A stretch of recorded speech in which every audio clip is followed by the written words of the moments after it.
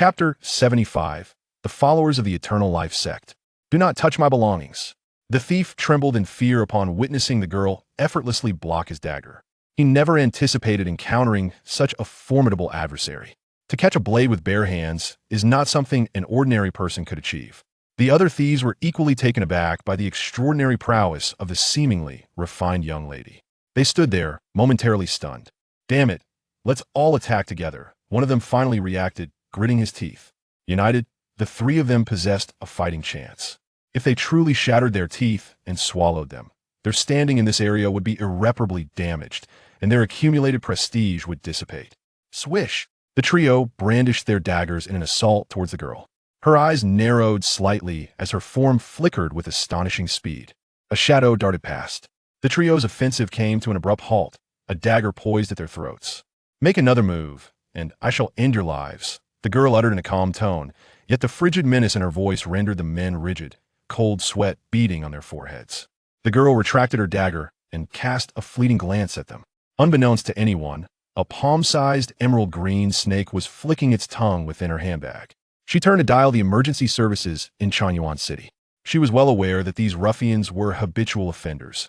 Allowing them to return would be akin to releasing a tiger back to the mountains, thus endangering more passengers. It was either to eradicate the threat entirely or to let fate run its course. However, she preferred to leave this opportunity for the authorities, providing an explanation for the passengers who had suffered intimidation. Why you? Don't act recklessly. The leader of the thieves turned pale, realizing that this seemingly delicate girl was no trifling opponent. They had all sustained injuries even when banding together, let alone others. Stay right where you are. If you dare to flee, I will slay you without hesitation. By the way, I forgot to mention, I am a Beastmaster, and acting for justice incurs no punishment, but rather rewards.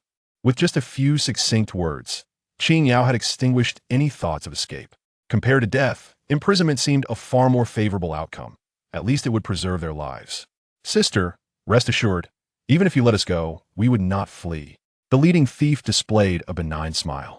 Indeed, I find the prospect of prison quite appealing. There is food, shelter, and even a silver bracelet as a reward. I can hardly wait to get inside. The revelation of her identity as a Beastmaster shattered their plans, rendering them utterly compliant, like docile kittens. Nevertheless, they internally cursed their misfortune, having drawn the short straw right from the start. The surrounding passengers gazed at the girl in collective astonishment. The girl's actions left everyone in awe.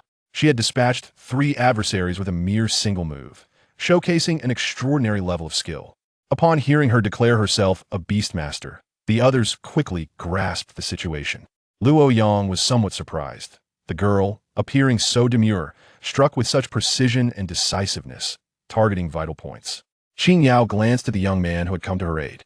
After a fleeting look, she returned her focus elsewhere, considering it merely a minor interlude that added a touch of intrigue to Luo Yang's journey. After more than an hour of travel, the Longqiao train suddenly halted as it traversed a valley.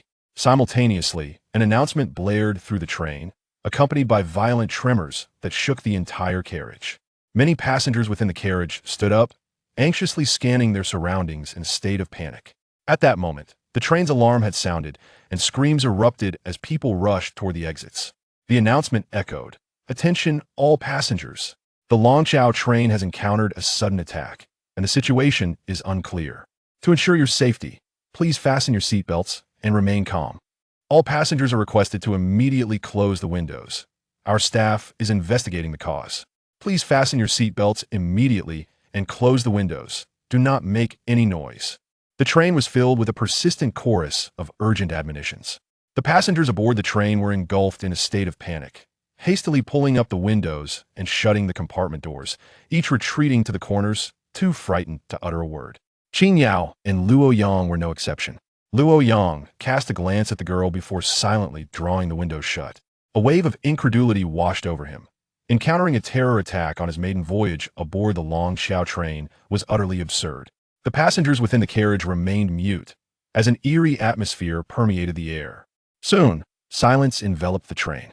At that moment, the Longqiao train commenced its slow movement, heading in a specific direction. Initially, it sped forward, but it wasn't long before the pace began to decelerate. What is happening? The conductor gazed intently at the scenery beyond the window, his brow furrowed in concern. Suddenly, a deafening explosion reverberated. The Long Xiao train executed a 360-degree roll, its entire body hurled into the air before plummeting towards the ground, causing the passengers within to be violently jostled, collapsing onto their seats, disoriented, while some even succumbed to nausea. The train began to shake violently, as though it had encountered a malfunction. The passengers inside were thrown into a state of disarray, utterly at a loss. A resounding roar emanated from the front of the Long Xiao train, followed by the rear being breached by a massive impact. The conductor's expression shifted dramatically as he immediately commanded the crew to halt and assess the situation. "The disciples of the Eternal Life sect welcome your arrival," rasped a voice. A group of men clad in black gradually emerged within the train. Upon sighting these individuals, the conductor's pupils constricted in alarm. This group belonged to a nefarious organization, notorious for engaging in unspeakable activities. Encountering them here boded ill. The lifespan of humans is finite. Even the longevity of Beastmasters extends merely a few centuries. In stark contrast, demon beasts, owing to their unique structure and life forms, exist far longer than humans. Creatures that can live for a millennium are far from rare. Yet, there are always those who seek to transcend the limits of lifespan and achieve immortality. Thus, the Eternal Life sect was born, venerating and pursuing eternal life, employing forbidden methods to merge the bloodlines of demon beasts with their own, transforming into monstrous hybrids of man and beast. By controlling themselves, they not only extended their lifespans, but also continuously enhanced their powers. However, there exists a flaw. Only demon beasts of higher bloodline rank can assist them in attaining immortality. For instance, if the initial fusion involved a Lord-level Serpent bloodline, the subsequent one must be that of a Monarch-level Serpent bloodline to yield any benefit, adhering strictly to the rules of their species. Consequently, the Eternal Life sect embarked on a frenzied quest across the Blue Star to seek out rare and extraordinary beasts. Any demon beast of high bloodline rank became their target. Much like the necromantic organization, they are backed by a formidable syndicate. Their arrival this time certainly spelled trouble. "Who are you?" The conductor barked sharply. "Our identities are of little consequence.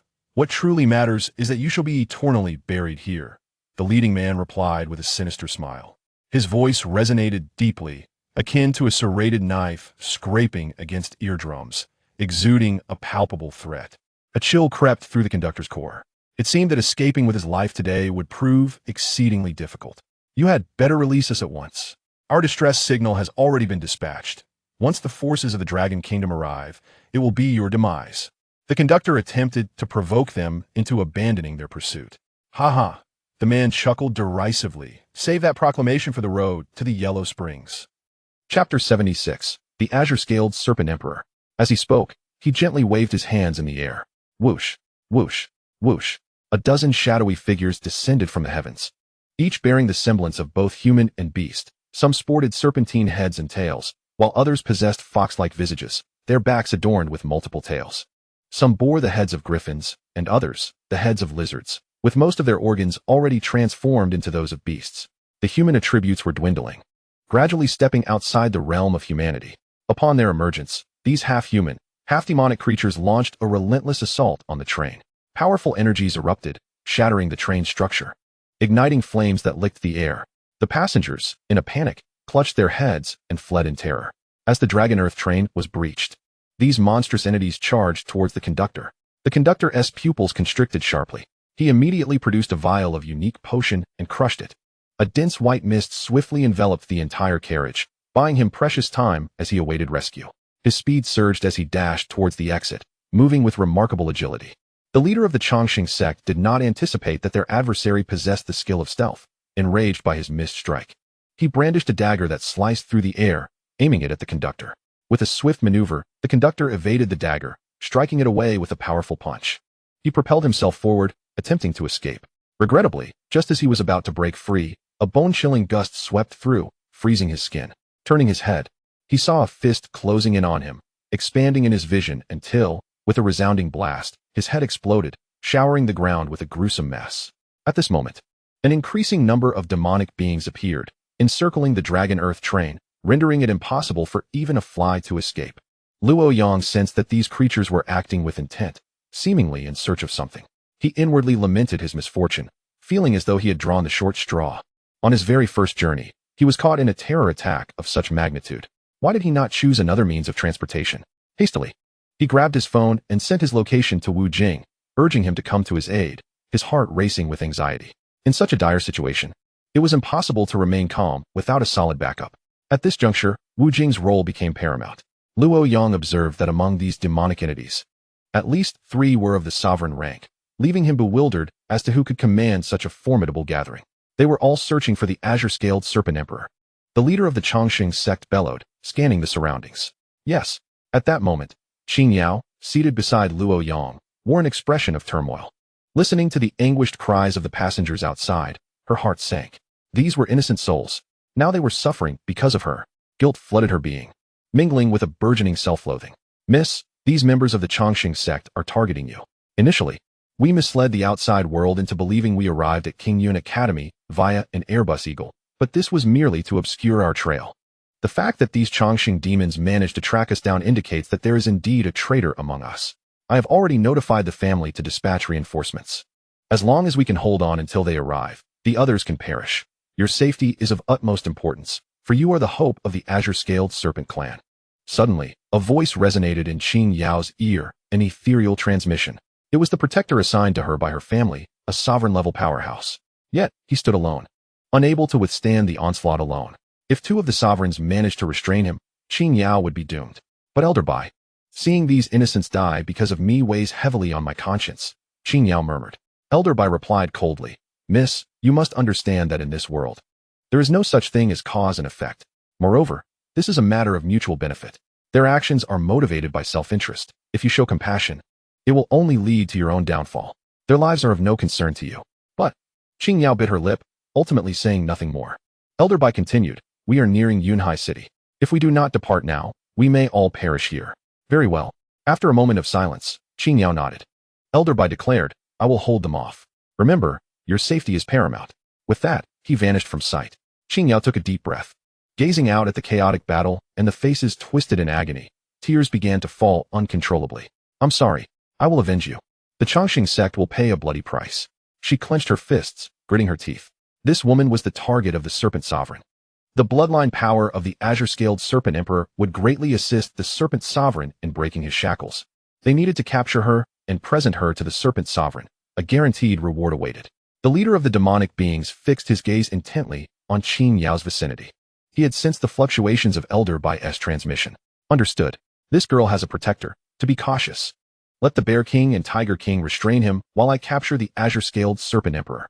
This mission cannot fail. No one can withstand the wrath of the Serpent Sovereign. The leader of the demonic beings stated solemnly. To prevent any unforeseen circumstances, he prepared to take matters into his own hands. Beneath the snare of heaven and earth, she would have no escape. The Azure-scaled Serpent Emperor was a must-have. The remnants of the Chongqing sect dared not act recklessly. Suddenly, Elder Bai hovered in the air. Behind him loomed a 100-meter-long giant serpent, its menacing fangs, eerie eyes, and massive tail all signifying its formidable power. An aura of terror radiated from it. Hiss! The giant serpent roared to the heavens. Old fool, my brothers and I have come to confront you. The 2 sovereign-level demons declared as they tore off their garments. Upon closer inspection, one had absorbed the bloodline power of the dark golden terror claw bear, now embodying a half-human, half-bear form, with claws extending several meters, emitting a strong metallic resonance. The other, a massive figure with a tiger-s head, boasted bulging muscles and a coat adorned with tiger stripes, exuding a powerful presence. They flanked Elder Bai, surrounding him on either side. Roar! The 100-meter-long serpent unleashed its breath, and in an instant, a tempest arose, obscuring the sky with a seamless veil. Old fool, your bloodline is quite pure as well. The Bear King exclaimed with excitement. Today, you shall undoubtedly meet your end. Your bloodline will join the ranks of the Chongqing sect. Achieving immortality. Chapter 77, The Guardian of Sand. Demons, I will personally slay you. Boom. The serpent's tail swung towards the Bear King, carrying with it a devastating force. The Bear King did not flinch or evade, allowing the giant serpent's tail to strike him. He stepped forward, extending his right paw, and the dark golden terror claw slammed down. The serpent's tail and the terror claw collided, unleashing a violent shockwave that shattered the air into dust. The very fabric of this space trembled, clearly indicating that the power of these 2 sovereign-level demons was overwhelmingly destructive. Roar! The Bear King roared towards the heavens, his voice reverberating through the skies like a thunderclap. In an instant, his right claw pierced through the fabric of space, plunging fiercely into the serpent's tail, accompanied by the sickening sound of cracking bones as the scales of the colossal serpent shattered. Hello, awoo! The giant serpent writhed in agony, desperately attempting to break free from this overwhelming force, but it was utterly powerless against the terrifying pull. With a resounding crash, the serpent's massive body slammed into the ground, fissures spreading across the earth as blood gushed forth from the cracks. The emerald-scaled Serpent King emitted a pained howl, its voice echoing through the heavens. Although both were sovereigns, it was evident that the Bear King's prowess far surpassed his own. Even though the emerald-scaled Serpent King was not renowned for his physical might, the disparity was glaringly apparent. Is this cult of eternal life truly that formidable? The emerald-scaled Serpent King thought, realizing he had gained no advantage. Elder Bai's breaths grew heavy. Roar! The Bear King had no intention of relenting. With his dark golden talons, he seized the serpent's tail and yanked it with ferocious force. The serpent let out a pitiful scream as it was brutally pulled from the air. The colossal python struggled violently in midair, attempting to escape, but it was futile. When it crashed to the ground, the entire earth trembled. Elder Bai's expression turned grave. The emerald-scaled Serpent King let out a long, sorrowful wail, enveloping the sky in a green toxic mist, a terrifying wave of energy sweeping toward them. Both the Bear King and the Tiger King felt their internal faculties declining within the domain, accompanied by sharp pangs of pain. This was the toxic scale domain of the emerald-scaled Serpent King. Once contaminated, even the lords would perish instantly. Only sovereigns could withstand it, truly deserving of the title of Poison Master. Such trivial poison tricks are hardly worthy of note, the Bear King scoffed. Enough spectating. Let us be swift and decisive, extracting the bloodline power before aiding the Rat King. Delay invites disaster. After declaring this, the Bear King swung his fist, transforming his body into a shooting star, crashing down upon the emerald-scaled Serpent King's head. Boom! A terrifying force erupted, golden halos radiating from his hand. A tremendous sense of oppression descending. This strike engulfed the giant serpent. Boom! Boom! The thunderous sounds echoed continuously. With each punch the Bear King delivered, terrifying echoes resonated. Rippling waves spreading outward.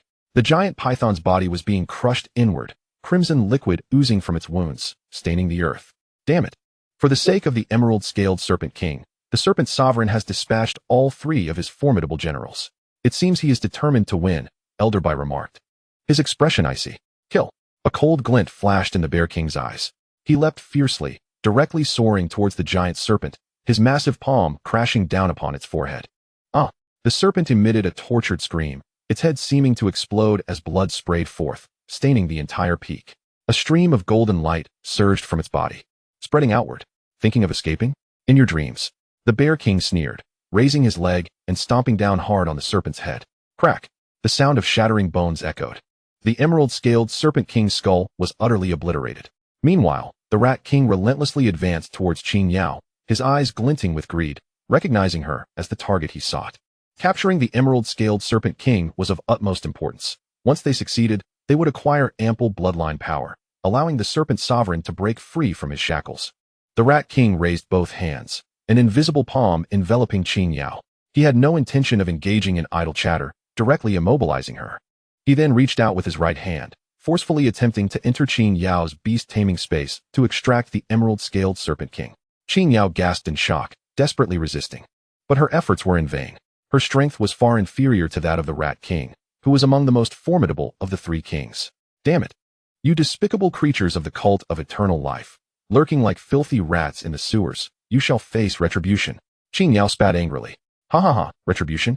If there were such a thing, could we still be so carefree? The Rat King replied with a chilling laugh. The cult of eternal life was an exalted presence. Those like you should feel honored to contribute to its longevity. Honor my foot, your entire family shall be honored. Qingyun retorted defiantly. Ha ha. The little girl has quite the spirit, but soon you will be at my mercy, the Rat King sneered. I don't believe you dare to kill me. I warn you, if you take my life, your cult of eternal life will never know peace. Qingyun threatened. Heh, the Rat King scoffed. You wretched beasts. Your cult of eternal life is fit only to be slaves, serving others. You are sealed within the 9 nether hell, destined to struggle for survival. Qingyun gritted her teeth in fury. The Rat King remained silent, having spotted the emerald-scaled Serpent King within Qingyun's Beast Taming space, its body brimming with potent bloodline power. It was said that its bloodline was among the finest in the entire emerald-scaled serpent clan, even possessing the potential to transcend calamity. Little one, cease your hiding. I see you, the Rat King declared, reaching out to grasp the emerald-scaled serpent king, preparing to extract it from the beast taming space. At that moment, an overwhelming energy erupted from within Qingyun. Suddenly, the Guardian of Sand materialized. A yellowish light curtain appeared beside her, enveloping her in protection. So, you still have a trump card, the Rat King observed. It seems someone had placed a restriction within her beast taming space. If anyone attempted to forcibly extract the emerald-scaled serpent king, it would trigger this defense. The Rat King sneered, then stomped down. The ground immediately fractured, a terrifying force surging from below. Bear King, Tiger King, come and help break this barrier. The Rat King shouted to his companions. Understood. The Bear King and Tiger King replied in unison. Kill. The two charged forward together, channeling their spiritual energy, each delivering a punch to the Guardian of Sand. Bang, bang. The Guardian of Sand shook violently, the cracks becoming increasingly pronounced, yet it held firm. Humph. I want to see how long you can endure. The Rat King taunted. Bear King, Tiger King, let us strike with all our might to destroy this Guardian of Sand. He commanded with a cold smile. All right, let us go. They roared in unison, their forms swelling as they transformed into 200-foot-tall behemoths, flanking the Guardian of Sand in a coordinated assault. Crack. The sound of fracturing grew more distinct. Qingyun's delicate face turned pale. She gritted her teeth, feeling her blood rapidly depleting. I must hold out until help arrives, she urged within her heart. Just then, an unexpected sharp bird cry pierced the air. The three turned their heads, only to see several enormous fire crows descending from the sky. Each of these fire crows possessed the strength of sovereigns. Their bodies ablaze with searing flames, their wings spread wide, obscuring the horizon.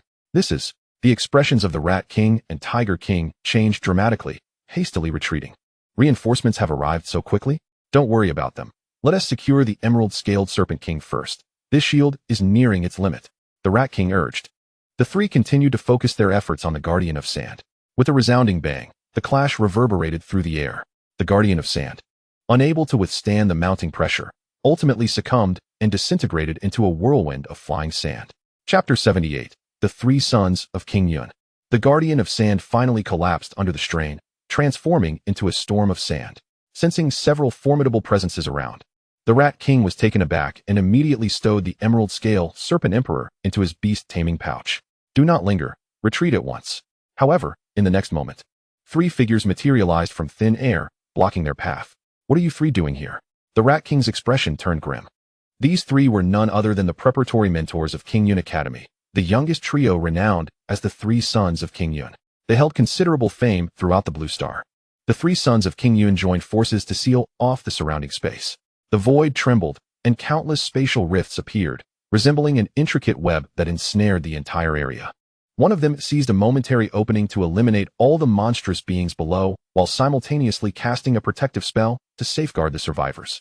Rat King, how has your Chongqing sect fallen to such petty tricks? This is hardly your style.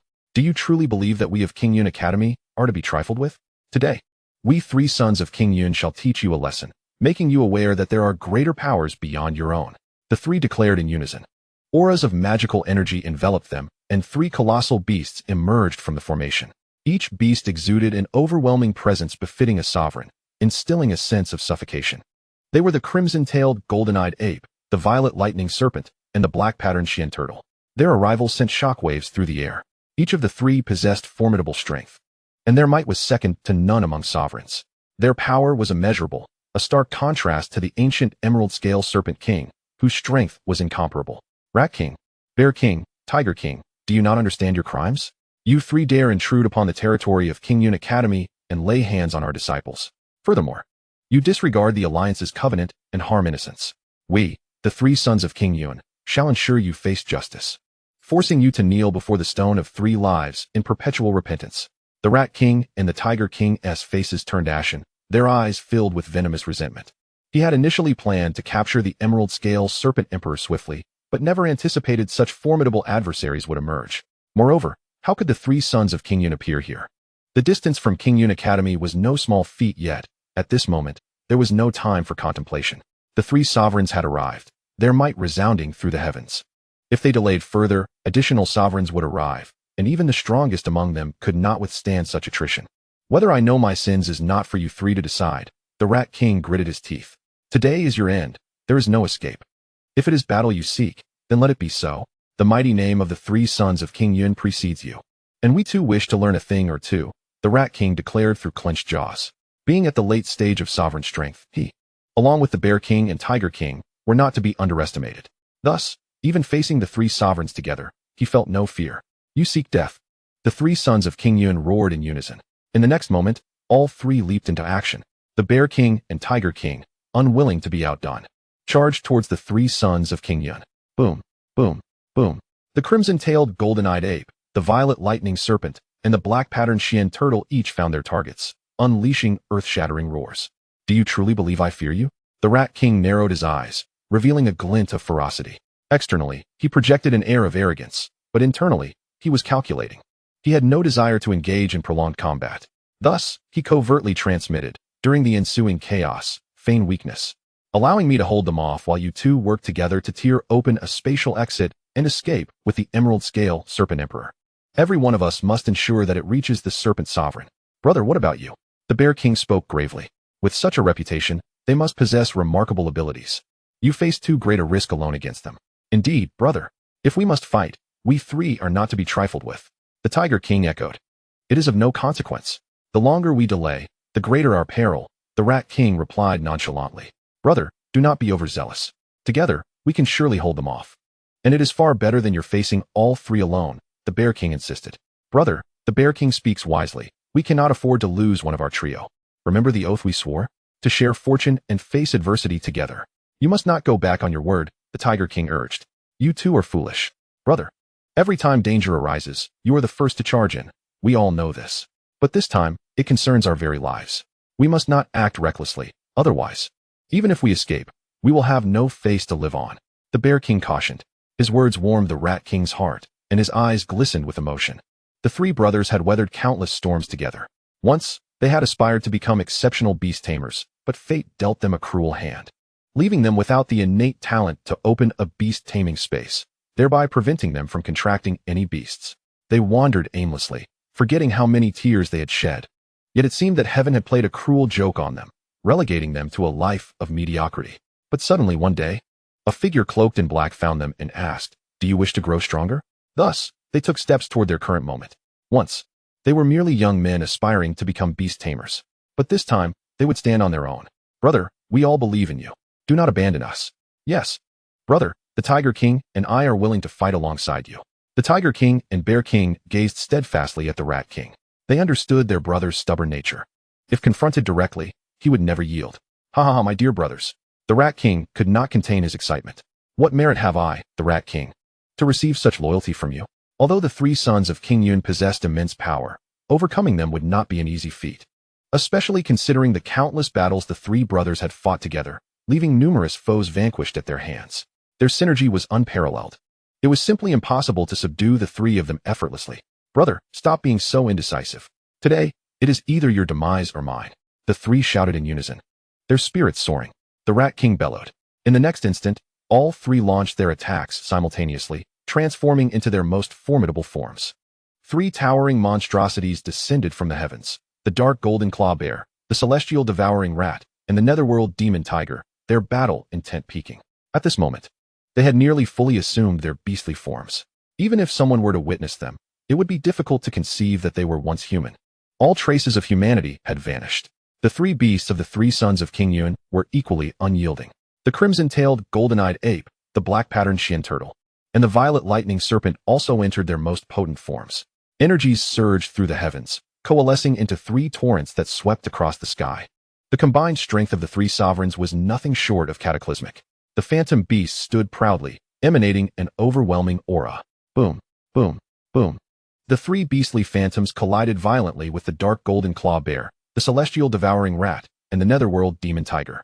The heavens shook, and the earth quaked. The Four Directions mountain range was upturned. Countless trees were uprooted.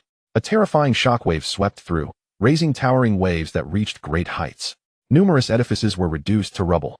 The entire region was engulfed in chaos. Chapter 79. The battle intensifies.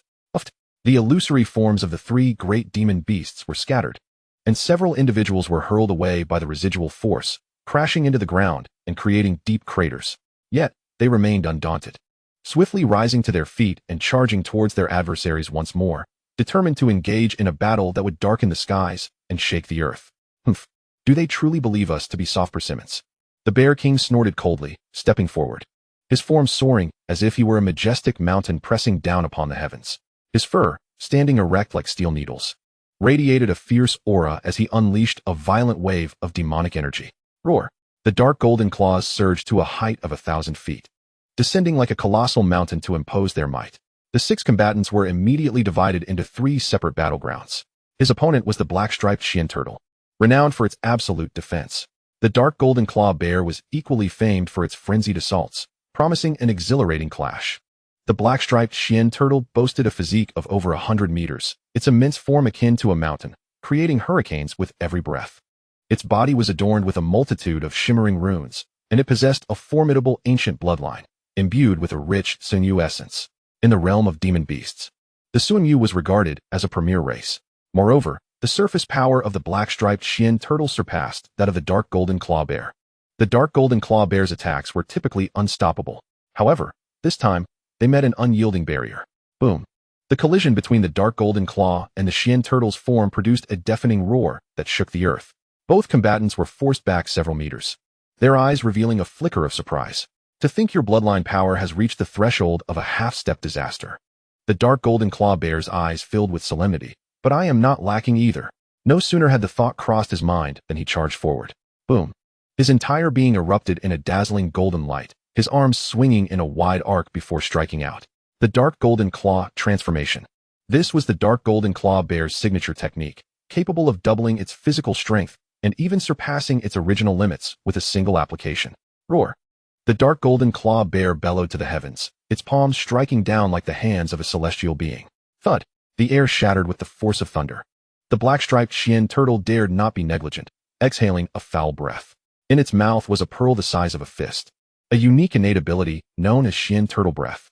A single exhalation released a dense fog, exuding boundless majesty, capable of corroding all things and instilling terror. Bang! The two forces collided. Astonishingly, the black-striped Qian turtle breath could not withstand the onslaught of the dark golden claw bear, shattering into fine powder. Seizing the moment, the dark golden claw bear delivered a punch directly to the black-striped Qian turtle's belly. Boom! The violent impact resonated painfully in the ears, as torrents of crimson gushed forth from the black-striped Qian turtle's midsection. In the next instant, its form was sent flying. Meanwhile, in another spatial battlefield, the mightiest Rat King faced off against the strongest of the Qingyun trio, the crimson-tailed, golden-eyed ape. Roar! The two demon beasts unleashed deafening roars. Boom! Bang! Uft! Both sides engaged in a frenzied melee. The crimson-tailed, golden-eyed ape possessed immense strength, its might capable of toppling mountains, while the Rat King was agile and unpredictable, each claw imbued with terrifying ripping power. The clash between the two demon beasts shattered the surrounding space, causing violent explosions. Boom! The sky-devouring rat, with its transcendent power, found itself at a stalemate against the crimson-tailed, golden-eyed ape. Suddenly, the Rat King took the initiative, executing its ultimate skill, Rat Leap, to the heavens. It stepped into the void, its body shooting forward like an arrow towards the crimson-tailed, golden-eyed ape while extending its right hand. The air trembled. A claw capable of obscuring the stars materialized in midair. This was an attack skill of the Rat King's own creation. Whoosh! The claw tore through the air, slicing like a razor-sharp sword. The crimson-tailed, golden-eyed ape, unwilling to be outdone, retaliated with a punch aimed at the claw. The force of its blow was immense, as if it could collapse the very heavens. Neither side gained an advantage from this exchange, and both figures were sent reeling backward, their breaths slightly ragged. On another front, the spectral demon tiger swung its arms, releasing a cloud of black mist. Within the mist, anguished cries echoed, and spectral figures emerged. These phantoms surged like a tide toward the violet lightning python. Bang! Bang! Bang! The violet lightning python retaliated fiercely. Purple lightning crackled and intertwined, obliterating the specters. Howls of despair resounded throughout the heavens and earth. These phantoms were summoned by the spectral demon tiger, and although they could see in the darkness, they were not impervious to light. Thus, the lightning power of the violet lightning python inflicted even greater harm upon them. The violet lightning python pressed its advantage, unleashing a torrent of thunder that shattered the spectral demon tiger's phantoms. The expression of the spectral demon tiger darkened. It had not anticipated the violet lightning python's thunderous might to be so formidable, easily dismantling its spectral minions, and each strike brought immense agony. At this moment, the spatial battlefield was intensely heated. Both sides had entered a phase of white-hot confrontation. The Qingyun trio had not expected their opponents to be so formidable. Truly, they were renowned as the three generals of the everlasting sect, each capable of standing alone against the odds. Outside the spatial battlefield, Luo Yang, hidden in a cave, gazed at the Qingyun token in his hand. This was given to him by Mo2, who said it could serve as a locator in times of danger. If any Qingyun disciples nearby sensed it, they would come to aid him. Qingyun had fallen into a coma due to severe damage inflicted upon her Beastmaster space. Luo Yang had also learned that these individuals were drawn here by her. He was perplexed as to why, despite being of the same age, she was so exceptional and yet faced such terrifying attacks. Why was no one hunting him down? As the beasts of the Qingyun trio battled fiercely within the spatial confines, the outside world remained oblivious to the unfolding events. Fortunately, the demon beings outside had been dealt with in a timely manner, otherwise, they would have met a grim fate without even realizing it. Although Bai Lao's beast had perished in battle, and he himself suffered tremendous backlash, he still dragged his bent body to protect Qingyun. Seeing that the situation had stabilized, Luo Yang hastily prepared to flee. The outside world was far too perilous. It was said that sovereign-level powerhouses were exceedingly rare, yet here he was, encountering so many in quick succession. Unbelievable. Several had come at once. He thought, I cannot remain here any longer. Who knows if these so-called Qingyun trio can suppress them? It is best to make my escape quickly. Luo Yang trembled as he spoke. In his eyes, nothing was more valuable than his own life. A quintessential example of the saying, a dead friend is better than a living monk. In this day and age, even sovereign-level powerhouses are not impervious to harm. Next time, I must secure a disaster-level enforcer, or else I shan't emerge from seclusion. Did they not see how that woman's sovereign-level protector was beaten to a pulp? Her beast was rendered utterly incapacitated. Moreover, whether he can survive this ordeal remains a question. Chapter 80, The Ancient Ghost Clan. Suddenly, a piercing gaze fell upon Luo Yang. A fleeting glimmer of cold light flashing in the depths of those eyes.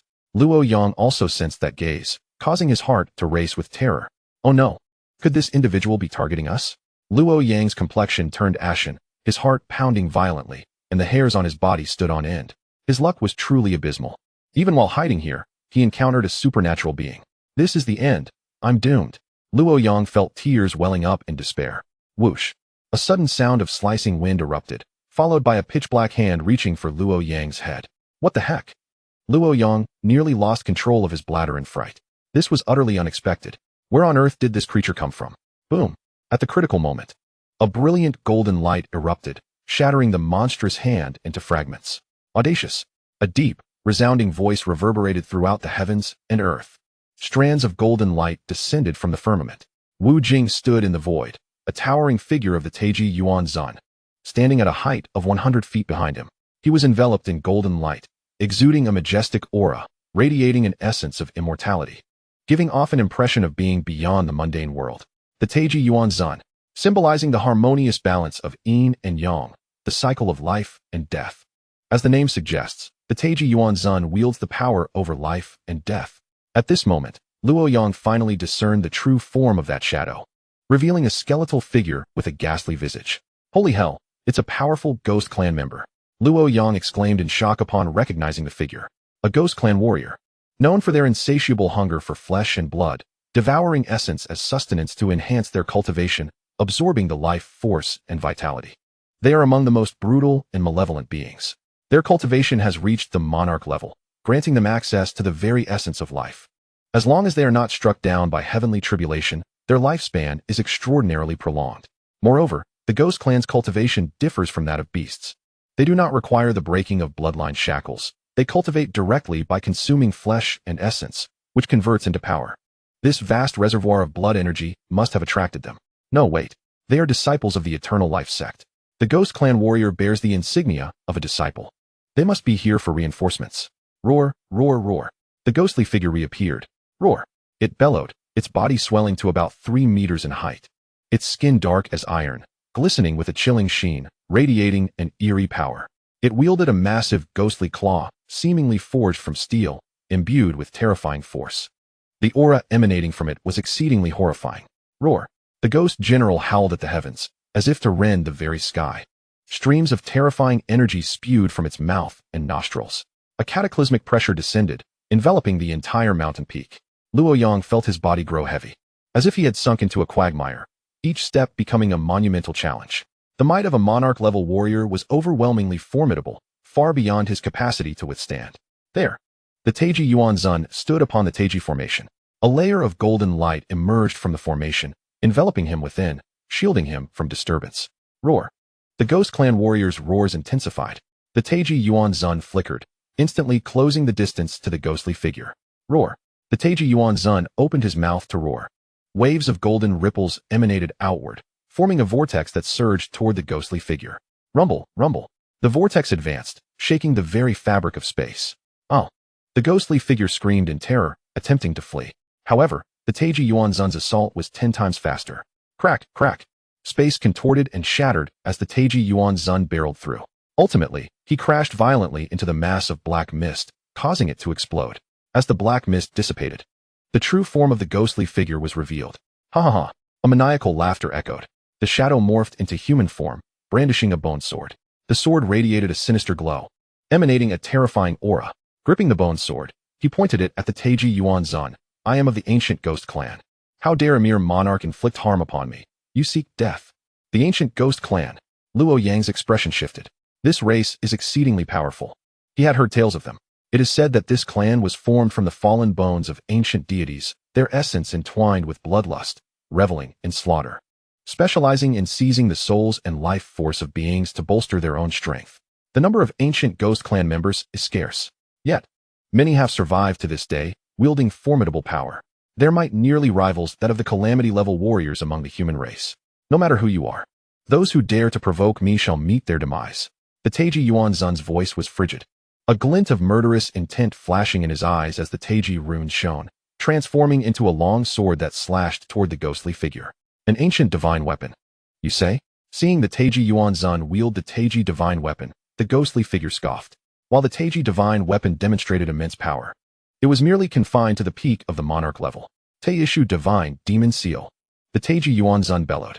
This was the ultimate skill he comprehended after his evolution. He propelled the Taiji divine weapon toward the ghostly figure. Rumble, rumble. Cracks appeared in the void. These were the residual waves of the Taiji divine weapon, shredding the space apart. Boom. The Te-issue divine demon seal struck the ghostly figure with devastating force. An overwhelming surge of destructive power erupted. 9 colossal stars emerged upon the Te-issue divine demon seal, radiating an unfathomable aura, as if the will of the heavens itself descended to suppress the ghostly figure. An unparalleled force swept forth. The ghostly figure's garments were instantly torn apart, revealing a pale skin armor. The armor was adorned with intricate, esoteric ancient characters. Humph! The ghostly figure snorted coldly, swinging the bone sword. Buzz! The bone sword sliced through the air, aimed at the Te-issue divine demon seal. Upon collision, a swath of void was obliterated. Puffed! A spray of blood erupted. The ghostly figure was forced back, its bones fracturing with each step. Roar! The ghostly figure howled in agony, madness flickering in its eyes. It had not anticipated being defeated by a monarch-level beast, let alone being grievously wounded. This was a profound humiliation. Chapter 81. The Three Talismans Pagoda. Die! It roared, its body swelling dramatically, towering several hundred feet in an instant. Wielding the bone sword once more as it charged at the Taiji Yuan Zun. The Taiji Yuan Zun's eyes erupted with a golden light, delivering a powerful punch toward the ghostly figure's head. Bang! The ghostly figure was obliterated into fragments, scattering like debris amidst the chaotic space. Are you all right? Wu Jing approached Luoyang, inquiring with concern. No worries, fortunate are we that you have arrived. The world outside is fraught with peril. Have the monarchs become mere cannon fodder now? Let us depart swiftly, the farther the better. Luoyang felt a lingering dread.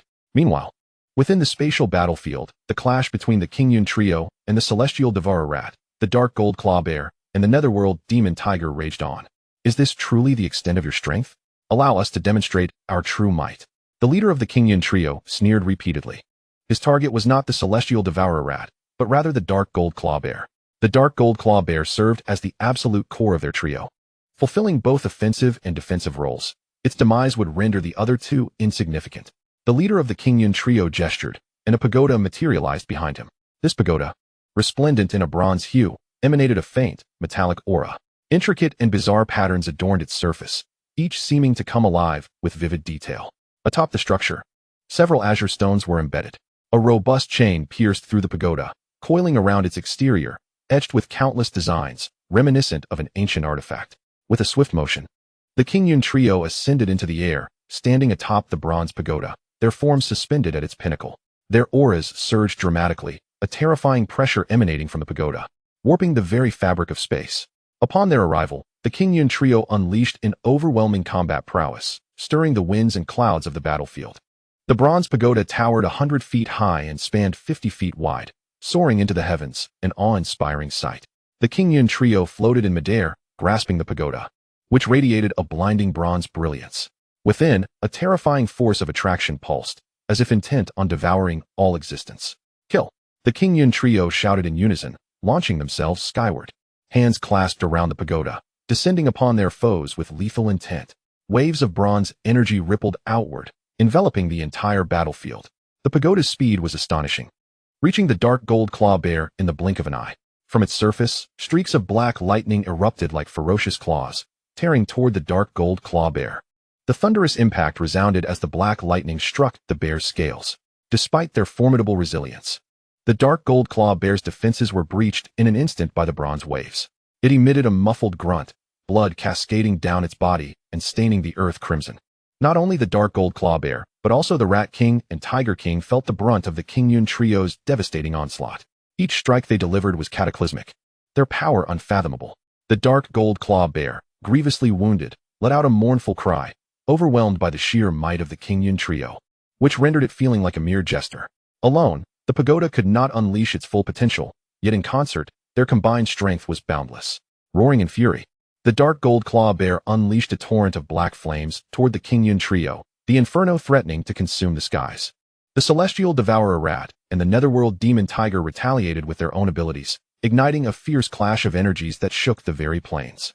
The ground trembled under the titanic forces unleashed. The black flames scorched the earth, turning all to ash, leaving not a blade of grass behind. How formidable!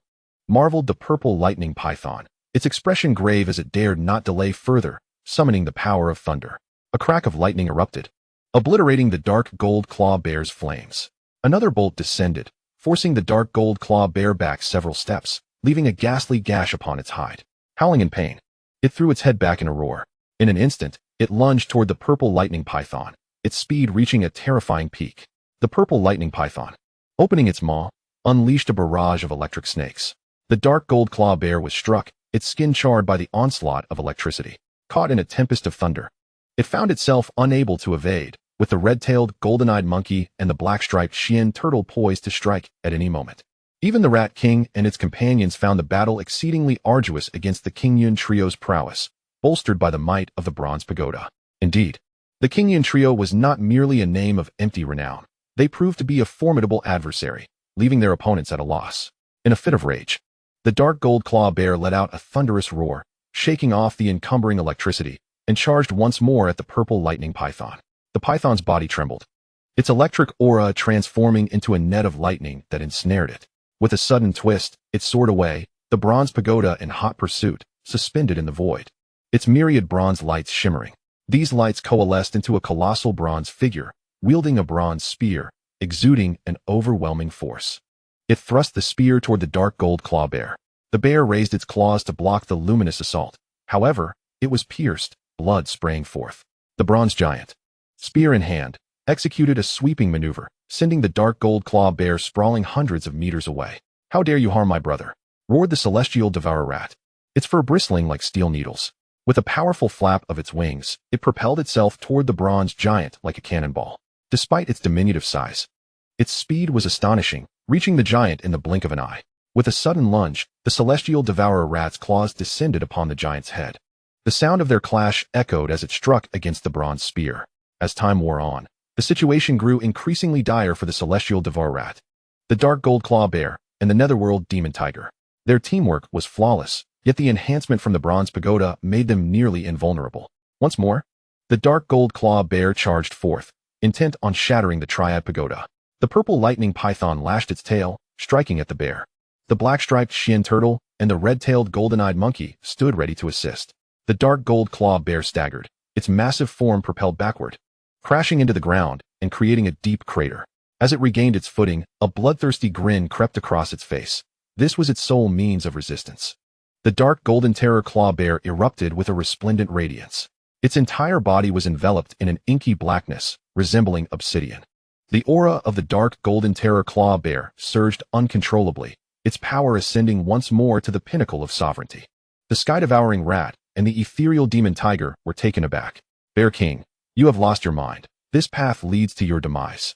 Elder brother, third brother, I shall hold the rear. You must flee. The ethereal demon tiger roared, its visage etched with concern. With a fearsome roar, the dark golden terror claw bear leapt into the air, muscles bulging and skin darkening further. A tempestuous energy radiated from its being. Surrounding it was a halo of dark golden light, within which swirled minute dark golden vortices, devouring the surrounding space and forging a realm of dark gold. Witnessing this, the ethereal demon tiger and the sky-devouring rat activated their secret techniques, their momentum soaring skyward. Together, they prepared to rend a passage through the spatial battlefield. This is dire. They are attempting to break through the spatial blockade. The eldest of the Qingyun trio shouted, his companions paling in response. After a prolonged battle, their energy for sealing this space was nearly exhausted. He quickly commanded the treasure pagoda to suppress the dark golden terror claw bear and its companions. As the pagoda surged forth, the dark golden terror claw bear struck out with a paw. Boom! The bear's blow sent the pagoda tumbling back hundreds of meters. The violet lightning python was also flung away, a fissure appearing on its head, blood cascading forth and staining the space crimson. With a ferocious roar, the dark golden terror claw bear charged towards the violet lightning python, which, alarmed, hastily summoned a barrage of purple lightning spheres that hurtled towards the bear. The dark golden aura surrounding the bear intensified, giving rise to a dark golden storm that swept across the area. Boom, boom, boom, boom. Meanwhile, the sky-devouring rat and the ethereal demon tiger successfully tore open a rift in the spatial battlefield. Dark golden terror claw bear, retreat. The sky-devouring rat bellowed. It stomped the ground with force, vanishing from sight to flee into the distance. With a thunderous crash, the dark golden terror claw bear's form just disappeared. The Qingyun trio's expressions shifted dramatically. We cannot allow them to escape. Quickly seal the spatial entrance and prevent their escape. He understood that if the trio broke through, their escape from the Forbidden Zone would pose a significant threat, rendering any future attempt to slay them nearly impossible. The pagoda emitted a soft chime, and instantly, golden runes materialized upon its surface. Buzz, buzz. Sheets of talisman paper flew forth from within the pagoda, rapidly darting in all directions. The golden talismans danced in the air, forming circles that enveloped the entire space. It was exceedingly difficult to restrain the sky-devouring rat, the dark golden terror claw bear, and the ethereal demon tiger. These three fearsome beasts possessed unique secret arts capable of tearing through the void for instantaneous movement. Thus, within mere minutes, the trio had completely vacated the confines of the Forbidden Zone. The dark golden terror claw bear and its companions did not linger, bolting into the distance. Yet, the Qingyun trio exchanged glances. We must forcibly activate the bronze dragon. Anyone we can capture is a victory, the eldest declared gravely. In response, the three talents pagoda radiated brilliance. Boom! The bronze dragon shattered the void, crashing into the fray, emanating an aura so potent that even space quivered in its wake. Its strength surpassed that of the sky-devouring rat and the dark golden terror claw bear. Upon emerging into the outer realm, the bronze dragon elicited shock from the three beasts. This bronze dragon had approached the level of catastrophe. Yet, there was no time left. The trio could not all escape. The dark golden terror claw bear steeled itself. You go ahead. Without waiting for a response from the others, it unleashed its dark golden power, propelling the sky-devouring rat and the dark golden terror claw bear away 1,000 meters to free them from the battlefield, before turning to confront the Qingyun trio alone. In the void, the dark golden terror claw bear's form expanded, transforming into a dark golden war deity, standing defiant. It hurled a fist toward the crimson-tailed golden-eyed ape. The ape's expression shifted dramatically as it hastily swung its fist to meet the bear's assault. The collision produced a deafening explosion, fracturing the spatial nodes. With a thunderous roar, the dark golden terror claw bear unleashed a fearsome bellow, sending shockwaves that reverberated through the nearby space. The crimson-tailed golden-eyed ape's countenance paled as it summoned its inner energy. Golden orbs manifesting within. These orbs coalesced into golden chains that ensnared the dark golden terror claw bear. The bear writhed violently, cracks appearing across its body as the golden chains infiltrated, corroding its form and sapping its strength. With a ferocious roar, the dark golden terror claw bear expelled a wave of golden sound, condensing into a fearsome beast that shattered the binding chains. Boom! Bloodthirsty intent flickered in the bear's eyes as it leapt forward, instantly traversing 1,000 meters. Its form became a blur as it closed in on the crimson-tailed, golden-eyed ape. Its massive arms swung down with tremendous force. Bang, bang, bang, bang. A series of dull thuds echoed as the crimson-tailed, golden-eyed ape was sent sprawling. The bear delivered a crushing blow, pinning the ape to the ground with a foot upon its head. Everything transpired in an instant. The dark golden terror claw bear emitted a mournful roar, its body marred with numerous wounds, blood seeping from these gashes, exposing bone beneath. With a wild glint in its eyes, it lunged at the crimson-tailed, golden-eyed ape. Snap, snap, snap. Countless claw marks marred the ape's body, with a single arm wrenched free. Blood gushed from the wounds, staining its attire. The crimson-tailed, golden-eyed ape let out a pained howl. His eyes were filled with despair. However, the three talismans Pagoda arrived just in time to shelter the crimson-tailed, golden-eyed monkey, enveloping them in a radiant green light of life and simultaneously healing their internal injuries. Do not delay, strike him down swiftly, the three disciples of Qingyun commanded in unison. The three demonic beasts complied. The black-patterned Xian turtle, crimson-tailed, golden-eyed monkey, and purple lightning-frenzied python unleashed their ultimate skills in fervent frenzy. The three talismans Pagoda radiated with golden brilliance, casting its light downwards. Golden chains surged forth toward the dark golden claw bear.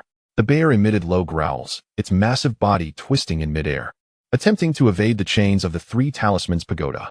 Bang! A chain ensnared the bear's neck, binding it tightly. No matter how much strength the dark golden claw bear exerted, it could not break free. The three talismans Pagoda then spun violently. The bear's body was mercilessly crushed, blood and flesh mingling in a gruesome display, accompanied by its anguished cries. Boom! The Pagoda trembled violently. The sky-eating rat and the netherworld demon tiger watched it suffering with heavy hearts, even contemplating a mutual demise. Yet, the dark golden claw bear, with a resigned smile, spoke. Brother, third brother, perhaps in the next life we shall be brothers again. I will venture below to scout the path for you. With that, the bear detonated itself. A mushroom cloud erupted, sending terrifying shockwaves that propelled them away. Boom! The dark golden claw bear's self-detonation transformed it into a mass of dark golden flames, forcefully hurling the three talismans Pagoda aside. The expressions of the three disciples of Qingyun changed dramatically. They had not anticipated such resoluteness from the bear to choose self-destruction. Regret came too late. The bear's body morphed into a sea of black flames, a manifestation of its will even in death, determined to ensure they would not escape unscathed. A massive vortex slowly emerged within the dark golden inferno. The three talismans Pagoda was drawn into the black whirlpool, struggling futilely against the overwhelming force of the beast's explosion. The three souls contained within the Pagoda also faced catastrophic repercussions. How? At this moment, although the physical form of the dark golden claw bear had perished, it was not yet over. Its soul roared, and a glint of madness flashed in its eyes. It transformed into a shooting star, hurtling toward the heart of the dark golden flames, intent on delivering its final requiem. Whoosh! How? A piercing scream resounded from afar. It was the purple lightning-frenzied python, engulfed in dark golden flames, burning uncontrollably. From the inferno emerged agonizing wails of suffering. Spare me, I beg you, the python pleaded. But the dark golden flames continued to consume it. Soon, the purple lightning-frenzied python was utterly devoured, its remains vanishing without a trace. The crimson-tailed golden-eyed monkey and the black-patterned Xian turtle fared no better. Both were gravely injured, their bodies battered and bruised. Were it not for their innate physical strength granted by their race, they too would have paid the ultimate price in this self-detonation. This was the devastating consequence of a being nearing the pinnacle of sovereign strength, affecting not just the body but the soul as well. The toll was immense. They would not reincarnate after death. Panic surged within them. Despite the three talismans Pagoda's desperate resistance, they still faced the repercussions. Two figures plummeted from the sky, breathless. Thud! They crashed to the ground, spitting blood. The three talismans Pagoda was utterly destroyed by the energy of the dark golden claw bear's self-explosion, leaving them defenseless. By the time they regained their senses, the sky-eating rat and the netherworld demon tiger had already vanished. Damn it all. The faces of the three disciples of Qingyun turned ashen. How infuriating. We let them escape. The eldest among them ground his teeth in frustration. I underestimated those cunning little beasts. They employed such underhanded tactics. We were caught off guard. The resentment in their hearts threatened to burst forth, fueling an inferno of rage within their chests. We must pursue. We cannot let them flee. The three disciples declared through clenched jaws. At all costs, we must slay those two wretches. We will make the everlasting sect pay a blood price that will deter them from encroaching upon us again. Meanwhile, all the enrollment mentors near Qingyun Academy rushed to the scene, their expressions shifting upon seeing the state of the three disciples. An elderly woman stepped forward and inquired, "Colleagues, what transpired? Where are the demons of the everlasting sect?" One self-exploded, and two escaped. The eldest disciple of Qingyun gritted his teeth. Self-exploded? The elderly woman's gaze fell upon the three talismans pagoda, noting the myriad claw marks and countless fissures, with spiritual energy seeping from the cracks, indicating severe damage. Was it the dark golden claw bear's doing? She asked, looking toward the pagoda. Indeed, that little beast employed forbidden techniques, the eldest disciple confirmed with a nod. The Rat King and the Tiger King have fled. The Emerald Scale Serpent King remains with them. They have escaped, and we cannot catch up. The elderly woman's expression fluctuated between concern and determination. No, we must retrieve the Rat King and the Tiger King. You three, come with me. The rest of the mentors, return to your posts and begin searching for the whereabouts of the Rat King and the Tiger King. Additionally, inform all students to intensify patrols. No one is to leave the academy.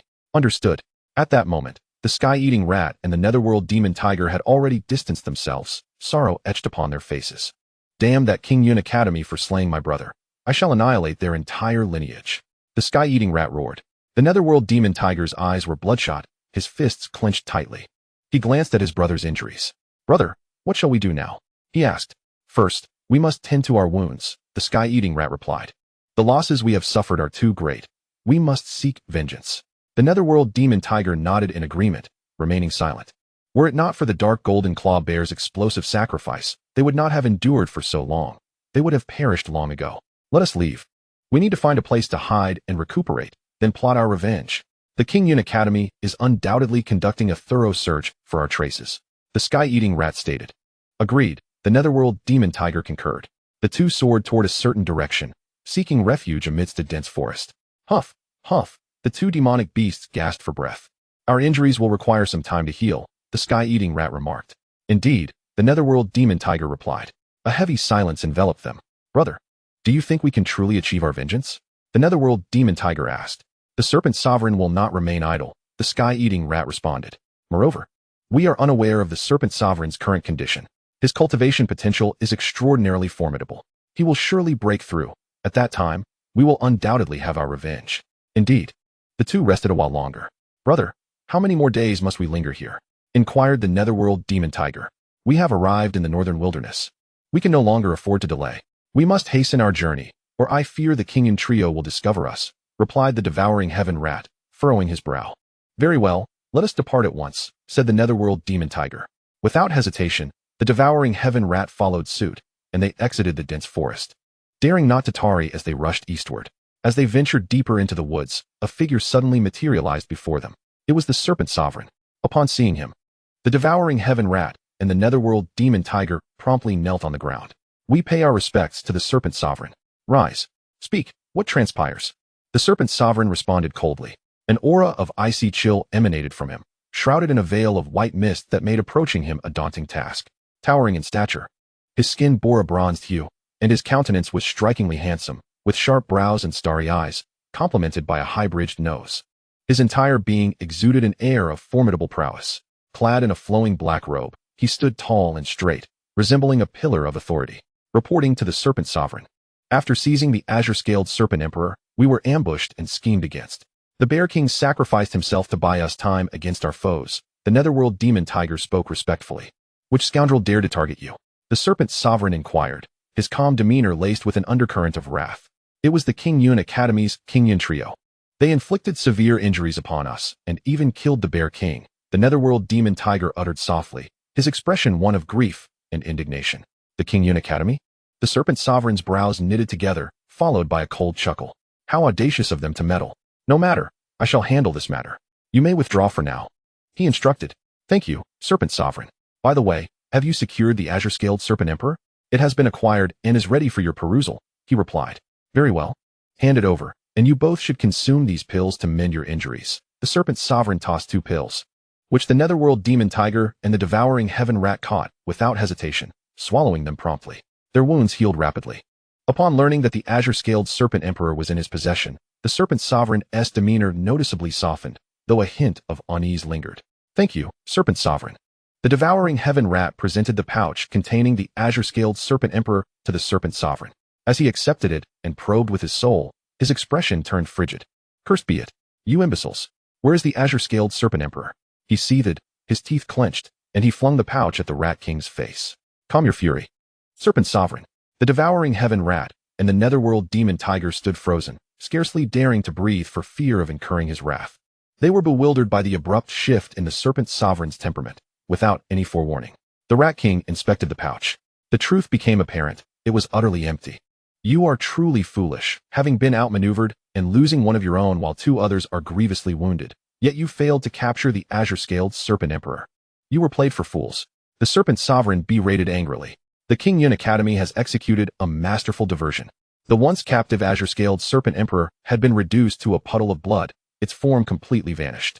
The devouring heaven rat and the netherworld demon tiger were utterly perplexed.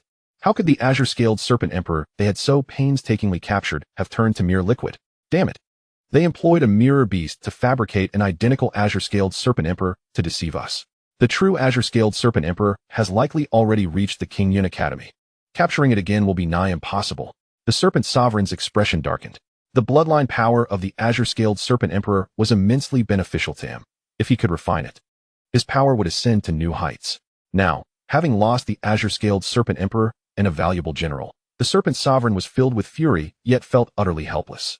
Mirror beasts were exceedingly rare, and those that matured possessed the ability to replicate all things, making them a formidable adversary even for the Serpent Sovereign.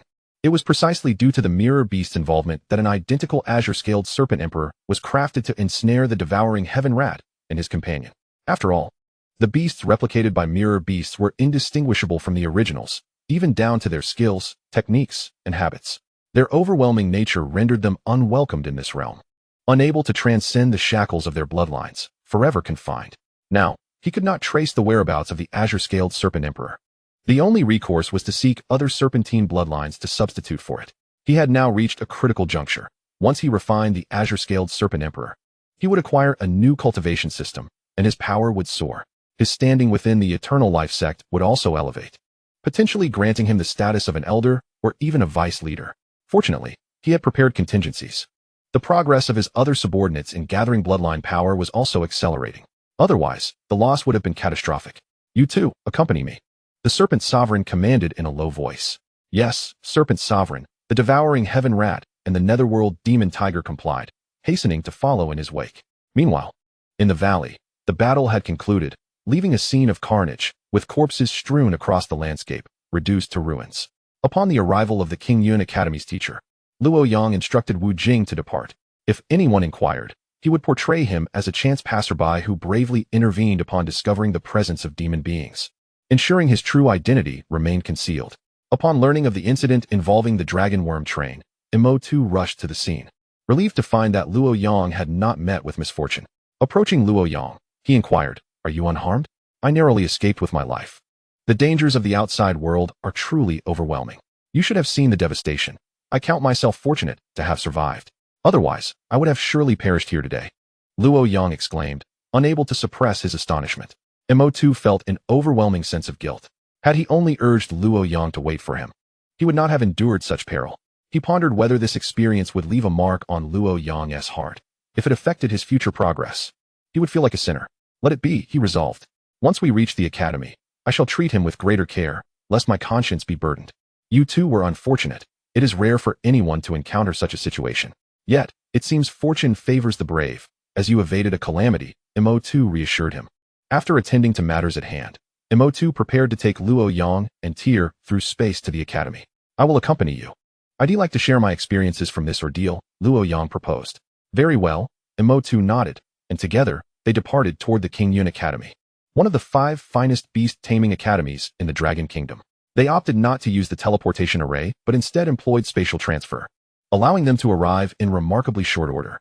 This left Luo Yang in awe of the Dragon Kingdom's profound mastery of spatial formations. Indeed, these academies are remarkable, having invented numerous extraordinary tools that greatly benefit the beast taming civilization. Imo too concurred. Let us proceed inside, he urged.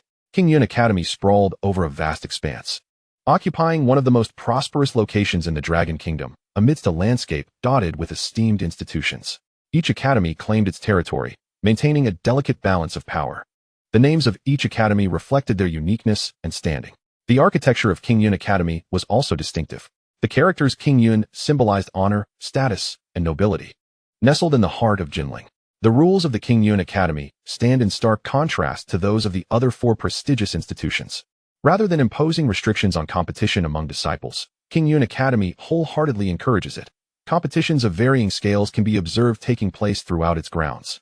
However, it is imperative that one earns honor and status solely through personal strength, as this is the fundamental principle of Qingyun Academy. There are truly a multitude of disciples here, Luo Yang remarked, gazing at the throngs of people before him. Qingyun Academy undoubtedly deserves its reputation as one of the foremost academies in the Dragon Kingdom. The talents within are remarkable, and even the passers-by exude an extraordinary aura, he continued with admiration.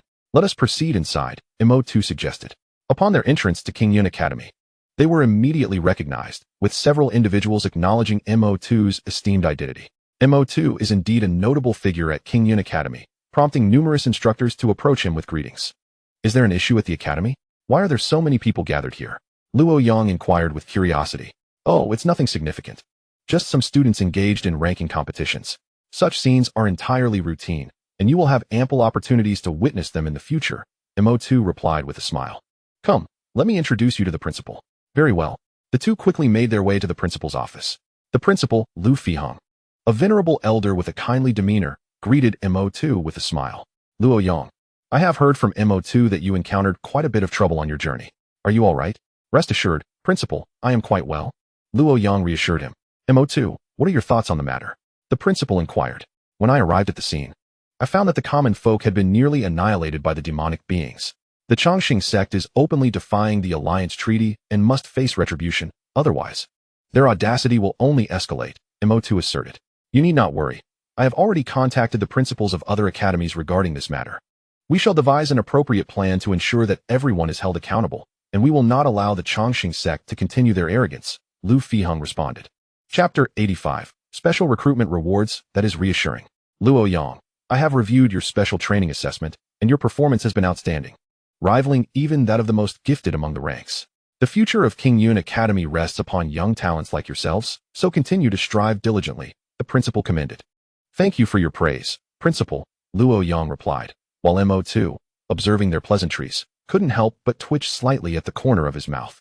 At that moment, an idea struck Mo2, and he inquired, Principal, Luo Yang's special recruitment reward has yet to be presented. Haha, how could I have forgotten your special recruitment reward? Lu Fihong exclaimed, somewhat embarrassed. He tapped his head and continued, please wait here for a moment while I retrieve the special training rewards. Of course, Mo2 nodded. Lu Fihong swiftly exited the office. Not long after he departed, Mo2 quietly said to Luo Yang, you have quite a considerable reward from this special training. Even I find myself envious. The reward is 10,000 points, not including other material rewards. Given the principal's generosity, I am certain it will be substantial. Is that so? I must be fortunate then. I hope the principal does not disappoint me. Luo Yang exclaimed with a grin. Rest assured, he certainly will not, Mo2 reassured. Shaking his head, after a brief interval, the principal sent a message. Let us go see the special training rewards, Mo2 suggested. All right. Together, they departed the office. Upon stepping outside, they were greeted with respect by the academy attendants. Greetings to both of you. Yes, please, lead the way, Mo2 replied respectfully. The attendant guided them along a pathway leading deeper into the academy. Along the way, they encountered a gathering of students. Mo2, you have returned. A man clad in a green robe exclaimed with delight.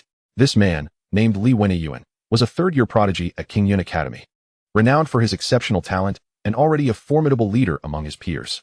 Yes, we are here to check on the special training rewards, Mo2 acknowledged with a nod. Lin E, noticing Luo Yang beside Mo2, quickly understood. Mo2, let us go together, he proposed eagerly. Very well, Mo2 agreed.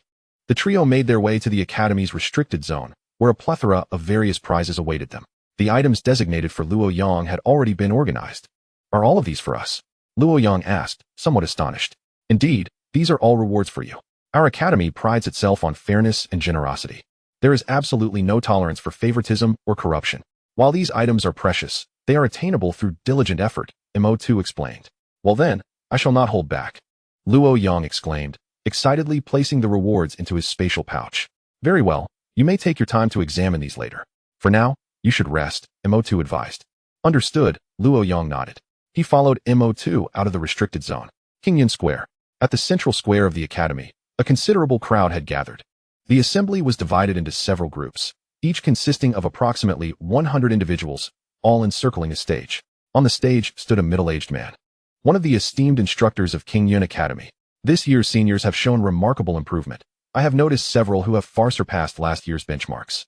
However, I urge you all to strive even harder, for this is essential to fulfilling your tasks and contributing to the academy, the vice principal announced.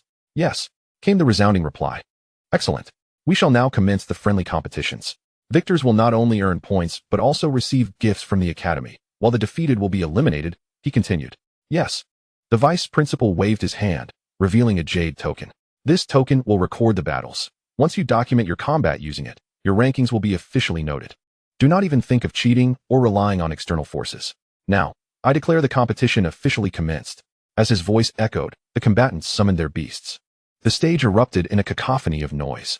Suddenly, a colossal figure clad in rocky armor and wielding a massive axe charged forth, causing the ground to tremble with each step. Attack! The rock giant bellowed, lunging at a student of Qingyun Academy. The student remained composed, summoning his beast. Just as the rock giant approached, a concrete monster materialized at his side. Roar!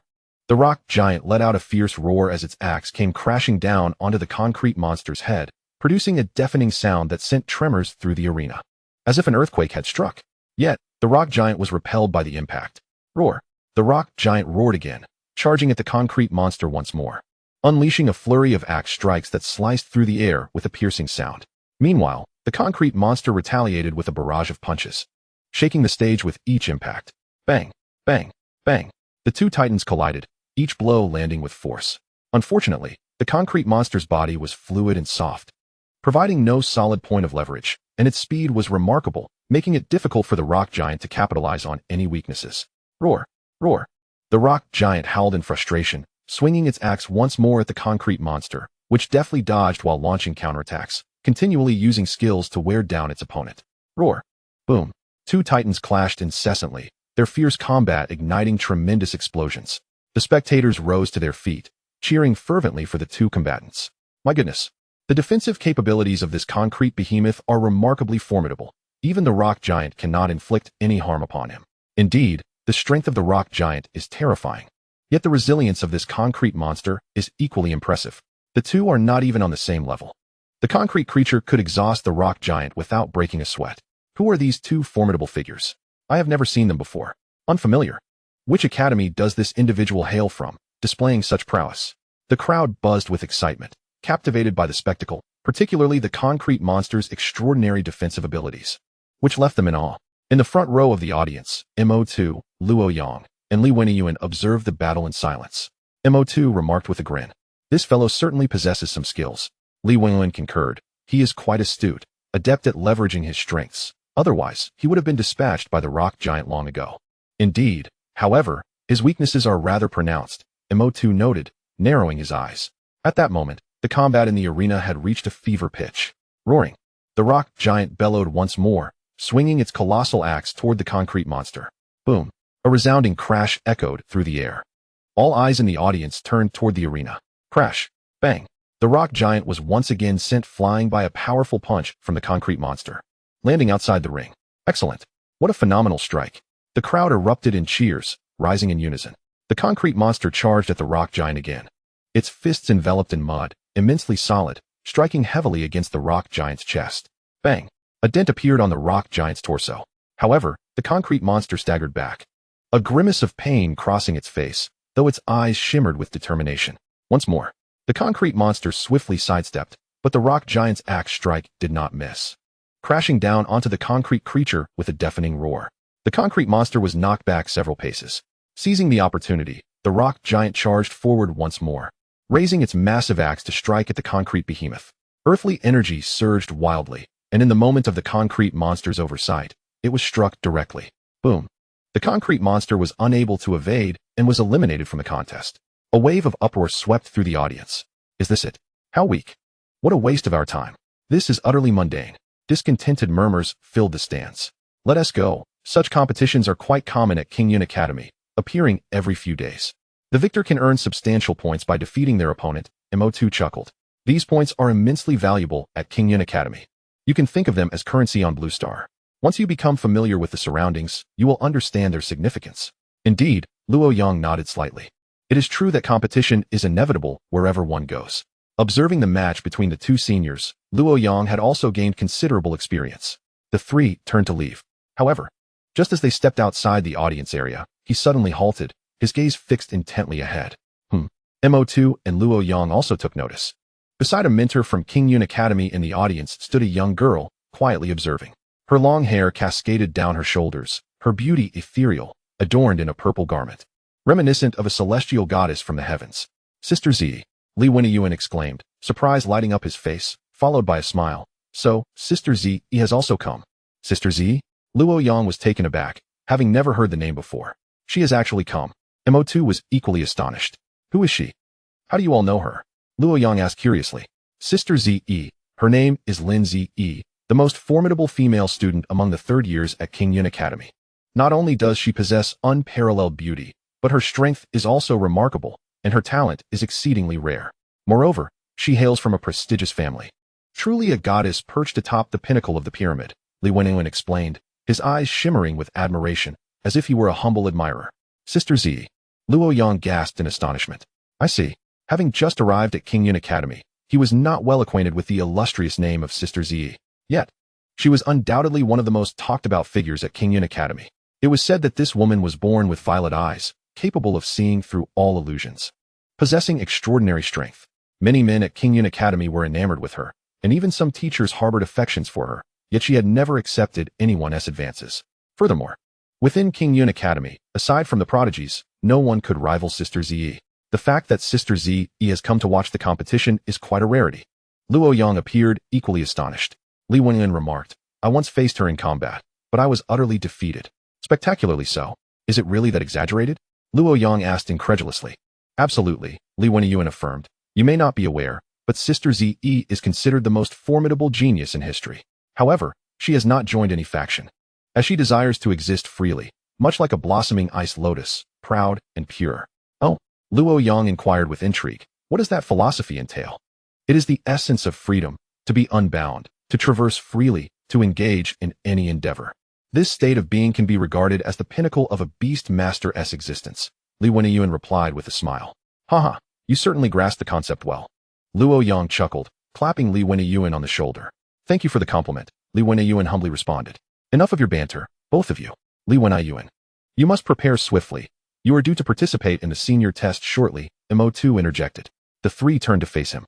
This year's senior test is quite rigorous. You must exert yourself, he cautioned. Let us go. You should prepare, as I will be participating in the senior test soon.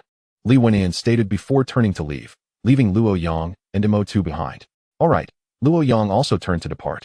Before long, the trio arrived at the venue for the senior test. It was a vast platform, measuring several hundred meters in length, oval in shape, surrounded by tables and chairs. Encircling the platform were stone tablets inscribed with the names, strengths, ages, and rankings of the new students. Beneath these tablets stood numerous small flags, each adorned with various labels indicating the details of individual students. Luo Yang glanced at the tags, which bore information about the senior students. The senior test serves as a means to encourage student progress. After all, it would be quite disgraceful to rank at the bottom in such a public setting. Hee. Luo Yang chuckled, glancing at Li Wenyuan. Li Wenyuan returned his gaze, then shook his head slightly, indicating his own helplessness. At that moment, a teacher clad in a black robe approached the center of the platform, grasping the microphone and proclaiming, Greetings, everyone. This year's senior test shall take place upon this very platform. I hope for your successful assessments, and do not let our expectations down, for the consequences could be dire. Very well, let us strive forward. I shall emerge victorious. I will not disappoint you. The seniors below echoed in unison. All right, with that, we shall officially commence the senior test. The teacher waved a hand, signaling the students below to quiet down. At this juncture, a student from the Qingyun Academy stepped forward and lifted a red cloth. In the next instant, the cloth fell to the ground. These are the rules for the senior test. Observe closely. The teacher then took the microphone and announced, I now declare the first round of testing to begin. The first round involves drawing lots to determine your opponents. Many teachers will oversee this test, so do not commit any infractions. The repercussions could be severe. The second round will feature a 1-hour recess, Following that hour, the freshmen shall undergo the final ranking, which will be determined by the will of each teacher. Thus, do not harbor any notions of luck. The teacher paused momentarily. Now, without further ado, let us begin the first round of drawing lots. With that, the red cloth fell upon the arena. The first group ascended the stage, comprising 2 students, one a tall and lean individual bearing a sword. The other a strikingly handsome young man, donned in pristine white attire, exuding an air of excellence. Second group, 5th group, 8th group, 9th group, 12th group, 6th group, 7th group, 8th group, 9th group. In total, there were 5 groups, each divided into 5 smaller teams. Although the rankings of these smaller teams were relatively low, this was precisely the trial posed by Qingyun Academy. The most outstanding students, those with superior overall qualities, had a greater chance of securing a top 3 position, thus prompting every participant to approach the test with utmost seriousness. The crux of the matter was that the top 5 would earn substantial point rewards and tangible prizes. These points could be exchanged for desired items within the academy, signifying that in Qingyun Academy, points were paramount. They could be redeemed for high-potential magical beasts, weapons, and cultivation resources, serving as the foundation for one's ascension in strength. Meanwhile, the other teams were assessed on their combat prowess and overall capabilities, gauging whether they had made significant progress compared to the previous year. All who entered Qingyun Academy were renowned geniuses from various locales, hence the rules were naturally stringent. Such regulations ensured that Qingyun Academy could cultivate them effectively. In university, students were primarily self-directed, with mentors merely providing guidance on assignments. The academy would categorize students based on their performance, with resources varying greatly across different classes. Now, I declare the senior test to commence. All students must be prepared for combat at any moment. Upon the teacher's command, all the students surged onto the arena, ready for battle. Blue Moon Sword, Li Wen Yuan, Song Si, Tao Haihei, Fangzhou. One after another, students ascended the stage. Soon, the entire platform was populated by seniors from various grades, each emanating confidence and poise. The 5 teachers of the first group, please verify each individual's identification badge, recording their number of companion beasts and strength. Most critically, ascertain whether there has been a notable improvement since last year. Thus, all information must be meticulously documented, instructed the teacher. Upon hearing this, the 5 teachers promptly advanced, reviewing their records while simultaneously entering the virtual combat space for strength assessment. Outside the virtual combat space, a massive light screen displayed the ongoing battles, allowing all students to witness the action within. One by one, the students approached. Your strengths are commendable. It is evident that you have been diligently working this past year. If you maintain this trajectory, continue to exert yourselves, the teacher remarked, nodding in satisfaction after observing the matches of several students. The first group exhibited marked improvement, demonstrating enhanced synergy with their companion beasts, skill proficiency, level advancement, and battlefield awareness compared to the previous year. Second group, commence. The students of the second group stepped forward, followed by the 8th, 9th, and 10th groups. As the entire testing process proceeded in an orderly fashion, it was apparent that few were unsatisfactory. After all, those who gained admission to Qingyun Academy were no fools. These individuals not only shunned laziness. On the contrary, they engaged in fierce competition. This is the stark contrast between elite academies and ordinary ones. Should their performance fail to meet standards, while they would not be expelled from Qingyun Academy, a portion of their points would be deducted as a penalty. In more severe cases, the headmaster might even personally discuss their shortcomings with them. Let us move on. This senior test lacks any remarkable highlights. True prowess will be revealed through the Academy's various rankings, which are laden with significance. If you are interested, you may explore them later. For now, I shall take you to see the dormitories, Mu Tu said with a smile. That sounds good. I am not very familiar with this place, Luo Yang replied, also smiling. At that moment, they arrived at the front of a building. We are about to enter this structure, which houses independent dormitories specifically designed for you freshmen, thus better safeguarding student privacy. The dormitories are equipped with comprehensive cultivation facilities, and the base is inscribed with a spirit-gathering array, ensuring abundant spiritual energy. Moreover, the Academy's cafeteria provides sumptuous meals daily. However, the ingredients are quite precious, so students are permitted to dine there only during school hours, while they may freely go out at other times. The two proceeded to the front of the second building. As far as the eye could see, there were individual villas, each beneath which was inscribed a spirit-gathering array, showcasing the opulence of Qingyun Academy. One person could easily reside within, and as they walked, Luo Yang even noticed couples already cohabiting, prompting him to exclaim, "Now this is the life of a winner, enrolled in school and already found a partner." The previous area they passed consisted mainly of ordinary students, but they now found themselves in the inner villa district, home to the academy's most elite individuals. The students here were the cream of the crop, geniuses among geniuses, thus their temperaments could be somewhat eccentric. Remember, do not provoke them, and unless necessary, refrain from wandering about.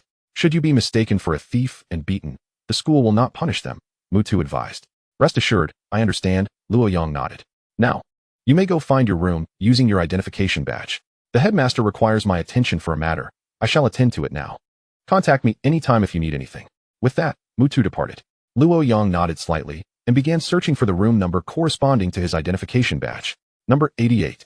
Upon entering the inner layer, Luo Yang noticed some students congregated, seemingly engaged in discussion. He paid them no heed and proceeded inward. Before long, he arrived at his residence. The villa appeared brand new, seemingly lavishly decorated. Inside, all necessary facilities were present, and the furniture was in pristine condition. The facilities within are all the latest innovations from the Dragon Kingdom, featuring a dedicated training room for pet beasts that enhances their various attributes. These resources are simply unavailable outside. Naturally, apart from cultivation, one must also acquire knowledge from the academy. This is not merely a place for education. It is evidently a sanctuary for enjoyment. Thus, he began to survey his surroundings. Soon, he was startled to discover that outside the window lay a precipice. Beneath the cliff, a few ancient trees stood, while below the cliff was an unfathomable abyss. Luo Yang's expression changed dramatically. This was indeed the most perilous area of the Qingyun Academy. Truly, it deserves its reputation as the most formidable institution. Luo Yang mused inwardly. Just then, a voice broke the silence. Hello? Who's there? Luo Yang turned, only to find a young man standing behind him. Are you the specially admitted freshman at Qingyun Academy? The youth inquired. Yes, it's my first time here. Are you a student of Qingyun Academy? Luo Yang asked with curiosity. I am Wang Heilong, also a specially admitted freshman at Qingyun Academy. We are part of a small group. What's your name? I am Luo Yang. We shall look out for each other from now on, Luo Yang replied with a smile. Of course, that is only fitting. Let's exchange contact information so I can add you to our freshman group later, Wang Heilong suggested. All right. You go ahead and take care of your things, Luo Yang said before departing. Wang Heilong watched him leave, his gaze lingering on the direction Luo Yang had vanished. He pondered for a moment. It seems fortune is on my side. I have encountered an intriguing new student, he murmured to himself, a faint smile curving his lips. Chapter 88. An encounter with the peculiar. Upon entering the villa, Luo Yang was instantly enveloped by an overwhelming aura of spiritual energy, which surged into his pores with fervor. Wow, such rich spiritual energy. This place is indeed remarkable, Luo Yang exclaimed.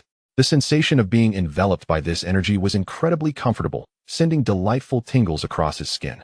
This was a level of spiritual energy he had never experienced before. The intensity of the aura here was far beyond that of any city. Luo Yang ascended to the second floor and casually selected an unoccupied room. Inside, he discovered an array of items, all seemingly intended for cultivation. It appeared the academy was truly considerate, having prepared these resources in advance. Luo Yang surveyed the assortment on the desk and mused inwardly. His gaze swept around the room until it landed on a writing desk crafted from rosewood, adorned with numerous books. Sitting beside the desk, he picked up a volume and began to peruse it. To his astonishment, there were a plethora of books, all pertaining to Qingyun Academy. As he opened a thick tome, he found it filled with copious text detailing the establishment and historical development of Qingyun Academy, as well as the esteemed achievements of its graduates within the Dragon Kingdom. There were also guidelines for the academy, which were essential to review. Otherwise, one might inadvertently invite trouble. The history of Qingyun Academy was indeed ancient, and the content within was far from simple. Perhaps it would offer valuable insights. Luo Yang scrutinized the descriptions carefully. These volumes were practically provided to each student, allowing one to gain a comprehensive understanding of Qingyun Academy. Suddenly, he gasped in surprise upon discovering a passage at the bottom of a page. Qingyun Academy, founded through the power of the Azure clouds, is the first institution of higher learning in the history of the Dragon Kingdom, with roots tracing back to ancient times. Here, the hierarchy within the academy is meticulously delineated.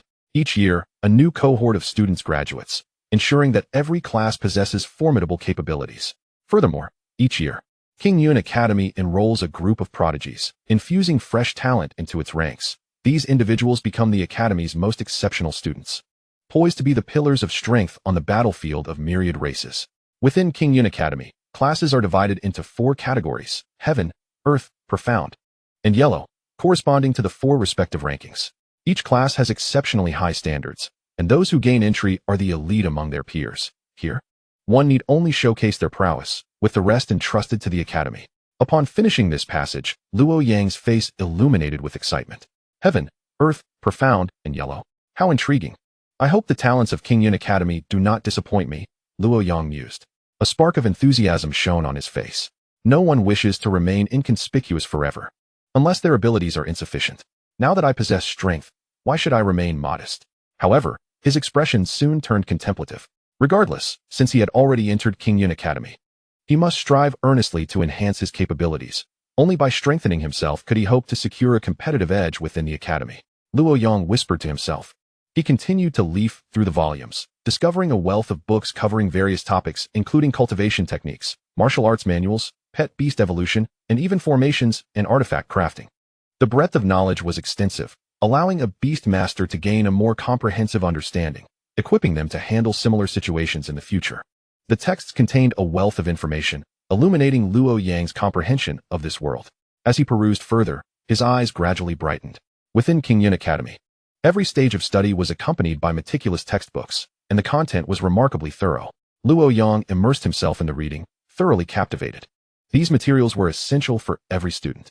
Upon reaching this point, he finally understood why the students of Qingyun Academy consistently achieved remarkable results within the Dragon Kingdom. It was because Qingyun Academy possessed a cohesion that other institutions lacked, a fact the academy valued immensely. Every graduate actively contributed to its promotion. After all, students from an esteemed academy are their own best advocates. After finishing the texts, Luo Yang felt enriched and gained a substantial understanding of the Dragon Kingdom. The abundance of spiritual energy here is extraordinary, and the cultivation conditions are superb. What I require now is time, with time as my ally. My cultivation speed can accelerate exponentially. However, as I have just arrived, there is no need to rush. I should first familiarize myself with the academy, clarify the rules, and get to know my fellow specially admitted freshmen, Luo Yang concluded, closing all the books. Next, he opened a bookcase filled entirely with texts documenting the current evolution of pet beasts in the Dragon Kingdom. Luo Yang meticulously examined each volume, rapidly working his way through all the books in the cabinet, leaving him invigorated. I have finally finished all the books in this cabinet, Luo Yang sighed in relief. Rising to his feet, he opened his phone to find numerous friend requests awaiting his approval. After accepting them, he was inundated with messages, including threats from some individuals urging him to join their group, which he promptly ignored, blocking and deleting them. He could tell these groups were dubious, more focused on wayward paths than earnest cultivation. Closing the bookcase, he exited the study. I still need to purchase some daily necessities and clothing, while also taking the opportunity to stroll around the academy and familiarize myself with the outside environment. It would be impossible to remain cooped up within the academy every day. One must also witness the world beyond. Luo Yang arrived at the entrance. After closing the door behind him, he stepped outside. At this moment, the sky had darkened, and the night had descended, with the city lights beginning to twinkle. As Luo Yang departed from Qingyun Academy, he wandered through the streets, his mind preoccupied with thoughts of what to do that evening. Just as Luo Yang was about to hail a taxi, he noticed a group of individuals gathered not far away, surrounding another group. He cast a cursory glance and furrowed his brow. The individuals were unfamiliar to him. Not one for gossip, he chose to disregard them and continued past. However, as he was about to leave, they took notice of him. One person stepped forward to block his path. Luo Yang looked up to see that this individual was clad in a black robe, with a hood obscuring their face, leaving only a pair of dark, penetrating eyes visible. Are you Luo Yang? The figure in black asked coldly. Indeed, what is it? Luo Yang replied. The master requests your presence for a drink. You shall accompany me now, the figure stated. Drink? I have no interest. Luo Yang responded dismissively. The ominous aura emanating from them was palpable, and it was clear they were not benevolent. Luo Yang sensed that he was being targeted, and their intentions were far from friendly. Yet, those individuals showed no intention of letting him leave unimpeded. Their hands clenched tightly, and an overwhelming sense of menace suddenly enveloped the air. Luo Yang's expression shifted slightly. He had not anticipated such brazen audacity from them, daring to resort to violence. The figure in black snorted disdainfully, having been eager for an opportunity to teach him a lesson. With an outstretched hand, they attempted to seize Luo Yang. But just as their fingers were about to make contact, Luo Yang swiftly evaded the attack. Seeking death, the figure in black's expression darkened significantly. Come on. With a cold sneer, Luo Yang charged at the figure, throwing a punch in retaliation. The figure in black responded with a punch of their own. Both combatants tacitly refrained from summoning their beasts. Were a beast to join the fray, the enforcers would intervene, and regardless of who initiated the conflict, they would face the consequences of a forced AS detention. With the start of a new term, neither wished to create a spectacle. If only the two of them engaged in combat, it would be deemed mutual fighting, thus minimizing the repercussions. Their fists collided with a sharp crack. A resounding noise echoed. Luo Yang felt an overwhelming force blast towards him, ruffling his hair. The punch from the figure in black delivered an immense pressure, numbing his entire arm. Bang! Luo Yang was sent reeling backward, while the figure remained steadfast, unyielding. The figure's physical prowess must have reached the pinnacle of the extraordinary. Humph! Our master has decreed that you shall go today, whether you wish to or not. Luo Yang's heart ignited with fury upon hearing those words. These individuals were shockingly domineering. Judging by their proficiency, such acts were evidently frequent for them. Who is your master? Luo Yang demanded. The figure in black offered no reply, merely scoffing before lunging toward Luo Yang. With a cold snort, Luo Yang braced himself to meet the figure head-on, seeking death. A glint of malice flashed in the figure's eyes as they vanished in an instant, becoming a mere shadow. Luo Yang felt a chilling aura of murderous intent enveloping him, causing him to shiver involuntarily. The figure in black reappeared before Luo Yang in an instant, delivering a powerful punch aimed directly at him. Alarm surged through Luo Yang. He attempted to evade, but it was too late. The speed and ferocity of the punch were overwhelming. Ah! Luo Yang cried out in anguish. His body propelled through the air. Thud! Thud! Thud! A series of heavy impacts echoed through the street. Luo Yang's body crashed to the ground with a resounding thud. Coughing, he spat out blood, clearly gravely injured. Nevertheless, Luo Yang paid little heed to his wounds. He slowly rose from the ground, his gaze icy as it fixed upon the figure in black. The figure was taken aback. Luo Yang's physical resilience was astonishing. Though they had not unleashed their full strength, they had exerted a significant amount of power, yet Luo Yang remained unscathed, as if nothing had happened. This was beyond what any newcomer could endure. The figure in black was internally astonished, recognizing Luo Yang as a prodigious talent. Today, they were fortunate to be clad in black. Otherwise, trouble would surely ensue. The figure's expression darkened as they addressed Luo Yang. You insolent fool. How dare you provoke our master? Today, I shall teach you a lesson before dragging you to apologize. Is that so? A cold smile crept across Luo Yang's lips. Humph. You little brat. You weep until you see the coffin. Since you remain obstinate, I shall personally send you on your way. As the figure spoke, they suddenly vanished. In the next moment, they appeared beside Luo Yang, delivering a swift kick. With a cold smile, Luo Yang remained unfazed and extended his right hand, seizing the figure's leg as it came towards him. Humph! Luo Yang grunted, yanking hard, causing the figure to lose their balance and tumble to the ground. Bang! A heavy thud reverberated through the empty street. The figure crashed to the ground, emitting a piercing scream. Luo Yang stood firm, looking down at the fallen figure. The figure's forehead struck the cobblestones, leaving a bloody gash. Who are you? The figure's pupils dilated in fear as they gazed at Luo Yang, their voice trembling. Just moments ago, that maneuver had been their most proficient technique, one that no newcomer should have been able to withstand. Yet, it had inflicted no harm upon Luo Yang. Instead, he had easily caught their leg.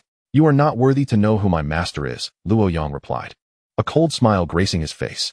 The figure's eyes flickered with uncertainty, hesitating for a moment before gritting their teeth and declaring, I do not care who you are. If you abandon your resistance, I shall spare your life. Otherwise, should my master become enraged, you will have no means to resist. Spare my life? Luo Yang chuckled at this. On what grounds? Because our master has taken an interest in you. The figure retorted with a cold laugh. Upon hearing this, Luo Yang's expression darkened, a glimmer of murderous intent flashing in his eyes. Ah, so your master desires me? Let them come then, Luo Yang replied with a smirk. The figure, enraged, exclaimed, fine. Since you refuse to drink the wine offered, do not blame me for the consequences. Come on, I am waiting, Luo Yang taunted. Bring it on. The figure inhaled deeply, a sinister expression crossing their face. Today, you shall pay the price. In a flash, they lunged at Luo Yang. Luo Yang narrowed his eyes, a fierce glint forming within. In the next moment, Luo Yang shifted his stance, launching a powerful punch towards the figure in black. The figure, taken aback, was astonished to discover that this individual possessed the wisdom to employ gentleness to overcome rigidity, prompting them to evade. With unwavering resolve, Luo Yang pressed on, delivering punch after punch with astonishing speed. The figure in the black robe continuously evaded, cursing under his breath. Damn it! I'll kill you. Bang! Bang! Bang! Each time the black-robed man dodged, he found himself bloodied by Luo Yang's relentless assault, his murderous intent intensifying. Suddenly, a thunderous roar echoed from the heavens, startling both Luo Yang and the black-robed figure, who instinctively looked up. Boom! Another bolt of lightning streaked across the sky, illuminating the night. The surroundings gradually dimmed. As the moon ascended, casting its silvery light, their eyes met, and both men recognized the chilling malice lurking within each other's gaze. "You're as good as dead, kid." The black-robed figure glared coldly at Luo Yang. Luo Yang smirked. "Let's see if you have what it takes to make that happen." With a derisive laugh, the black-robed man lunged forward. Luo Yang responded in kind, charging toward his opponent. Whoosh! Their figures intertwined mid-air, colliding with a force that sent visible shockwaves rippling outward, uprooting trees and stirring dust like a tempest. Chapter 90, Level Breakthrough. Boom, boom, boom, boom. The two figures clashed relentlessly in the streets, the air crackling with explosions as shockwaves swept through, stripping the leaves from nearby trees. After exchanging 2 or 3 dozen blows, their battle escalated in intensity. Yet neither could gain the upper hand. Despite the ferocity of their encounter, the black-robed figure hesitated to summon his beast. This was Jinling's jurisdiction, and calling forth a creature would endanger the nearby residents. Such an act would result in immediate execution by the enforcers, and his family would bear the consequences, as no one could afford the stigma of public violence. Luo Yang's movements were elusive, each evasion allowing him to swiftly counterattack. Meanwhile, the black-robed figure moved with ethereal grace, his speed blurring the line between reality and illusion. Luo Yang felt a shiver run down his spine. The other's speed was overwhelming, rendering him unable to track his movements. Suddenly, an image flashed in Luo Yang's mind. In the void before him, a white light flickered, and a shadowy figure emerged, launching a fist toward him at an unimaginable speed. The punch was so rapid that Luo Yang could barely discern its outline, like a fleeting specter. Not good. It's an illusion, he thought, instinctively dodging and retreating. Boom. Just as he vacated his position, the phantom's punch struck the ground where he had stood, creating a deep crater and swirling smoke. Boom, boom, boom, boom. Luo Yang continued to retreat, narrowly avoiding the onslaught, only to crash against a wall, which crumbled under the impact, spiderweb-like cracks spreading across its surface. Gritting his teeth against the pain, he turned to face the black-robed figure. "Huh, kid. Let's see how you escape now." The black-robed man laughed heartily. Luo Yang's expression darkened. The sudden burst of speed from his opponent was difficult to track.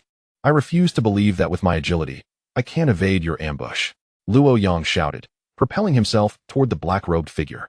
Whoosh, whoosh, whoosh, whoosh, whoosh, whoosh, boom, boom, boom, boom, boom.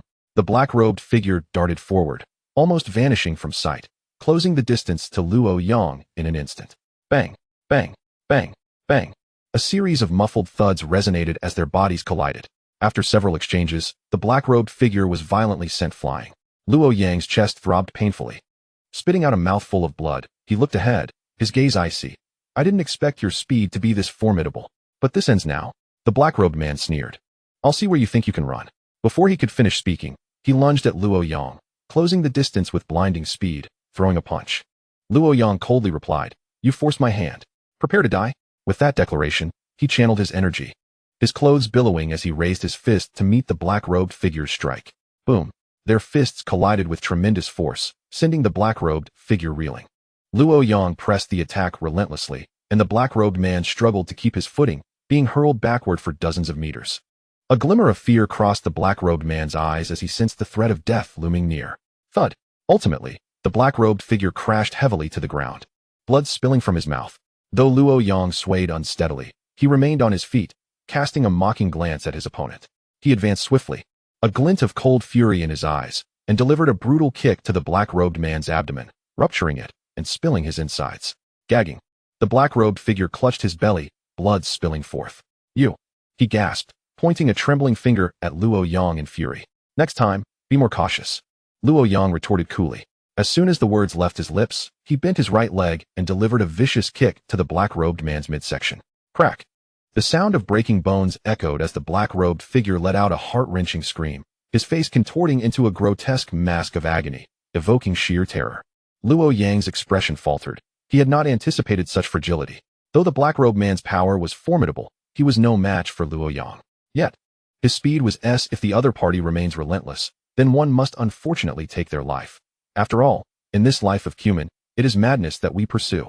Having resolved the trouble, Luo Yang lacked the inclination to continue his leisurely stroll and thus made his way back home.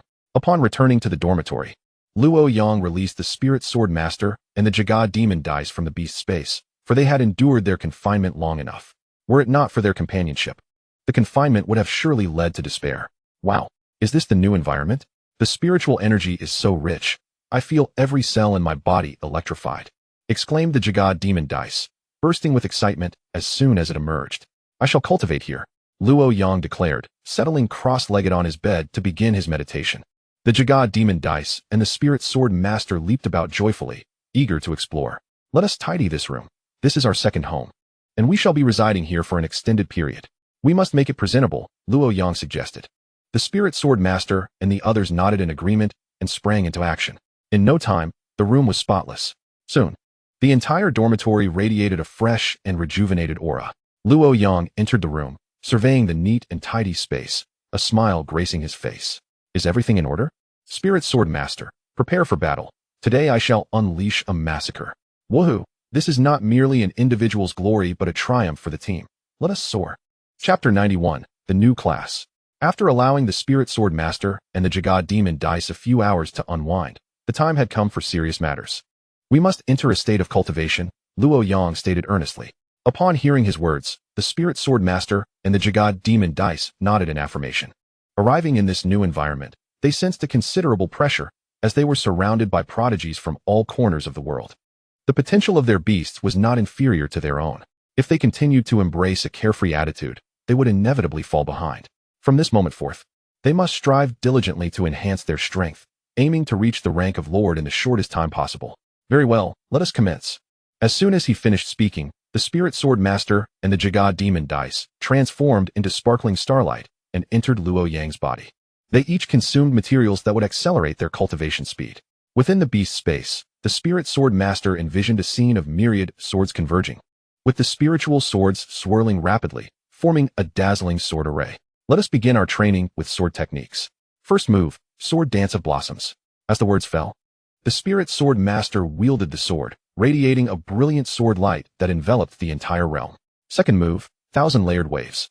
The Spirit Sword Master struck again, and the tip of the sword seemed to conjure a vast ocean, where the waters surged forth, crashing towards the obstacles created in the beast space.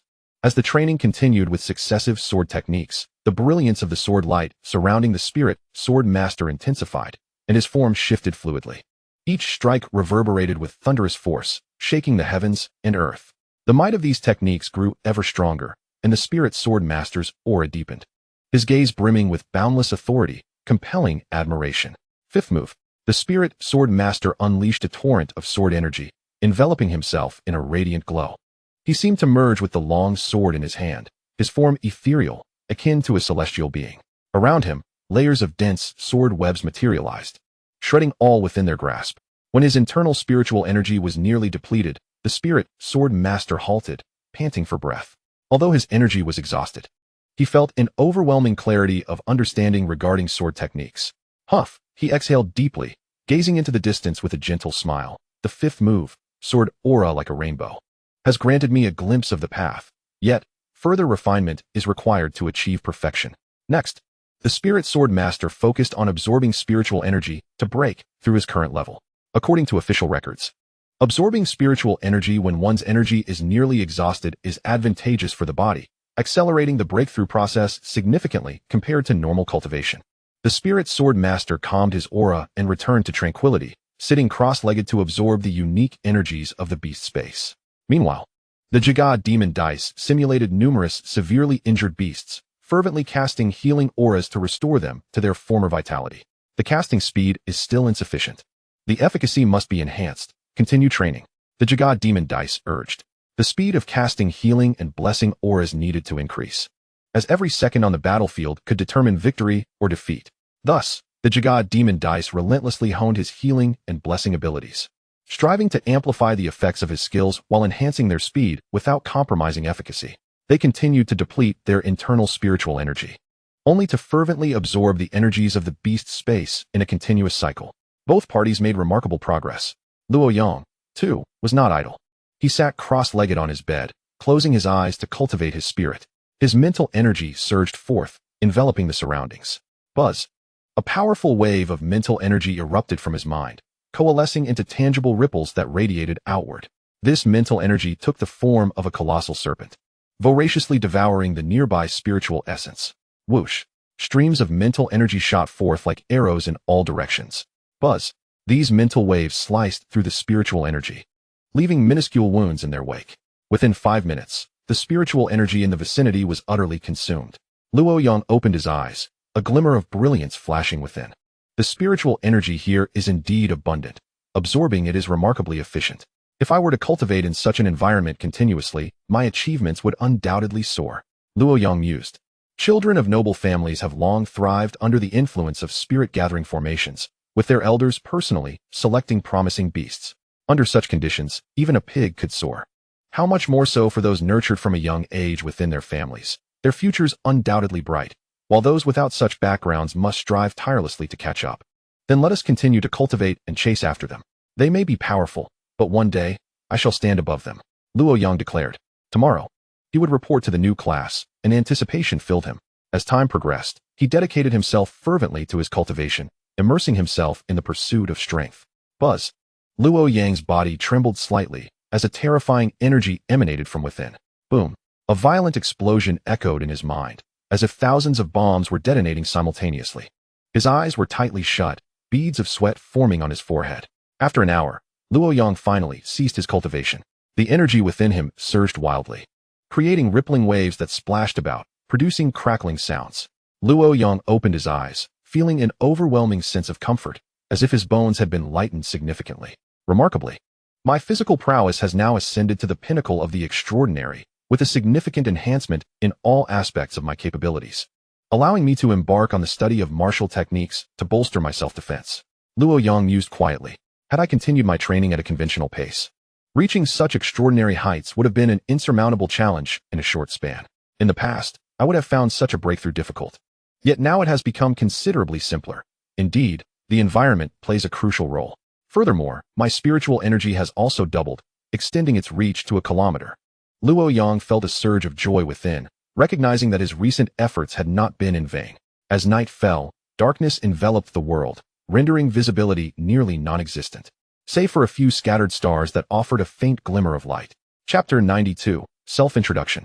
The following morning, sunlight poured down, and Luo Yang felt invigorated, exuding a cheerful disposition. Upon stepping outside his room, he inhaled deeply the refreshing air, feeling an overwhelming surge of energy, as though he were brimming with vitality.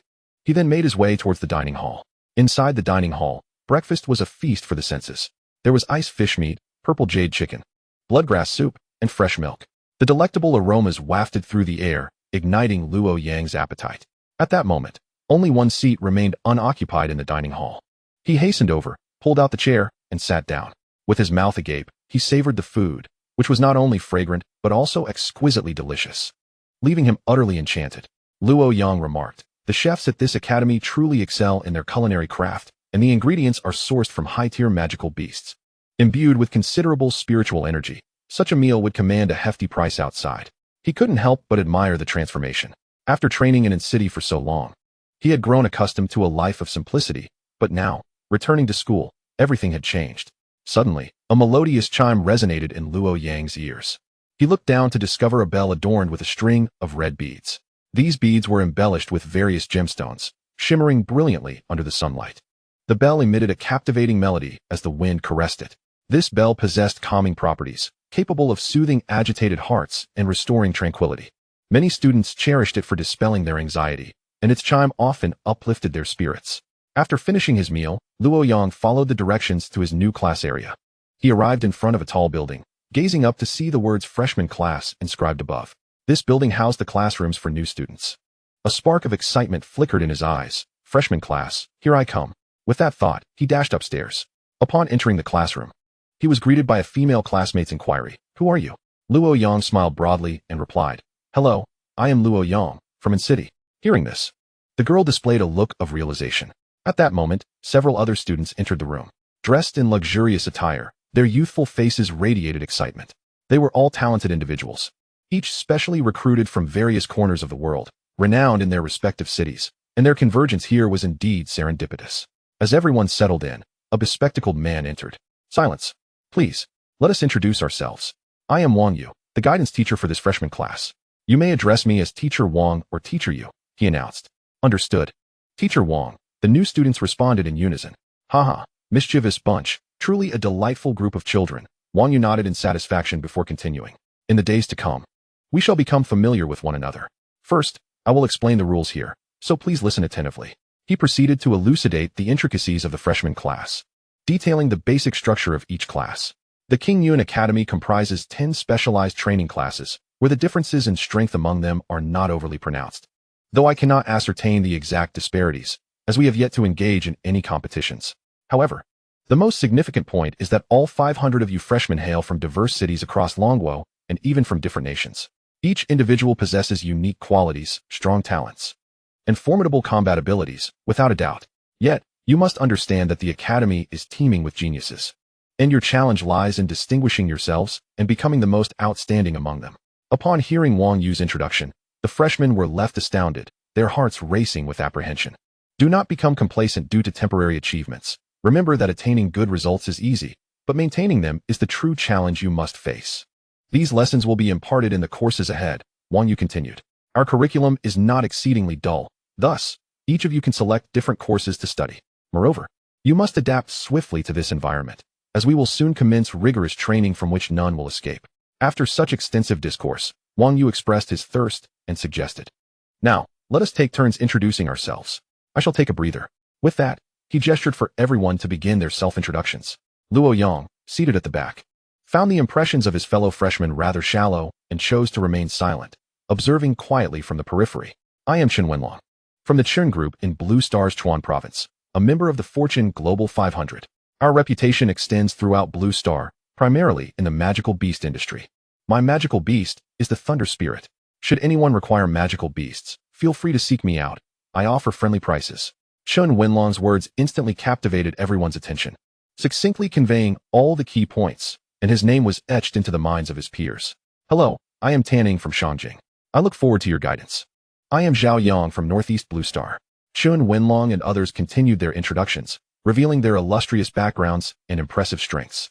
They hailed from prominent families, each possessing remarkable abilities, and were among the most sought-after students in this special recruitment. Despite their varied origins, they shared a commonality, formidable strength. As the introductions concluded, everyone had become somewhat familiar with one another. Next, you may choose your mentor to assist you with your courses.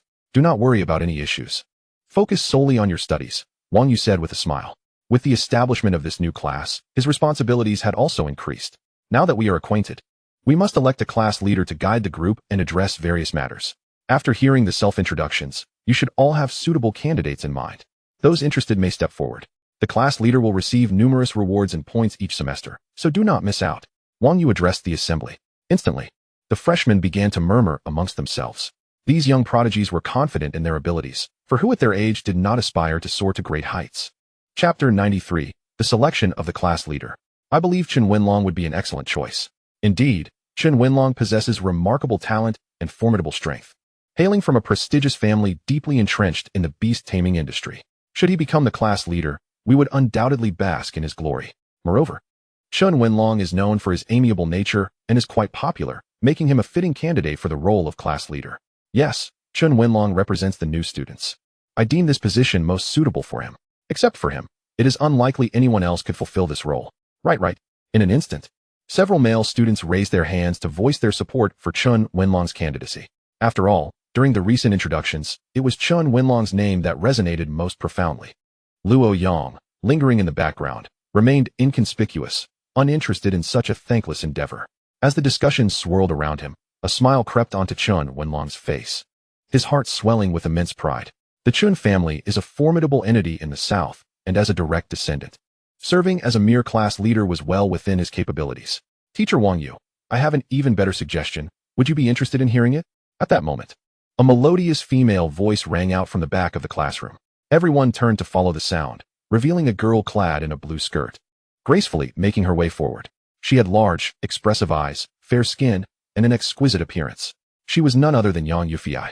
What suggestion does this esteemed classmate have? Teacher Wang Yu inquired, momentarily taken aback by her presence.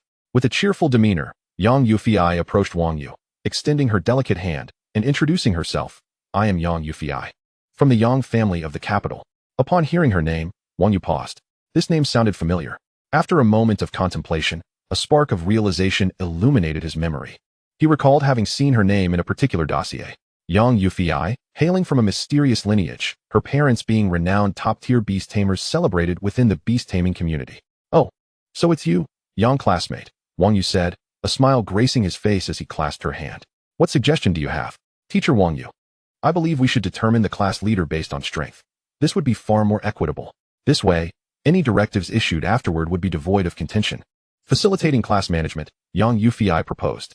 Wang Yu smiled slightly, responding, to be candid, I have contemplated this as well. It is indeed the most straightforward approach. I concur that determining the class leader based on strength would garner unanimous acceptance, thereby averting unnecessary complications. As Wang Yu considered Yang Yufei's words, he raised an eyebrow in surprise.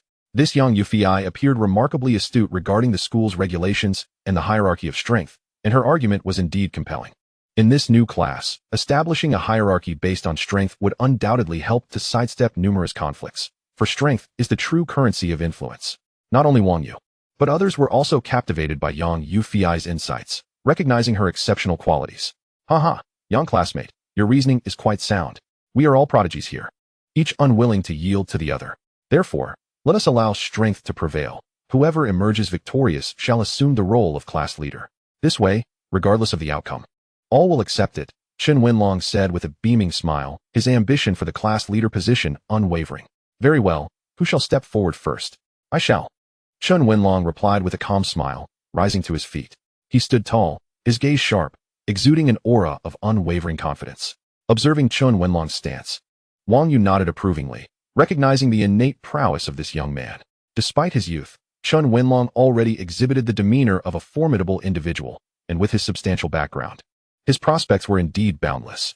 My first beast is a level 35 Thunder Spirit. Who dares to challenge me? Chen Wenlong declared as he approached the podium. His presence commanding and formidable. The crowd fell into silence for a moment. I shall. Finally, one individual stood up, his gaze fixed on Chen Wenlong, serious yet resolute.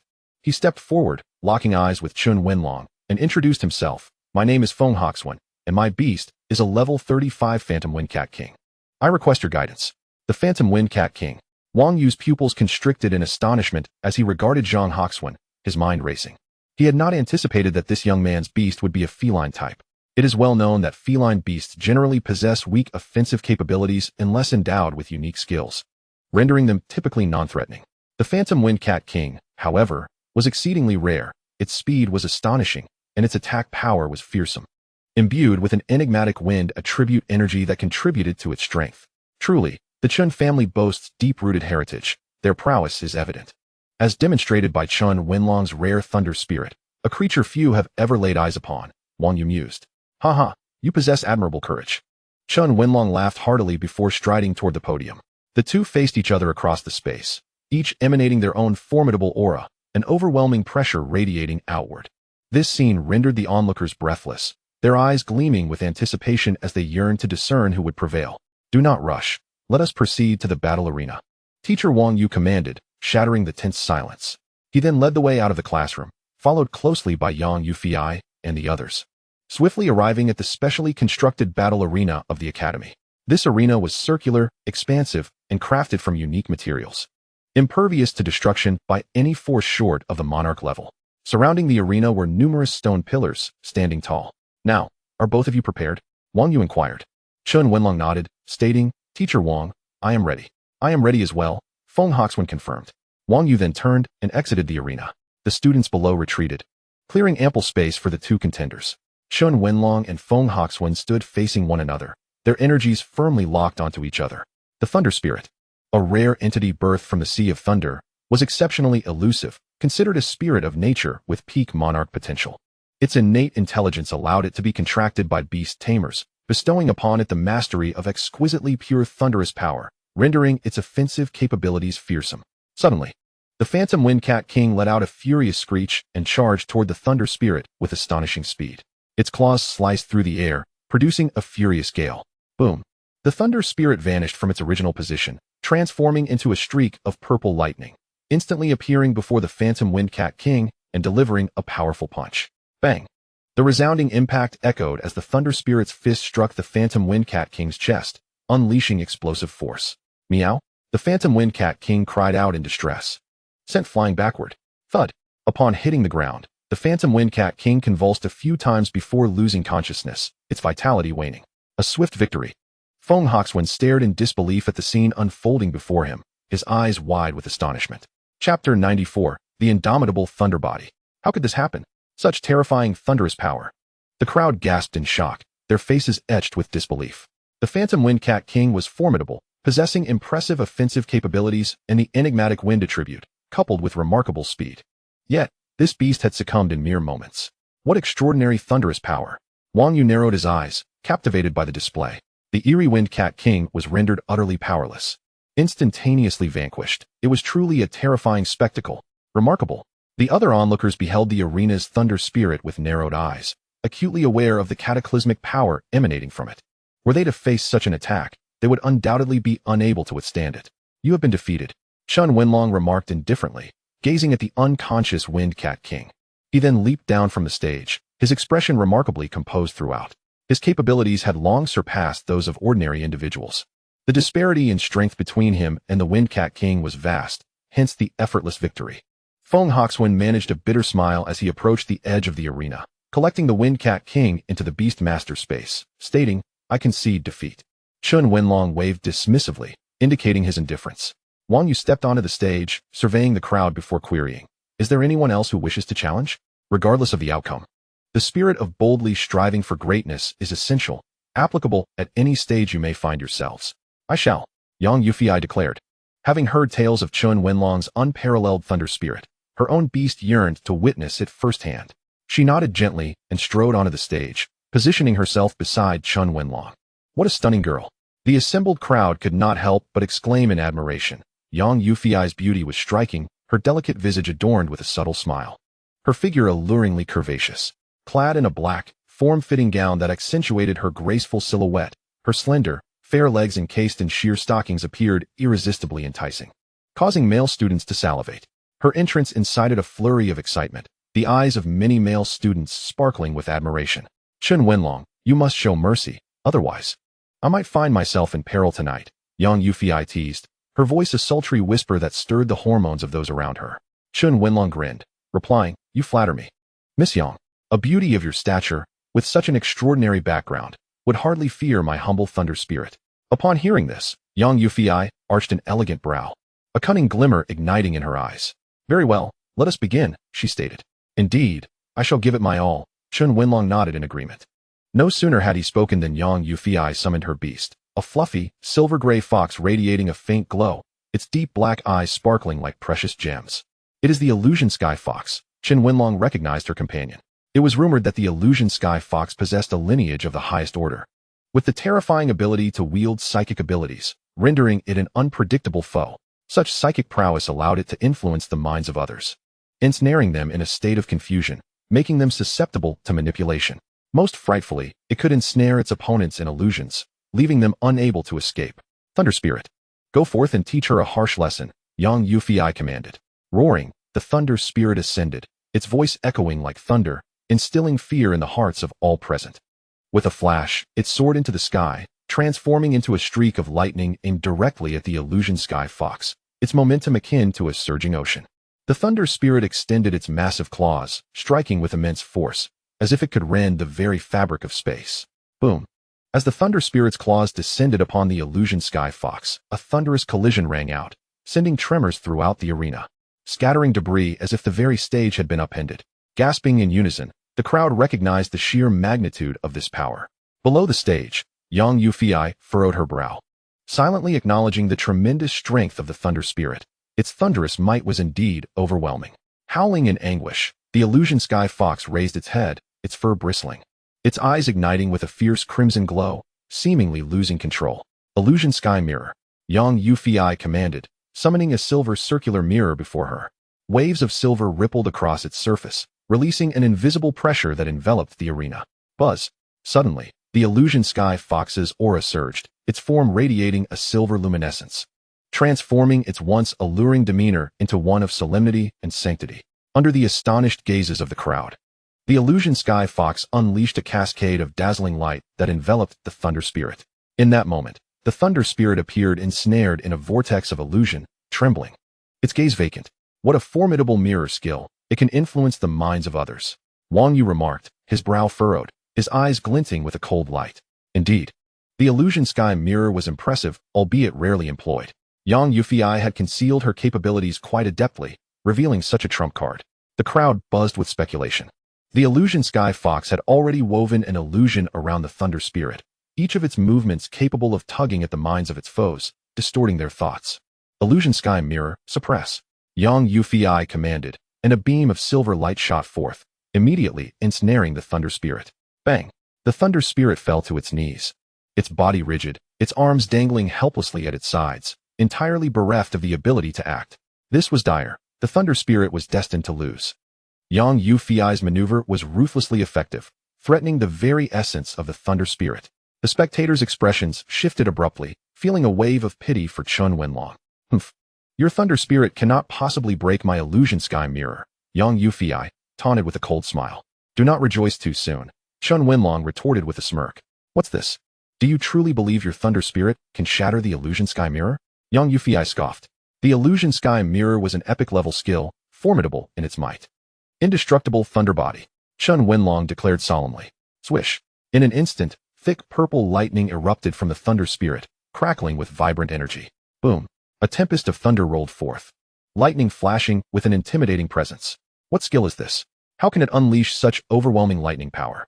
Yang Yufei's brows knitted in concern, her heart racing. Thunder Spirit, strike. Chen Wenlong roared. As his command echoed, Chen Wenlong leaped into the fray, charging towards the illusion Sky Fox with an earth-shattering momentum. Boom. In that instant, Chen Wenlong clashed directly with the illusion Sky Fox, unleashing a torrent of wild and terrifying force that reverberated in all directions, sending shivers down spines. Crack. Under the ferocity of the assault, the illusion Sky Fox was sent staggering back several meters, sustaining multiple injuries. Such potent lightning. It was no wonder it ranked among the top 3 elemental forces. Chapter 95, The Battlefield of 10,000 Races. Is the illusion Sky Fox alright? I doubt the Thunder Spirit has gained any advantage. The crowd observed in astonishment at the illusion Sky Fox's injuries. Roar. Bang. The Thunder Spirit let out an enraged roar. Its claws darting forward, striking with the swiftness of lightning as it unleashed a barrage of purple lightning arcs, fiercely assaulting the illusion Sky Fox. Bang. Bang. Bang. A series of collisions reverberated throughout the square, deafening and painful to the ears. Boom. Suddenly, the illusion Sky Fox seized an opportunity, retaliating swiftly, landing a powerful blow on the Thunder Spirit's head, sending it reeling back 100 meters. Illusion Sky Seal. The illusion Sky Fox pressed its advantage, gathering immense power to unleash a strange symbol. This is bad. The Thunder Spirit's expression changed dramatically as it unleashed a torrent of thunderous might within, coalescing in its right paw, striking out with a cataclysmic force to counter the symbol. However, the Thunder Spirit was taken aback. The symbol was exceedingly peculiar, harboring potent sealing power that directly dismantled the Thunder Spirit's assault. Sizzle. In the blink of an eye, Lei Ling's arm was ensnared, rendering it nearly immobile. Was defeat imminent for Lei Ling? The onlookers sighed in dismay. However, in a shocking instant, Lei Ling coughed up a mouthful of blood, and with a sudden burst of strength, broke free from her constraints, launching herself ferociously towards the illusory Sky Fox. The entire sequence unfolded with astonishing rapidity. The crowd barely had time to register the event before witnessing Lei Ling pounce upon the illusory Sky Fox. Heaven-locking, earth-binding. Yang Yufei's expression shifted dramatically. A shimmering silver barrier materialized around the illusory Sky Fox. Yet, the power of Lei Ling's claws was terrifyingly formidable, capable of tearing through the illusory mirror barrier. A ghastly claw mark appeared on the illusory Sky Fox, blood gushing forth, a sight both gruesome and shocking. A collective gasp echoed through the crowd. Though the illusory Sky Fox possessed extraordinary defenses, it was still unable to withstand Lei Ling's lethal strike. With that single blow, Lei Ling had unequivocally demonstrated her immense strength. She had actually unraveled the heaven-locking and earth-binding. The sheer penetrating power of her claws, capable of rending space, was utterly terrifying. The spectators erupted in exclamations. Seizing the moment, Lei Ling unleashed a relentless barrage of attacks upon the illusory Sky Fox. Bang, bang, bang. Each of Lei Ling's strikes was incisive, inflicting considerable damage, leaving the illusory Sky Fox powerless to retaliate. reduced to merely enduring the assault. It is time to end this, Lei Ling murmured, drawing upon the thunderous power within her. She concentrated it into her claws, which radiated a more blinding purple light, resembling a resplendent purple sun. Perish, she cried, as she violently swiped at the abdomen of the illusory sky fox. Whoosh, buzz. The purple blade sliced through the air, accompanied by a piercing sonic boom. Splat. The illusory sky fox, unable to evade, bore a savage claw mark upon its chest, blood splattering forth. Roar. Struck with immense force, the illusory sky fox let out a wretched cry, painfully propelled backwards. Witnessing this, the hearts of those present were gripped with trepidation. Boom. Thud.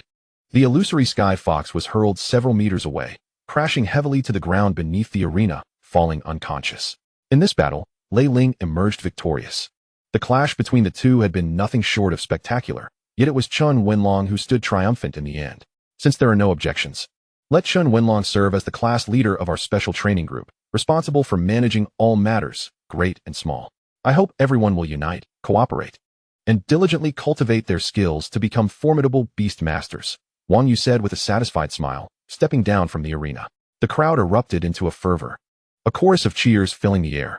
Congratulations to Wenlong for becoming the class leader. Congratulations, leader. Congratulations, leader. A throng of students offered their heartfelt congratulations. Thank you, fellow classmates. From this day forth, let us all strive together in our training, Chen Wenlong replied with a beaming smile. Well done, Lei Ling. Chen Wenlong patted her head affectionately. Lei Ling shook her head and grinned, seeing the camaraderie between Chen Wenlong and Lei Ling. Yang Yufei felt a sense of acceptance regarding her defeat. Luo Yang, having observed the entire match, couldn't help but shake his head in quiet admiration. The Qingyun Academy truly harbors hidden talents. Chen Wenlong's strength cannot be underestimated. His second beast must also be extraordinary. With such a powerful background, his future is undoubtedly bright, allowing him to advance more swiftly than others. Luo Yang was acutely aware of Lei Ling's might. Yet her easy defeat of the illusory sky fox was a testament to her extraordinary power, one that could not be taken lightly. Now, this is where the challenge lies. Luo Yang eagerly anticipated the days to come. With the class leader chosen, no one voiced dissent. It was clear that this laborious task was best left to Chen Wenlong. Next, they would engage in practical combat. Given that Qingyun Academy was responsible for guarding the 10,000 races battlefield, the elimination of threats from the various races became a mission for every student. In truth, over the years, various factions and academies had dispatched disciples to the 10,000 races battlefield for training. The battlefield had existed for eons, far surpassing the ordinary realms encountered in typical secret locations. The disparity between the two was akin to a chasm. Within the 10,000 races battlefield roamed numerous ferocious beasts, including terrifying calamity-level creatures, though these were closely monitored by powerful figures from the academy, ensuring they would not recklessly engage. Thus, the battlefield was rife with chaos, with resource conflicts and bloodshed rampant, resulting in a high mortality rate. Nevertheless, it was also the most suitable place for honing one's character. Experiencing the 10,000 races battlefield allowed one to gain a clearer understanding of oneself. It was a requisite course for every Qingyun student.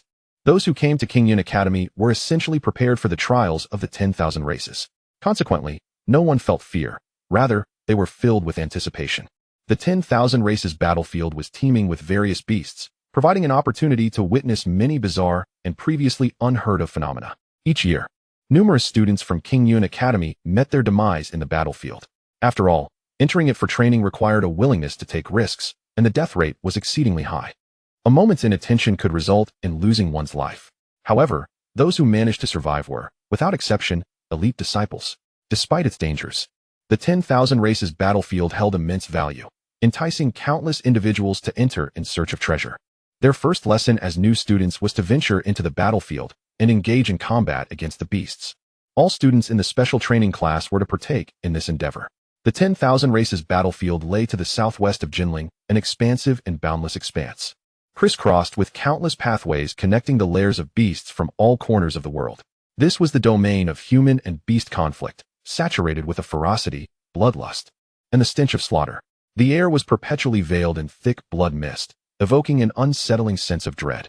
A chilling roar echoed from the depths of the plains, sending shivers down spines. Once one stepped into the 10,000 races battlefield, life and death ceased to belong to oneself. To enter the battlefield and hunt beasts was to engage in a life-or-death struggle. No retreat, no surrender. The 10,000 races battlefield was unequivocally the most perilous location within Qingyun Academy, and all who entered were advised to exercise utmost caution. Wang Yu admonished. Rest assured, teacher, we will be vigilant. Chen Wenlong nodded earnestly. Chapter 96. The Great Battle Begins. Let us depart. As the words fell, swish, swish, swish. The moment the command was uttered, the group sprang into action, racing towards the plains.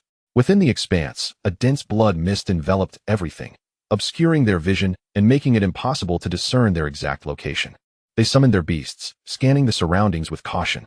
Amidst the mountains of the 10,000 races battlefield, a deafening eruption suddenly occurred as a towering volcano erupted, its explosive roar reverberating through the forest.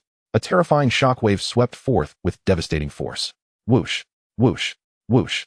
Ferocious beasts erupted from the volcano, akin to ancient beasts breaking free from their confines, radiating a menacing aura. Hiss, screech. From the volcano's mouth, a massive fire python and two colossal creatures emerged, the blazing flame demon ape and the flame poison spider. Gulp. The blazing flame demon ape and the flame poison spider flicked their crimson tongues, their coldly gleaming eyes flashing with a bloodthirsty glint. Roar. Suddenly, the two gigantic creatures let out a furious roar, unleashing a tempest. Swish, swish, swish.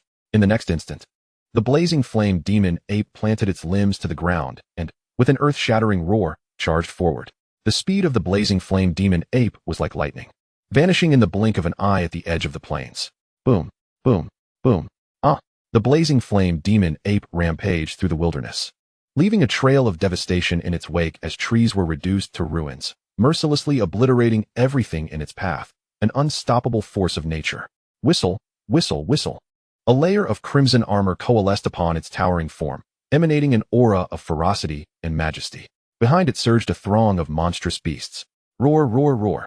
Mere moments after the flame demon ape burst forth, the air was filled with the furious growls and enraged howls of the surrounding beasts. Countless fiends charged toward the human ranks, igniting a fierce clash of wills. Roar. The flame demon ape unleashed a thunderous roar, swinging its colossal axe with terrifying divine might, felling towering trees in its wake. With fists raised, it glared at the humans with a savage intensity, launching a relentless assault. Roar. The fiery venom spider opened its maw, lined with venomous fangs, emitting a shrill, piercing hiss as it unleashed a torrent of toxic venom.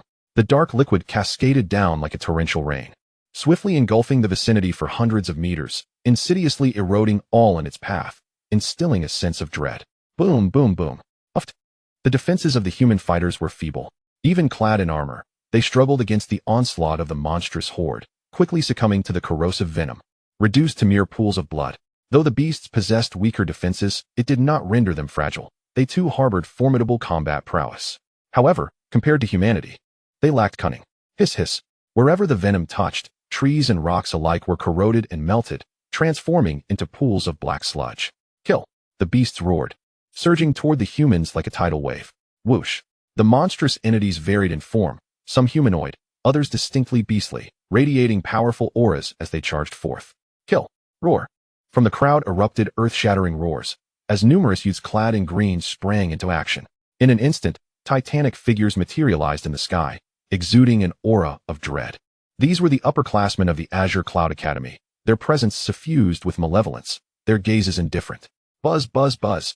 A colossal bird, entwined in crackling lightning, soared into the air, its wings unfurling to unleash a cataclysmic wave of thunder, sweeping outward. Aeon. Roar.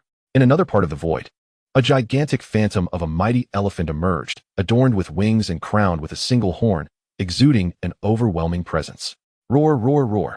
In the next moment, 5 or 6 more terrifying beasts revealed themselves, each a formidable force in its own right. Boom. Crackle. Hiss, hiss, hiss. In an instant, the clash between the beasts and the humans erupted into a cacophony of terrifying sounds, as torrents of ferocious energy surged forth, annihilating all in their path. The entire realm seemed to descend into an apocalyptic darkness, shrouded in gloom, everything rendered gray and lifeless. A tempest raged, obliterating vast swaths of vegetation. The human onslaught dominated the monstrous horde. Bang, bang, bang. PSSHD. Subsequently, numerous formidable students from the human ranks clashed with the beasts, producing a series of muffled thuds. Blood splattering, the monsters shrieking in agony. Crack. Crash. A human cultivator swung his sword down, unleashing a razor-sharp beam of light that tore through the air with an ear-piercing sound, striking down upon a beast's head. Swoosh. The creature's expression shifted dramatically as it narrowly evaded the lethal blow. Luo Yang and his classmates were tasked with clearing the right flank of the monstrous horde, where the beasts were of comparable strength and posed no significant threat. It was an ideal opportunity for practice. The Swordmaster and the Fortune Dice were positioned nearby to safeguard Luo Yang. Other students' companion beasts had already gathered around, poised to strike. The theme of this assessment was the hunting of beasts. Slaying more monsters and accumulating sufficient points would determine victory. Kill.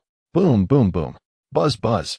The students from the academy clashed with the beasts, a chaotic melee of energy surging and swirling, creating a spectacular scene. In an instant, the cries of battle, wails of despair, and shrieks of anguish echoed through the heavens, chilling to the bone. It felt akin to a purgatory, as humans and beasts engaged in a fight to the death, a battle to the last breath. This embodied the true essence of their trials. To acquire resources, one must rely solely on oneself. There was no other choice. Whoosh, whoosh, whoosh. PSSHD. Hiss, hiss, hiss. The glint of blades and the flash of swords pierced the bodies of the beasts, blood gushing forth, staining the earth crimson.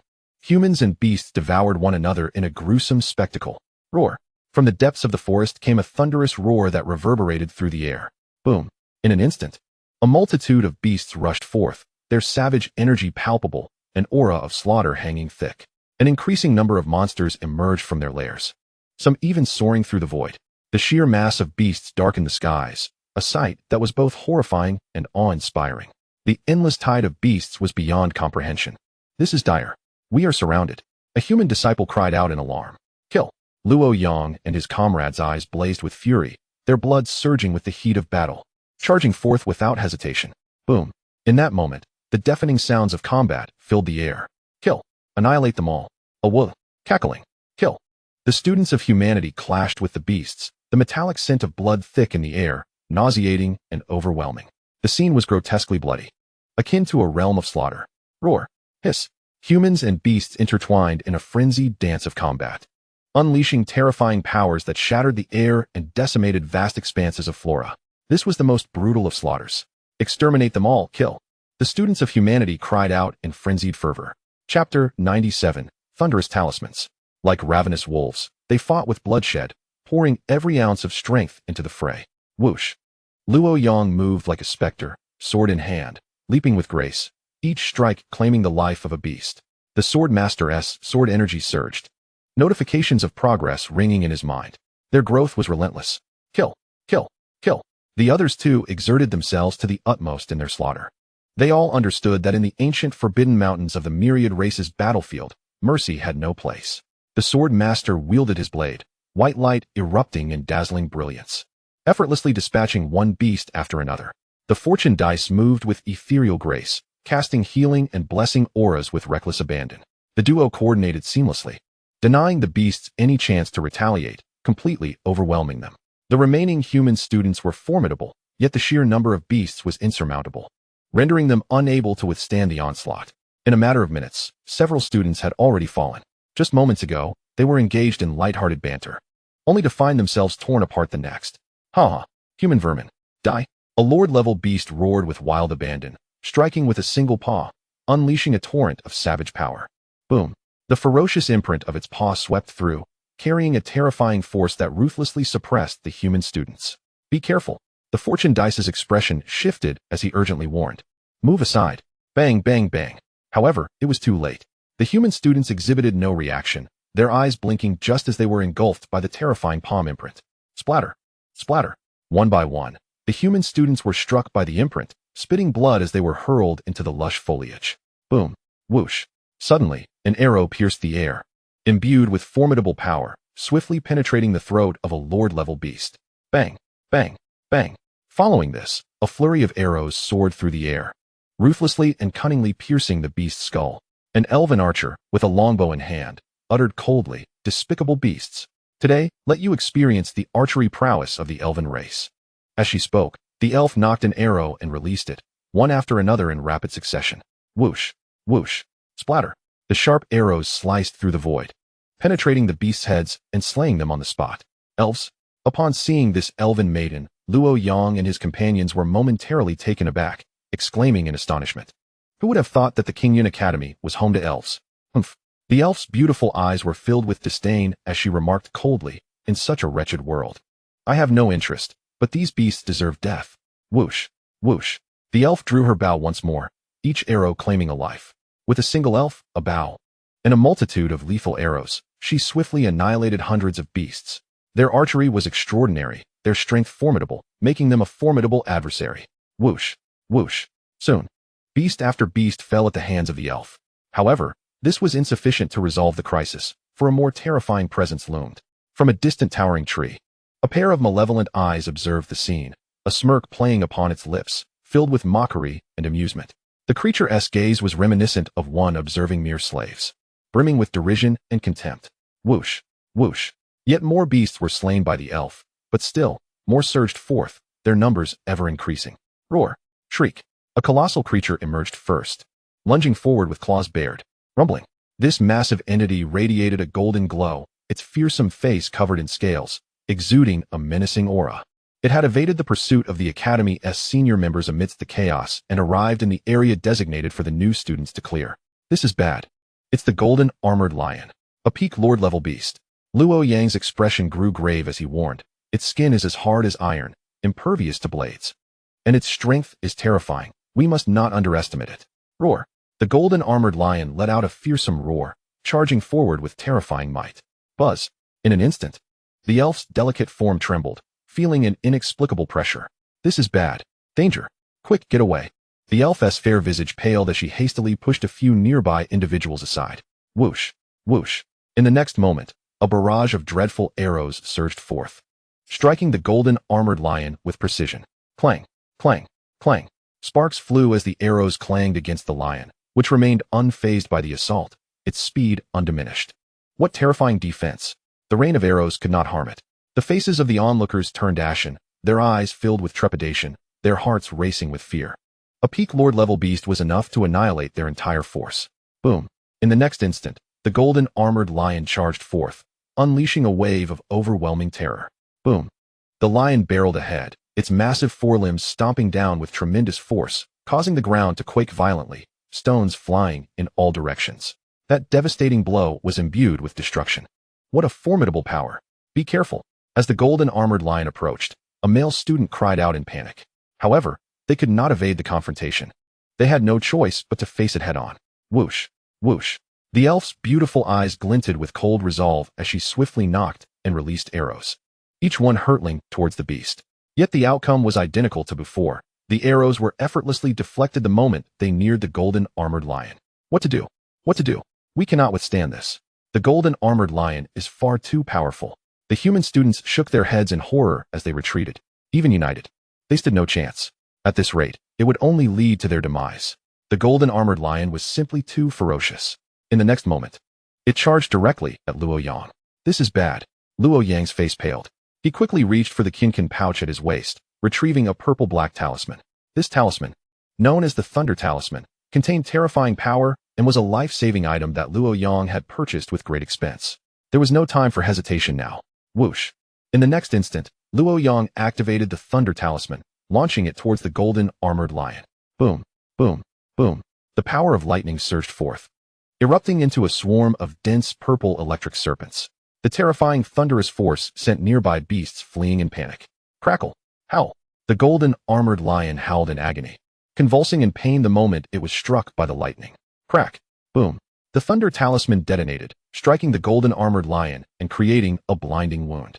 Roar, roar.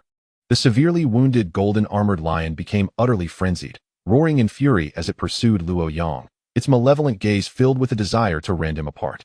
This is disastrous. Seeing this, Luo Yang's face changed drastically. He hurriedly gathered his energy, forming a protective shield around himself. Alas, it was too late. Boom, boom, boom, thud. The golden armored lion charged madly. Luo Yang calmly produced the swift movement talisman, disappearing in an instant. Though the golden armored lion was immensely powerful, it was still a step too slow. Phew. Luo Yang breathed a sigh of relief, grateful for the use of the swift movement talisman. That was perilously close. Had he not activated it in time, he would have surely been turned into a pulp. The others gasped in admiration, still shaken by the near encounter. As the roars of the beasts gradually diminished, peace settled over the plains. However, The expressions of the human students remained grave, even tinged with panic. That wave of beastly onslaught was merely an appetizer. The true main event had yet to unfold. Bang, bang, bang. A heavy thudding sound approached, echoing like an earthquake, deafening to the ears. Upon hearing this, everyone was startled. What is coming? Whoosh. Instantly, they all lifted their heads in unison, gazing towards the source of the sound. At the edge of their vision, an enormous head slowly emerged, towering like a lofty edifice, suffocating to behold. Upon seeing that colossal dragon head, the crowd's eyes widened in shock and disbelief. Roar. The massive dragon head tilted slightly, opening its gaping maw to unleash a deafening roar that reverberated across the vast expanse, causing their eardrums to ache. Gulp. A huge, menacing fang glinted ominously, making hearts race and filling them with dread. Just the sight of that fearsome fang instilled a chilling sense of terror. More terrifying still was the enormous, crimson vertical pupil that emanated a chilling aura of murder. Gulp. A palpable aura of ferocity emanated from the fearsome dragon head, enveloping the surroundings. My goodness, what kind of monster is this? A human student cried out in terror. This is a dragon. Luo Yang's face turned pale.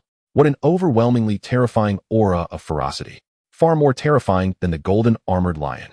The crowd was aghast. Luo Yang swallowed hard, his voice trembling with fear as he exclaimed, I know who it is. It is the sovereign of the Dragon Emperor Forest. A monarch-level beast. As he spoke, beads of sweat appeared on his forehead. The revelation struck the onlookers like a chill. The ruler of the Dragon Emperor Forest. They collectively gasped in horror. Chapter 98. The Sovereign Dragon Emperor. Possessing the rich bloodline of the Wind Dragon clan and wielding the strength of a monarch-level entity. It boasted a formidable reputation even on the battlefield of myriad races. Name, Wind Dragon. Attribute, Wind. Trait, Cloud Riding. Level, LV63, Monarch level. Potential, LV67, Monarch level. Racial skills, 1. Wind Tornado, 932-5000, Mastery, 2. Cutting Wind Blade, 15235000, Mastery. Evolution Path, 2. Roar. The sovereign of the Dragon Emperor Forest let out a thunderous roar. Its massive form coiling upwards, blocking out the sun. A pair of blood-red eyes, brimming with a savage and malevolent glint, fixated on the crowd. This is bad. Retreat. Luo Yang shouted anxiously. Whoosh. Swish, swish, swish. Upon hearing Luo Yang's warning, the crowd dared not linger and hastily employed their skills to flee the scene. Humph. Since you have chosen to enter the battlefield of myriad races, do not expect to leave alive. The sovereign of the Dragon Emperor Forest mocked with a chilling laugh. Swish. Boom. Buzz. The sovereign of the Dragon Emperor Forest opened its gaping maw, unleashing a terrifying blue energy orb. Hundreds of blue orbs cascaded down like a torrential storm. In the blink of an eye, these orbs crashed down with a resounding boom. Bang, bang, bang. With a cacophony of terrified screams, the energy orbs detonated upon impact, raising clouds of dust. Boom, boom, boom. The overwhelming force caused the crowd to be flung back, spitting blood and utterly helpless to resist. Hundreds of students were sent reeling, the scene descending into utter chaos. The terrifying combat prowess of the sovereign of the Dragon Emperor Forest instilled profound dread in their hearts. They broke through the defensive line of the seniors and found themselves in the rear. Even a leader-level beast posed a catastrophic threat to them, let alone a monarch. Its every move could rend space itself.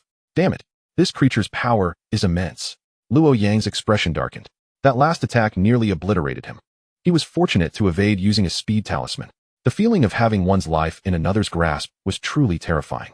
However, he had only 3 speed talismans left. If he endured a few more blows, he feared he might not last. What to do?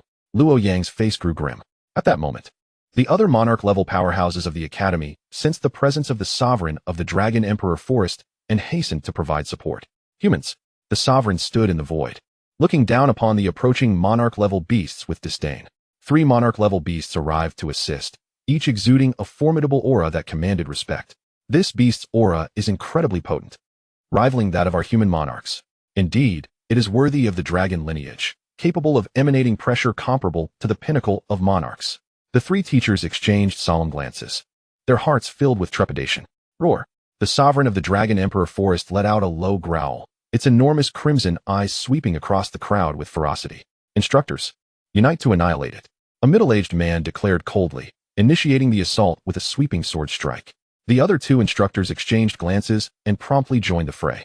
In an instant, the 3 instructors unleashed a furious onslaught. Buzz, buzz, buzz. The 3 monarch-level beasts tore through space, Their fierce gazes locked onto the wind dragon-blooded sovereign of the Dragon Emperor Forest. The sovereign smirked, showing no fear. Roar. A resounding dragon's roar echoed through the heavens as the sovereign of the Dragon Emperor Forest lunged forward with astonishing speed. Whoosh, whoosh, whoosh. In the blink of an eye, the sovereign was entangled in battle with the three monarchs. What formidable strength! A middle-aged man exclaimed in astonishment. The sovereign of the Dragon Emperor Forest can easily withstand our combined assault. Such power is fit for domination. Indeed, the prowess of the sovereign of the Dragon Emperor Forest is truly remarkable. Another middle-aged man marveled. The combat capabilities of the sovereign were astonishingly overwhelming. Its terrifying might far exceeded their expectations. Particularly daunting were the sovereign's formidable defenses and regenerative abilities, which were utterly fearsome. Swish, swish, swish. Boom, boom, boom. Bang, bang, bang. Amidst the fierce clashes, the three instructors found themselves powerless against the sovereign of the Dragon Emperor Forest. Haha, you worthless fools. You cannot breach my defenses. All of you humans shall perish. I shall devour you. The sovereign howled with manic glee, treating the three monarch-level beasts as mere trifles. Boom, boom, boom. Ah. Bang, bang, bang. The sovereign's assault grew increasingly ferocious. Each punch and claw claimed the lives of numerous beings, leaving a trail of devastation in its wake. The terrifying combat capability of the sovereign had long surpassed the realm of their comprehension. Especially with its wind dragon bloodline, its combat prowess was extraordinarily fierce. And the wind blades danced violently, lethal and terrifying. Within just 2 hours, countless lives had been lost. The ferocity and ruthlessness of the sovereign of the Dragon Emperor Forest deeply unsettled all present. This beast's defensive capabilities are monstrous. Even our full-strength attacks cannot shake it. One instructor scowled in anger. We cannot continue fighting. Our stamina is depleting rapidly, and we will inevitably be consumed by this beast. Another instructor remarked gravely. A female instructor spoke with concern. Indeed, if we prolong this battle, our defeat is certain. The physical defenses of this beast are too formidable. We must resort to cunning, or we shall become its next meal. I have a plan. Suddenly, one instructor darted forward, a sinister smile upon his face. You have a plan? The others inquired eagerly. The Dragon Emperor Forest is the domain of beasts. Its weakness lies in its dragon scales. We must strike its reverse scales. If we find the opportunity, I guarantee we can slay this beast. The instructor declared with conviction. Reverse scales? The crowd furrowed their brows. The sovereign of the Dragon Emperor Forest possesses dragon scales, and its weakness lies in the reverse scales, the female instructor clarified, her eyes narrowing with a glint of cold determination. Indeed, the sovereign has reverse scales. If we pinpoint their location and strike when it is unprepared, we can deliver a fatal blow. Another instructor stated solemnly. Instructor Lin E, what should we do now? A fellow instructor asked in a serious tone. The reverse scales are located beneath the left side of its chest. Lin E pointed decisively to the right. You two will attack from the flanks while I distract it from the front. Do you understand? Understood. The three instructors nodded in unison before repositioning themselves. Roar.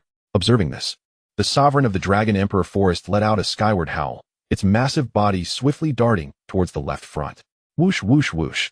Lin E rapidly pursued, refusing to give the sovereign a moment's respite. Humph. Mere human ants dare to obstruct my path? Such delusions. The sovereign sneered disdainfully. Boom, boom, boom. The Wind Dragon Emperor's form continuously expanded, surging in size to a staggering 1,000 feet in an instant. Its ferocious aura swept over the area like a deluge, instilling dread in the hearts of those present, leaving them trembling in terror and disbelief. Such a formidable presence. A profound sense of danger surged within Lin E's heart, her pulse quickening as if she had plunged into a frigid abyss. Chapter 99. The Six-Winged Golden Pung. What an overwhelming draconic might. What bloodline does this creature possess? Such a terrifying momentum. Lin E, be cautious, came the frantic shouts from the crowd. Hiss. The Wind Dragon Emperor opened its massive maw and unleashed a Azure energy sphere. Its power so immense that it shattered everything in its path. This is bad. Retreat. Lin E's expression changed drastically as she bellowed. Whoosh. Just as her words fell, the Azure energy sphere, bearing the force to obliterate mountains, surged toward her. This is terrible. There's no escape. As Lin E beheld the approaching sphere, her complexion paled, her heart racing in desperation. Damn it. This beast has mastered the wind attribute to perfection. There's no way to resist. Lin E cursed inwardly. Faced with the wind energy sphere unleashed by the overlord of the Dragon Emperor Forest, she could not evade. Whoosh. In the nick of time, a black stone appeared out of nowhere, instantly transforming into a cloud of black smoke that enveloped Lin E. Boom. Sizzle. Thud. The Azure energy sphere struck the black smoke, exploding violently, sending ripples of chaotic energy surging outward. Lin E immediately coughed up blood, her body hurtling backward before she ultimately landed in a pit 100 meters away. Struggling to crawl out in disarray, Lin E, a group of students gasped in shock. What was that black stone? How could it block the Wind Dragon Emperor's attack? Such terrifying power. Just as the crowd was astounded, a figure flashed into view, appearing beside Lin E to assist her. It was none other than Feng Wuchen. Though his appearance was unremarkable, his tall and upright stature exuded an extraordinary aura, his sharp eyes gleaming like brilliant stars. Feng Wuchen, how did he end up here?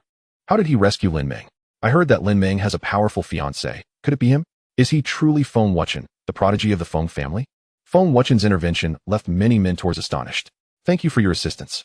Lin E wiped the blood from her lips and quickly bowed in gratitude. Feng Wuchen smiled gently. It was merely a trivial effort. Lin E, you are seriously injured. Tend to your wounds first. The rest is up to me. With that, Feng Wuchen summoned his beast. Soaring into the sky above the Dragon Emperor forest, gazing down upon the terrifying overlord below. Upon seeing Feng Wuchen's sudden appearance, the Wind Dragon Emperor halted, its enormous eyes fixating on him, letting out a low, mournful howl, clearly in distress. Who are you? Why do you oppose me? The Dragon Emperor Forest's master growled, its claws lightly scratching the ground, signifying both anger and wariness. A mere wind dragon, with an impure bloodline, a lowly existence among dragons, dares to act recklessly in the realm of humankind. I advise you to surrender quietly, Feng Wuchen replied coldly. You speak nonsense. I am the mighty Wind Dragon Emperor. You insolent brat, you seek death. The Dragon Emperor roared furiously. Oh, is that so? Then why do you not dare to fight me? Feng Wuchen grinned. You wretch. Today I shall show you your true strength. The Wind Dragon Emperor bellowed, transforming into a streak of azure light as it charged toward Feng Wuchen. Whoosh. Feng Wuchen stepped into the void, closing the distance with terrifying speed, creating a series of sonic booms. His form becoming a blur as he appeared above the Wind Dragon Emperor in the blink of an eye. You little brat. Die. The Wind Dragon Emperor roared, its colossal tail swinging towards Feng Wuchen. Boom. The dragon's tail struck with the force to topple mountains, shaking the entire Dragon Emperor forest. However, when the tail made contact, it was inexplicably halted by a mysterious force, unable to budge an inch. How is this possible? Feng Wuchen's six-winged golden prong floated in the air, emanating wisps of enigmatic energy, enveloped in a protective barrier, as Feng Wuchen stood proudly in the void. This was Feng Wuchen's trump card. The six-winged golden pong was a being at the pinnacle of sovereignty, immensely powerful. The Wind Dragon Emperor was no match for it. With a wave of his hand, the six-winged golden pong vanished. What kind of monster is this? This aura is too strange. Luo Yang's heart trembled, a chill running down his spine, sensing that Feng Wuchen's identity was far from ordinary. Whoosh. Feng Wuchen unleashed a lightning attribute element, slashing with his sword, sending a massive blue sword beam soaring through the air. Roar. The Wind Dragon Emperor howled in madness, its massive body violently propelled backward upon impact. This boy's physical strength is astonishing.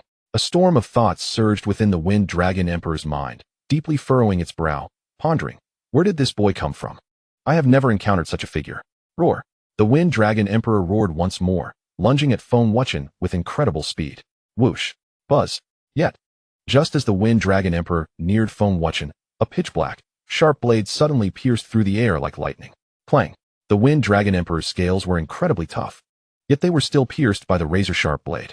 What? The Wind Dragon Emperor's defense has been breached. Such terrifying power. Witnessing this scene, the crowd of scholars was left dumbfounded. With a single strike, Feng Wuchen had shattered the Wind Dragon Emperor's defense. What kind of terrifying physical strength must he possess?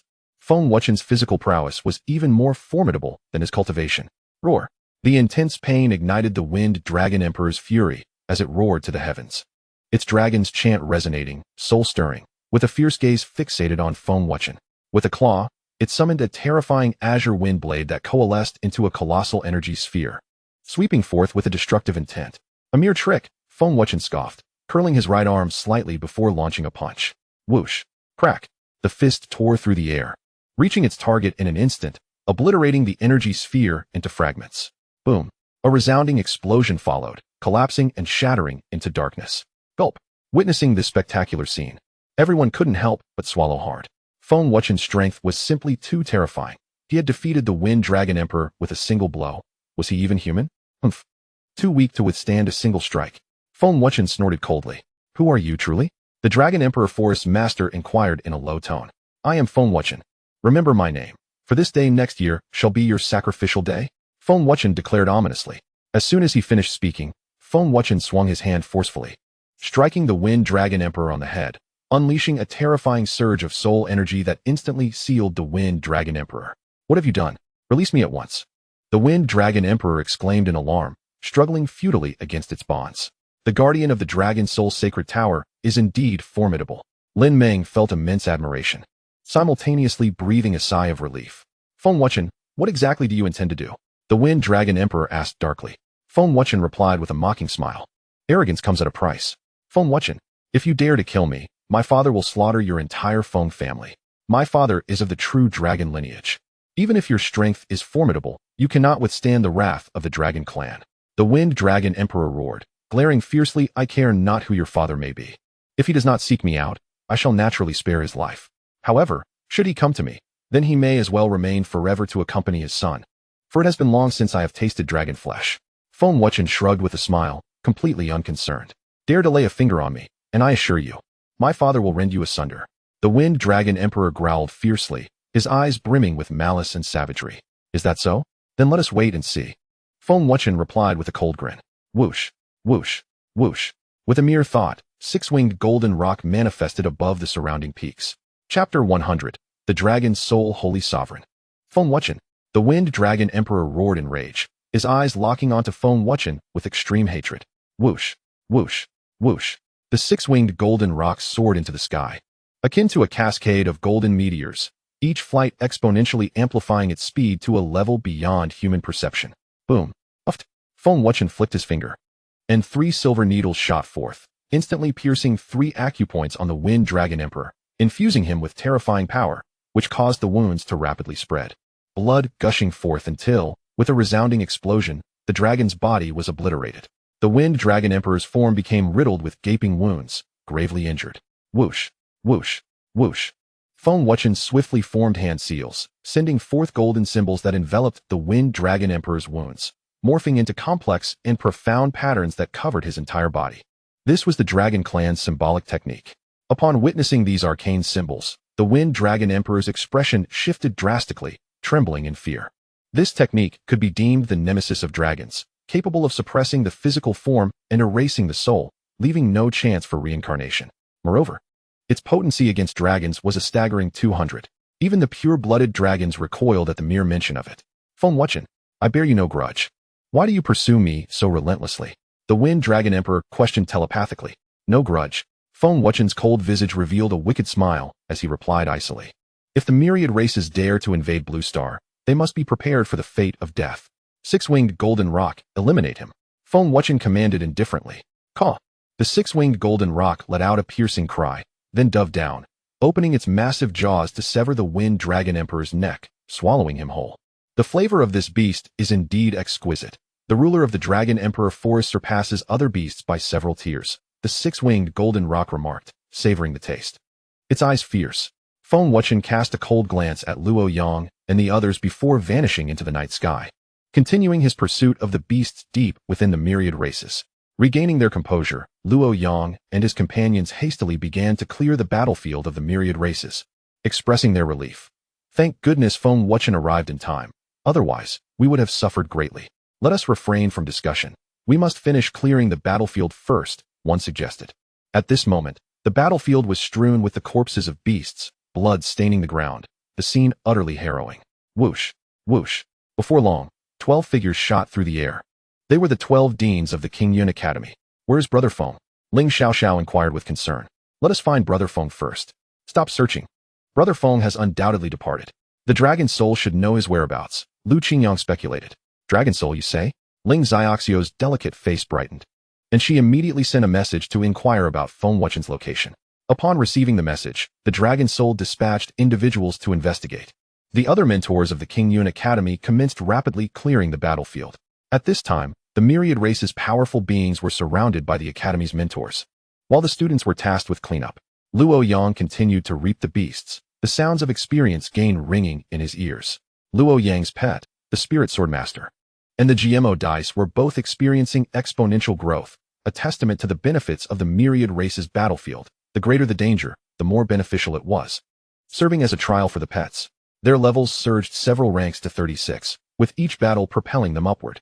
The Swordmaster's sword intent burgeoned, its momentum increasingly formidable. Whoosh, whoosh, whoosh. The air was filled with blades of light, carpeting the ground with a dense layer of beast carcasses. The GMO dice also provided continual support. After 3 arduous hours, the battlefield of the myriad races was finally subdued, all beasts retreating to their respective habitats. The deans began tallying the student casualties. Report to the dean. A total of 79 students have perished, of which 18 were academy mentors. One reported respectfully. Upon hearing this, both the dean and the vice-dean fell into deep sorrow. Alas, yet another batch of new students has fallen. Indeed, may such tragedies cease to occur, they lamented. The students sighed collectively, their faces etched with grief. Dean, vice-dean, Feng Wuchen has slain the Wind Dragon Emperor. A mentor suddenly burst into the hall to report. Dean, what should we do now that Feng Wuchen has killed the Wind Dragon Emperor? Another asked in alarm, staring in shock at the massive dragon carcass. The students, unaware of the situation, stood dumbfounded before the enormous dragon corpse, the scene utterly staggering. The Wind Dragon Emperor was a pinnacle sovereign of the dragon race. For Feng Wuchen to have slain him was an act that the dragons would not forgive. Moreover, his father was of pure blood lineage, possessing catastrophic power and standing in a position of supremacy within the dragon race. Although the Wind Dragon Emperor was merely an inconspicuous illegitimate child, to uphold the dignity of the dragon clan, they would undoubtedly pursue retribution against Feng Wuchen. The strength of the dragons was terrifying. Feng Wuchen would likely find it difficult to withstand, and even the Dragon Soul Sanctuary might not be able to protect him. News of Feng Wuchen's slaying of the Wind Dragon Emperor swiftly spread among all factions and academies, igniting a tremendous uproar. Dragon Soul Headquarters. What? The Dragon Soul Holy Sovereign has killed the Wind Dragon Emperor? Long Xiaofeng sprang up from his seat, unable to believe his ears. Feng Wuchen possesses such terrifying prowess? When did such a formidable force emerge within the Dragon Soul? Yang Zilan asked in stunned disbelief. Long Qingtian frowned deeply, stating, I never anticipated that in merely 6 months he would have grown so powerful. While the Wind Dragon Emperor may not surpass us, he is not far off. Feng Wuchen's rapid ascension in strength is truly astonishing. Long Xiao, have you seen Feng Wuchen with your own eyes? Long Niantian inquired, his pale visage clouded with darkness. I would wish to see him, but alas, I have had no opportunity. His strength is exceedingly fearsome. We would be unable to contend with him even together, Long Xiao said gravely. Father, do you know Feng Wuchen? Long Xiao queried, perplexed. The Dragon Soul Holy Sovereign, Feng Wuchen, is a scion of the Feng clan in Beifeng City, and is regarded as an elder of the Dragon Soul, Long Xiaofeng remarked with a nonchalant smile. A scion of the Feng clan? Long Xiao furrowed his brow, seemingly recalling something, muttering, I see, Feng Wuchen is the son of Feng Hao. Their clan's totemic beast is the 6-winged golden roc, a creature eternally at odds with the dragon race, with both races viewing one another as prey. No wonder he would slay the Wind Dragon Emperor, the Feng clan's scions. The foremost power in Beifeng City are indeed formidable. With such terrifying strength, the Feng clan would not allow him to be hunted by the dragon race, Long Qingtian conjectured, his pale face growing increasingly grave, for he had evidently deduced the impending outcome. Chapter 101, The Rift in Space.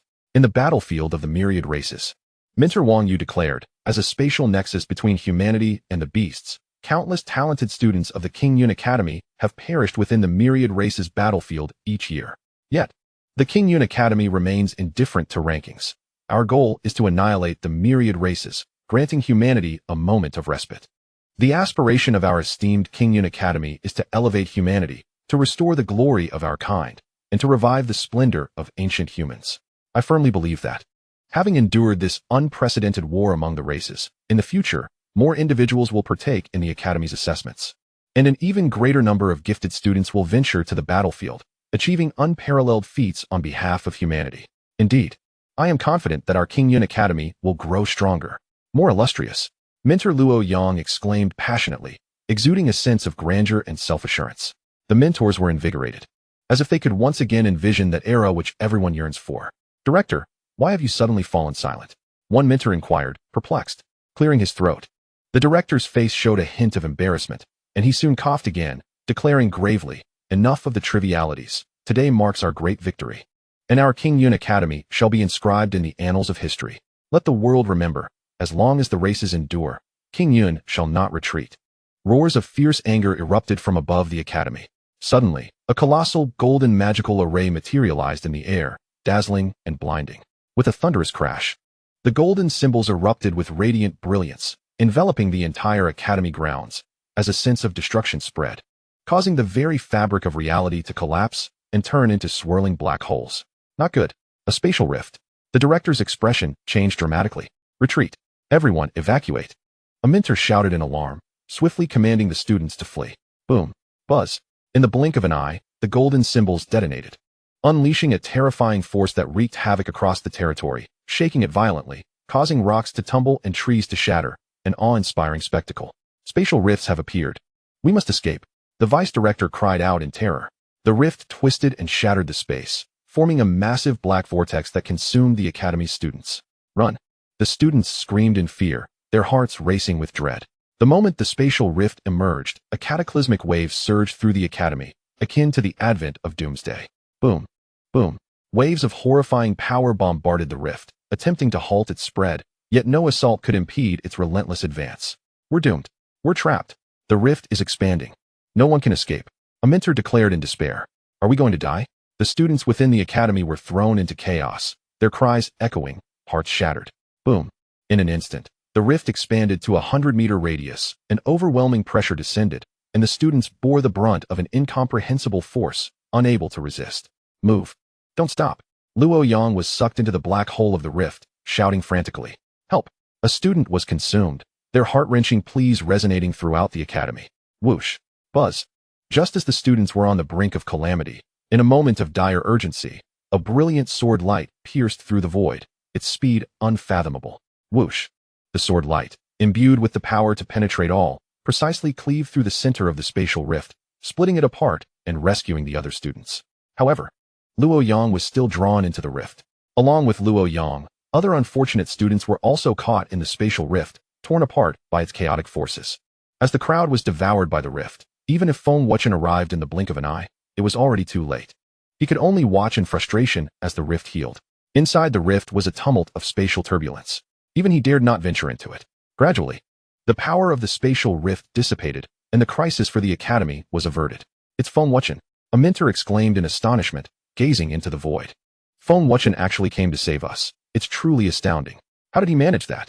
He actually severed the spatial rift with a single strike.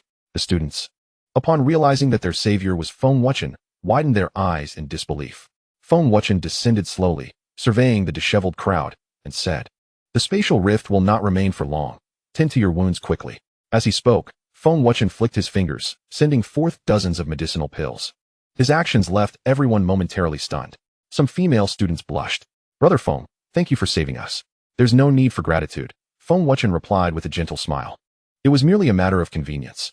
Spatial rifts are commonly encountered in the battlefield among the races, but the magnitude and terror of today's rift are unparalleled. At this moment, Luo Yang felt his body being torn apart, the world spinning around him, before ultimately losing consciousness. Throughout this ordeal, the spatial forces relentlessly shredded his body. Were it not for the continuous healing aura of the Jia demon dice preserving his life, he would have perished in the chaos of the spatial turbulence. Time passed, and when he finally regained consciousness, he found himself in an unfamiliar place. The surroundings were strikingly alien. Hiss! A bone-chilling cold assaulted him, causing Luo Yang to shiver. His eyes snapping open, he trembled, his face turning a ghastly pale, beads of sweat forming as he gazed around in terror. Where am I? How did I end up here? What is this place? Luo Yang was engulfed in dread, the atmosphere around him oppressive and chilling, as if he had descended into the depths of a hellish abyss. Desperately, Luo Yang struggled to rise, cautiously surveying his surroundings, the eerie ambience instilling profound fear within him. Brother, you're awake. Just as Luo Yang was in a state of panic, a man suddenly appeared, gripping Luo Yang's shoulder and lifting him up.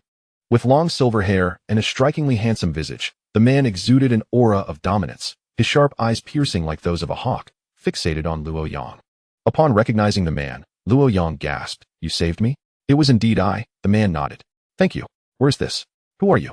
Luo Yang hastily inquired, filled with gratitude towards the man before him. This is the northern wilderness of Blue Star. You are currently within its domain, the man casually replied. The northern wilderness? The name left Luo Yang bewildered, clearly unfamiliar to him. The man grinned. It seems you are still unaware. I observed you were unconscious for several days. You must have been evading pursuers. Now that you are in the northern wilderness, you can finally breathe easy. May I ask your name? Ruo Aotin. The man smiled gently. Do not worry. During this time, I will help you acclimate to the surroundings. Thank you, Brother Ruo, for saving my life. I am eternally grateful, Luo Yang said, clasping his fists in gratitude. Think nothing of it.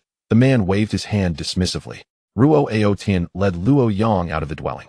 Chapter 102, the Northern Wilderness Region. To have been transported to such a remote location by the spatial rift is quite unfortunate. I should familiarize myself with the nearby environment. Luo Yang thought with a wry smile. How unfortunate it is that only a handful of individuals were swept away by the spatial turbulence, and he was among them. Yet, he was relieved not to have landed amidst a horde of beasts. The consequences would have been dire. For now, I must devise a way to survive here. Luo Yang shook his head. He promptly departed from the mountaintop, racing towards the nearby city. The spiritual energy in this region is peculiar. The atmosphere is saturated with various elemental energies, even more concentrated and pure than that found in a spirit gathering array. What could be the cause of this? This place is truly a sanctuary for cultivation, far superior to the gathering array, both in its suitability for training and its elevated status. It undoubtedly conceals treasures of even greater value. Indeed, this is the North Wilderness, and it is remarkably different.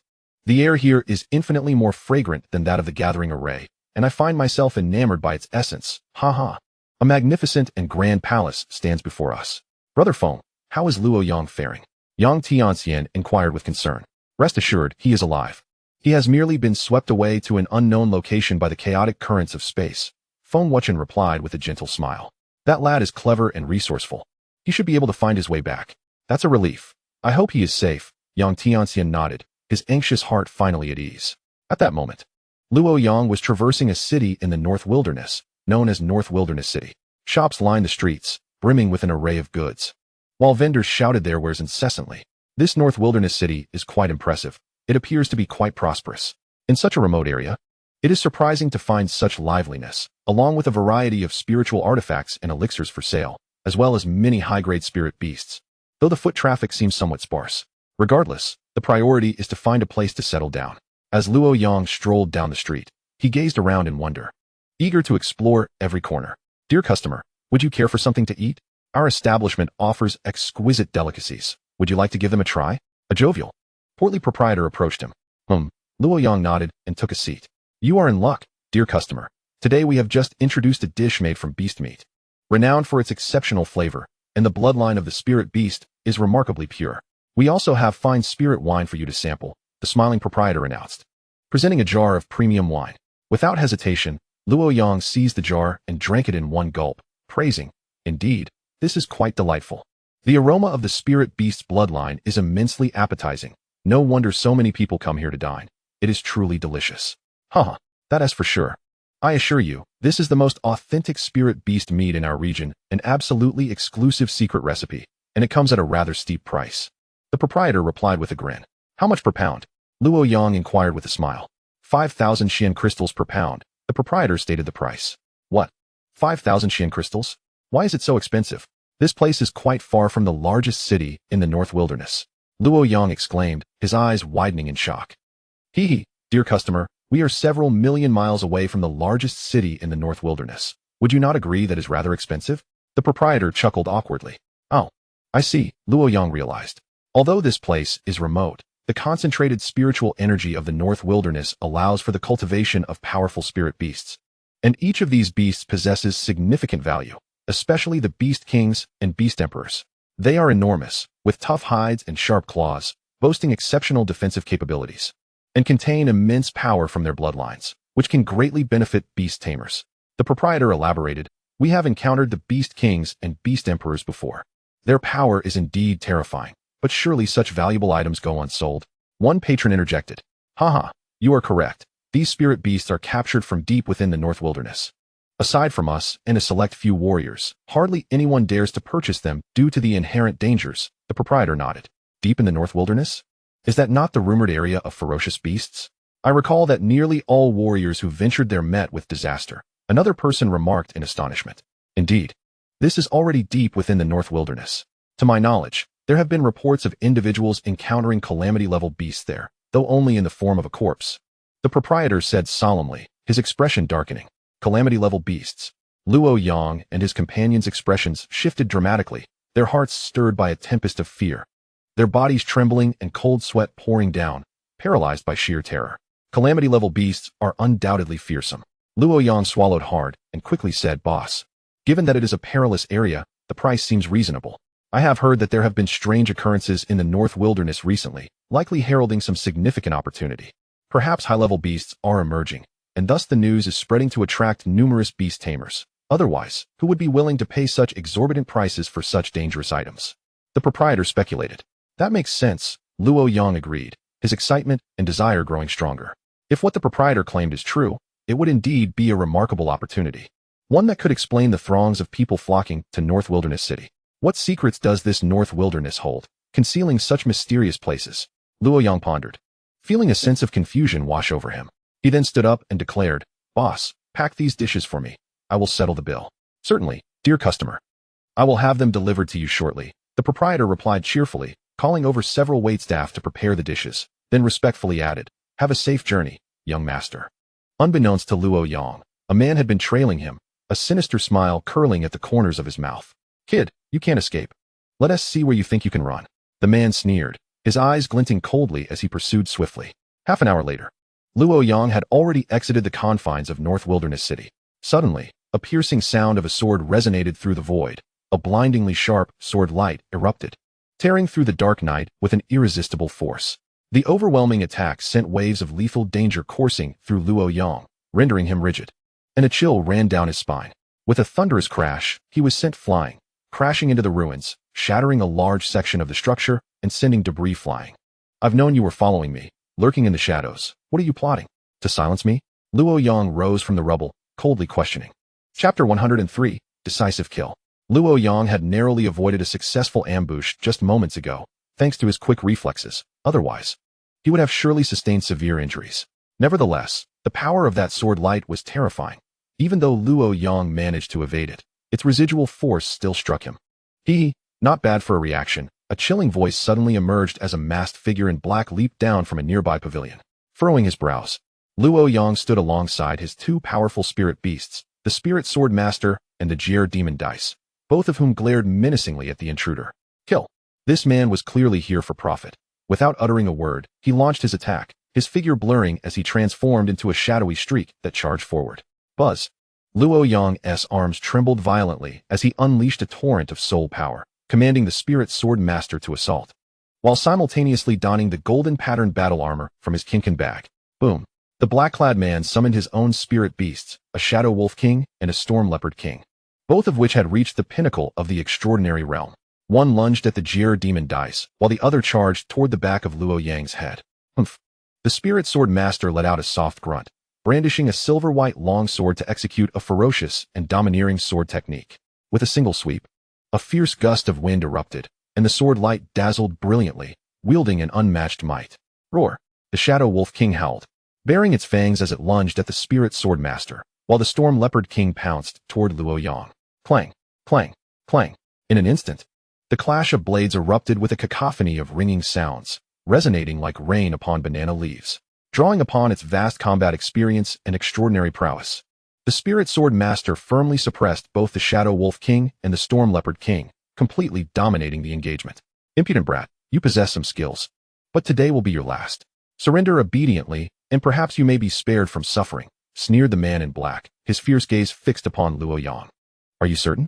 Luo Yang replied with an air of indifference, exuding confidence. The man in black faltered, bewildered. "You're not afraid? What do you think?"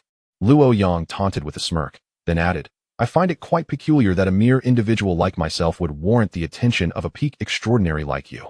Surely, you must think highly of me." Upon hearing this, the man's pupils constricted in shock. "You know I am from the Northern Wilderness Forces?" Luo Yang observed the shifting expressions of the man with keen interest. "It seems my assumptions were correct. You are indeed affiliated with the Northern Wilderness. Pray tell, what is your name? Reveal your master to me, and I might spare your life." "Humph. Do not be so arrogant," the man in black shouted angrily, forcefully pushing Luo Yang back before turning to flee. Luo Yang shook his head, remarking, "Seeking death, are we? Then do not blame me for my lack of courtesy."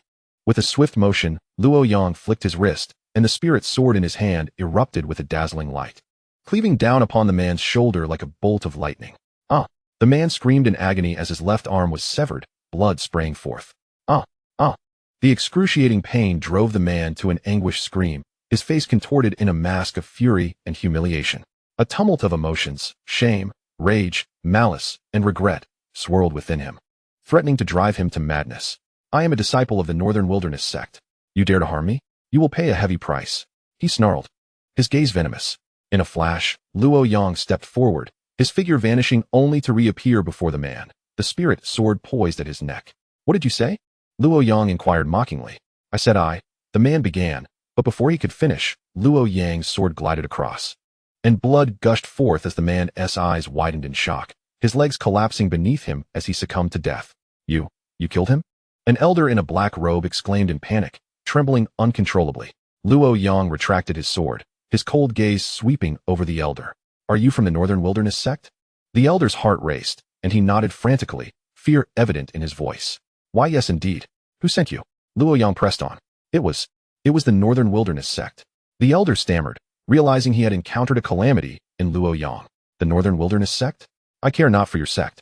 Having provoked me, even the mightiest cannot save you. Luo Yang shrugged with a dispassionate smile. What? The elder's expression shifted drastically. Crack. Without waiting for the elder to respond, Luo Yang's sword fell, extinguishing the elder's life. These individuals were clearly desperate souls, preying upon those with wealth, showing no regard for human life. Therefore, allowing them to live would only invite further calamity. After dealing with the elder, Luo Yang swiftly departed the scene, concealing himself within the forest. A sinister smile crept upon Luo Yang's lips as he murmured, The Northern Wilderness, I have returned. In the pitch-black depths of night, a biting wind howled, sweeping through the dimly lit woods, which exuded an air of desolation. In the distance, towering mountains loomed, and amidst the fog, a vague silhouette appeared to be meditating. Suddenly, the mountains erupted with a series of explosive sounds, accompanied by a massive aura that radiated outward, awakening several surrounding peaks. In quick succession, streaks of light pierced the void. Arriving at the mountain's summit, 3 young men appeared. What a dense and pure fluctuation of spiritual energy. Is someone cultivating? Or perhaps a treasure? One of them pondered gravely. This intensity of energy does not seem to stem from cultivation. It resembles the release of a spiritual artifact. Senior brother, let us go take a look. Another exclaimed excitedly. Agreed. The leading youth nodded slightly, immediately dashing toward the source. Moments later, the trio arrived at a massive rock on the mountainside, their eyes fixated on a gigantic pit where a crimson crystal hovered in midair. What? A spiritual crystal. And of excellent quality. One of them exclaimed, unable to contain his excitement. Haha. The leading youth laughed heartily, saying, We've struck it rich. This spiritual crystal could fetch a handsome price, enough to sustain us for a lifetime, or even several. Such extraordinary luck to stumble upon such a priceless spiritual crystal. Another chimed in, equally elated. Spiritual crystals are vital resources for cultivation, teeming with immense spiritual energy. The disparity in quality among crystals of the same level can be vast, especially for lower-tier Beastmasters, making them the best means to elevate one's cultivation. With a spiritual crystal aiding their training, their progress would accelerate exponentially. Devoid of concerns regarding insufficient energy. This spiritual crystal is mine. The leading youth's greedy and fervent gaze was locked onto the levitating crystal. Senior brother, we should leave quickly, one cautioned, frowning. I have a strange feeling about this person. The leading youth scoffed dismissively. What could a mere extraordinary being do? I wish to see what sort of storm he can stir. Your words ring true. An ordinary extraordinary beast master poses no threat to us. Another echoed, scoffing. With no further hesitation, the leading youth moved with a cryptic grace, hastening toward the spiritual crystal. Chapter 104. After many trials. Observing their approach, Luo Yang's mocking smile widened, and he coldly declared, Since you've come to me, I cannot allow your journey to be in vain. With that, Luo Yang vanished in a blur. Whoosh. In a brief moment, Luo Yang reappeared before the trio. How did you get here? The leading youth exclaimed, his expression one of shock and disbelief. Who are you? Brat? One of them demanded sternly. Before Luo Yang could respond, the leading youth brandished a dagger that appeared in his hand, its blade gleaming ominously. Seeing the dagger, Luo Yang's expression hardened. The leading youth coldly warned, You had better tell me in the blink of an eye. The leading youth steadied himself, though his complexion appeared somewhat pallid. Humph. Luo Yang scoffed disdainfully, casting a fierce glare at the man, who was instantly paralyzed with fear. Luo Yang approached him with deliberate slowness, his voice chilling as he asked, What did I just hear you say? You wish to obliterate the evidence? You intend to seize my spirit crystals? Please, do not kill me. It has nothing to do with me. I beg you, spare me. The man, gripped by terror, fell to his knees in supplication. Luo Yang's voice remained icy.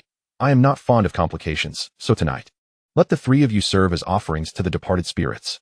As his words fell, Luo Yang raised his hand, reaching out into the air towards the kneeling man. A terrifying force manifested as countless claw marks tore through the void. The man screamed in horror, yet was utterly immobile, his eyes filled with despair. In an instant, a sharp pain coursed through the man's neck, blood gushing forth as his head was sent flying far away. Senior brother, save me. Another individual shouted in panic. Beads of sweat resembling pearls rolling down his forehead. Bang! Crack! Splurt! Before he could react, Luo Yang darted forward like lightning, delivering a vicious punch to the man's chest. The sound of breaking bones echoing as his ribs shattered, resulting in his immediate demise. Scoundrel! You seek your own death. The remaining youth roared, brandishing a dagger as he lunged at Luo Yang. Whoosh! Luo Yang flicked his fingers, unleashing a barrage of fireballs that struck the man with ferocity. The explosive sounds reverberating in rapid succession, quickly enveloping him. Whoosh! Buzz! In the next moment, flames engulfed the man. The terrifying heat and searing flames scorching both his flesh and soul, his anguished wails resonating through the night sky, profoundly sorrowful and tragically pitiful. In the blink of an eye, he was reduced to ashes, not a trace remaining. Gulp! The last remaining youth swallowed hard, trembling in fear. Luo Yang's power was too formidable. With a mere flick of his fingers, he had annihilated two extraordinary beast tamers. Now it is your turn, Luo Yang declared coldly, his figure flashing ominously as he closed in on the youth, grasping him by the throat. Please spare me. The youth pleaded in terror. You wish to destroy the evidence? I'm sorry, but I detest complications. Luo Yang replied icily, his grip tightening. Crack! Snap! Splurt! Accompanied by the crisp sound of bones breaking, the youth's neck was twisted, blood gushing forth as he fell lifelessly to the ground. The three corpses were now charred black. Master, these three are dead, the spirit swordsman reported respectfully, his tone tinged with excitement. Luo Yang nodded slightly, stowing away the spirit crystals. Although Luo Yang was merely at the early stage of the extraordinary realm, his combat prowess was nothing short of monstrous. Suddenly, a malevolent aura began to spread around him, swiftly enveloping the area within several hundred meters. What a peculiar force. Could it be poison gas? Luo Yang mused, his brow furrowing as he sensed the sinister energy. This malevolent power is unique to the demon race. The dark energy erodes the soul, inducing excruciating pain deep within, as if beset by a myriad of biting ants, an unbearable torment that also incited profound nausea. Luo Yang cried out in agony, his face contorted in a grimace as his body trembled uncontrollably. Wait, this is not ordinary dark energy. It's some form of toxic mist. Luo Yang quickly realized something was amiss. He hurriedly channeled his energy to resist the dark force, yet he was still unable to fend off the terrifying pain. How does this sensation feel, brat? Ha! A voice erupted in triumphant laughter. Upon hearing the laughter, Luo Yang's vigilance heightened as he whipped around, scanning his surroundings. His voice icy as he demanded, Who goes there? Show yourself. Another round of mocking laughter echoed, and then a shadowy figure materialized before Luo Yang. 5 to 6 meters away, clad in a black robe and adorned with a ghastly mask, the figure was shrouded in thick, dark energy, reminiscent of a hellish Azure. An unwelcome visitor. Luo Yang's expression changed dramatically, a sense of inexplicable trepidation washing over him. Who are you? Luo Yang inquired, frowning as he fixed his gaze on the figure. My identity is of no consequence, the figure replied with a sinister grin, his voice raspy and jarring, sending chills down one's spine. The figure appraised Luo Yang, a mocking smile playing on his lips as he said, A fine physique you possess. Should I consume your flesh? My cultivation will surely advance. Dream on if you think you can feast on me. Luo Yang retorted coldly. Rest assured, you shall soon reunite with them. The figure said with a calm smile, his eyes brimming with madness and bloodlust. Upon hearing this, Luo Yang's expression shifted drastically. Realizing, could he be one of their Sen agents? Swish. Could he be a powerful demon from the ancient Cloud Mountain range? Whoosh. Buzz. Just as Luo Yang prepared to retreat, the black-robed figure vanished from sight. The moment Luo Yang took a half-step back, his body suddenly stiffened. Splurt. Crack. The figure reappeared before Luo Yang, his right hand coalescing a sharp dark energy that swiftly sliced through Luo Yang's throat. Luo Yang had no chance to struggle as his throat was severed, crimson blood gushing forth. Truly a formidable, lord-level expert. This is no simple foe. Shock flickered across Luo Yang's face. The speed of the black-robed figure was so swift that Luo Yang could barely react. Bang! In the next second, The figure vanished once more, reappearing instantaneously to deliver a kick that sent Luo Yang flying. Whoosh! Splurt! The black-clad man struck with deadly precision, delivering a ruthless kick to Luo Yang's abdomen. Crack! Ugh!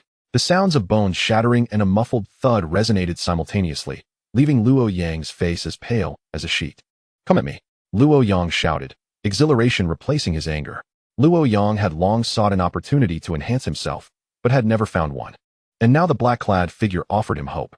In that moment, Luo Yang poured every ounce of energy into his danshin, his eyes widening as a surging, overwhelming aura erupted forth, fierce and unrestrained. Boom! Buzz! Luo Yang soared into the sky, descending with the might of a hurricane, his momentum unstoppable. Humph! Merely at the peak of the early extraordinary realm, the black-robed figure scoffed disdainfully, clearly dismissive of Luo Yang. Rumbling! Splurt! In a flash of lightning, Luo Yang collided fiercely with the black-robed figure, a torrent of terrifying power surging forth, causing Luo Yang to spit blood as he plummeted. Thud!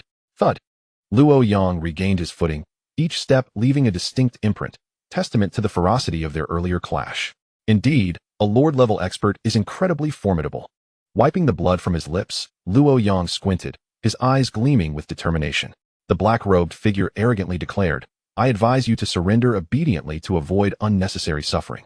For otherwise, you shall face certain death. Surrender? Luo Yang shook his head, responding, You are correct. I cannot match your strength, but do not forget, your target is me, not the spirit beasts. Do you truly think I would surrender?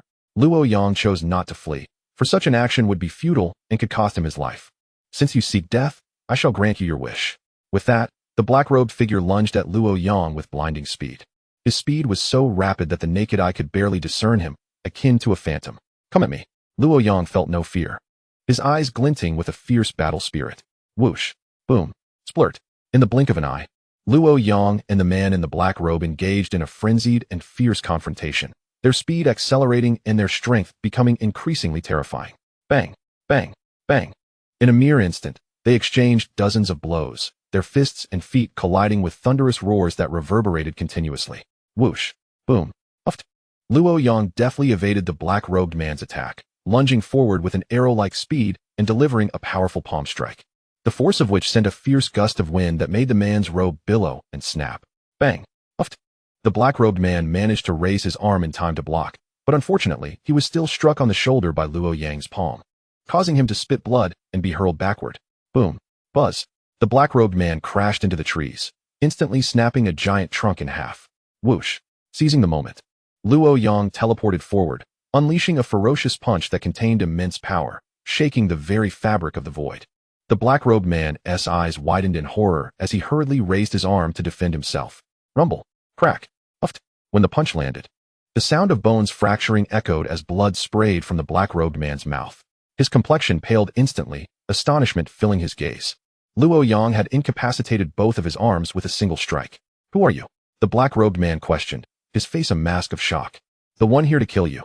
Luo Yang retorted sharply, delivering a fierce kick. Slap! Ah! The black-robed man cried out in agony, his chest caving in, ribs shattering. Uft! He could not suppress another mouthful of blood, the excruciating pain nearly rendering him unconscious. Boom! Boom! Boom! Luo Yang unleashed a relentless and domineering assault upon the black-robed man. Uft! In no time, the black-robed man was struck again, his chest concaving, blood gushing forth once more. Bewildered, the black-robed man could not fathom how someone at the peak of the initial stage of the extraordinary realm possessed strength comparable to that of a mid-stage practitioner. Although Luo Yang was merely at the initial stage of the extraordinary realm, his prowess far exceeded that of mid-stage practitioners, rivaling even those at the pinnacle of that stage.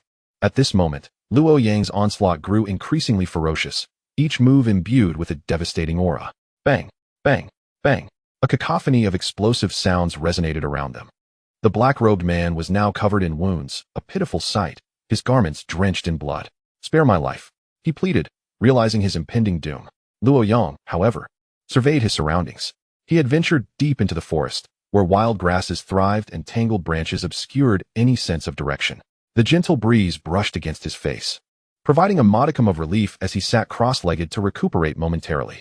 This area was rife with demonic beasts, and Luo Yang knew he needed to maintain ample spiritual energy. Otherwise, he could easily attract their attacks. He understood that cultivating in such a place would yield slow results, yet every bit of recovery counted. Roar! Suddenly, a roar erupted from his left side.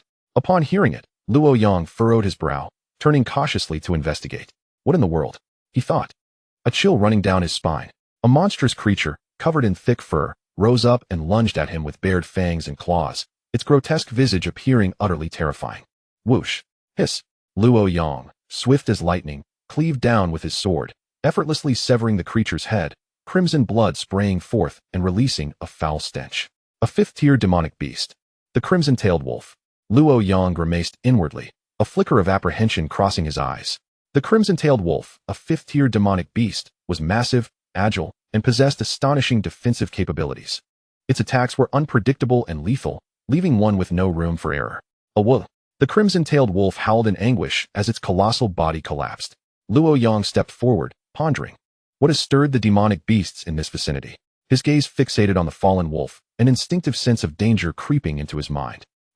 Suddenly, Luo Yang sensed something, his expression shifting dramatically. In the next moment, he leaped into the air, delivering a sweeping punch infused with overwhelming power that surged forth like thunder. Boom, crack, buzz. Accompanied by a deafening sonic boom, a colossal creature plummeted from the void, its massive body shattering upon impact, blood splattering everywhere, creating a spectacular scene. What a gigantic spider! Luo Yang's expression darkened, his gaze turning icy. The spider was adorned with dark green patterns, its 8 legs glimmering with a golden hue, exuding an aura of lethal poison. Luo Yang felt an immense sense of relief for having sensed the danger in time, narrowly avoiding the deadly venomous needles that would have otherwise injured him. Chapter 106, Desolate Lands. Had it been otherwise, Luo Yang would have found himself in dire straits today. Whoosh! Just then, a sound of rushing wind came from the other side, prompting Luo Yang to glance over. Another fifth-tier demonic beast. A grave expression appeared in Luo Yang's eyes. Hiss! 2 fifth-tier demonic beasts charged simultaneously towards him, seemingly having caught his scent, eager to devour their prey. Humph! Do they think I am afraid? Luo Yang scoffed disdainfully, narrowing his eyes. Whoosh! Whoosh! Luo Yang bent his legs to gather strength, and then transformed into a blur, shooting forth. With a single surge of energy, he dispatched both fifth-tier demonic beasts, collecting their inner cores before hastily retreating. With the threat of the fifth-tier beasts neutralized, the path ahead would be much safer. Rustle! From the lush thicket, a faint sound emerged as a cloud of black mist drifted closer. Luo Yang, still sprinting forward, halted, furrowing his brow in confusion. Strange, did I just hear something? Am I imagining things? Glug, glug. Before he could finish speaking, the sound of gulping echoed from his throat. What the hell? Luo Yang was startled, nearly jumping out of his skin. Glug! He swallowed again, his expression growing increasingly grave, beads of sweat forming on his forehead. What is happening? Luo Yang's eyes widened, fixated on the thicket. Rustle! The sound grew louder, drawing nearer to him. Luo Yang's heartbeat slowed, and he held his breath, his gaze glazed over as his heart raced. Who? Stop lurking in the shadows and show yourself. Luo Yang gritted his teeth, anger swelling within him as fear crept into his heart. Crash! Just as he finished speaking, a massive python burst forth from the underbrush. The serpent stretched several meters long, its robust body covered in pitch-black scales, exuding a bloodthirsty and chilling aura that sent shivers down Luo Yang's spine. A fifth-tier, mid-grade, bloodthirsty demon serpent. Luo Yang's face paled, and he hastily fled. Whoosh! The bloodthirsty demon serpent was incredibly swift, quickly catching up to Luo Yang, its thick tail swinging viciously. This is bad. Luo Yang's pupils dilated in terror as he caught sight of the serpent's tail barreling towards him, a wave of dread washing over him, his back drenched in cold sweat. Summoning all his strength, Luo Yang dodged desperately. Bang! In a moment of crisis, he narrowly avoided a fatal blow, but the serpent's tail struck his shoulder with brutal force, ripping through his clothing and flesh, blood pouring forth. You beast, seeking death! Luo Yang roared in indignation, enduring the pain as he swung his sword, the sharp bronze blade radiating a brilliant azure light, striking towards the bloodthirsty demon serpent. Uft! Buzz! The sharp bronze sword swiftly cleaved through the bloodthirsty serpent's neck, blood gushing forth and staining the ground with its foul odor. The bloodthirsty serpent let out a mournful wail, its massive form swaying momentarily before it begrudgingly collapsed, its vital spot severed, rendering it incapacitated. After the demise of the bloodthirsty serpent, Luo Yang finally breathed a sigh of relief. That was perilously close. This beast was remarkably formidable, Luo Yang wiped away the trickle of blood at the corner of his mouth. A chill ran down his spine as he mused. I never anticipated encountering such a powerful beast. My luck is abysmal.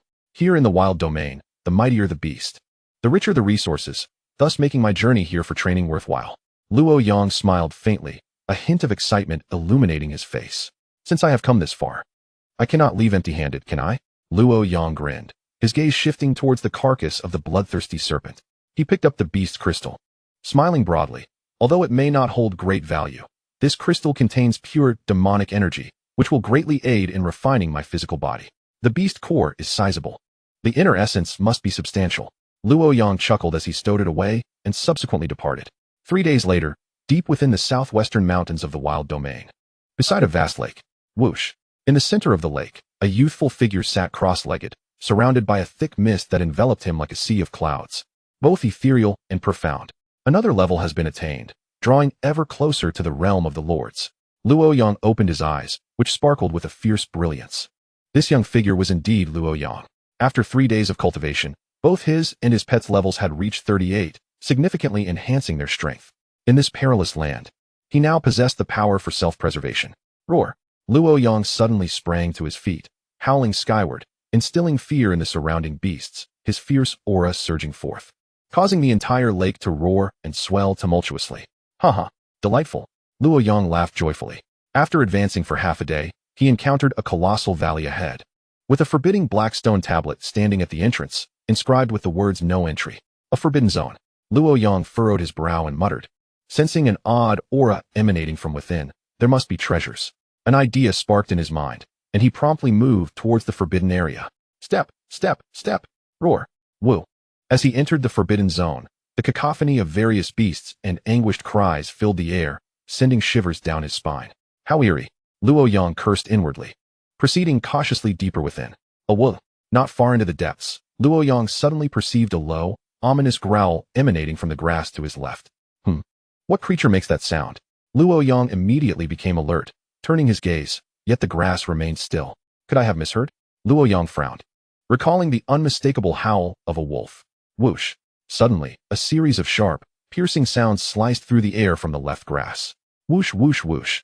Poisonous vines shot out from the foliage, rapidly ensnaring Luo Yang's arms and neck. Hiss! Instantly, several dark figures sprang from the underbrush, charging ferociously at Luo Yang. Indeed, they are beasts. Luo Yang's eyes narrowed sharply, and he immediately summoned his true energy. As the dark figures lunged at him, Luo Yang swung his sword in a sweeping arc, the indomitable blade tearing through the bodies of several beasts, crimson blood spraying forth. A woo! The beasts fell to the ground, howling in anguish, green blood oozing from their wounds, exuding a foul stench. It is actually green ghost grass. It is highly toxic. Realizing the markings on the slain beasts, Luo Yang was astonished. He could hardly believe that such precious medicinal herbs existed in this desolate land. In haste, he used his dagger to extract a piece of green ghost grass, exclaiming, not only can it detoxify, but it also enhances demonic energy. After stowing the herb in his storage ring, Luo Yang pressed onward. This forbidden zone is indeed sinister, teeming with powerful beasts. I hope I do not encounter a 6th-tier spirit beast. Luo Yang murmured to himself, his demeanor cautious and apprehensive. Roar! A woo!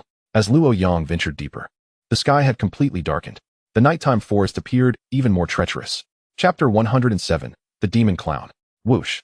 Directly ahead, dense leaves rustled twice before vanishing as if concealed by a transparent membrane, rendering it exceedingly elusive. Luo Yang furrowed his brow in confusion. Why is there a transparent membrane here? Could it be that someone has set a trap? Whoosh! Luo Yang halted, scanning his surroundings with vigilance, his gaze fixed on the tree trunk to his right. Swish! Moments later, a dark figure sprang from the tree trunk, launching a rapid and ghostly assault on Luo Yang. In that instant, Luo Yang tilted his head, narrowly evading the lethal ambush. It is actually a demon clown? Luo Yang's eyes widened as he beheld this creature. The demon clown was entirely black, with fangs and a menacing glare brimming with savagery and a thirst for blood, emanating a potent corrosive aura that instilled fear in all who encountered it. Why are there such monsters here? Luo Yang felt a swell of frustration, thinking, it seems I must find a safer place. Everything here is too bizarre. A woo! The demon clown let out a deep, furious roar, its speed terrifyingly swift, closing the distance to Luo Yang in the blink of an eye, its pitch-black claws descending with the force of thunder, accompanied by a sharp, ear-piercing crack. Humph. A mere trick. You seek death. Luo Yang retorted coldly, then thrust his fist forward, fierce and unyielding. Bang. The fist and claw collided, producing a dull thud. Staggering back, Luo Yang ultimately halted, a sharp pain radiating from his chest. Such terrifying power. Luo Yang frowned, realizing he had underestimated the demon clown's might. Whoosh. Uft. The demon clown renewed its offensive, its razor-sharp claws slicing through the air with the swiftness of a blade, cleaving downward with the force of a thunderous storm. How swift! Luo Yang's complexion changed dramatically as he frantically dodged, yet he still bore several deep gashes. Such an eerie attack, its speed is unfathomable. It is even more terrifying than my sword control technique. Luo Yang was inwardly astonished. He understood that he had gravely underestimated the demon clown's strength. What kind of beast is this? Luo Yang pondered internally, simultaneously employing his sword control technique to counterattack. Yet each strike was effortlessly deflected by the demon clown. In mere seconds of combat, Luo Yang was already battered and bruised, his complexion pale, beads of sweat forming on his forehead. The combat prowess of the demon clown was overwhelmingly formidable, surpassing all expectations. Luo Yang activated the eye of the underworld to scan the creature. His pupils constricted sharply. Name, Demon Clown. Attribute, Demon. Level, LV42, Extraordinary. Potential, LV62, Lord Level. Racial skills, 1, Demon Descent, 124-1000, Mastery. Evolution Path, 7, Mutation Path, 1. Lord Level, Demon Clown, Calamity Level, Unknown Clown King. Another beast with Calamity Level potential. Luo Yang resolved firmly within himself that he must contract this creature. The Demon Clown aligns perfectly with the assassin role within his team, promising substantial benefits to their collective strength. Roar. The demonic jester launched a fierce onslaught against Luo Yang once more, moving with an astonishing swiftness that left Luo Yang barely able to react. Clang. In a moment of desperation, Luo Yang raised his sword to defend himself, and with a sharp sound, sparks flew as the jester's assault was abruptly thwarted. Whoosh. Seizing the opportunity after his initial strike was blocked, the demonic jester struck again with alarming speed. Bang! Luo Yang, caught unawares, was struck in the chest by a powerful kick, sending him flying 10 meters away to the ground. Coughing, he spat out a few mouthfuls of congealed blood, the excruciating pain causing him to grimace. The demonic jester looked upon him with derision, his eyes filled with contempt. Immediately, an aura of darkness enveloped him, and he vanished into the shadows. Buzz! In an instant, the demonic jester reappeared behind Luo Yang, his sharp black claws aimed directly at Luo Yang's throat. The jester's speed was so remarkable it seemed almost imperceptible. Danger! Sensing the imminent threat, Luo Yang's expression changed drastically. The jester was a mere 5 centimeters from Luo Yang's neck, his razor-sharp claws already grazing his skin. In a split second, Luo Yang rolled away in a panic, narrowly evading the jester's attack and tumbling several meters away. Whoosh! The jester's claws struck the ground where Luo Yang had just been, carving a deep gash that nearly bisected him. With a furious flapping of his wings, the jester unleashed a tempestuous gale, stirring up a maelstrom of dust and debris. As a peculiar entity among the bizarre beasts, the demonic jester excelled in tracking and possessed an unparalleled advantage in speed, making him a formidable opponent. A moment's negligence could lead to annihilation. Moreover, his unique ability to merge with shadows allowed him to strike without warning, making him nearly impossible to defend against. One could say he stood at the pinnacle of the assassin's hierarchy. Gasping for breath, Luo Yang wiped the sweat from his brow, inwardly cursing the cunning beast. Just moments ago, he had nearly met his demise. Howl! The demonic jester launched into a frenzied assault, his piercing roar echoing through the forest like the wails of 1,000 tormented souls. Today, I shall make you kneel and sing of your defeat, Luo Yang declared through gritted teeth, raising his sword to confront the foe. Whoosh whoosh whoosh. Boom. Uft. The two engaged in a furious clash, the brilliance of the sword and the shadows of the claws flickering amidst a cacophony of explosive sounds. Whoosh whoosh whoosh. The intense struggle continued for dozens of exchanges. The more powerful the jester appeared, the more determined Luo Yang became to contract him as his beast companion. It must end now, Luo Yang bellowed, channeling his true essence into his sword, which erupted in a dazzling silver light, exuding a bone-chilling aura. Frostblade dance, Luo Yang shouted, swinging his sword with all his might, unleashing a massive wave of icy sword energy that tore through the air with tremendous force. Whoosh! The demonic jester revealed a grotesque grin, his energy surging as he opened his jagged black maw, unleashing a torrent of malevolent energy. Whoosh! He expelled a sphere of purplish-gray light, imbued with devastating power. radiating an overwhelming dominance that was utterly terrifying. Bang! Ah! In a flash, the purplish-gray sphere collided with the icy sword energy, resulting in a cataclysmic explosion that generated a horrific shockwave, sweeping destructively in all directions. Stumbling backward, Luo Yang was violently propelled away, barely managing to keep his footing. Hiss! Struggling to stabilize himself, he sensed a tumultuous unease within, instinctively gasping for breath. Is that the power of a demon? Luo Yang stared in astonishment. Indeed, the power of a demon is truly fearsome, he thought, filled with trepidation. The purplish-gray sphere released by the demonic jester contained an extraordinarily terrifying evil force, capable of obliterating both his body and soul. Whoosh! Before Luo Yang could regain his composure, the demonic jester charged at him once more, his assault swift and brutal, leaving no room for defense. Chapter 108, Defeating the Demon. Whoosh! Clang! Startled, Luo Yang hurriedly swung his sword to block, the crisp sound of metal clashing resonating once again. Humph! The demonic jester sneered coldly, his claws stained with a hint of crimson blood, as he savagely slashed at Luo Yang's neck. Such terrifying strength! If it weren't for my mystic tortoise armor shielding me, I would have perished beneath its claws long ago. Luo Yang mused, a bitter expression crossing his face. The jester's speed was overwhelming, and his attacks were relentlessly aggressive, leaving Luo Yang with no opportunity for retaliation. This cannot continue. I must find a flaw. Luo Yang pondered deeply. Whoosh! The demonic jester lunged again, mercilessly aiming for Luo Yang's throat.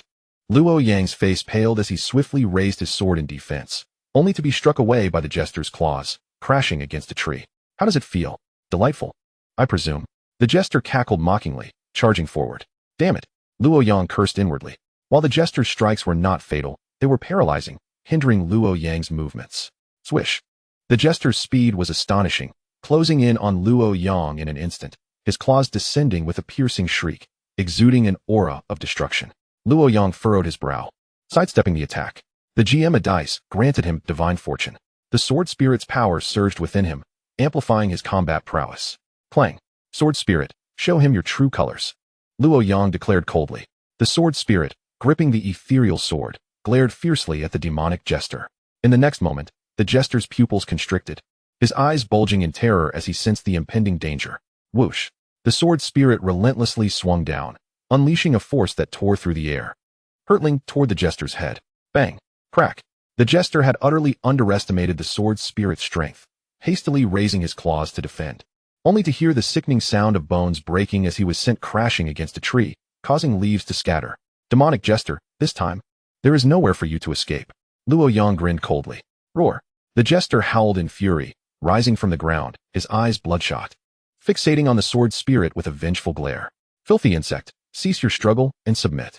The sword spirit declared coldly, its chilling voice sending shivers down the spine. Buzz!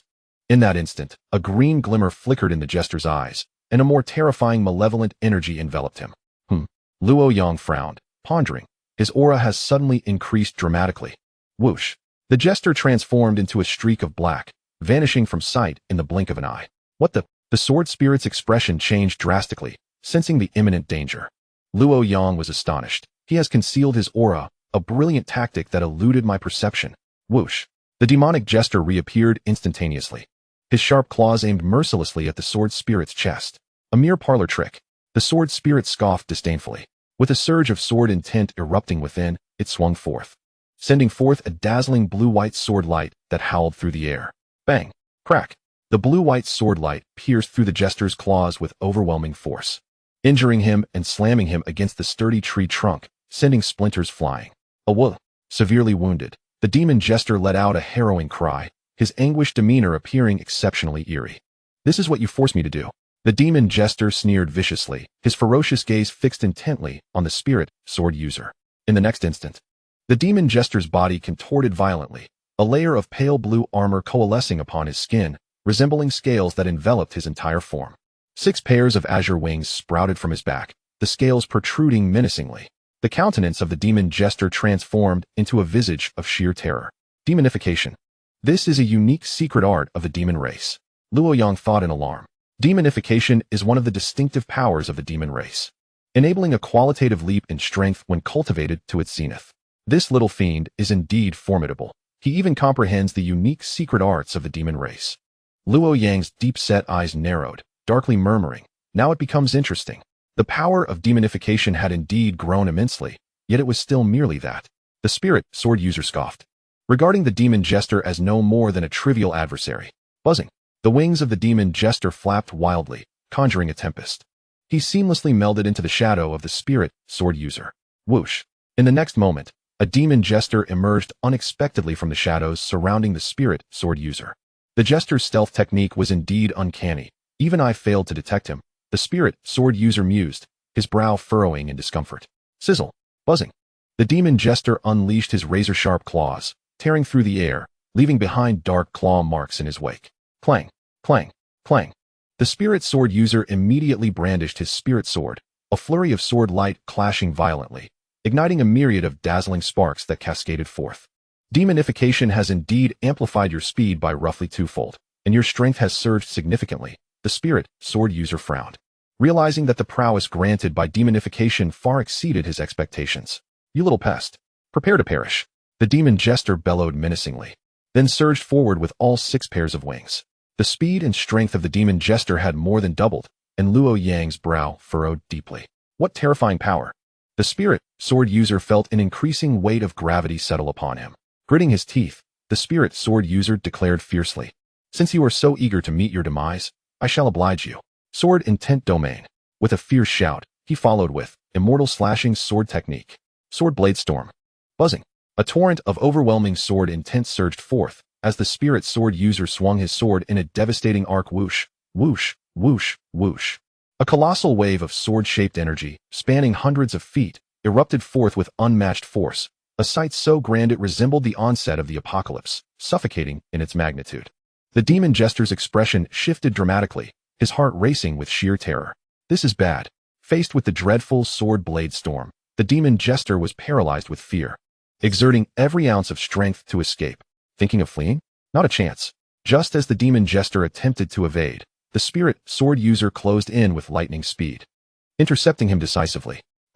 The demon jester howled in anguish, pinned helplessly beneath the foot of the spirit sword user, utterly unable to resist. The demon jester has been defeated. Luo Yang shook his head in quiet dismay, lamenting the loss. The spirit sword user cast a haughty glance at the fallen demon jester amidst the ruins, stating indifferently, "Demon jester, you now face 2 choices. Either submit to me and become my pet, or face death. Curse you. I am a noble demon. I shall never bow to despicable humans like you." The demon jester spat furiously, his eyes nearly shooting fire. "It seems you have chosen the latter." The spirit sword user replied, his expression as cold as ice.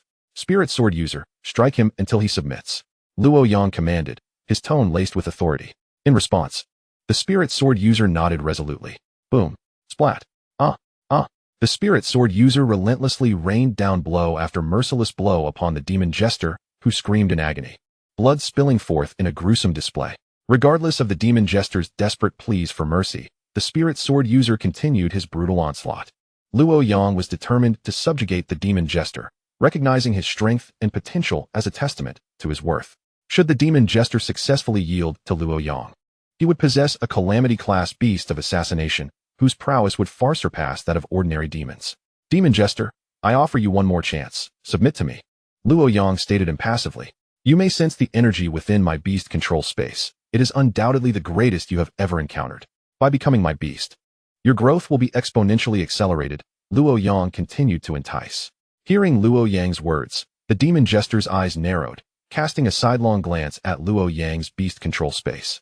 His expression complex. "I don't possess that much patience," Luo Yang replied coldly. "Humph."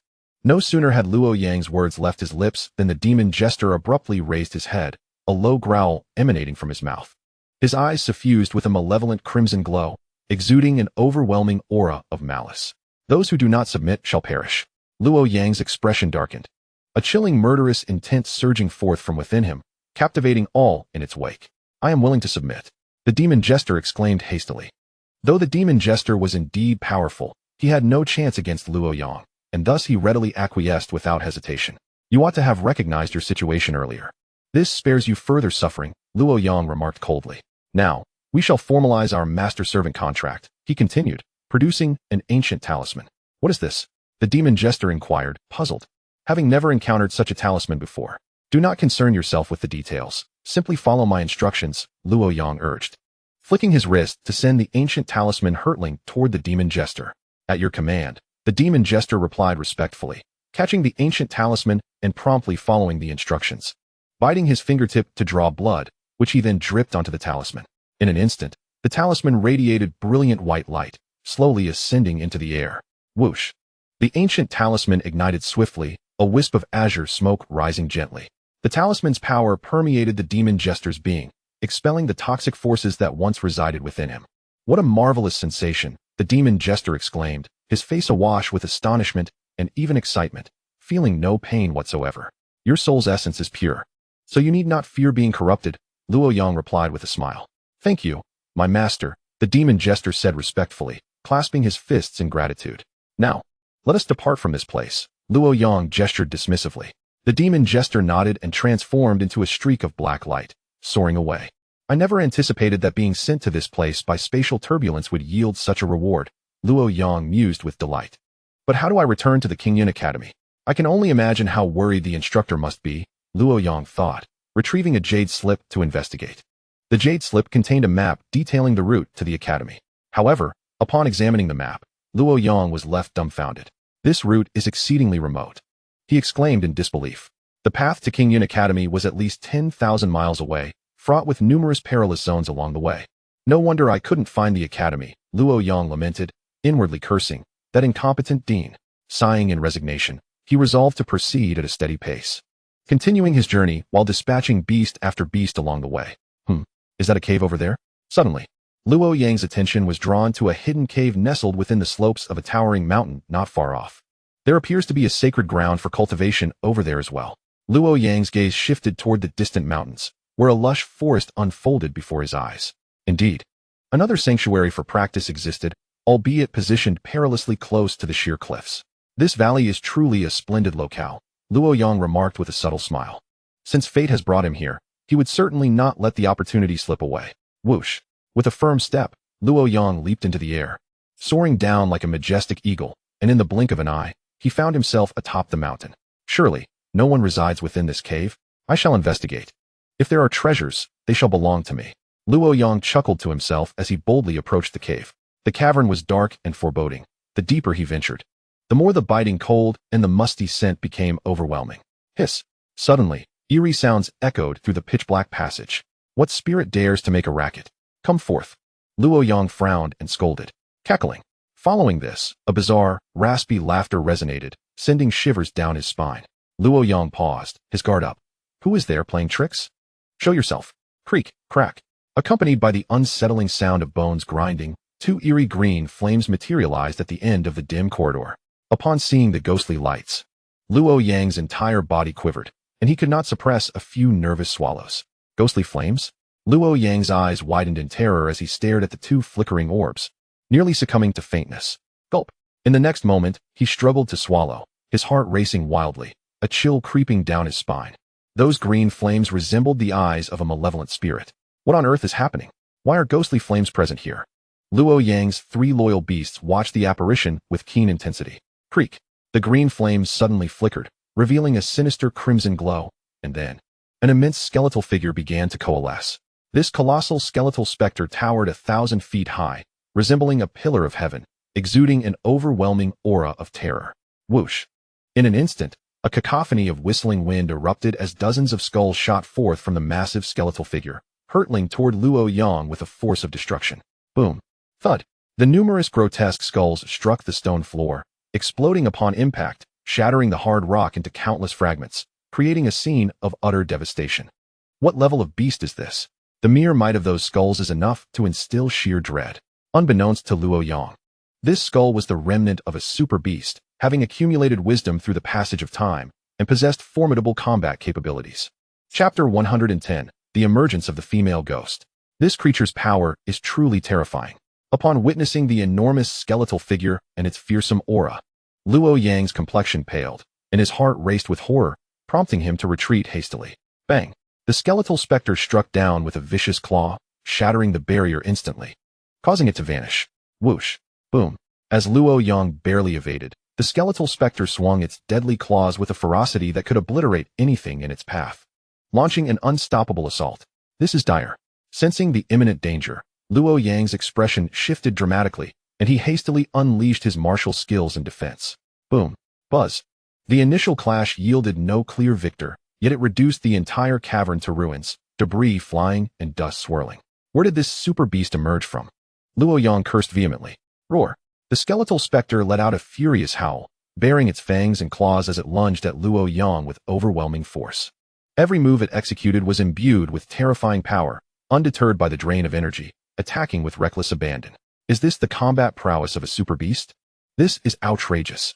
Luo Yang, unwilling to be outdone, retaliated fiercely, and for a moment, they were evenly matched, neither able to gain the upper hand. Even though their strengths were on par, neither dared to unleash their full power. For the uncertainty of whether this was merely a probing attack, or if there lay hidden strategies kept them cautious. Should one recklessly employ their strongest techniques? They risked exhausting themselves without subduing the foe, potentially even losing their life. Roar. The skeletal specter bellowed in rage, its visage grotesque as it lunged at Luo Yang. Damn it. I refuse to believe I cannot subdue you. Luo Yang cried out, his eyes bloodshot as he fervently summoned the energy within him to meet the challenge. The two engaged in a frenzied battle, the clash shaking the very heavens and earth. Half an hour later. Puff. Thud. After an intense struggle, Luo Yang was wounded by the skeletal specter, spitting blood, his complexion as pale as a ghost. Meanwhile, the skeletal figure began to fade significantly. Bang, bang, bang.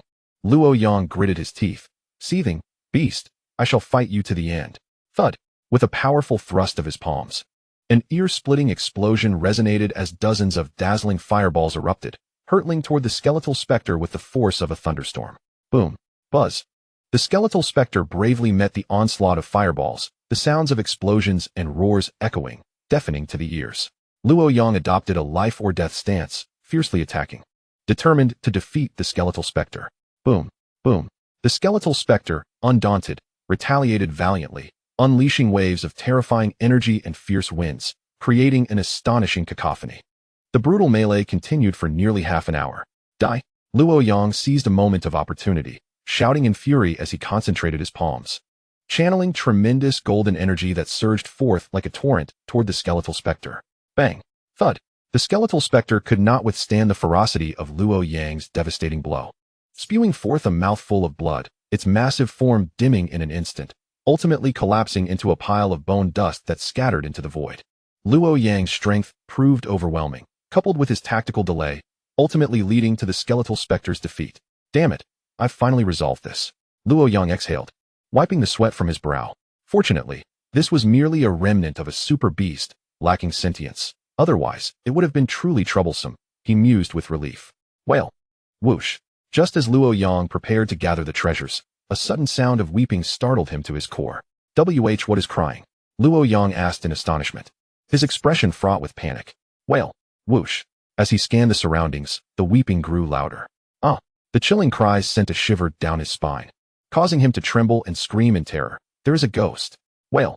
The eerie cries drew ever closer, chilling him to the bone, as if a vengeful spirit lamented.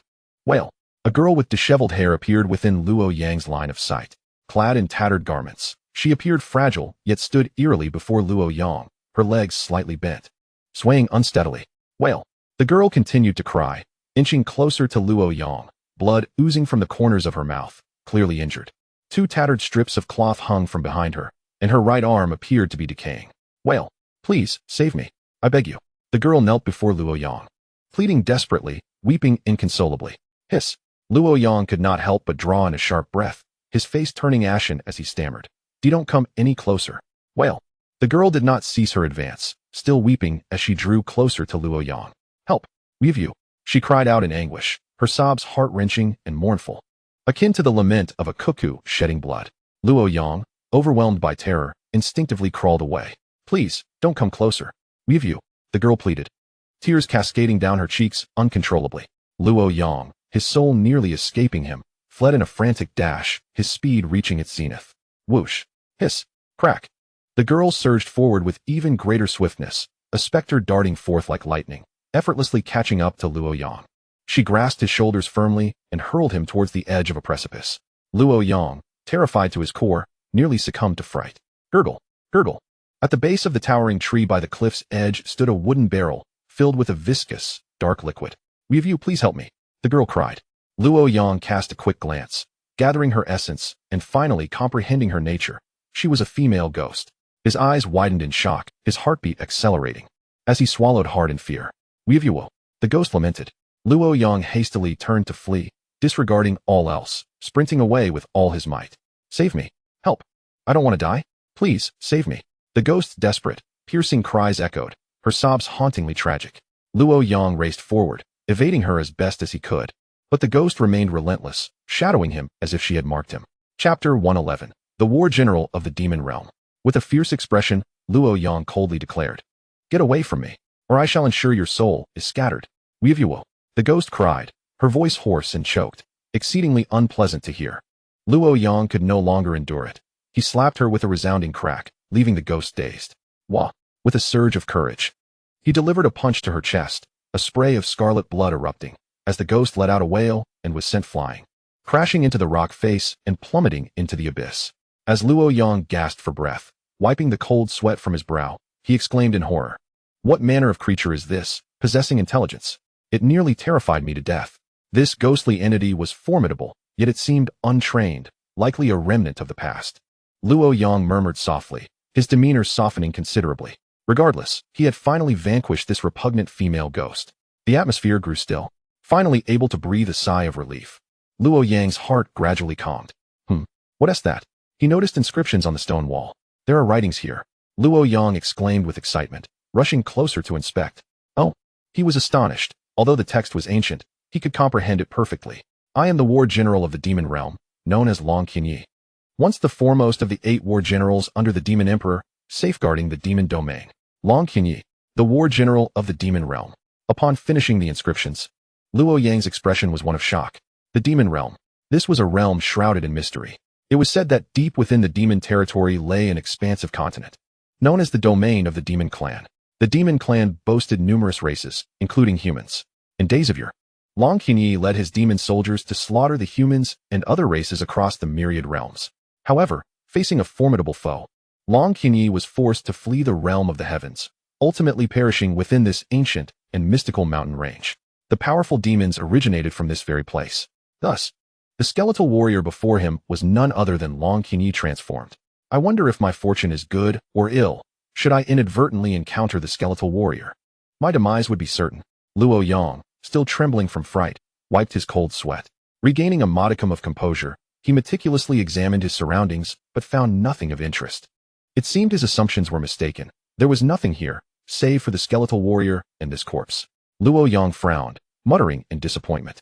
Although he had not uncovered any treasures of inheritance, he still felt a sense of dissatisfaction.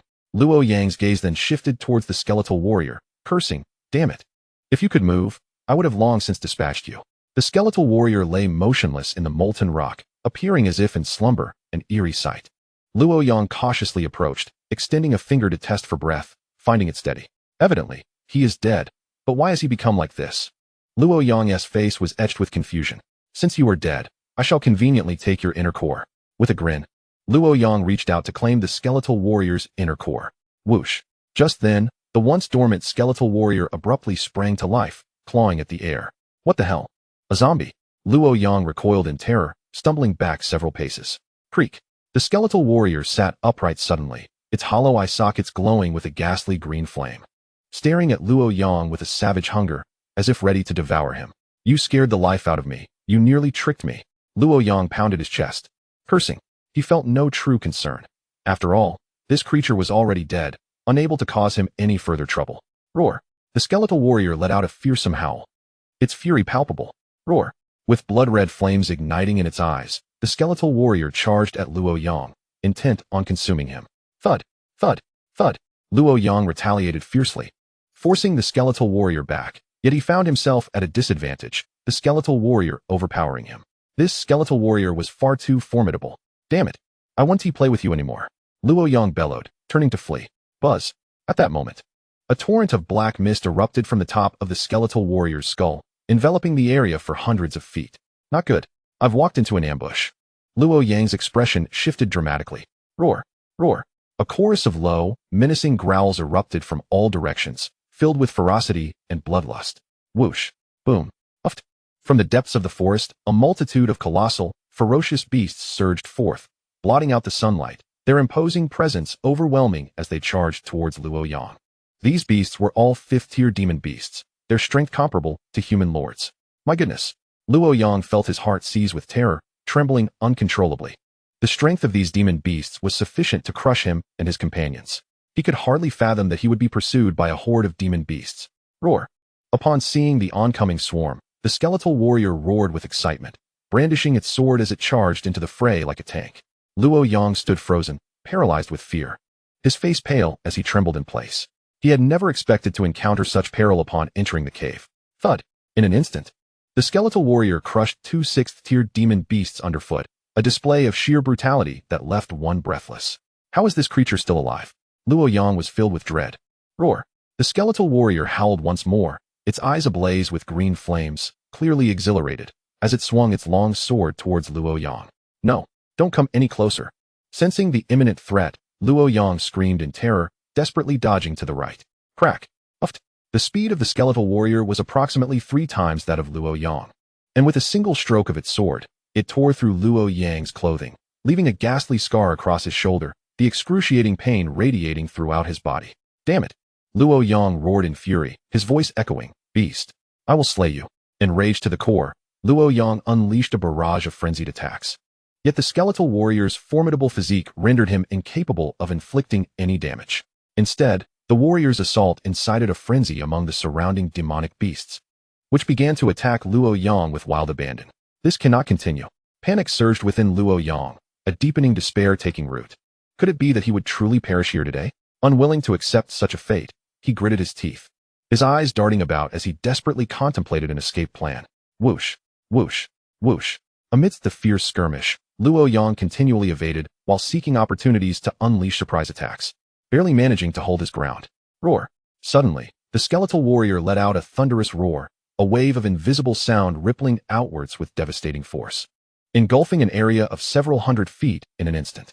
The entire forest erupted in chaos, ancient trees disintegrating into dust in a scene both magnificent and terrifying. What a dreadful sound! Luoyang felt a surge of terror, his face paling as he nearly collapsed to the ground in fear. Crack! Crack! Crack! Following this, countless dark runes appeared on the surface of the skeletal warrior's body, emanating a chilling and eerie aura. This is bad. It is unsealing its power. Luoyang's expression shifted dramatically as he sensed the change in the skeletal warrior, and he cried out in alarm. Roar! The skeletal warrior bellowed in rage, its thunderous roar reverberating like a clap of thunder, causing Luoyang's very soul to ache. Swish! The skeletal warrior swung its long sword with ferocity, launching it towards Luoyang with a piercing shriek that tore through the air, aimed mercilessly at his back. Damn it! Luoyang cursed under his breath, immediately halting his movement. Clang! Buzz! In a flash, Luoyang raised his arms defensively, blocking the skeletal warrior's lethal strike. Chapter 112. Dragon's Lair and Tiger's Den. Clang! The sound of metal clashing rang out, crisp and resounding. The skeletal warrior's lethal strike was surprisingly halted, unable to advance even a fraction. Huh, it's unharmed. Luoyang was taken aback by the unexpected turn of events. Boom. Suddenly, Luoyang's palms surged with robust energy, and he unleashed a powerful punch that resonated with a heavy boom, sending the skeletal warrior hurtling backward and knocking nearby demonic beasts away. The sheer force of Luoyang's punch was terrifying. Although the skeletal warrior's defenses were formidable, it could not withstand the blow, being sent flying thousands of meters to crash upon a mountain peak. Roar! The skeletal warrior emitted an enraged and mournful howl, though it possessed human-like intelligence. It was merely a puppet, devoid of its own consciousness and thought. Its awareness remained frozen at the moment of its death. It would only truly awaken upon breaking its seal. At this moment, the skeletal warrior leaped from the mountaintop, fueled by a wrathful fury as it charged towards Luoyang. Humph! Allow me to show you the meaning of cruelty. Luoyang sneered as he observed the approaching skeletal warrior, channeling all his vital energy and inner strength into his arms, delivering a ruthless punch. Whoosh! Whoosh! Luoyang's fists were imbued with an exceedingly formidable power. Akin to a tidal wave, the force of his punches creating a gale that shook the very air. Swish! Bam! Buzz! In the blink of an eye, the two fists collided, perfectly intercepting the skeletal warrior's assault. They remained locked in a fierce struggle for some time before unleashing an even more ferocious shockwave. Thud! Thud! Both combatants were hurled backward, each spitting blood and sustaining significant injuries. What the hell? This beast's strength is overwhelming. Luo Yang was astonished, secretly alarmed, as he had not anticipated the skeletal warrior to possess such immense power. He dared not linger, swiftly retreating to a safe distance, keeping a wary eye on the skeletal warrior. How could this monster's strength have increased so dramatically? It was utterly unfathomable, Luo Yang mused in terror. Bang, bang, bang.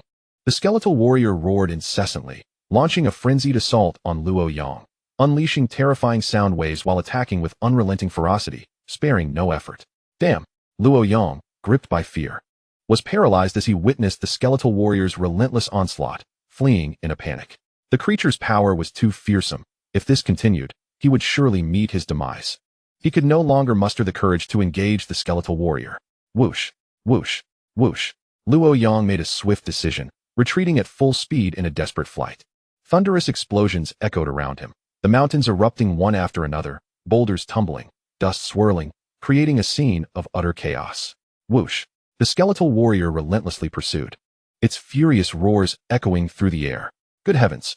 Its strength is increasing, and its speed surpasses what it was before. Luo Yang, while fleeing, shouted in terror. Whoosh, whoosh, whoosh. The skeletal warrior pursued with unyielding ferocity, launching terrifying sound waves and sword strikes. Luo Yang had no time to spare, sprinting with all his might. Should he slow down, he would undoubtedly be caught and slaughtered. Fortunately for Luo Yang, his luck held as he soon managed to evade the skeletal warrior. Panting heavily, his face ashen, he trembled with exhaustion, drenched in sweat, overwhelmed by danger. Thank goodness I'm clever enough. Otherwise, I would have perished long ago, he thought. Still shaken by the earlier events, the horrifying scene lingered in his mind, sending chills down his spine. That beast is truly terrifying. Had I been even a moment late, I would have likely been doomed. Luo Yang took several deep breaths, trying to calm his racing heart. Just then, Luo Yang furrowed his brow, his gaze drifting to the right. In his line of sight, he vaguely discerned several small dark spots. How strange, those weren't there a moment ago. Luo Yang frowned, puzzled, suspecting he was seeing things. Upon closer inspection, he realized the small dark spots were rapidly enlarging, soon vanishing from view. What could those be? Luo Yang pondered, filled with confusion, but he had no time to dwell on it. Hastening forward, before long, he spotted a towering tree. Hiss! The tree, lush and abundant, stood at least 30 to 40 meters tall. At this moment, Luo Yang crouched beneath the tree, seeking respite. Whoosh, whoosh. Suddenly, an eerie sound of wind slicing through the forest reached his ears, sending shivers down his spine. Something is amiss. Luo Yang's expression shifted abruptly. He opened his eyes wide and sprang to his feet. Who is there? He called, scanning his surroundings, yet finding no trace of anyone. Just as he lifted his gaze, his pupils constricted in shock as he noticed the massive tree above him swaying ominously. Boom. At that moment, the tree shook violently, exhibiting a disturbing inclination. What is happening? How can a tree move? Luo Yang's face drained of color, utterly astonished. The tree was indeed moving, and it was not a one-time occurrence. It seemed to sway at intervals. In that moment, Luo Yang finally realized that the entire forest was quaking.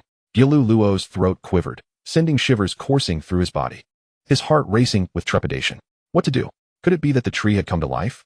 A grotesque thought flashed through Luo Yang's mind. Just then, the great tree began to shake violently, accompanied by a piercing sound of tearing.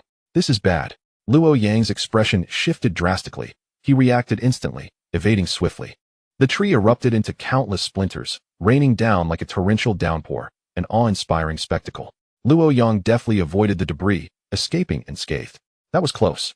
As the imminent danger dissipated, a sigh of relief escaped Luo Yang's lips. It was as if he had narrowly escaped the tiger's den only to stumble into a wolf's lair, inadvertently arriving at the tree spirit's dwelling. Whoosh! Hardly had Luo Yang settled down when a skeletal warrior surged forth from the forest, malevolent and aggressive. What the? How cunning! It ambushed me. Luo Yang was overwhelmed with fear, nearly collapsing to the ground. Roar! The skeletal warrior let out a furious roar, its claws slashing through the air with terrifying sharpness, aiming for Luo Yang's neck. Then let us fight. A fierce determination crossed Luo Yang's face. Whoosh! Clang!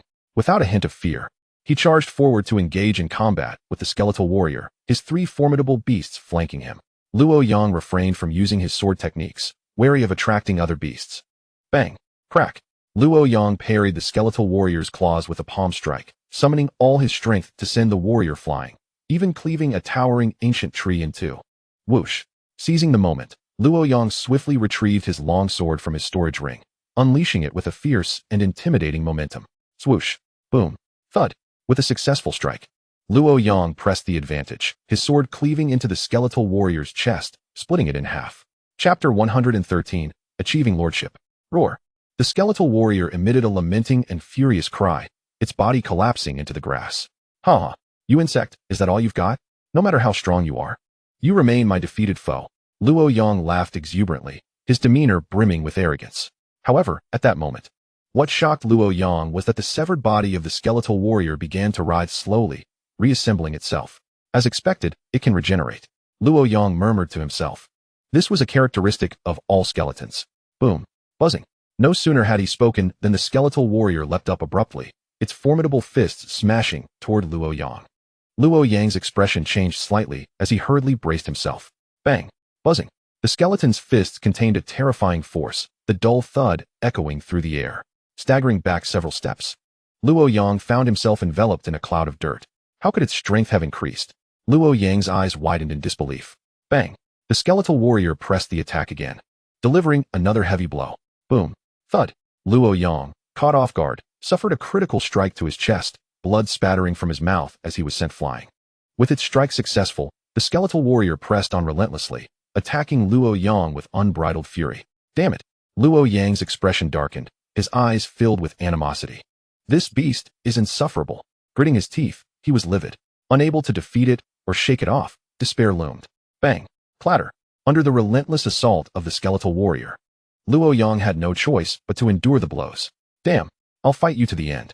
Luo Yang cursed angrily before brandishing his spear, aiming directly at the skeletal warrior's head with a fierce thrust. Whoosh.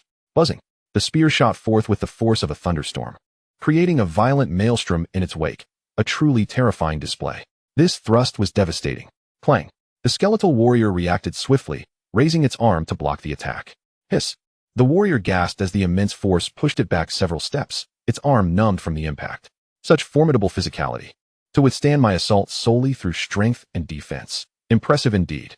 Luo Yang's deep-set eyes scrutinized the skeletal warrior, a flicker of wariness in their depths. Roar. The skeletal warrior, engulfed in rage, unleashed another furious howl, charging forth once more, seeking death. A glint of cold light flashed in Luo Yang's eyes as he met the charge head-on. Spear in hand. Bang. Bang. Bang. Luo Yang unleashed a relentless barrage of fierce strikes, akin to a torrential downpour. The skeletal warrior had no time to evade, relying solely on its formidable defenses to absorb the blows. Yet Luo Yang's power was terrifying, and his speed overwhelming. The skeletal warrior could scarcely retaliate. Boom. A deep thud resounded as the skeletal warrior was once again forced back. Luo Yang grew increasingly emboldened, attacking while taunting. You little pest. Don't even think about escaping. You shall perish here today. Roar.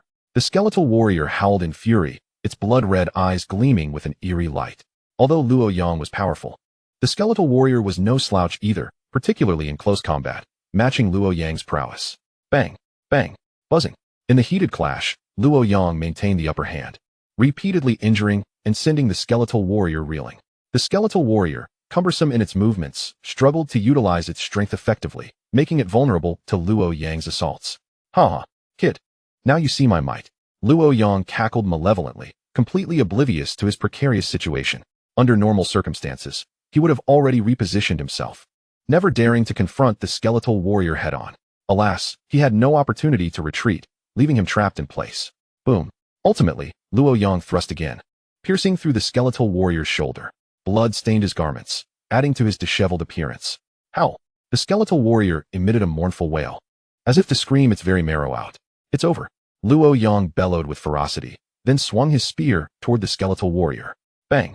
The skeletal warrior's speed faltered momentarily, the spear striking true at its forehead, producing a thunderous explosion. Clatter. The skeletal warrior's head exploded, its massive form collapsing lifelessly to the ground, devoid of any further movement. At last, Luo Yang found himself safe, exhaling a quiet sigh of relief. As the experience notification chimed, his three formidable beasts, the Spirit Swordmaster, the Azure Demon Dice, and the Demon Jester, each ascended to the rank of Lord, achieving a significant advancement. The Spirit Swordmaster felt a surge of power within, its strength escalating to an entirely new level. The Azure Demon Dice's support abilities became increasingly formidable, capable of reviving as long as there was a breath left. The demon jester, possessing the ability to consume malevolent thoughts, could absorb pure evil energy. The trio hovered in the air, surveying the dense black mist surrounding them.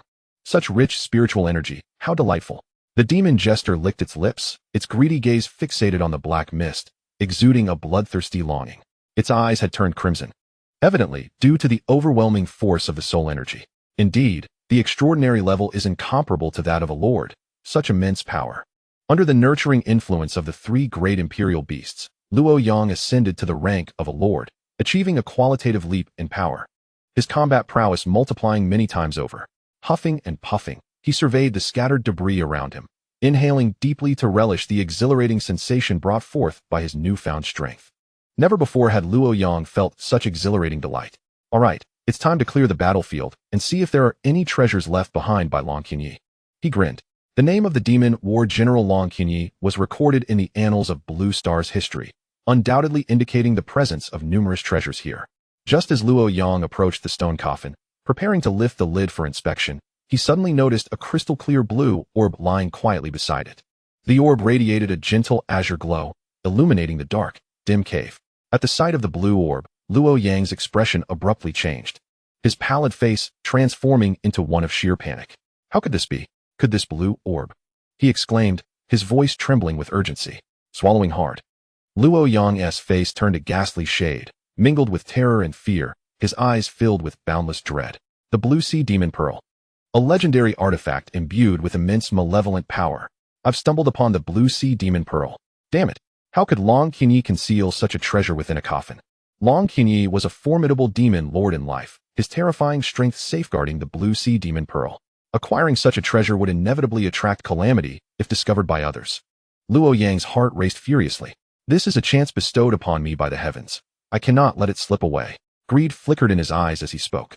Chapter 104. The Blue Sea Demon Pearl. Luo Yang took a deep breath and swiftly sealed the coffin to prevent outsiders from discovering it. After completing these tasks, he felt slightly more composed, yet anxiety continued to gnaw at him. Fortunately, I noticed it in time, otherwise, if others from rival factions arrived to seize it, I would have regretted it too late. Luo Yang breathed a sigh of relief, beads of sweat forming on his forehead, his back drenched. The Blue Sea Demon Pearl was of immense value, an object of envy to all who beheld it. However, this was contingent upon Luo Yang possessing sufficient strength to protect it. Having reached the Lord level, I am not far from the Monarch level. I can certainly safeguard the Blue Sea Demon Pearl, Luo Yang declared with unwavering confidence. Subsequently, he immediately sat in meditation to consolidate his realm. With a whoosh, Luo Yang brought his palms together, channeling a mighty surge of spiritual energy into his meridians, cleansing his entire body and enhancing his physical strength. Once adequately prepared, he approached the Blue Sea Demon Pearl, his gaze fixed intently upon it. Since fate has led me to it, I shall not let it escape. Luo Yang's smile turned sinister as he reached out for the Blue Sea Demon Pearl. The moment his fingers grazed the surface of the Blue Sea Demon Pearl, a wave of chilling warmth enveloped him. What is this? Luo Yang was momentarily taken aback. The Blue Sea Demon Pearl emanated a cool, comforting aura that enveloped him in sheer bliss, causing his pores to open as if he were soaking in a warm bath. This sensation, how delightful.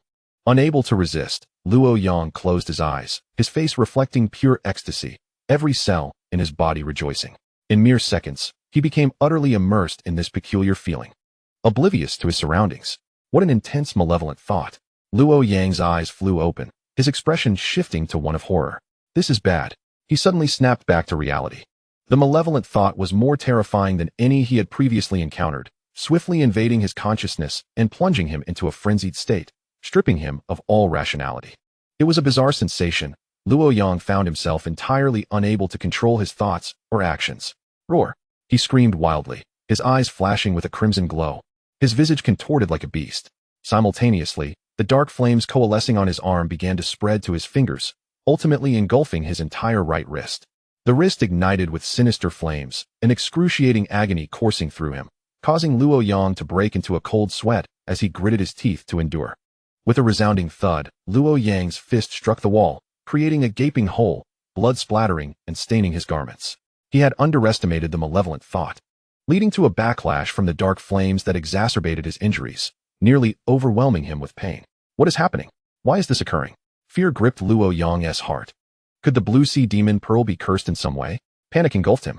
This dark fire's power is growing ever more terrifying. Luo Yang's complexion turned ashen. His body convulsing as beads of sweat the size of peas slid down his forehead. He felt the dark flames within him crawling up his arm, scorching every inch of his skin. My flesh, bones, organs, blood, it all feels as if it is being devoured. He cried out in anguish, his voice piercing and sharp, teetering on the brink of collapse. The torment he endured was excruciatingly heart-wrenching.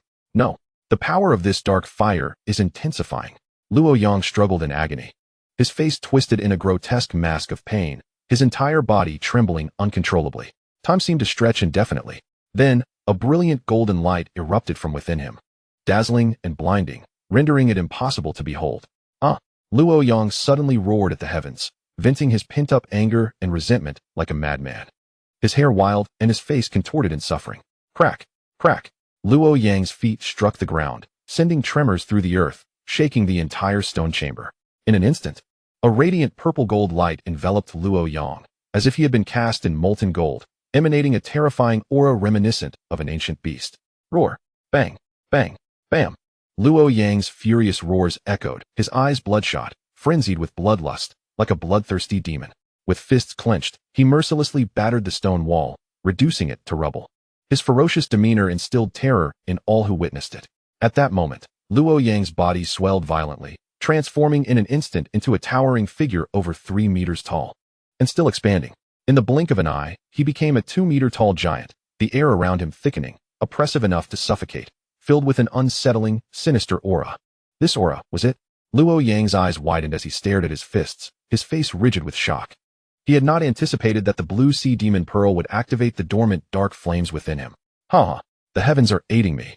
Luo Yang laughed with uncontainable excitement, his spirits soaring as he realized the truth. Although the power of the dark flames was formidable, it had its limits. As long as he enveloped the blue sea demon pearl with true essence, he could withstand the dark flame's power. This blue sea demon pearl is mine. Thank you, Demon War General, for bestowing upon me such a precious treasure. I, Luo Yang, will utilize it wisely, elevating the reputation of the blue sea demon pearl even further. The art of the dark spirit was indeed domineering. Luo Yang's exhilaration grew, his hands gripping the blue sea demon pearl tightly. His thoughts racing. The power of the dark flames was too overwhelming. He needed to subdue it swiftly.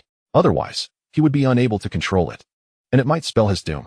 With a hum, Luo Yang activated his true essence, pouring it into the blue sea demon pearl. In an instant, the blue sea demon pearl in his grasp radiated brilliant purple-gold beams of light, the dark flames it emitted becoming even more intense. Luo Yang's entire being was enveloped by the sinister purple-gold malevolent fire, save for his eyes.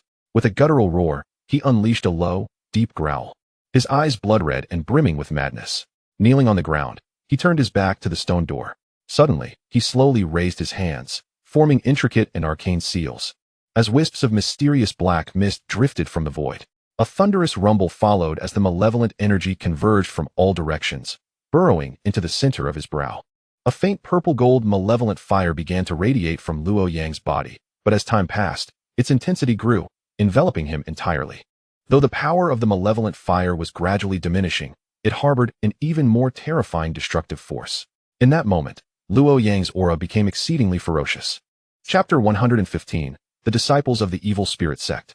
Luo Yang's body and head were cloaked in the purple-gold malevolent fire, and one could faintly hear the low growls emanating from his lips. After a brief moment, Luo Yang's body regained its tranquility, and his eyes cleared, though remnants of the profound purple-gold malevolent fire lingered. Finally, it had been thoroughly consumed. Luo Yang exhaled a breath of murky air, beads of cold sweat cascading down his face, revealing his evident fatigue. Although the purple-gold malevolent fire within him had been entirely expended, he had gained tremendous enhancement. This blue sea demon pearl was indeed a treasure. It could aid cultivators in absorbing the power of malevolent fire. Luo Yang's heart swelled with joy. In just a few months, the malevolent fire could be completely purified. Malevolent fire was a wondrous entity of heaven and earth, capable of assisting martial cultivators in refining their physique and mental fortitude, and even aiding practitioners in breaking through bottlenecks. This was truly an extraordinary opportunity. It was high time to return to the Qingyun Academy. After so many days of delay, my teachers must be worried. Rising to his feet, Luo Yang wiped away the cold sweat, a gentle smile gracing his face as he murmured, "No matter the cost, I must acquire it. I shall become stronger than anyone else. With that, he leapt into action, swiftly departing the cave. However, a sudden frown crossed his brow as he sensed an anomaly. Boom! From the distant forest, a deafening sound erupted, and a vast, overwhelming aura swept through the area, frightening the surrounding birds. What was happening? Luo Yang halted, his gaze fixed on the source of the aura, his expression turning grave. That was the presence characteristic of a Lord-level entity. In that instant, a figure clad in black robes burst forth from the forest, hurtling toward Luo Yang. This shadowy figure moved with astonishing speed, cutting through the air with a piercing whoosh. The aura felt somewhat familiar. Luo Yang scrutinized the figure, his brows arching slightly, his eyes glinting with icy resolve. In mere minutes, the figure appeared before Luo Yang. The black-clad individual wore a veil, revealing only a handsome yet sinister visage, exuding an aura of dread, particularly with those piercing eyes that radiated a chilling intensity, instilling fear in the hearts of onlookers. Most strikingly, a bizarre black flower pattern adorned the right shoulder of his robe, emitting a strange black flame. This individual was imposing, wielding a pitch-black longsword, radiating a menacing aura of malevolence, as if he had emerged from a realm of slaughter and bloodshed. Luo Yang furrowed his brow, his pupils constricting as he asked in a low voice, "A disciple of the evil spirit sect?" "Indeed," the black-clad man replied with indifference, his voice slightly hoarse, infused with a malevolent energy that starkly contrasted with that of the orthodox disciples of the evil demon hall. "Since you know I am a disciple of the evil spirit sect, you must realize that your fate is now in my hands." The black-clad man cast a cold glance at Luo Yang, his words chillingly deliberate. "Huh." Luo Yang scoffed, unperturbed, and replied arrogantly, "I acknowledge your strength is commendable. Your physical prowess is at the mid-level of a lord. However, you must be underestimating me. With your meager skills, do you truly believe you can capture me? What a delusion." "Oh." The black-clad man momentarily appeared taken aback, but his expression quickly shifted as a sinister light surged forth from his gaze. Penetrating and frigid, "You indeed possess the audacity to be arrogant, but today, you shall meet your demise." With that, the black-clad man unleashed his attack, swinging his dark sword in a ferocious arc, the blade slicing through the air, accompanied by a sharp, piercing sound. "Humph. Overestimating your abilities." Luo Yang grinned, shaking his head dismissively as he swiftly evaded the strike. Bang! As Luo Yang evaded, the black-clad man's sword cleaved through empty space, unleashing a terrifying force that shattered the ground beneath him, sending dust swirling into the air. The black-clad man, quick to react, extended his fingers like claws, lunging for Luo Yang's throat. A mere parlor trick. Luo Yang smirked disdainfully, employing his agility to sidestep the lethal attack. Bang! Bang! Bang! The black-clad man launched 3 consecutive assaults, all in vain, his expression darkening as a result. Whoosh! In the next moment, the black-clad man's figure flickered, transforming into a blurred shadow that exploded away, roaring, "You dare to toy with me? You're rather astute. I'm impressed you caught on so quickly." Luo Yang shrugged, a roguish grin on his face.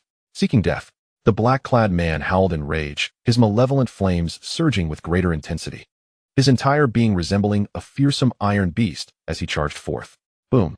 Midway, the black-clad man stomped his right leg against the ground, producing a resounding explosion. Utilizing the force to propel himself forward like a speeding arrow, his pace as swift as thunder, Luo Yang's beast spirit, the swordmaster, stepped forward, eager to test her strength after breaking through to the lord level, hoping to hone her combat prowess through battle. Whoosh, whoosh, whoosh. In the blink of an eye, the swordmaster unleashed 3 sword techniques, each radiant blade of icy brilliance hurtling toward the black-clad man. Buzz! In an instant, the black-clad man gripped his long sword and began to dance it in a deadly ballet, releasing boundless malevolent energy that coalesced into a multitude of skulls in the void, each filled with resentment and bloodlust. Puff, puff, puff, buzz. In a flash, the 2 terrifying energies collided, igniting a tumult of fiery ripples. The swordmaster's sword techniques proving fiercely formidable and awe-inspiring. Whoosh, whoosh, whoosh. Yet, in the next moment, the skulls suddenly broke free from the malevolent energy, hurtling toward the swordmaster with astonishing speed. A trivial stunt. The swordmaster smirked with disdain, her body spinning as she swung her sword in defense. The clash of metal ringing out in rapid succession. Boom, boom, boom. Puff.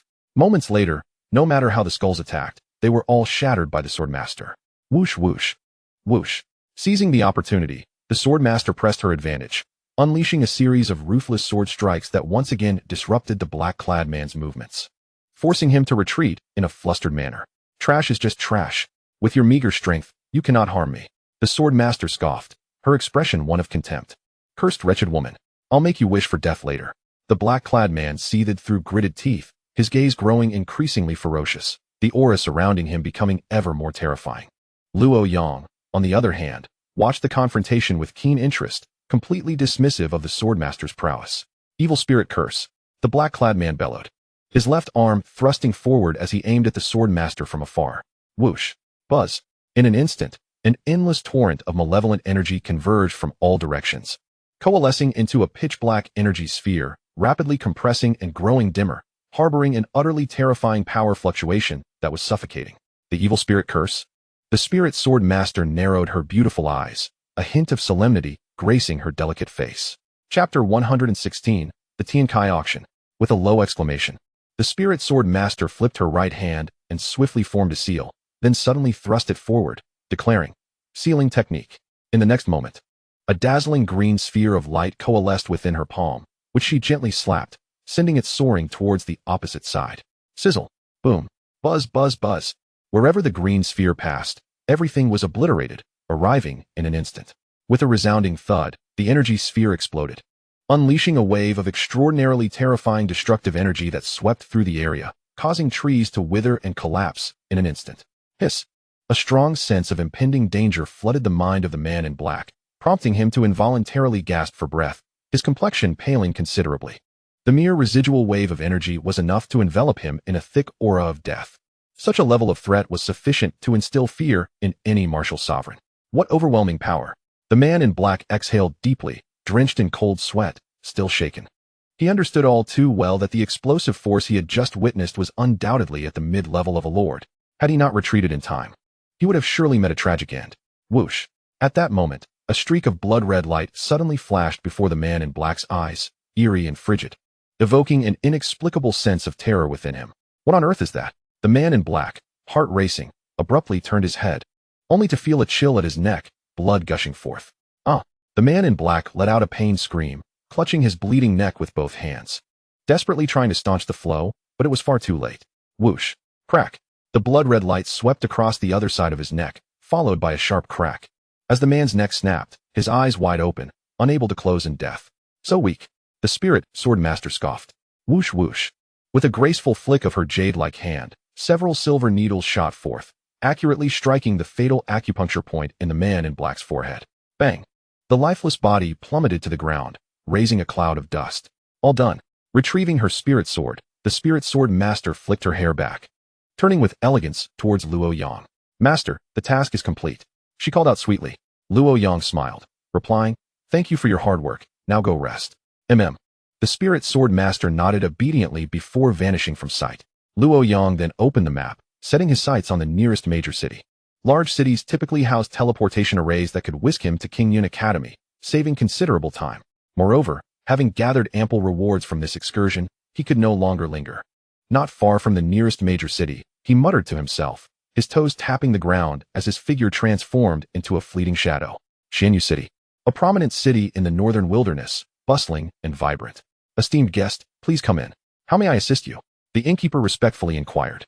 Please arrange a room for me. And prepare a meal as well. I am quite hungry, Luo Yang replied directly. The innkeeper paused briefly at Luo Yang's words, then promptly responded with respect. Please wait a moment. I will arrange that for you. With that, the innkeeper hurried inside. Moments later, he returned, leading Luo Yang into a luxurious private chamber. What a delightful aroma. This tavern's culinary skills are quite impressive, Luo Yang remarked, inhaling deeply. Please enjoy your meal. Do not hesitate to call if you need anything. The innkeeper said respectfully. Off you go. Luo Yang waved his hand, and the innkeeper promptly exited. The private chamber was adorned extravagantly, with tables and chairs made from specially crafted materials, embedded with crystal for illumination, providing a visually pleasing experience. The beverages and dishes here were priced quite high, but the flavors were indeed commendable, Luo Yang appreciated, as he picked up his chopsticks to grab a piece of meat. As he savored his meal, he pondered, quickly transferring a fragrant chicken leg to his bowl, relishing it with delight. After a couple of bites, he suddenly paused, furrowing his brow. Strange. I seem to detect the lingering scent of beast blood, though it is not pure, and it is mixed with a hint of soul energy. Beast blood and soul energy? Luo Yang murmured to himself, shaking his head dismissively. Never mind, I shall not dwell on it. After satisfying his hunger and thirst, Luo Yang exited the tavern, heading straight for the nearest city, Tien Kai City. Tien Kai City was the preeminent urban center in Nanyang County, vast in scale.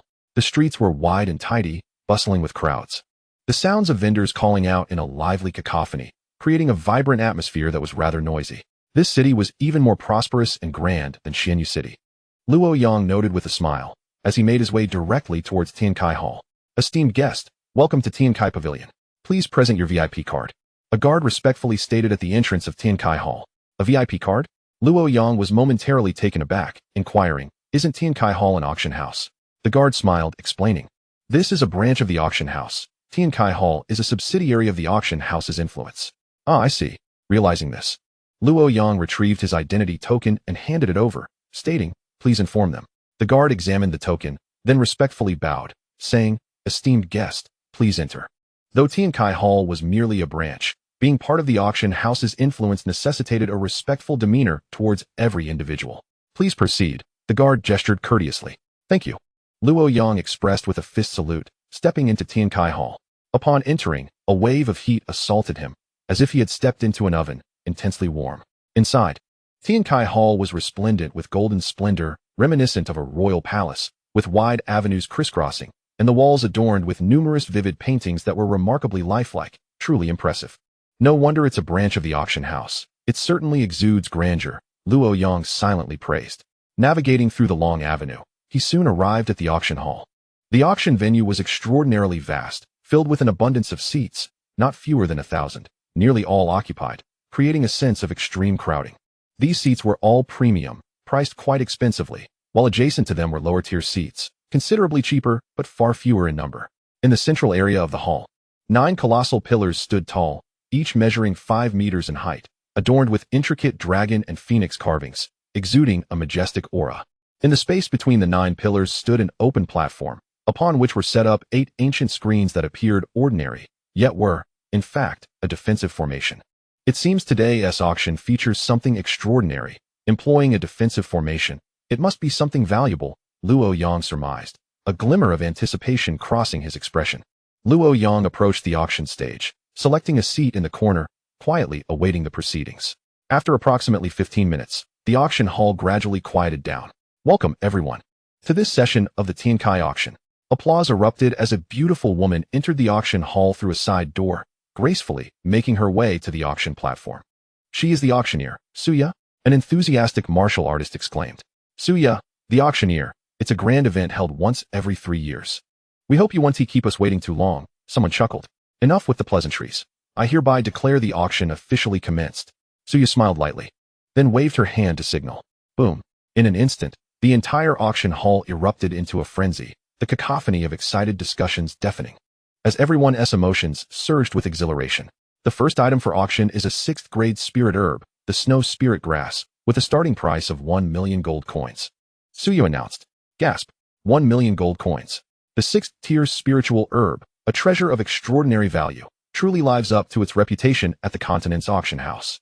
The snow spirit grass possesses the remarkable ability to accelerate the cultivation speed of pet beasts and enhance their comprehension capabilities, yielding unparalleled effects.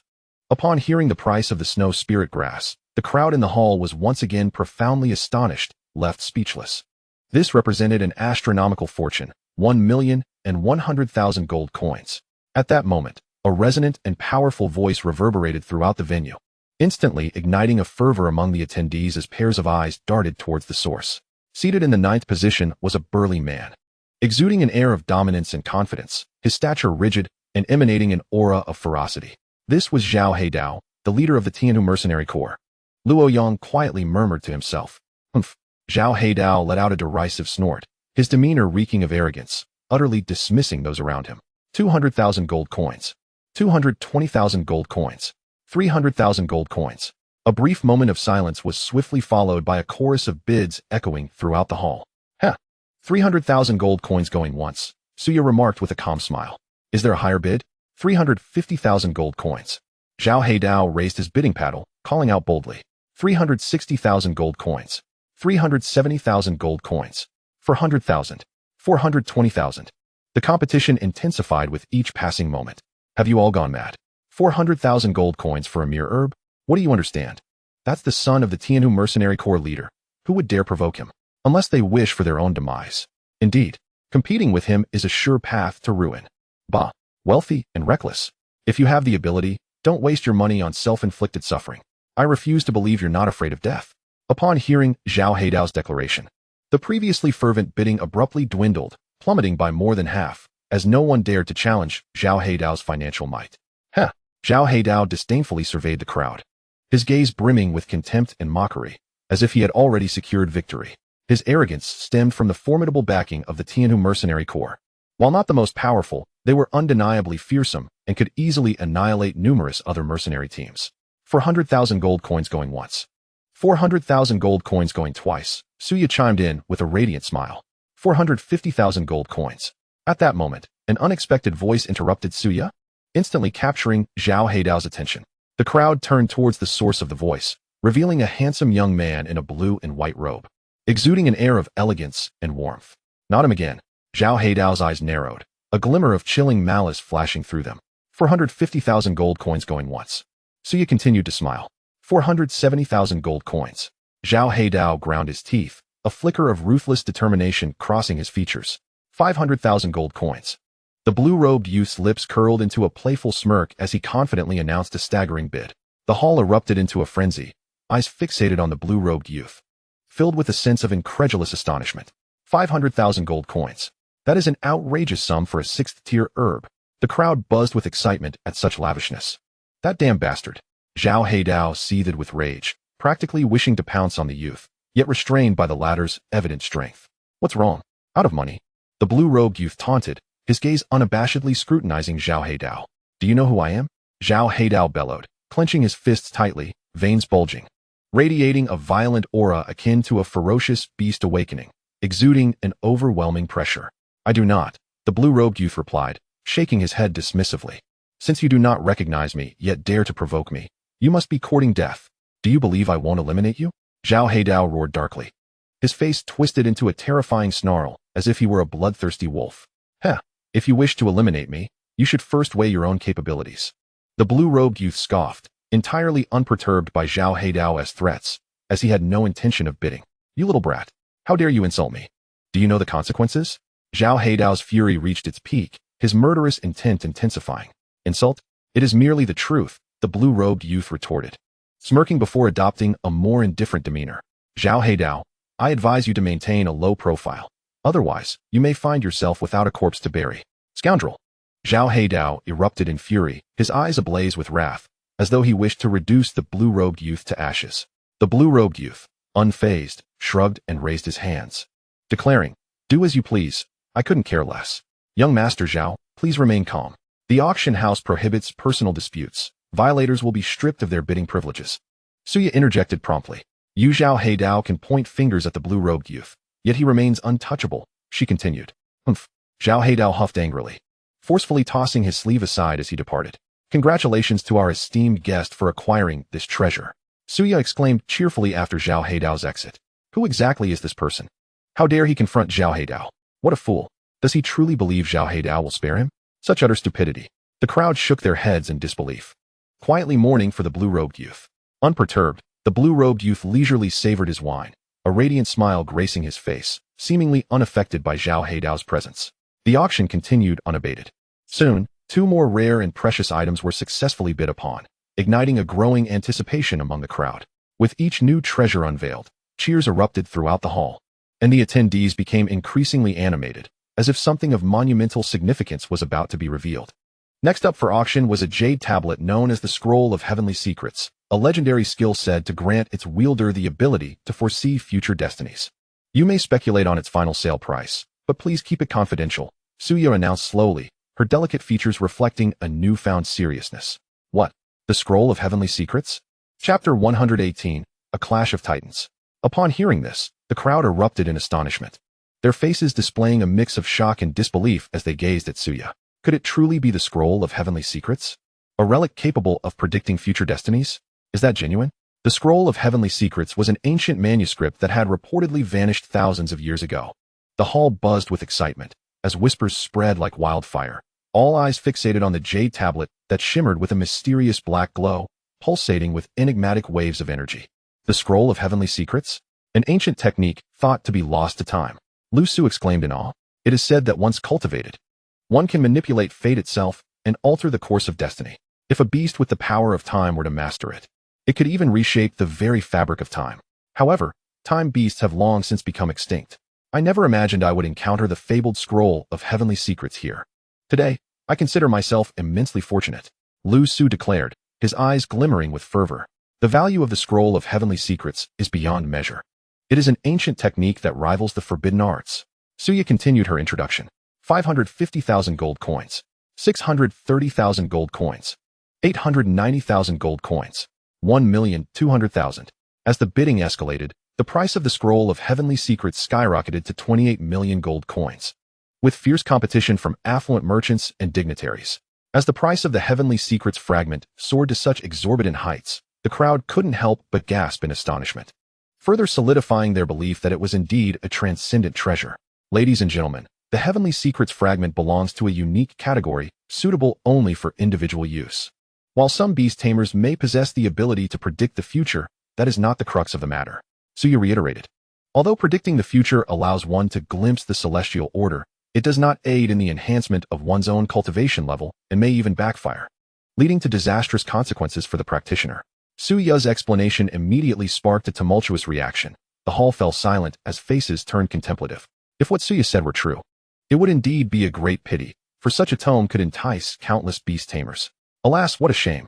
Indeed, while the power of the Heavenly Secrets fragment is formidable, its side effects are equally terrifying, rendering it a poor investment. Many lamented, their expressions filled with helplessness. They had initially hoped to acquire the Heavenly Secrets fragment, only to discover its considerable drawbacks rendered it nearly impossible to cultivate. Though the Heavenly Secrets fragment bore its dangers, it did not imply it was without merit. Once one's cultivation reached a certain level, the ability to perceive the Heavenly Secrets would still be attainable. And therein lay the true value of the Heavenly Secrets fragment. At that moment, a somewhat ethereal figure unexpectedly appeared beside Suya, speaking in a calm tone. The Heavenly Secrets fragment contains a thread of the rules of destiny. The higher one's cultivation, the greater the likelihood of comprehending these rules, thereby gaining mastery over one's fate. To all participants in the auction for the Heavenly Secrets fragment, I trust you understand its significance. Seize this opportunity, do not let it slip away, or you may find yourself regretting it too late. As the words echoed, the figure vanished into thin air. Who could this esteemed individual be? Could he be the mastermind behind the auction? Upon hearing the sage's words, the crowd suddenly awakened to clarity. Suya and Elder Lu, along with others, were also momentarily stunned, clearly having only just noticed the unfamiliar presence beside them, which left them in shock. Thank you for your enlightening words, my lord, Suya respectfully expressed, clasping her hands in gratitude. It was but a trivial effort. Farewell, came the voice of the figure once more, before dissipating, as if he had never existed. What extraordinary concealment skills! The crowd was left in utter astonishment, gazing around the empty hall, their faces etched with shock and apprehension. What a formidable master to have evaded my detection. Zhao Yunshin furrowed his brow in contemplation, his gaze sweeping the area, yet finding no trace, leaving him utterly perplexed. Clearly, this individual possessed strength far superior to mine, capable of extinguishing my life with ease. I am fortunate I did not act recklessly just now.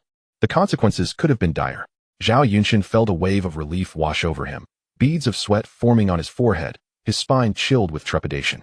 Suya's gaze swept across the crowd in the hall, solemnly declaring, the auction for the Heavenly Secrets fragment officially commences, with a starting bid of 28 million gold coins.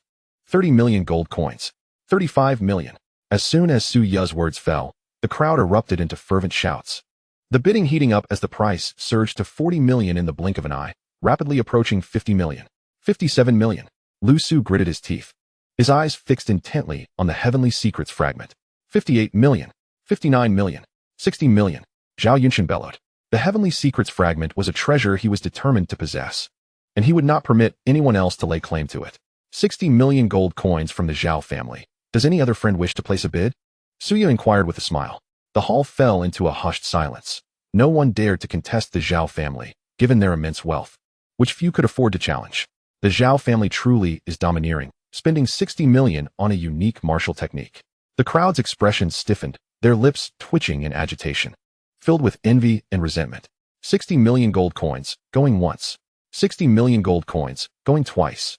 60 million gold coins, going thrice. Wait. Just as Suya was about to announce the result, a cold voice suddenly rang out. What is happening? Who dares to bid on the Heavenly Secrets fragment? Who is this boy? Is he out of his mind? How dare he provoke the Zhao family? The crowd turned towards the source of the voice, their expressions shifting dramatically to one of shock upon seeing a youth, completely taken aback. It's him. Zhao Yunshan's pupils constricted, a dark cloud shadowing his face as his fists clenched tightly, veins bulging, his whole demeanor akin to an enraged lion radiating murderous intent. An enemy of the Zhao family. Elder Lu and several other elders also recognized Lin Chun, their expressions instantly darkening. Chapter 119, The Final Victor. Upon seeing Zhao Yunshan, a playful smirk appeared on Lin Chun's face. Humph, Zhao Yunshan, look at you now. Back then, you chased me at Spirit Sword Mountain. Today, I shall repay that debt. Do you think I fear you? Zhao Yunshan sneered, his eyes glinting with a chilling malice. Lin Chun merely shook his head, disinterested in engaging in banter, and coldly stated, 100 million. Zhao Yunshan nearly spat blood in fury, on the verge of fainting. What? 100 million gold coins. Is he insane? 100 million for a unique martial technique? That is sheer madness. Who is this kid to dare oppose the Zhao family? Gasps of astonishment filled the hall as the crowd was left dumbfounded. The price of 100 million gold coins was staggering and unbelievable, particularly in an auction setting. Not a martial arts competition. This situation would undoubtedly make him the target of scorn. Haha, kid, didn't you claim your wealth surpassed that of the Zhao family? Then show us. 100 million is merely a trivial sum that the Zhao family can easily afford. Zhao Yunshan laughed mockingly, deriding Lin Chun. Even if I could produce it, you wouldn't be able to. Lin Chun shot him a cold glance. Shut your mouth, you little brat. Zhao Yunshan barked angrily. Brother Zhao, do not stoop to the level of this little wretch. He is clearly just putting on a show. Indeed, he must be bluffing. The crowd echoed in agreement, clearly dismissing Lin Chun. With a disdainful huff, Zhao Yunshan's face flickered with shadows. 150 million. Lin Chun raised his bid again. At Lin Chun's announcement, the surrounding crowd held their breath, staring at him in astonishment. 150 million. That was a staggering sum. Such a terrifying figure. Even the entirety of the Northern Wilderness Kingdom would struggle to muster. And even major factions within the Northern Wilderness might not be able to produce 100 million gold coins, let alone others. In an instant, everyone was left speechless. Lin Chun, however, merely smiled faintly. This world operates on the principle of the survival of the fittest. Only those with strength and resources possess the right to speak. Although the Zhao family was wealthy, he truly did not regard them highly. He merely found their arrogance intolerable. 150 million, going thrice. Sold. Suya announced with a beaming smile. Sold so quickly? The crowd was in a state of astonishment. 150 million, going forth. Sold. Congratulations. You have acquired the Heavenly Secrets fragment. Suya continued, her voice tinged with excitement. Zhao Yunshan's face darkened, simmering with frustration. Let us go. Lu Su commanded grimly. Humph. I'm eager to see how he produces 100 million gold coins. Zhao Yunshan's eyes glinted with a venomous light as he turned to leave. However, he did not depart immediately, instead sneering. Didn't this brat just claim that his wealth far exceeds that of the Zhao family? Why is there no money to exchange again? Zhao Yunshan's words made those around him suddenly realize that this fellow was testing Lin Chun. Suya couldn't help but roll her eyes at this. However, Lin Chun merely smiled faintly, pulling out a purple crystal card from his pocket and handing it to Suya. A purple crystal card? This is a purple crystal card. The crowd exclaimed in astonishment, their eyes glimmering with avarice. The purple crystal card represented the utmost prestige in Tien Kai City, granting its bearer access to any privilege imaginable. Moreover, not only was the purple crystal card extremely valuable, but it could also be used to purchase martial techniques, elixirs, or magical artifacts. Zhao Yunshan was taken aback for a moment. Then a smirk of derision spread across his face as he taunted, Kid, are you joking with me?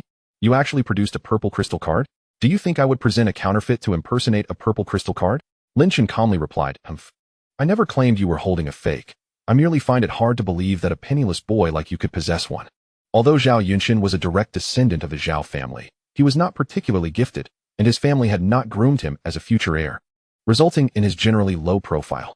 Therefore, he was completely oblivious to Lin Chun's wealth. The crowd displayed expressions of shock upon hearing Zhao Yunshan's words.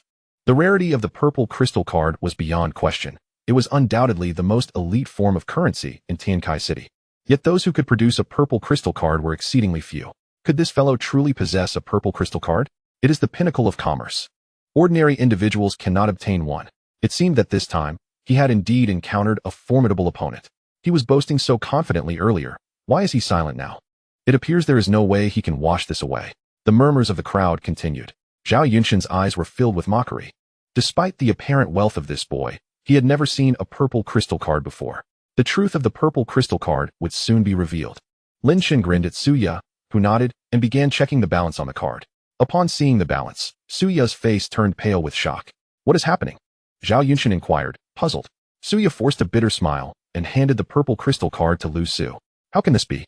Lu Su's pupils constricted, his complexion changing drastically as he realized that Lin Shen had indeed produced a staggering 100 million gold coins, with a balance exceeding 500 million gold coins. His hands trembled, his heart raced, and he could scarcely breathe. No, this can't be real. Lu Su's mind roared in disbelief. Although he considered himself a wealthy second-generation heir, he had never encountered such a terrifying sum. At that moment, Lin Shen looked at Lu Su with a cheerful demeanor and asked, so, is there anyone else who wishes to verify the authenticity of the purple crystal card? No, it's unnecessary. No need to trouble yourself. Lu Su shook his head, his heart still pounding, too intimidated to look at the purple crystal card. With a soft snort, Lin Shen stored the purple crystal card in his storage ring. Witnessing this, Lu Su and the others turned ashen, their hearts filled with trepidation. What kind of background does this person have to possess a purple crystal card? I don't know. He seems like someone from a prominent family, the crowd speculated, their eyes filled with apprehension. At that moment, Suya suddenly spoke, Young Master Lin, please follow me upstairs to rest. Her tone was noticeably more respectful than before. As the head of the Su family's commerce, she controlled the economic lifeline of the entire Su enterprise. If Lin Shen could be brought under her wing, given her admiration for him, it would be mutually beneficial. Thus, her demeanor was humble and amiable. Lin Shen, disinterested in further discussion, proceeded upstairs, followed closely by Zhao Yunshan and Lu Su. This kid is indeed peculiar. No wonder he is the archenemy of the Zhao family. It seems we are in for an entertaining spectacle, the crowd whispered among themselves. Suya led Lin Shen and the others to the second floor of the Su family's business, where a series of orderly rooms were set up, serving as a reception area for clients. Lin Shen glanced around, noting the opulent and exquisite decor that mirrored the grandeur of the main hall below. Please. Suya smiled warmly. Lin Shen nodded slightly and followed her into the second floor. She guided them to a private room and personally served tea. This is the second floor of the business? It truly is impressive, Lin Shen remarked, surveying the surroundings. Suya smiled and replied, you flatter me, Young Master Lin. The Su family business is a well-established name here, with a respectable reputation in the city. Young Master Lin, this is the fragment of the heavenly mechanism. Suya presented the fragment to Lin Shen. He took the fragment and examined it closely, noticing its material differed from that of other jade slips. As Lin Shen's consciousness probed the fragment, he sensed a faint energy fluctuation concealed within. He couldn't help but feel delighted, realizing the fragment possessed such an effect, capable of hiding the power it contained. Is this really the heavenly mechanism fragment? Lin Shen inquired, puzzled. Suya nodded with a smile. Indeed. Since you have successfully bid for it, it is yours now. Our Su family business only charges a 30% handling fee. Please keep your purple crystal card safe. Lin Shen pondered momentarily and asked, is it truly that expensive? Yes. Young Master Lin, our business only earns a 30% profit. It's quite reasonable. Suya explained.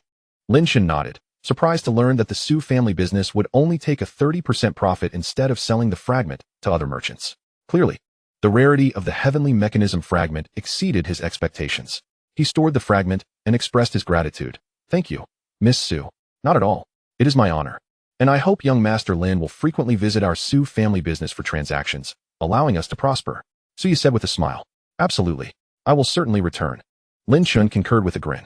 Then please take your leave, and if you have any needs, feel free to reach out to me. Suya nodded and asked, is there anything else I can assist you with? None. Lin Shen shook his head. Since Young Master Lin has no further matters, I shall take my leave. Suya stated. All right, take care. Lin Shen replied, seeing her off. As Suya exited the private room, the Liu brothers quickly followed suit, leaving the room with expressions filled with fear, eager to vanish from Lin Shen's sight. A mischievous smirk played on Lin Shen's lips. It appeared that Suya was not merely the ordinary woman as rumored in the outside world. However, Lin Shen paid no heed to their attitudes, dismissing them entirely. His focus was solely on the fragment of the celestial mechanism in his hand, a seemingly inconspicuous piece of paper that, in truth, possessed extraordinary power. It could absorb the surrounding essence of souls, and Lin Shen could distinctly feel his own soul being drawn by the aura emanating from the fragment. As he unfolded the paper, a black rune materialized on the white surface, vivid and exuding an eerie glow. This black rune radiated an arcane energy, Could this truly be the celestial mechanism fragment? Indeed, it was unlike anything else. What manner of object was this, that it could emanate such a terrifying presence? Lin E, astonished by the aura of the fragment, quickly absorbed its essence. He chose not to examine it further, but instead returned it to his spatial ring. He then donned a disguised mask and a hat. Finally, he had secured the celestial mechanism fragment, yet the nature of this fragment remained a mystery. Why did it induce such inexplicable illusions? Shaking his head, he ceased his contemplation. He was convinced that a secret lay hidden within the celestial mechanism fragment. And as long as he diligently sought it out, the truth would eventually be revealed. For now, the priority was to escape safely from this place. Recalling the events of the auction, Lin E recognized that while he possessed the dragon token for protection against the strong of the celestial mechanism sect, should he be pursued, he would be utterly defenseless. After all, such a treasure could incite desperate measures from unscrupulous individuals. Thus, it was prudent to vacate the area as swiftly as possible. With this thought, Lin E rose and exited the private room. Meanwhile, outside, Luo Yang pondered how to rob Lin E. Numerous others shared his sentiments. However, once Lin E left the private room, everyone was rendered dumbfounded. What had just transpired? Where was Lin E? He had been right there moments ago. Luo Yang remained unperturbed, for he had previously dusted Lin E with tracking powder. Every action Lin E took within the private room was under his surveillance. As Lin E departed, Luo Yang's gaze immediately fixated upon him, and he quickly followed. Unbeknownst to Lin E, he had become the quarry of another. He made his way towards the basement of the celestial mechanism merchant house, intending to leave under the cover of night. After lingering in the basement for a while, he prepared to depart. Just as he was about to exit, an overwhelming pressure enveloped the area, rendering his body immobile. What was happening? Such an intense pressure. Such formidable might. At the moment the pressure manifested, the surrounding cultivators could not help but kneel, trembling in fear. Luo Yang's expression changed dramatically, his pupils constricting. Could it be the celestial mechanism sect? Luo Yang was aghast, unable to fathom that Lin E had attracted the attention of a powerful figure from the sect. The allure of the celestial mechanism fragment was evidently too great. Lin E, do you think you can escape just because you've evaded my tracking? The celestial mechanism sect will ensure your utter annihilation tonight. With this proclamation, several immensely powerful auras descended upon the area. Heavens! More members of the celestial mechanism sect. This time, they had dispatched 6 formidable leaders. Instantly, all present were paralyzed with terror, their strength draining away. Even Luo Yang trembled, sensing the imminent approach of death. Lin E, you are doomed. The higher-ups of the celestial mechanism sect have placed you on their kill list. How dare you show your face again? You are destined to perish. Chapter 121, Bloodline Divine Ability. Luo Yang remained on the sidelines, watching the impending conflict, waiting for them to weaken each other before he made his move. As Lin E sensed the terrifying auras surrounding him, a chill ran down his spine. Clearly, they were intent on ending his life. However, he felt no fear. Instead, he scoffed defiantly. Do not be too arrogant, celestial mechanism sect. How dare you insult the celestial mechanism sect? You must be tired of living. An elder clad in gray robes bellowed in fury. Indeed, the celestial mechanism sect boasts countless powerful members. Any one of us could easily obliterate you. Another frail elder echoed, equally incensed. Lin E dismissed them with a disdainful snort. Let me show you my true prowess. With that, he summoned the golden armored giant ape. Upon its summoning, the golden armored giant ape unleashed a thunderous roar, releasing 2 blazing orbs of golden flame. We shall summon our beasts as well. The leaders of the celestial mechanism sect each called forth their own formidable companions. With a roar, the golden armored giant ape, a beast of the late leader stage, stood 3 meters tall and 10 meters long, its body adorned with impenetrable scales resembling rock. Its physical defenses were formidable. The summoned beasts of the leaders reached the pinnacle of the leader stage, a fiery griffin, a massive purple serpent, a great blue eagle, and 2 winged monstrosities. Lin E's gaze fell upon the fiery griffin, his brow furrowing slightly. He sensed that this creature was indeed a pinnacle leader. Did they truly think such a beast could challenge him? Lin E scoffed in amusement as he transformed into a streak of light, charging forward. He struck a fist toward the massive serpent. Boom! The serpent was instantly sent flying. The golden armored giant ape swung its colossal fists toward the fire phoenix. In the blink of an eye, its fist landed squarely on the back of the fire phoenix. Hiss! The fire phoenix emitted a cry of agony, its body flipping over and crashing to the ground. Yet, it still struggled to rise. You little wretch! How dare you lay a hand on this sovereign? I will tear your mouth apart. The fire phoenix screeched, enraged. Humph! You are not worthy to utter such threats. Your life shall be mine tonight. Lin E retorted coldly, charging forward once more. Boom! Boom! Boom. The golden armored giant ape relentlessly attacked the fire phoenix. But the phoenix proved to be exceedingly cunning, evading the ape's strikes with its speed and agility. Every blow from Lin Shun was skillfully dodged by the fire phoenix. Lin Shun realized that while the golden armored giant ape's attacks were powerful, its speed could not match that of the fire phoenix, nor was its offensive capability sufficient. This could not continue. It appeared he would have to resort to his bloodline divine ability. Lin Shun thought to himself, though the golden armored giant ape possessed tremendous power, its attack range was too limited, and the fire phoenix's speed was too elusive, preventing it from inflicting damage. The only solution was to employ the bloodline divine ability. The potency of the bloodline divine ability was immense, capable of temporarily enhancing his attack speed. Lin Shun's palm turned, and a golden orb materialized in his grasp. This was none other than the bloodline divine ability, Blood Escape. With a swift incantation, Lin Shun activated the Blood Escape technique, vanishing from sight in an instant. Where did he go? One of the onlookers gasped in disbelief. Can he truly wield Blood Escape? Does he possess a treasure that conceals his bloodline powers? It seemed improbable. Even if he did possess such a treasure, he would hardly stand a chance against a master of the Heavenly Mechanism sect. Surely, he was lurking nearby, waiting for the perfect moment to strike. We must exercise caution. The crowd, witnessing Lin Shun's sudden disappearance, was thrown into a frenzy of alarm, heightening their vigilance. Yet, unbeknownst to them, Lin Shun had already executed the Blood Escape technique and was stealthily hiding near the powerful members of the Heavenly Mechanism sect. After employing the Blood Escape, Lin Shun's speed was astonishing. He danced through the air, tracing an elegant arc as he lunged for the back of the sect leader's head. Seeking death. The sect leader, having anticipated the attack, spun around and swiped at Lin Shun's chest with a clawed hand. However, as soon as his claws made contact with Lin Shun's body, it was as though they had struck steel, and he was sent reeling backward. What? His skin is so resilient? The sect leader's face contorted in shock. Meanwhile, Lin Shun seized the opportunity to appear behind him. Not good. Retreat. The sect leader shouted in horror, but it was too late. Lin Shun's golden dragon sword swept forth in a devastating arc. With a sickening squelch, the blade cleaved through the air, landing on the sect leader's neck. The razor-sharp sword pierced his throat instantly.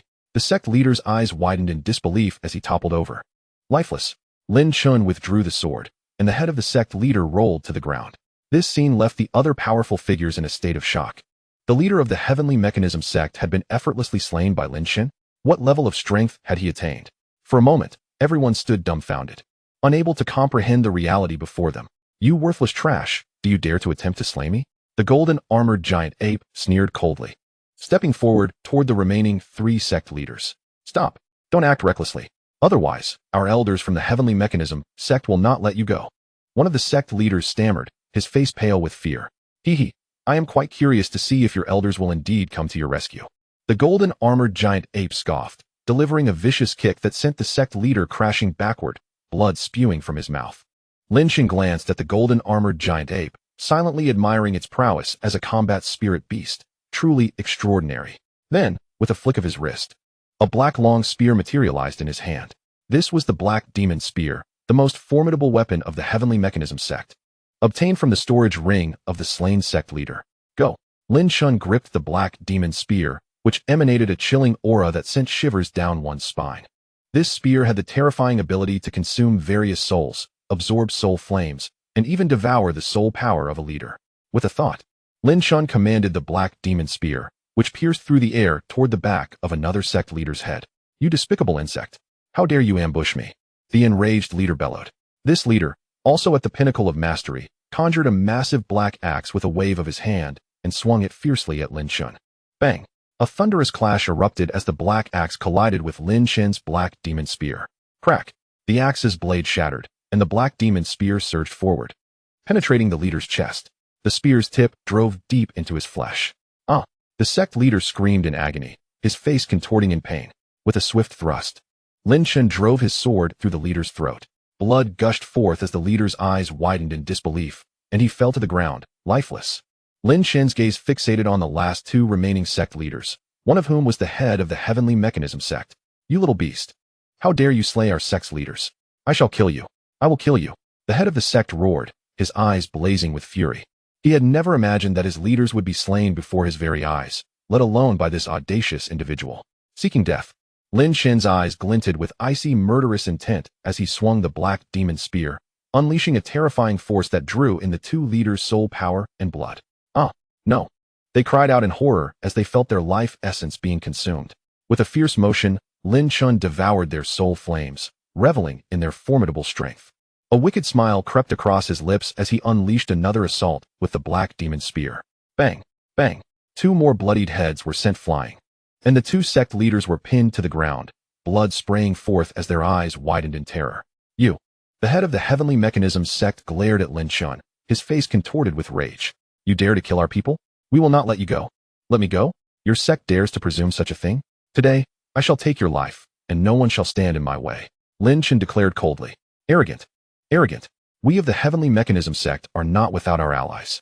When my master arrives, it will be your demise. The sect head shouted, his face flushed with rage. However, just then, a voice echoed from the heavens, filled with astonishment. A battle is taking place here? Why are these 2 still not finished? You have killed my sect's leaders, and even if you flee to the ends of the earth, I will scatter your remains. As the voice resonated, the very air trembled as if the heavens were cracking apart. A boundless pressure swept through the space. Lin Chun furrowed his brow at the overwhelming presence. Meanwhile, the head of the Heavenly Mechanism sect wore a look of ecstatic relief. Brother, you have finally arrived. Brother? Lin Chun pondered in confusion. The Heavenly Mechanism sect had a brother? Moreover, it seemed this brother held great significance for the sect's disciples. In the distance, a young man clad in purple robes raced toward them. His speed was remarkable, and within a breath, he had arrived at the scene. This was none other than the sect master of the Heavenly Mechanism sect, the leader of the sect. Luo Yang observed from the shadows, like a coiled serpent, poised to strike with lethal precision. Lin Chun, how dare you harm a disciple of the Heavenly Mechanism sect?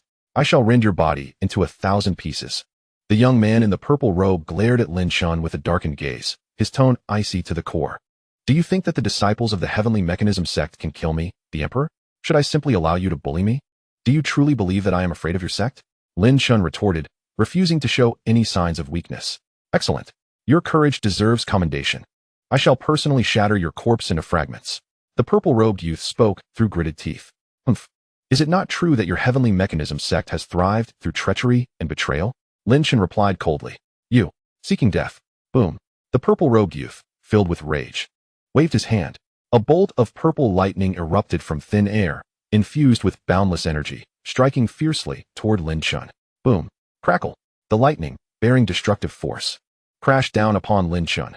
His expression shifted slightly as he realized the formidable strength of his opponent. However, he felt no genuine threat. With a tremor of the black demon spear, an unusual ripple emanated outward, causing the lightning to dissipate instantly. The spear's tip then plunged forcefully into the young man's skull. The pupils of the purple-robed youth constricted sharply, his eyes nearly bulging in disbelief as he stared at Lin Chun in astonishment. He could hardly fathom that his lightning technique had proven utterly ineffective against the tip of the black demon spear. Come forth, celestial demon scorpion. The purple-robed youth began to draw a magic circle, summoning the beast's form to materialize. This celestial demon scorpion is of royal lineage. Its body is forged from special materials, allowing it to assume various forms at will, just as it is now. Commanding this celestial demon scorpion, the purple-robed youth unleashed the celestial demon seal. Buzz, buzz, buzz. Streams of black mist swirled around the celestial demon scorpion. As the creature chanted, the black mist gradually coalesced into a massive black beast, towering at nearly 3 meters. With a colossal single horn and 2 rows of black pincers protruding from its back. This was none other than the Celestial Demon Scorpion King. The Celestial Demon Scorpion King is a mysterious and formidable beast, gifted with the innate ability of curse magic. Lin Chun is undoubtedly doomed. The onlookers murmured excitedly, their faces alight with anticipation. They initially believed Lin Chun could withstand the 2 powerful leaders, but it now appeared their concerns were unfounded. The curse magic of the Celestial Demon Scorpion King is exceedingly fearsome. Once cast, it seeps into the enemy like venom, and the stronger the caster, the shorter the time needed to enact the curse. The longer it is sustained, the weaker the opponent becomes. Hence, the effects of the curse are profoundly significant. Celestial Demon Seal. Kill him for me. The purple-robed youth declared coldly. Roar. As the Celestial Demon Seal condensed, the Celestial Demon Scorpion King unleashed a deep, resonant roar. Its pincers darting forward like lightning, aimed directly at Lin Chen's forehead. A golden lotus blossomed at Lin Chen's brow, radiating a brilliant light. Additionally, he activated the divine abilities of the Buddhist sect, enveloping himself in a protective golden lotus. Boom. Sizzle. The pincers of the Celestial Demon Scorpion King pierced into the golden lotus, erupting in a cacophony of violent collisions. The golden lotus at Lin Shen's brow trembled violently. What immense power of curses! The celestial demon Scorpion King has undoubtedly reached the pinnacle of a leader's realm. Lin Shen is finished. Indeed. Yet, he possesses a sacred artifact. Surely he has a means to dispel this curse. Chapter 123, 9 Nether Hellfire. The crowd buzzed with speculation. However, Lin Shen maintained his composure. Your celestial demon seal cannot harm me, Lin Shen declared with pride. Arrogant words. The purple-robed youth retorted with a sharp tone, his lips curling. Curse magic. Second level. Boom. The second level of curse magic was unleashed once more. Sizzle, sizzle, sizzle. Inside the golden lotus, the black mist encroached further. Lin Shen's brow furrowed as he sensed his internal energy becoming difficult to manipulate. This cannot continue. Even if I endure the second level of curse magic, I won't last long. Lin Shen thought to himself. I wonder if my bloodline can withstand this celestial demon seal? Lin Shen pondered quietly. Though his physique was extraordinary, he could not assert that his bloodline could fully bear the weight of the celestial demon seal. However, desperate times call for desperate measures. He had to try. Bloodline. Ignite. With a focused thought, Lin Shen infused a drop of his essence blood into the golden lotus at his brow, enhancing its color and intensifying its glow. Layers of resplendent runes began to swirl around the lotus, moving as if animated. He can elevate his bloodline to this degree. This young man is no ordinary foe. The purple-robed youth exclaimed in astonishment. Although enhancing one's bloodline is not a feat everyone can achieve, it is not an insurmountable task for cultivators, as each possesses their unique strengths, such as innate talent. Lin Shen's bloodline is indeed quite rare. Lin Shen, you shall die now. The purple-robed youth bellowed. Whoosh, whoosh, whoosh. The celestial demon Scorpion King lunged once more, its massive jaws opening wide as dark lightning orbs shot forth from its mouth, relentlessly assaulting Lin Shen. These lightning orbs contained terrifying destructive power, capable of obliterating mountains with ease. Lin Shen had no choice but to defend himself. Buddhist divine ability. Diamond subduing demon mantra. Lin Shen formed seals with his hands, golden light surging forth as a golden barrier enveloped him. The diamond subduing demon mantra, a Buddhist divine ability, is effective against evil and insidious curses. Boom, boom. The lightning orbs unleashed by the celestial demon Scorpion King collided with the golden barrier, resulting in a thunderous roar. Puff, puff, puff. Each black lightning orb was absorbed by the diamond subduing demon mantra, neutralized. However, the curse power from the celestial demon Scorpion King was overwhelming. The diamond subduing demon mantra only managed to absorb half of its might. The remaining energy still posed a grave threat. Boom, boom. The muffled sounds echoed as Lin Shen's chest, shoulders, and abdomen were blasted open, leaving gaping wounds. The pincers of the celestial demon Scorpion King embedded deeply into Lin Shen's chest, causing him immense agony. Much of the golden armor on his body was shattered. Reluctantly, Lin Shen summoned the diamond true Qi to swiftly heal his wounds. Truly, the celestial demon seal is terrifying. Had it been an ordinary peak leader, they would have likely perished by now. However, this approach cannot continue. Lin Shen would soon be unable to hold out. The crowd gasped, inwardly lamenting Lin Shen's peril. Haha, boy, do you still dare to be arrogant now? What other trump cards do you have left? The purple-robed youth laughed heartily. Do you believe victory is assured? I refuse to concede. Golden Lotus. Myriad Manifestations, Sword Technique. Buddhist Suppression. 9 Nether Hellfire. Lin Shen roared, unleashing 3 divine abilities. The Myriad Manifestations Sword Technique is one of Lin Shen's ultimate moves, yet this is not his final resort. 9 Nether Hellfire. Lin Shen thrust his right hand forward with great force. In an instant, a surge of purple flames erupted from his palm, morphing into a purple dragon that spiraled toward the heavens. Above the head of the heavenly demon Scorpion King, a dark cloud coalesced, emanating a dense aura of malevolent magic. What is this? The 9 Nether Inferno? He actually wields the 9 Nether Inferno. The crowd gasped in astonishment, their eyes widening in terror. The 9 Nether Inferno, reputed to be the most tyrannical flame in existence, is said to have the power to incinerate even the souls of divine beings. Who on earth is this young man? How could he possibly command the 9 Nether Inferno? The crowd was left in shock. The 9 Nether Inferno, a fire of malevolence, is imbued with countless negative energies. Hence, its existence renders it a forbidden flame, one that ordinary warriors dare not invoke lightly. Therefore, the fact that Lin Shen could employ such a technique indeed left them astounded. Lin Shen, it seems you harbor quite a few secrets. With such a terrifying ability, it is no wonder you were able to slay my brother. However, what of it?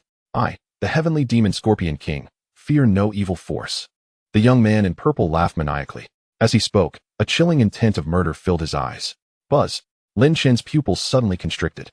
He realized that within the purple-clad youth's eyes lay faint black patterns, remarkably similar to those on the heavenly demon Scorpion King, revealing that the young man was indeed a powerful being of the demon clan. So he is a demon clan powerhouse. Lin Chen murmured. Humph. Since you recognize me as a member of the demon clan, you should prepare to die. The purple-clad youth retorted angrily. Immediately, he clapped his hands, and 2 orbs of pitch-black lightning surged forth, hurtling towards Lin Chen with alarming speed. Heavenly Demon Tribulation. The purple-clad youth sneered as he unleashed the Heavenly Demon Tribulation. The strands of black lightning intertwined in the void, forming a net of destruction that descended upon Lin Chen like a torrential downpour. Damn it. He actually unleashed the Heavenly Demon Tribulation. Lin Chen's expression shifted. Although Lin Chen belonged to the demon clan, he had heard tales of the Heavenly Demon Tribulation's infamous reputation. As its name suggests, the Heavenly Demon Tribulation is one of the ultimate killing moves of the demon clan. The manifestation of this technique was exponentially more powerful than those previously employed by the Heavenly Demon Scorpion King. After invoking the Heavenly Demon Tribulation, the combat prowess of the purple-clad youth surged dramatically. Lin Chen, where can you flee to now? Today, I shall send you to your demise. The purple-clad youth growled menacingly. You think you can kill me? You are not worthy. Lin Chen bellowed with defiance. Although he found himself ensnared within the Heavenly Demon Tribulation, he maintained an unyielding demeanor. Lin Chen, cease your struggles. This Heavenly Demon Tribulation is uniquely meant for you. No matter how formidable your protective energy may be, it is of no consequence. The purple-clad youth taunted. You are destined to perish within the Heavenly Demon Tribulation. Humph. Lin Chen's gaze sharpened, as waves of golden lightning erupted from within him, shattering the confines of the Heavenly Demon Tribulation. You are quite tenacious. However, I shall see how long you can endure. Haha. The purple-clad youth cackled. Chapter 124, Sudden Change. Humph. Even if I must die, I will take you down with me. Lin Chen's voice was devoid of warmth. The power he possessed was not his full strength. Therefore, he needed to devise a way to break free from the constraints of the Heavenly Demon Tribulation. Lin Chen, you are truly stubborn. Alas, the more you resist, the greater the power of the Heavenly Demon Tribulation will become. The purple-clad youth derided. Now, you may await your obliteration. Ha! Lin Chen was unwilling to confront the Heavenly Demon Tribulation head-on. Thus, he resolved to seek alternative methods. Yet, trapped within the Heavenly Demon Tribulation, he had no choice but to wait. Gritting his teeth, Lin Chen glared at the purple-clad youth and shouted, "Break for me." No sooner had he spoken than Lin Chen's head, surrounded by golden lightning, suddenly opened wide. With a whoosh, a blaze of searing flames erupted from his mouth. This golden flame stretched for 100 feet. What? Is that the Nine Nether Inferno? The crowd gasped in horror. The Nine Nether Inferno, a fire of malevolence, could ignite the power of evil. Nine Nether Inferno. Burn the heavens. Boom. The purple-clad youth's eyes widened in disbelief, his face etched with shock. As Lin Chen's voice rang out, the scorching flames in the sky erupted violently. Cries of despair echoed in succession. Under the assault of the Heavenly Demon Tribulation, the black lightning disintegrated, while the golden flame surged in size. In the blink of an eye, it transformed into a colossal entity. Heavens! How is this possible? The crowd cried out in terror. The Nine Nether Inferno in the sky morphed into a gigantic firebird, spreading its maw wide. It swallowed the black lightning, soaring through the air, radiating an intense heat that incinerated everything in its path. How could this happen? No. The Heavenly Demon Scorpion King exclaimed, his face ashen. He had expended his essence to unleash the Heavenly Demon Tribulation. But now, was even his essence rendered ineffective? Be extinguished. The Heavenly Demon Scorpion King roared, a wave of terrifying energy surging forth from his body. Whoosh. With an eerie pull, the Heavenly Demon Scorpion King transformed into a shooting star, hurtling towards Lin Chen. The strength of the Heavenly Demon Scorpion King was overwhelming as he flew directly at Lin Chen. The Heavenly Demon Scorpion King? A chill ran down Lin Chen's spine. Lin Chen, you have forced my hand. I have no qualms about devouring you to strengthen my own corporeal form. The Heavenly Demon Scorpion King sneered. The Heavenly Demon Scorpion King was not mistaken. If Lin Chen continued to resist him, once the Heavenly Demon Tribulation ended, he would return to his peak state. And with the aid of the other three, they would annihilate Lin Chen, seize his corpse, and consume his soul, thereby enhancing their own power. In that moment, he might even ascend to the realm of the sovereign. Lin Chen, surrender to your fate. The purple-clad youth cackled, unwilling to be outdone as he pursued, intent on seizing Lin Chen's corporeal form for himself. Heavenly Demon Tribulation. Annihilate. The Heavenly Demon Scorpion King shouted. Instantly, the The power of the heavenly demon tribulation surged to unprecedented heights, evidently surpassing the earlier manifestations. The black lightning, seemingly drawn by an unseen force, surged towards Lin Chun. Surrounded by the lightning, Lin Chun's body bore numerous wounds. Yet, he gritted his teeth in defiance. Humph, is this your ultimate trump card? Very well. Allow me to demonstrate true power. Lin Chun bellowed, a layer of golden radiance enveloping him. The golden glow clashed against the black lightning. Crack, crack. The collision of golden and black lightning produced a piercing shatter, akin to the breaking of glass. Then boom, boom, boom. Countless bolts of lightning erupted, transforming into a canopy of radiant lightning that enveloped the entire realm. The heavenly demon tribulation dissipated. Lin Chun's figure re-emerged from the remnants of the heavenly demon tribulation. Though the tribulation had vanished, Lin Chun's form was left in utter disarray. Not only was his body battered, but his soul also suffered severe injuries. His aura feeble and diminished. Huff. Taking a deep breath, Lin Chun felt an overwhelming fatigue wash over him. The recent terrifying calamity of the demon tribulation nearly obliterated him entirely. The Demon Scorpion King. I shall eventually settle this score with you. Lin Chun clenched his teeth in silence. Although his physical strength had reached the pinnacle of the Lord level, the terrifying power contained within the demon tribulation had severely wounded both his soul and body. Were it not for Lin Chun's exceptionally robust soul power, he might have found it challenging to endure. Lin Chun, you insignificant little creature, I shall not let you escape. The enraged roar of the young man in the purple robe echoed from a distance, accompanied by piercing shrieks. The audacity of the purple-robed youth to continue seeking opportunities to deal with Lin Chun incensed him greatly. In a swift motion, Lin Chun darted away, intent on evading the purple-robed youth. Not so fast. The purple-robed youth sneered coldly, transforming his figure into a streak of light as he rapidly pursued Lin Chun. In that moment, Lin Chun had completely lost his combat capability, rendering him an easy target for the purple-robed youth. However, at that critical juncture, a resounding explosion reverberated through the air as a vast force descended from above, imposing itself upon them. What? The purple-robed youth's expression changed dramatically as he caught sight of an elder standing beside Lin Chun. Lin Chun. Lin Chun was momentarily taken aback. He recognized this elder all too well. So it is you? Huh. I never imagined you could escape my clutches. The purple-robed youth sneered. Humph. What of the demon poison body? In this realm, you shall still find yourself at a disadvantage. The elder replied with a calm smile, waving his sleeve. A powerful surge of water elemental energy coalesced around Lin Chun. An icy chill penetrated his being, affecting both him and the purple-robed youth. Damn it, how can this be? The purple-robed youth's face paled in shock. Do you think your demon poison body can withstand me? You are sorely mistaken. The elder scoffed, delivering a palm strike toward the demon scorpion king. Boom. The earth shook with a thunderous explosion. The purple-robed youth was immediately sent tumbling backward over 100 meters. Spitting out a mouthful of blood, his complexion turned ghostly pale, his body covered in a myriad of terrifying cracks resembling scales. This is... Lin Chun stared in disbelief, astonished that the elder's casual gesture could so easily incapacitate the demon scorpion king. You. The demon scorpion king exhibited a look of shock, gazing at the elder in fear. Who exactly are you? He inquired solemnly. You two insignificant creatures are not worthy of knowing my name. All you need to understand is that you are doomed today. The elder replied coldly. Humph. You dare to threaten me? The purple-robed youth retorted with disdain. You two worthless beings presume to call yourselves creatures. Today, you shall both perish. Everything you have done will be etched in my memory. The elder's gaze swept over Lin Chun and the purple-robed youth with a chilling intensity. You. The purple-robed youth's eyes widened in horror. He could not fathom how he had fallen victim to what he perceived as an ant. Lin Chun, you wait for me. Once I recover, I will ensure you suffer a fate worse than death, he declared, turning to flee.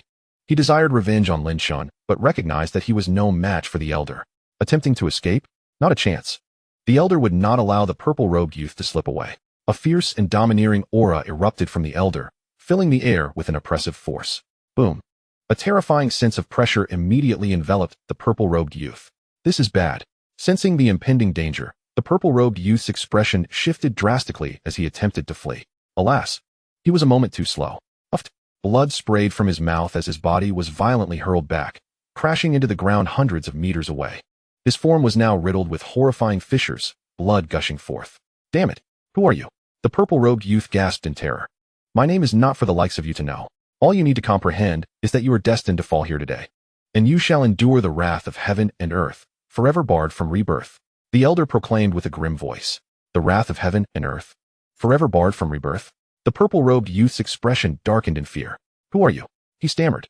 My identity is of little importance. However, today, I shall ensure your demise is most grotesque. The elder replied with a sinister smile.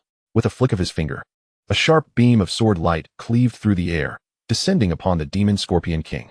The Demon Scorpion King felt the terrifying attack and turned pale with fear, his heart racing in his throat.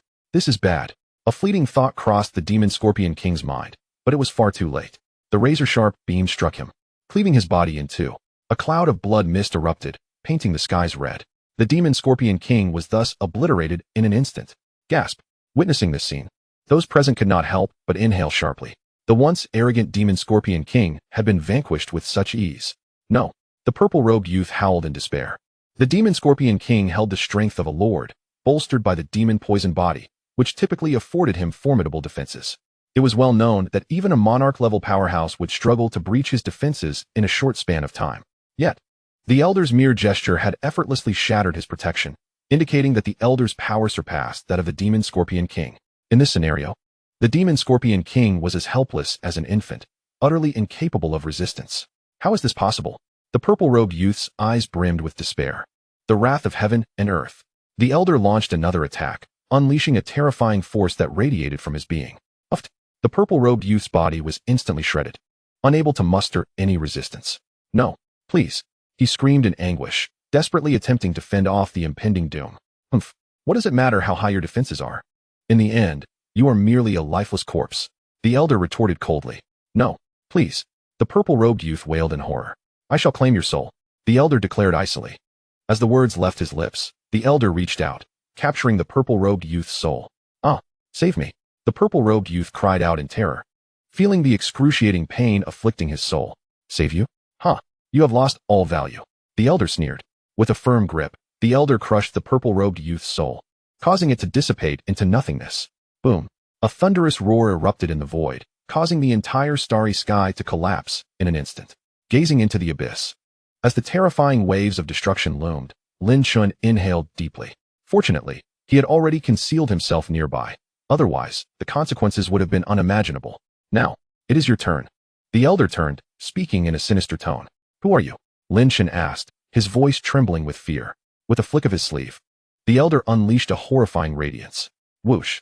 A golden beam pierced through Lin E's chest, pinning him against a distant mountain peak. Lin E's eyes widened in disbelief as he stared at the elder. The recent attack had left him utterly defenseless. Such power was utterly inconceivable. This seat? The elder mocked with a laugh. You shall never have the chance to find out. As his words fell, the elder reached out with his palm, drawing closer to Lin E. Lin E felt an invisible force envelop him, rendering him incapable of struggle. Die! The elder hissed coldly, his fingers clenching down upon Lin E's skull. Bang! At that moment, a shadow abruptly flickered into existence, blocking the elder's path. The elder paused, startled, and looked up. You dare to obstruct my way, brat? Seeking death. The elder's face contorted into a snarl as he exerted force. Crack!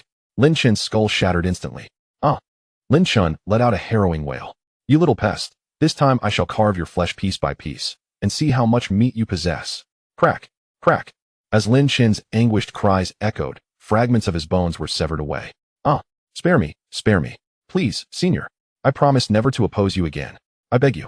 Witnessing the horrific scene before him, Lin E's soul felt like it was leaving his body.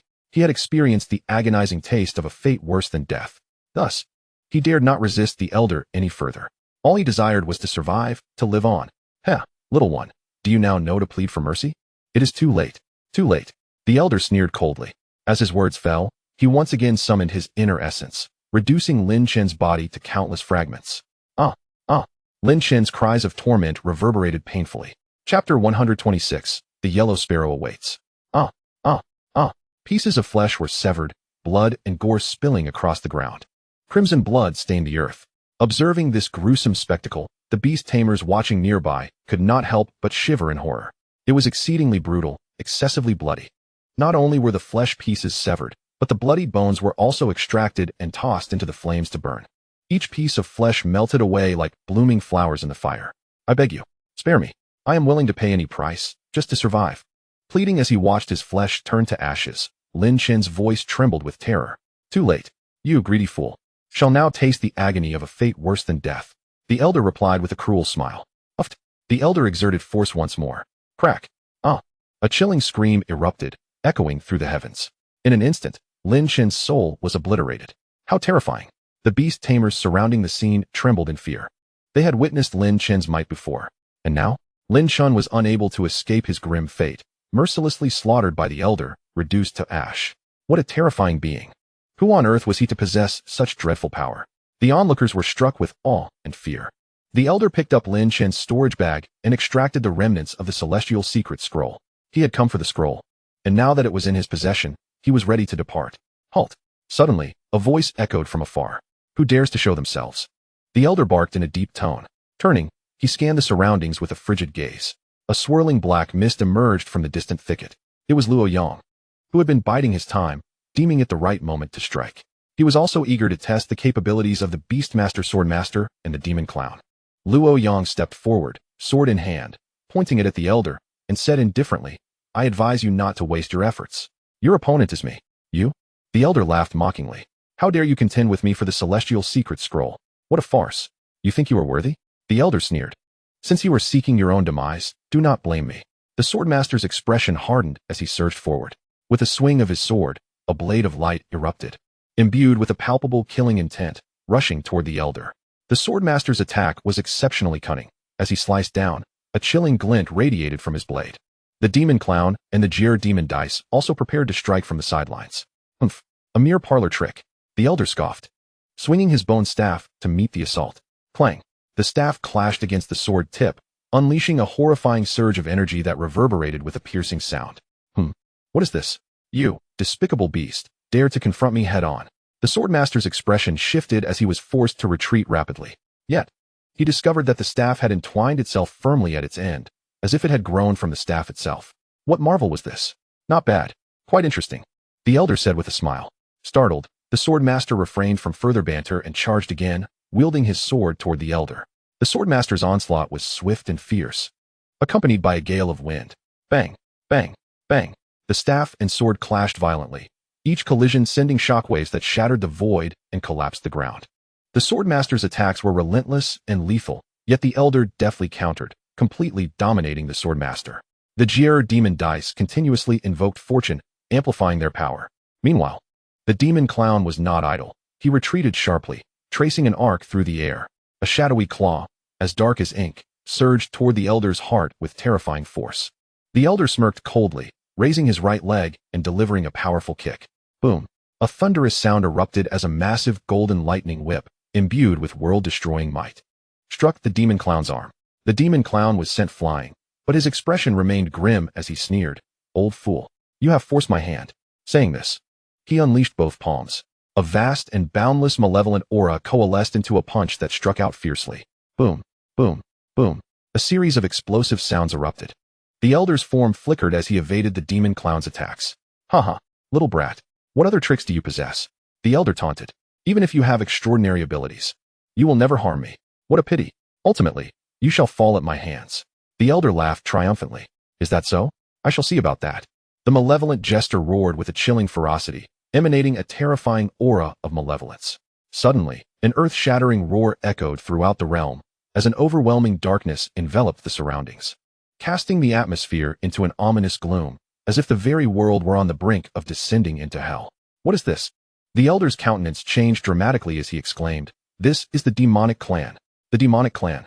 The realization struck him with horror. This creature was indeed of the demonic lineage.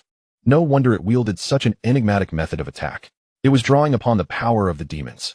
Gasps of astonishment erupted from the onlookers. Haha, foolish humans. Only now do you comprehend your predicament. It is too late. The malevolent jester cackled wickedly. Who are you exactly? The elder inquired with vigilance. That is of no concern to you. You too shall perish.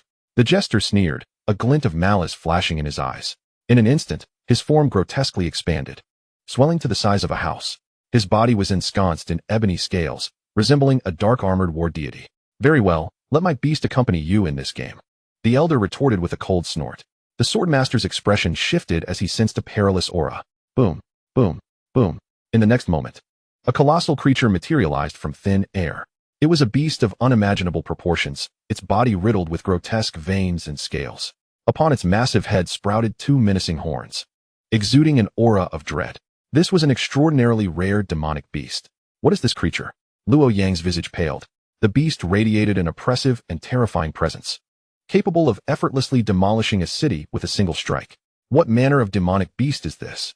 The crowd was utterly bewildered, having never heard of such a fearsome entity. Roar! The colossal being let out a furious growl, its enormous eyes fixated on the sword master and the malevolent jester, gleaming with a savage light, brimming with malice. Chapter 127. A fierce battle unfolds. This demonic beast was known as the Demon Wing Beast, the mightiest of its kind in the demon realm. Its power was formidable, with scarcely any rivals among its peers. Roar! The Demon Wing Beast emitted a tremulous roar, unleashing a torrent of fearsome, demonic flames from its maw. The flames, a crimson hue, burned with a scorching heat, instantly incinerating the air into nothingness, creating intricate spatial fissures. Be careful! The swordmaster's face turned ashen. He had not anticipated the swift response of the Demon Wing Beast, which struck with overwhelming force in the brief moment of surprise. Yet, the swordmaster was not to be underestimated. Swish! A piercing sound sliced through the air. Swoosh! The swordmaster's long sword cleaved through the void, a fleeting glimmer. The malevolent jester followed closely, striking in unison at the beast's abdomen. This scene ignited a spark of hope within the swordmaster. What an opportunity! Explode for me! The swordmaster rejoiced inwardly. Boom! A series of thunderous roars erupted. The skin of the Demon Wing Beast's abdomen tore open, revealing a gruesome gash from which blood gushed forth uncontrollably. A howl of agony escaped the Demon Wing Beast, racked with unbearable pain. This assault had thoroughly enraged it. A deafening roar erupted from the Demon Wing Beast. Roar! Roar! Roar! The beast opened its cavernous maw, unleashing a torrent of malevolent energy that surged forth. The demonic energy swirled, forming a terrifying vortex. Within this vortex, the waves of energy churned like tumultuous seas, reducing the very air to dust. Damn it! The swordmaster's expression shifted dramatically. Swish! Swish! Swish! The demonic energy transformed into a barrage of black arrows, raining down mercilessly upon the surroundings. Bang! Bang! Bang! The air erupted with explosive sounds, creating ripples that spread across the sky. For these black arrows, the resistance of the air was as trivial as a mere tickle, posing no hindrance whatsoever. Thud! Thud! Thud! The swordmaster was pierced in multiple places by the black arrows, crimson blood streaming forth, staining his garments and rendering him a pitiful sight. This beast! How terrifying! The swordmaster's eyes narrowed, a surge of murderous intent boiling within him. Boom! At that moment, a radiant beam of light erupted from the mouth of the Demon Wing Beast, hurtling towards the swordmaster's face. The swordmaster's countenance shifted, hastily swinging his long sword to intercept the dazzling brilliance. Clang! Clang! Clang! The melodious clash of metal rang out repeatedly, as the resplendent light was deflected by the swordmaster's blade. He was forced to retreat, his form flickering as he vanished from sight. Swish! In the next instant, he reappeared behind the Demon Wing Beast, delivering a ferocious downward slash. This strike was imbued with a terrifying sword energy, brimming with an unstoppable momentum, carrying a devastating sharpness that made the Demon Wing Beast's fur stand on end. The Demon Wing Beast twisted its body, opening its gaping maw to unleash a torrent of demonic flames. Boom! The two forces collided violently. Puff!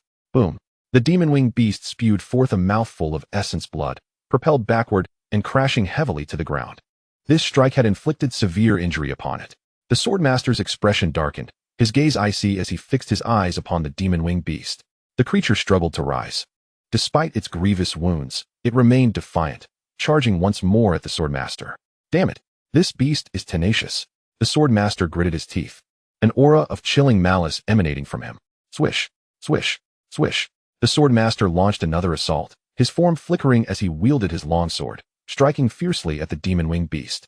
Though the beast was powerful, it could not withstand the relentless barrage of attacks. Before long, it was left battered and bloodied, a ghastly sight. The malevolent jester danced in the shadows, each punch he delivered producing a spray of blood. The synergy between man and monster invigorated the sword master with exhilaration. At last, he seized the opportunity, delivering a mighty blow to the Demon Wing Beast. This strike was devastatingly powerful. Bang! The Demon Wing Beast was sent soaring through the air. Boom! Thud! The beast crashed to the ground, raising a cloud of dust. Its chest caved in, penetrating deep into its bones. Roar! The Demon Wing Beast howled in utter despair, lifting its head in a mournful cry. The swordmaster approached step by step, a cold smirk playing upon his lips. You possess no strength to resist now. I know. The demon-winged beast lifted its gaze to meet the swordmaster's, its eyes gleaming with vengeful hatred. But I still have one final move. Can you withstand it? The swordmaster's eyes narrowed. Before he could respond, a terrifying force suddenly erupted from within the demon-winged beast's body. This formidable force, vast and boundless, seemed poised to engulf the very heavens and the earth. A deafening roar erupted. The ground trembled violently. The terrifying aftershocks of energy flattened the surrounding mountains to the ground. How could such overwhelming pressure exist? Could this beast be about to unleash forbidden techniques? No. While the power of forbidden techniques is formidable, it is nowhere near this magnitude. The brow of the spirit sword master furrowed deeper. At this moment, he realized that the winged demon beast was not as simple as he had initially perceived. Boom, boom, boom. A series of horrendous explosions reverberated from within the winged demon beast. These sounds coalesced into a terrifying whirlwind, spreading outward, shattering the fabric of space wherever it roamed. Damn it, we must evade. The spirit sword master's pupils constricted sharply. He hastily ascended to the heights. Buzz, buzz, buzz. The very fabric of space shook violently. Swaying like a tsunami, dark fissures in the fabric of reality appeared at a visible pace. The spirit sword master's expression turned grave, urging himself onward. Swish, swish, swish. A massive wing materialized. This enormous wing, pitch black and shimmering with an eerie glow, obscured the entire skyline, instilling dread in all who beheld it. The winged demon beast took to the skies. Its wings glowed with a rich violet hue, continuously channeling energy that caused them to whirl incessantly. Countless strands of demonic energy floated around this colossal wing. Buzz, buzz, buzz. As the wings of the demon flapped, a furious gale surged forth, laden with overwhelming force, causing the surrounding space to tremble and unleashing terrifying waves of chaos. Swish, swish, swish, swish. Under the howling winds, the number of spatial fissures multiplied. Crack, crack. As the winged demon beast flapped its wings, the winds intensified to a perilous density. Should one fall into these rifts, they would be shredded to ashes in an instant. Buzz. The wings of the demon suddenly flared. A dreadful tearing force erupted from the flapping wings, sweeping forward. Boom. The ground was instantly torn apart by this force, leaving a gaping chasm hundreds of meters long. The winged demon beast roared, its eyes blazing with a profound hatred. Severely wounded, it had reached its limits. The spirit sword master refused to grant it any respite, once more wielding his sword to unleash a frenzied assault on the beast. Boom, boom, boom. Brilliant beams of light intertwined in the air, forming a terrifying net of swords. Swish, swish, swish. An endless downpour of sword rain cascaded like a waterfall. The overwhelming energy enveloped the winged demon beast, wreaking havoc upon it. The winged demon beast cried out in excruciating pain, its eyes filled with humiliation and resentment. The beast's master, the elder in black robes, bore a sinister expression, his eyes igniting with a fierce glint. This winged demon beast was the product of decades of his cultivation. Now, as it fell to the spirit sword master, he could hardly endure this affront. Swish, swish. He swiftly summoned his essence, infusing it into the winged demon beast. A terrifying dragon-like roar echoed through the heavens. The beast's form swelled dramatically. Veins bulged. Its skin hardened to the toughness of steel, radiating an eerie blue glow. Its hide became covered in scales. Swish. With a powerful flap of its wings, it soared into the air. Swish. Its claws transformed into massive blades, launching towards the spirit sword master with lethal intent. Humph. Ignorant of its own demise, the spirit sword master sneered, flicking his wrist. His sword sliced through the void, bearing the weight of destruction as it met the oncoming assault. Boom. The two forces collided in midair, unleashing a torrent of fierce winds and sword chi that sparked like fireworks in the atmosphere. Sizzle, sizzle.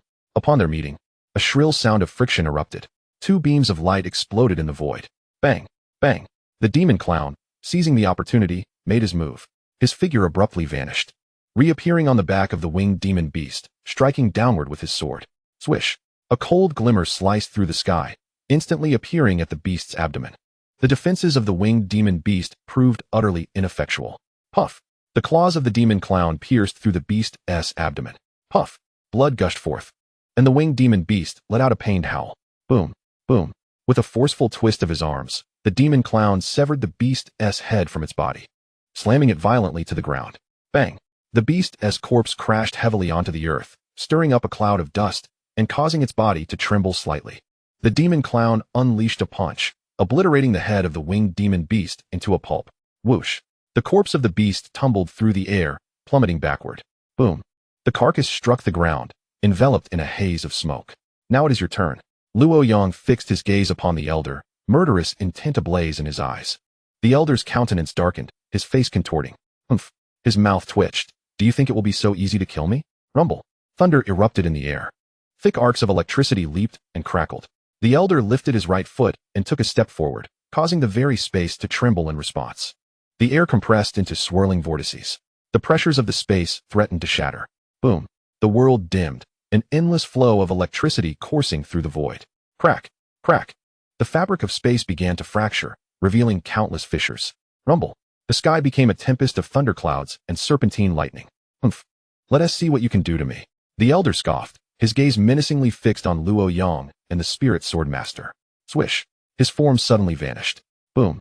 Bang. Bang. The elder moved with such swiftness that it was nearly imperceptible. In the next instant, his legs appeared abruptly beside Luo Yang and the spirit sword master. Swish. A sharp blade of light shot forth in the air. Clang. The spirit sword master reacted with lightning speed, striking his palm to summon a silver longsword that floated into his grasp. With a gentle wave of his hand, the silver sword cleaved through the void, meeting the incoming blade of light. Clang. The two razor-sharp beams of light collided in the air. Buzz. A brilliant radiance erupted in the void, illuminating a space of 10 zhang as brightly as day. How formidable! The figure of the spirit sword master swiftly retreated several hundred meters, his gaze fixed in astonishment upon the elder, a profound sense of dread swelling within him. Ha ha ha! You all deserve to die? You all deserve to perish. The elder hovered high in the air, his eyes glinting with a chilling coldness as he glared at Luo Yang and the spirit sword master, bellowing. Do you two truly believe you can take my life? Such arrogance! Before his words could fade, he clasped his hands together, and a dazzling arc of electricity surged forth from his palms. Boom, boom. The lightning twisted and coiled in the air like serpents. Crackle. The electric light radiated, illuminating the night sky. The power of the lightning was utterly terrifying. Even an ordinary martial saint would likely be unable to withstand such force. Thunderous roars erupted as purplish-red bolts of lightning descended with a devastating might. Boom. Where the lightning struck, the void shattered. Suddenly, the figure of the demon clown appeared beside the elder, its claws clenching tightly as it swung fiercely. Whoosh. The sharp talons struck the elder's chest with tremendous force. Bang. The elder was sent flying by the demon clown's strike. Cough, cough, cough. Glug, glug. After propelling the elder away, the demon clown did not cease its assault. It vanished once more, lunging toward the elder's throat. Swoosh. The razor-sharp claws left a gash upon the elder's neck. Boom. The elder's body was caught by the demon clown's talons. Chapter 129, Dragon Soul Sacred Tower. In an instant, his body exploded into a mist of blood, scattering into the air. Puff. Following the elder's demise, a pure essence of soul power was devoured by the demon clown. For the demon clown, who cultivated the physical body, this soul power was akin to sustenance. The dark energy surrounding the demon clown grew more substantial, transforming into a deep shade of purple. The demon clown appeared increasingly sinister. Indeed, Luo Yang remarked upon sensing the demon clown's transformation, as the notification of experience echoed in his mind. The levels of the three great pets had all reached level 52. Their strength had surged tremendously, with the speed of their advancement comparable to a rocket. Luo Yang swiftly stowed away his storage bag and shattered the teleportation talisman, vanishing from the spot. Whoosh. The demon clown followed suit into the spatial rift. In a flash, both Luo Yang and the demon clown appeared over 1,000 kilometers away. Whoosh. Whoosh. The two figures shifted rapidly, soon escaping a range of 10,000 miles. Just as Luo Yang exhaled in relief, he suddenly sensed a dangerous fluctuation behind him and hurriedly turned around. There stood an elder not far ahead, clad in a black robe, with a slender frame and an effeminate visage that bore an uncanny resemblance to that of a woman. Yet, in truth, this individual was a genuine man, albeit one whose beauty was strikingly delicate. The elder appeared to be in his 30s, dressed in dark attire, and his cold, merciless eyes sparkled with a hint of frenzied bloodlust. Such a gaze resembled a bloodthirsty blade, sending shivers down the spine of anyone who met it. Luo Yang's expression shifted slightly as he urged, "Hey, old ghost, do not follow us." The demon clown echoed, "Old man, do not trail us." Yet the old ghost, upon hearing their words, showed no sign of anger. His gaze settled upon Luo Yang and the demon clown, a peculiar smile gracing his face. "Hee. Why are you so afraid? Do you truly believe I would devour you?" Luo Yang and the demon clown furrowed their brows at the elder's words. Surely not. The elder's smile widened as he regarded Luo Yang and the demon clown. You do not trust me? Then let us put it to the test. With that, the elder's figure swayed, and he appeared before Luo Yang, extending his right hand. His fingers curled like talons as he reached for Luo Yang's throat. Whoosh! Luo Yang's pupils contracted as his right arm swiftly swung out. His hand, imbued with a powerful gale, collided with the elder's outstretched fingers. Bang! A piercing sound echoed. Bang bang bang bang. The elder's fist and Luo Yang's arm clashed together. Luo Yang involuntarily staggered backward, while the old ghost remained as steady as a mountain. A playful smile flickered across the elder's face. Your defense is quite commendable. You actually withstood my punch. Luo Yang's face darkened with irritation. This old ghost was indeed a pervert, with both his defense and offense bordering on the abnormal. Despite Luo Yang's formidable defense, even against a peak Lord-level powerhouse, he could exchange several blows. Yet this old ghost had effortlessly overwhelmed him in just 3 strikes. The disparity in strength was staggering. This is bad. Run. Luo Yang's mind raced as he swiftly retreated, seeking to escape the area. However, the old ghost's figure seemed to glide like a specter, instantly closing the distance to Luo Yang. Puff! The old ghost delivered a heavy punch to Luo Yang's back. Luo Yang immediately spewed blood, flying through the air and leaving a trail of crimson. Whoosh! Thud! Luo Yang hit the ground, rolling backward multiple times before barely stabilizing himself. Bang! Boom! Luo Yang crashed onto the ground, creating a dent in the hard stone slab. His complexion turned ashen, blood trickling from the corner of his mouth, and his expression twisted in agony. Damn it, this old monster is too powerful. Luo Yang cursed inwardly. How could his physical body withstand such a blow from the elder? Humph! The old ghost snorted coldly, his figure shifting to appear before Luo Yang once more. You cannot escape. Surrender willingly. With that, he unleashed another punch. Boom! Puff! The elder's fist shimmered with a faint purple glow, rippling outward with an intimidating presence. Bang! The elder's fist struck Luo Yang's abdomen with tremendous force. Puff! Blood erupted from Luo Yang's mouth. His face was as pale as a sheet, glistening with sweat. Holy crap! This old ghost is too monstrous. Fear gripped Luo Yang's heart. He could hardly believe the elder's strength was so formidable. Whoosh! Luo Yang's figure flickered as he prepared to dart to the side. Yet at that moment, the elder's fist struck Luo Yang's belly once more. Bang! Luo Yang was propelled backward again by the force of the blow. Luo Yang felt as if his very organs had been displaced. He could no longer restrain the corners of his mouth, and a mouthful of fresh blood erupted forth. Damn it! Who is this old wretch? How could he possess such terrifying power? Luo Yang cursed inwardly, bewildered by the formidable strength and enigmatic nature of this individual. Strangely, despite the old ghost's ruthless approach, there was no intent to kill. For reasons unknown, a sense of inexplicable calm washed over him. With a whoosh, Luo Yang's body surged forward like lightning, intent on fleeing this terrifying locale. However, before he could escape far, a ferocious punch came crashing toward him once more. Bang!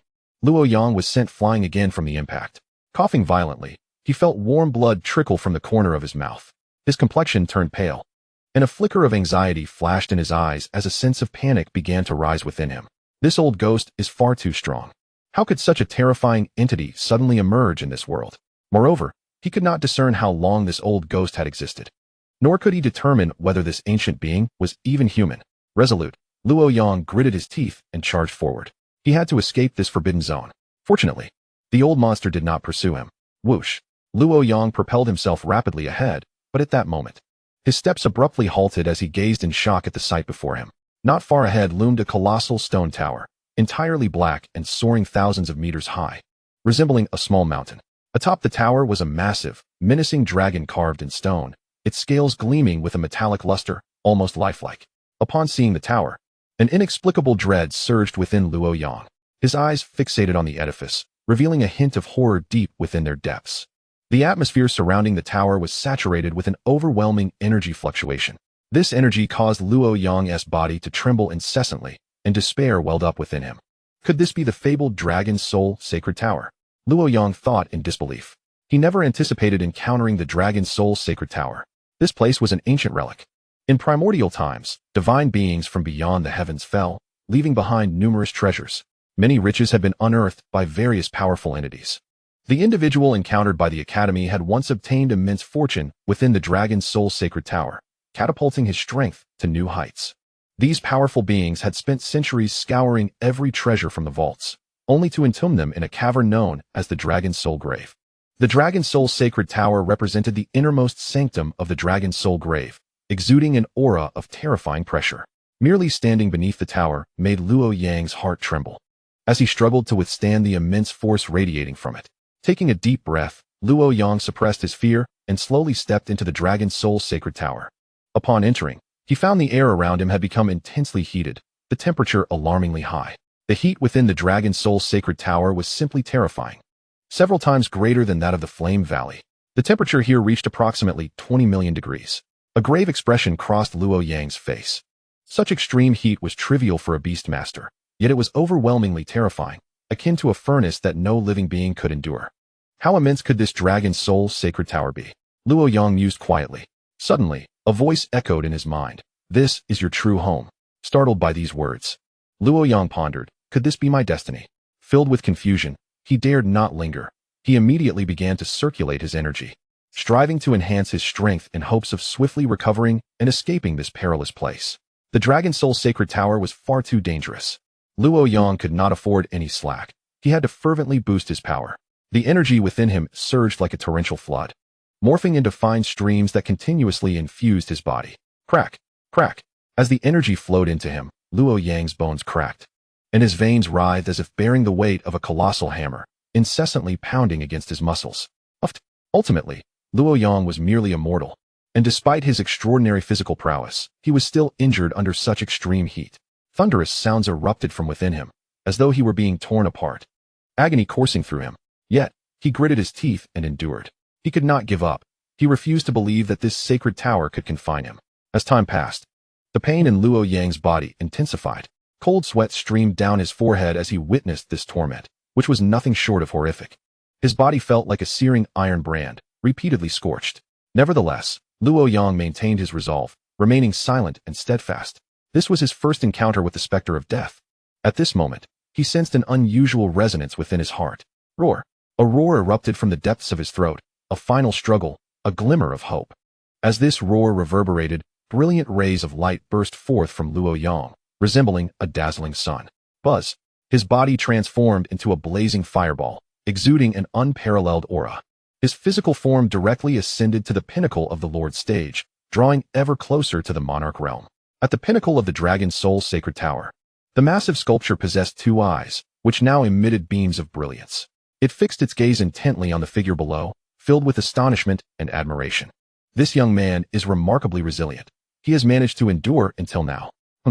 The flames within the Dragon Soul Sacred Tower were forged through secret methods, condensed from a drop of Dragon Soul essence.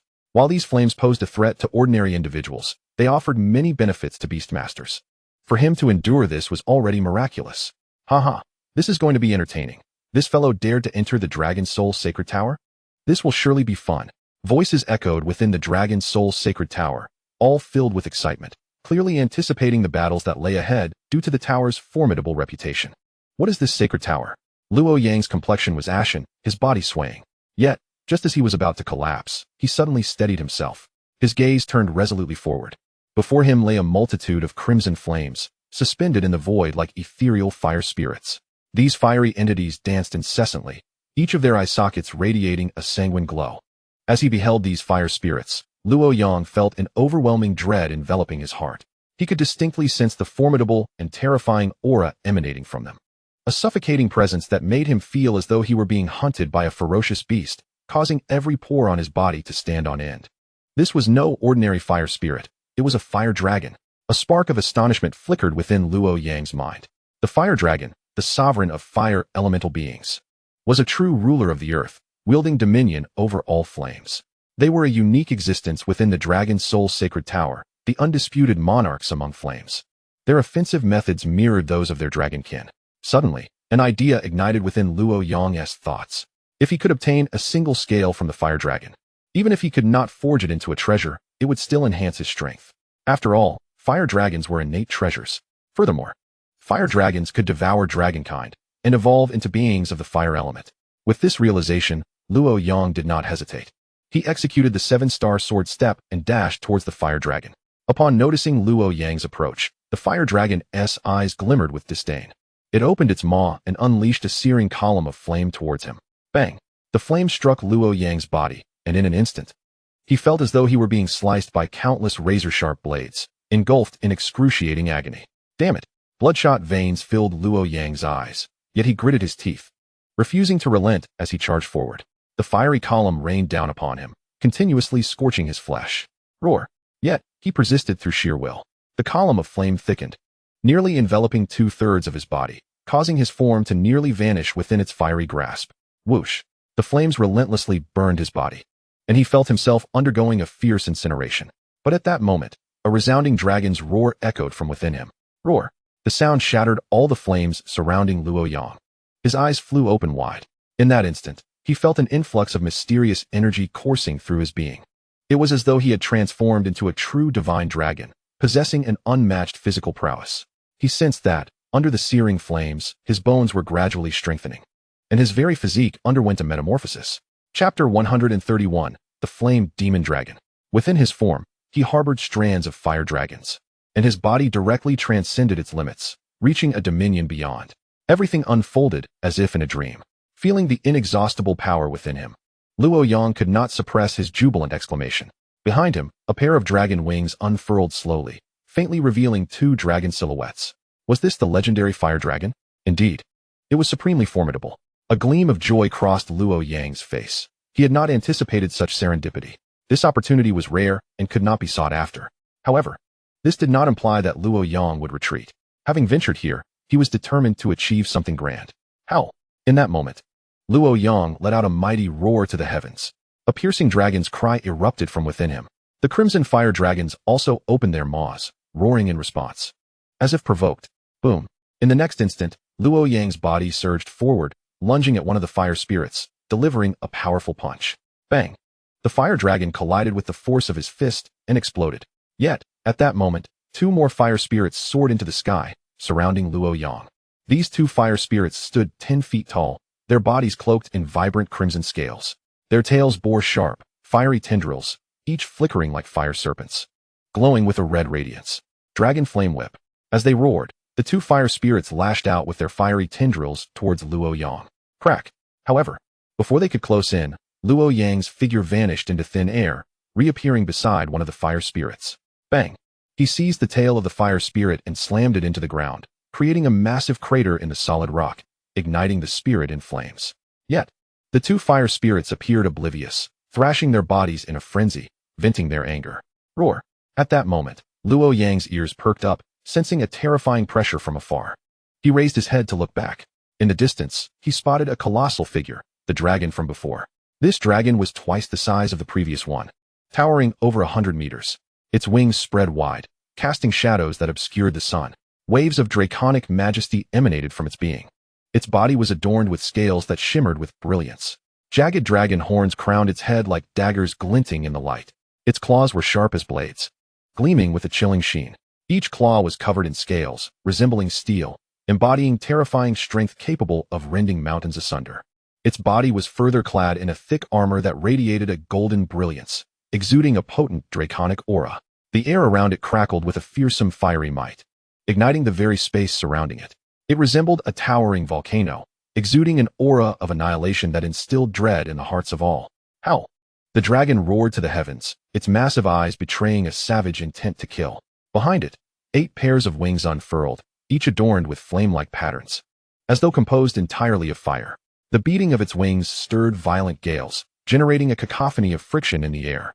The dragon's body radiated a scorching heat, deterring any who dared approach. You dare to desecrate the dragon god?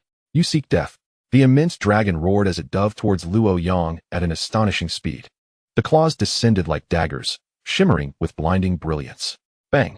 Yet, Luo Yang did not evade. Instead, he met the strike head-on, swinging his dragon claws to clash with the dragon's assault. His palms too glowed with crimson flames, colliding with the dragon's claws. Boom! Instantly, the 2 forces clashed in a cataclysmic explosion, resonating with earth-shattering reverberations. However, the massive physique of the dragon clan was insurmountable, no matter how fierce Luo Yang's assaults were. They could not even slightly rattle the dragon. Yet, Luo Yang did not relent. Within his being, a series of dragon roars erupted, and terrifying sound waves, as if materialized, enveloped the dragon clan. Although the dragon was formidable, it remained a beast, with a relatively weak resistance to sound waves. Consequently, Under the onslaught of these waves, the dragon felt a sudden pain in its head, its form swaying unsteadily. Seizing this opportunity, Luo Yang surged forward, his fists swinging violently towards the dragon. Boom, crack, splatter.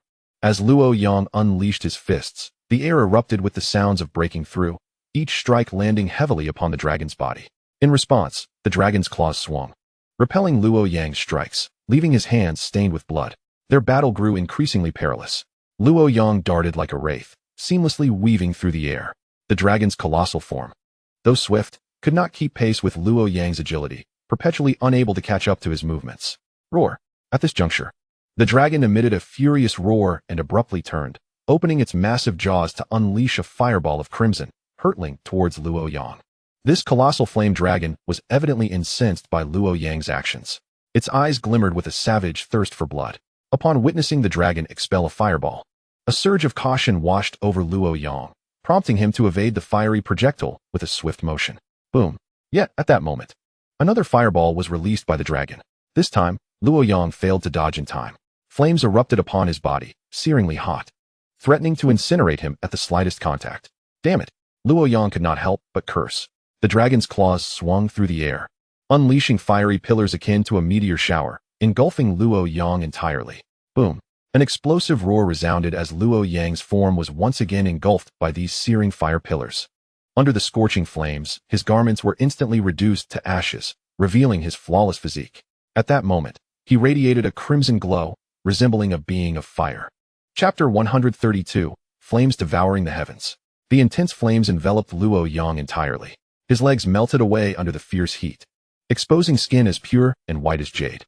Suddenly, the dragon violently lashed its tail, sending Luo Yang crashing through ancient trees, tumbling into the distant forest. Blood trickled from the corner of his mouth. Nevertheless, the dragon did not relent, lunging once more at Luo Yang. Its immense body, akin to a cannonball, carved a crimson arc through the air, hurtling towards him. The dragon's claws, propelled by a terrifying gale, approached rapidly. Observing this, Luo Yang's expression turned grave. His body trembled as a colossal full moon materialized behind him. Across the moon, a galaxy stretched, and shimmering runes coalesced, transforming into a massive sword that cleaved towards the dragon. Clang! A resounding collision echoed as a burst of crimson sparks erupted, incinerating the entire forest. Yet, at that moment, Luo Yang, undeterred, charged once more toward the dragon. His speed was blinding, akin to a fierce wind, swiftly closing the distance. The dragon, too, was fast, condensing a fiery orb upon its claws, radiating dazzling brilliance, and exuding an intensely scorching aura that made Luo Yang's heart tremble. Boom! However, the dragon underestimated Luo Yang's velocity. He seized the fiery orb and hurled it back with immense force. The dragon's formidable flesh was powerful, yet Luo Yang's strength surpassed it. Thus, in their clash, the dragon found itself at a disadvantage, utterly incapable of matching Luo Yang's prowess. Thud! With a muffled grunt, the dragon's massive form was sent flying once more. It spun through the air for hundreds of feet before stabilizing itself.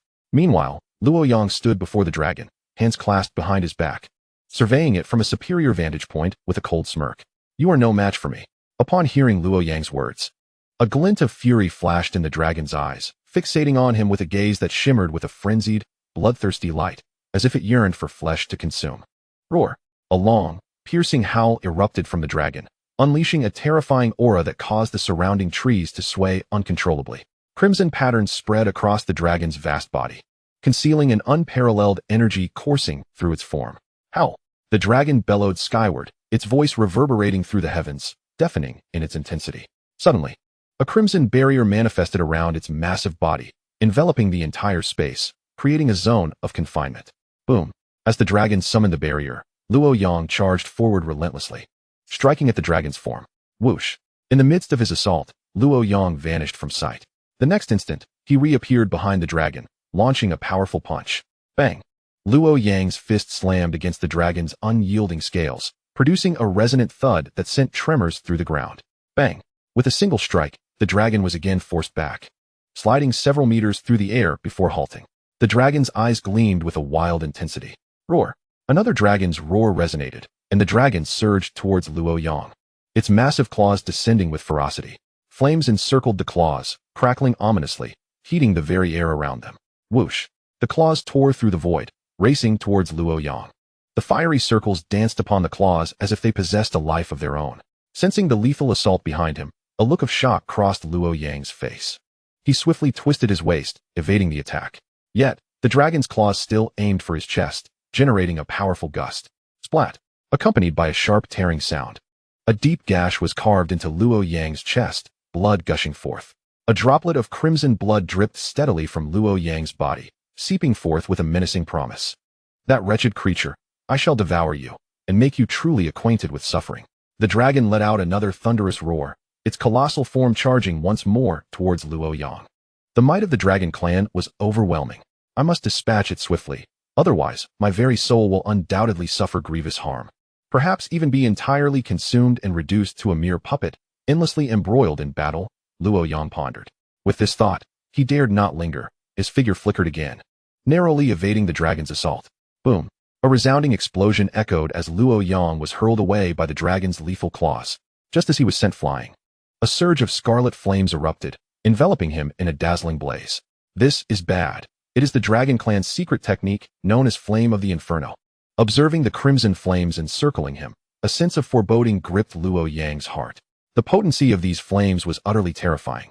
Even a sage-level warrior would struggle to escape their grasp unscathed. Roar! However, from behind Luo Yang came a sudden, furious bellow that raised the hairs on his neck and sent chills down his spine. The dragon charged at him once more, its gaping maw unleashing a fiery red sphere aimed directly at him. Upon seeing the fireball, Luo Yang's pupils constricted. Beneath such a blazing inferno, his body had no chance of resistance. Yet, at this life-and-death juncture, he unleashed his full potential. Even the three great beasts were summoned, with the Spirit Swordmaster, the JX Demon Dice, and the Demon Clown emerging to unleash layers of black and white radiance, shielding Luo Yang. Bang! Under the protection of the three beasts, the fiery red sphere failed to inflict any harm upon Luo Yang. Roar! After the fireball was thwarted, the dragon roared once more, its massive form shaking as it lunged toward Luo Yang. The scarlet flames surrounding the dragon surged forth, spreading outwards like an inferno, igniting everything in their path. Chapter 133, Mid-Level Lord. Yet, surrounding Luo Yang, the layers of black and white light remained eerily resilient, impervious to the dragon's searing flames. Before Luo Yang stood a pitch-black long sword, motionless and resolute. This was the manifestation of the Spirit Swordmaster's 3,000 sword intentions, now fully coalesced into a dark blade, safeguarding Luo Yang. Boom! Behind Luo Yang, the dragon struck again, unleashing a cacophony of thunderous explosions. Boom!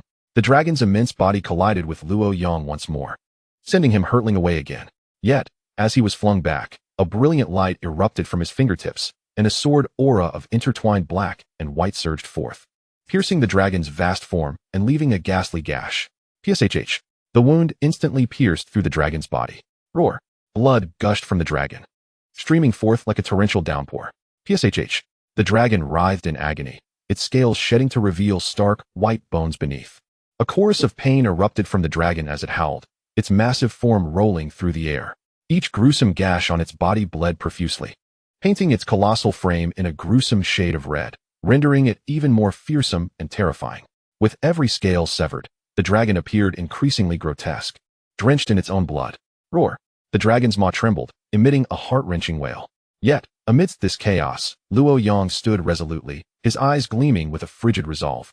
As he gazed down at the struggling dragon, a cruel smile crept across his lips. Dragon Clan, I shall make you pay for your transgressions. Today, you are merely a soul upon my blade. With that, the Spirit Swordmaster's figure vanished from sight. Whoosh! Upon his disappearance, a blood-red head materialized before the dragon. PSHH. Blood geysers erupted forth. The dragon's lifeless body slowly collapsed, blood continuing to pour from its wounds. Whoosh! The Spirit Swordmaster reappeared beside the dragon's corpse, gripping his spirit sword tightly, waves of formidable killing intent radiating around him, exuding a chilling aura. Die! The Spirit Swordmaster's face was alight with a fervor of madness. With a slight exertion of his hand, the sharp tip of his sword plunged into the dragon's head, stirring and ravenously absorbing the essence within. Roar! As he siphoned the dragon's vital energy, a crimson glow erupted from his eyes. Buzz!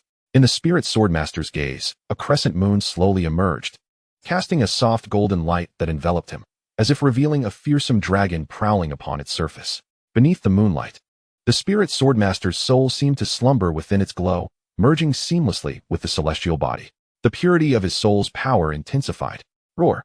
At that moment, the dragon's body erupted in a surge of dense purple light, forming a violet halo that enveloped its flesh, preserving a glimmer of life. Sensing this shift, the Spirit Sword Master raised an eyebrow and waved his hand lightly. Buzz! The moon above radiated boundless purple light, enveloping the dragon entirely. Buzz! The Spirit Sword Master vanished once more, reappearing above the violet barrier, and struck down with his sword. A series of piercing sword auras crashed against the purple shield, ringing out in a chorus of metallic clangs. Roar! Amidst the dragon's cries, fissures began to form in the barrier. Crack! With a sharp snap, the purple shield shattered completely. The Spirit Sword Master then materialized above the dragon, driving his spirit sword fiercely into the dragon's neck. As the fire dragon dissipated, the oppressive aura of the dragon's soul holy tower gradually faded, transforming into radiant beams of light that returned to the Spirit Sword Master. Within him, mysterious runes twinkled with unique brilliance, swirling and emanating an incomprehensible wave of energy. Whoosh! After absorbing the dragon's essence, a wave of invigorating sensations coursed through the Spirit Sword Master's body once more. At this moment, her cultivation had ascended to level 55, placing her firmly within the mid-tier of lords. Both the GIEMO dice and the Demon Jester had also reached level 54. For a Spirit Sword Master, achieving such a remarkable level in a short span of time was indeed commendable. The enhancement of her soul power. Was this the essence of being a mid-tier lord? Truly, it was this palpable sensation that brought unparalleled exhilaration. The Spirit Sword Master opened her eyes, feeling her newfound prowess, and a glimmer of excitement illuminated her face. Moreover, with the elevation of her cultivation, she sensed her consciousness expanding, her spiritual awareness becoming increasingly refined. This sensation was several times more potent than before. Drawing a deep breath, the Spirit Sword Master circulated her spiritual energy within, then sat cross-legged, entering a meditative state to cultivate further. One by one, she consumed various elixirs, swallowing them whole. However, her soul power did not wane. Instead, it surged forth with renewed vigor. Her sea of consciousness, nourished by the spiritual energy, grew more concentrated and resilient.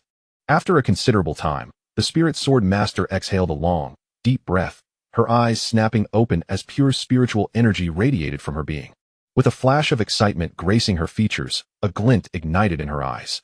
She thrust the tip of her sword forward, unleashing strands of terrifying spiritual energy that tore through the void like a silken ribbon, surging ahead with fierce intensity.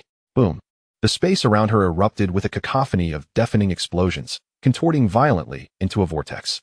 Above this maelstrom, the fabric of reality cracked, as if on the verge of being cleaved apart. The might of this spiritual onslaught was formidable, already reminiscent of a celestial sword maiden. Chapter 134, Dragon Soul Sacred Spirit. With but a single strike, fissures marred the very essence of space, while the spiritual torrents continued their relentless assault. In an instant, these terrifying energies pierced the void, leaving gaping holes in the spatial barriers, which spread exponentially. Before the might of this spiritual torrent, all defenses seemed trivial. With each passing moment, the terrifying spiritual streams traversed the void, leaving behind a trail of horrific spatial rifts. Where these energies passed, the fabric of reality bore the scars of their passage. Under the Spirit Sword Master's control, these dreadful torrents surged forth like meteors, racing toward their target. Bang! As the torrents descended, the spatial barriers succumbed to their power, fracturing with a resounding crash, disintegrating into fragments that vanished into the horizon. A tempest of chaotic energy emanated outward, unleashing ferocious gales that shook the mountains, producing creaks and groans as if they might collapse at any moment. Boom! At the epicenter of this cataclysmic storm stood a towering figure. Such strength! Gazing at the formidable silhouette ahead, the Spirit Sword Master felt her heart contract in awe. Was this her true objective? Before her loomed a colossal dragon of immense proportions, its body measuring several hundred feet in length, its scales glistening like armor, and its dragon whiskers sharp as needles. Roar! The resounding dragon's roar reverberated through the air as a terrifying aura erupted from its form. New dragon souls coalesced within the Dragon Soul Sacred Tower. This was the dragon race. In the Spirit Sword Master's perception, this was a genuine giant dragon. Although the dragon souls within the tower were of a lower echelon, they were still true dragons. Furthermore, these dragons served as the guardians of the Dragon Soul Sacred Tower. Buzz! The Dragon Soul Sacred Tower trembled slightly, as pure draconic essence wafted from within, bestowing an even more mystical aura upon the tower. Roar! At that moment, The doors of the Dragon Soul's sacred tower began to open slowly, golden beams of light emerging from the apex of the entrance. As these golden columns appeared, a surging power emanated from the doorway. Buzz, buzz, buzz, with each glimmer of light manifesting in the void. The beams converged under the guidance of the Dragon Soul's sacred tower, forming an enormous statue towering 100 feet high. Whoosh! As the statue took shape, terrifying torrents of spiritual energy radiated from it, morphing into slender golden threads that entwined around the statue, rendering it increasingly lifelike. What is this? The Spirit Sword Master's gaze froze in astonishment as she beheld the statue. She realized that within the doors of the Dragon Soul Sacred Tower lay a Dragon Soul Sacred Spirit, exuding an aura of extreme danger, reminiscent of a terrifying primordial creature that sent shivers down her spine. The Dragon Soul Sacred Spirit, could it truly exist here? Her face registered a mixture of surprise and intrigue.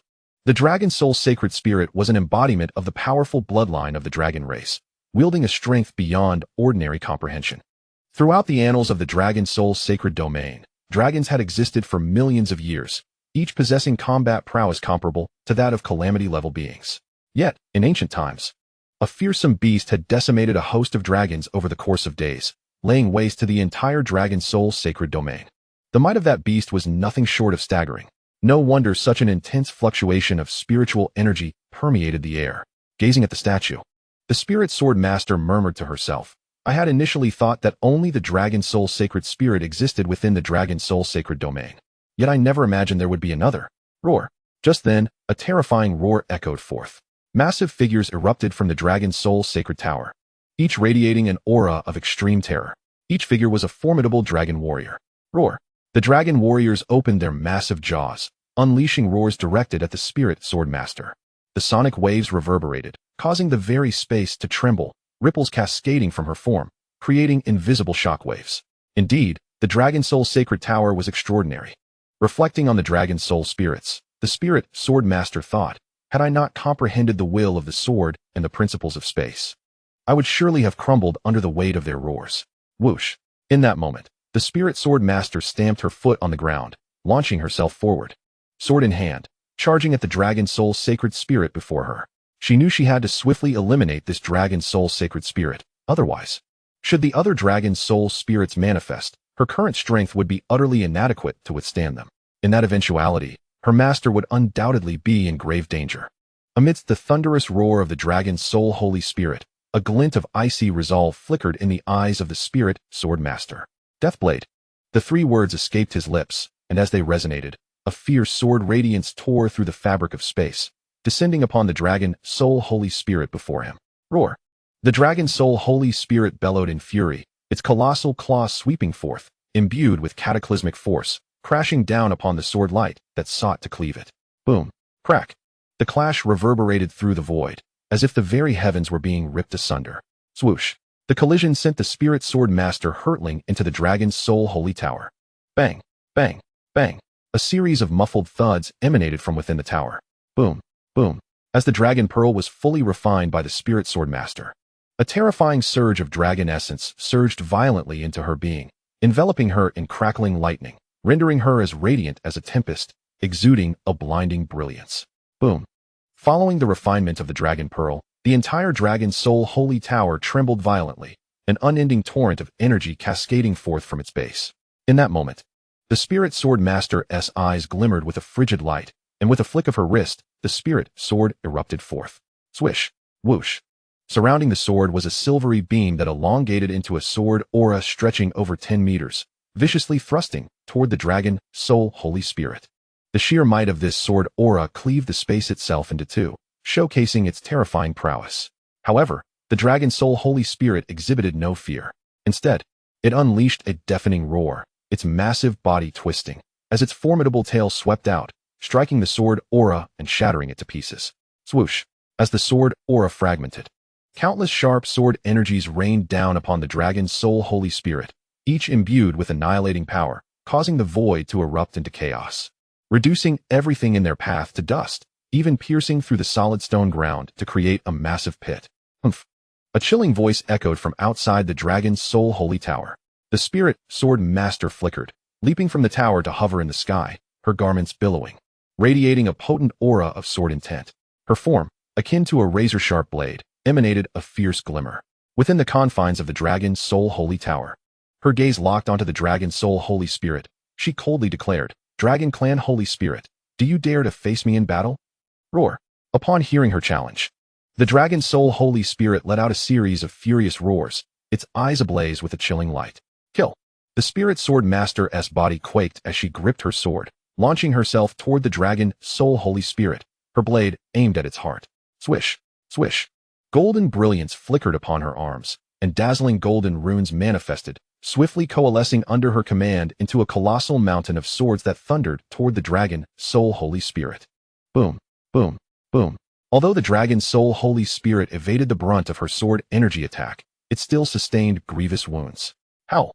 The anguished cries of the Dragon Soul Holy Spirit resonated as blood erupted from its body, rendering it a ghastly sight. Following the onslaught, the entire Dragon Soul Holy Tower swayed. The sword energies left deep gashes upon the Dragon Soul Holy Spirit's form. Buzz. Buzz. A series of purple-black demonic patterns emerged upon the Dragon Soul Holy Spirit, exponentially augmenting its power. Swish. As these patterns manifested, the Dragon Soul Holy Spirit lifted its head, its scarlet eyes fixed upon the Spirit Sword Master. A vertical eye slowly materialized upon its forehead, glimmering with ghostly blue flames that exuded an aura of malevolence, instilling a sense of dread. Upon witnessing the vertical eye, the Spirit Sword Master's brow furrowed slightly. Roar. The Dragon Soul Holy Spirit roared in wrath, its form flashing once more as its massive body lunged toward the Spirit Sword Master, its enormous claws aiming to seize her head. Humph. Noticing the titanic claw, the Spirit Sword Master's eyes blazed with cold light as she swung her sword down upon the Dragon Soul Holy Spirit. Clang. Bang. As the sound of metal clashing resounded across the sky, the dragon claw erupted with a sharp sword energy containing formidable power. Boom. The dragon claw, having withstood the Spirit Sword Master's attack, emitted a crisp sound before shattering apart. The Dragon Soul Holy Spirit was momentarily stunned, unable to believe that its claw had been cleaved by the Spirit Sword Master's strike. Roar.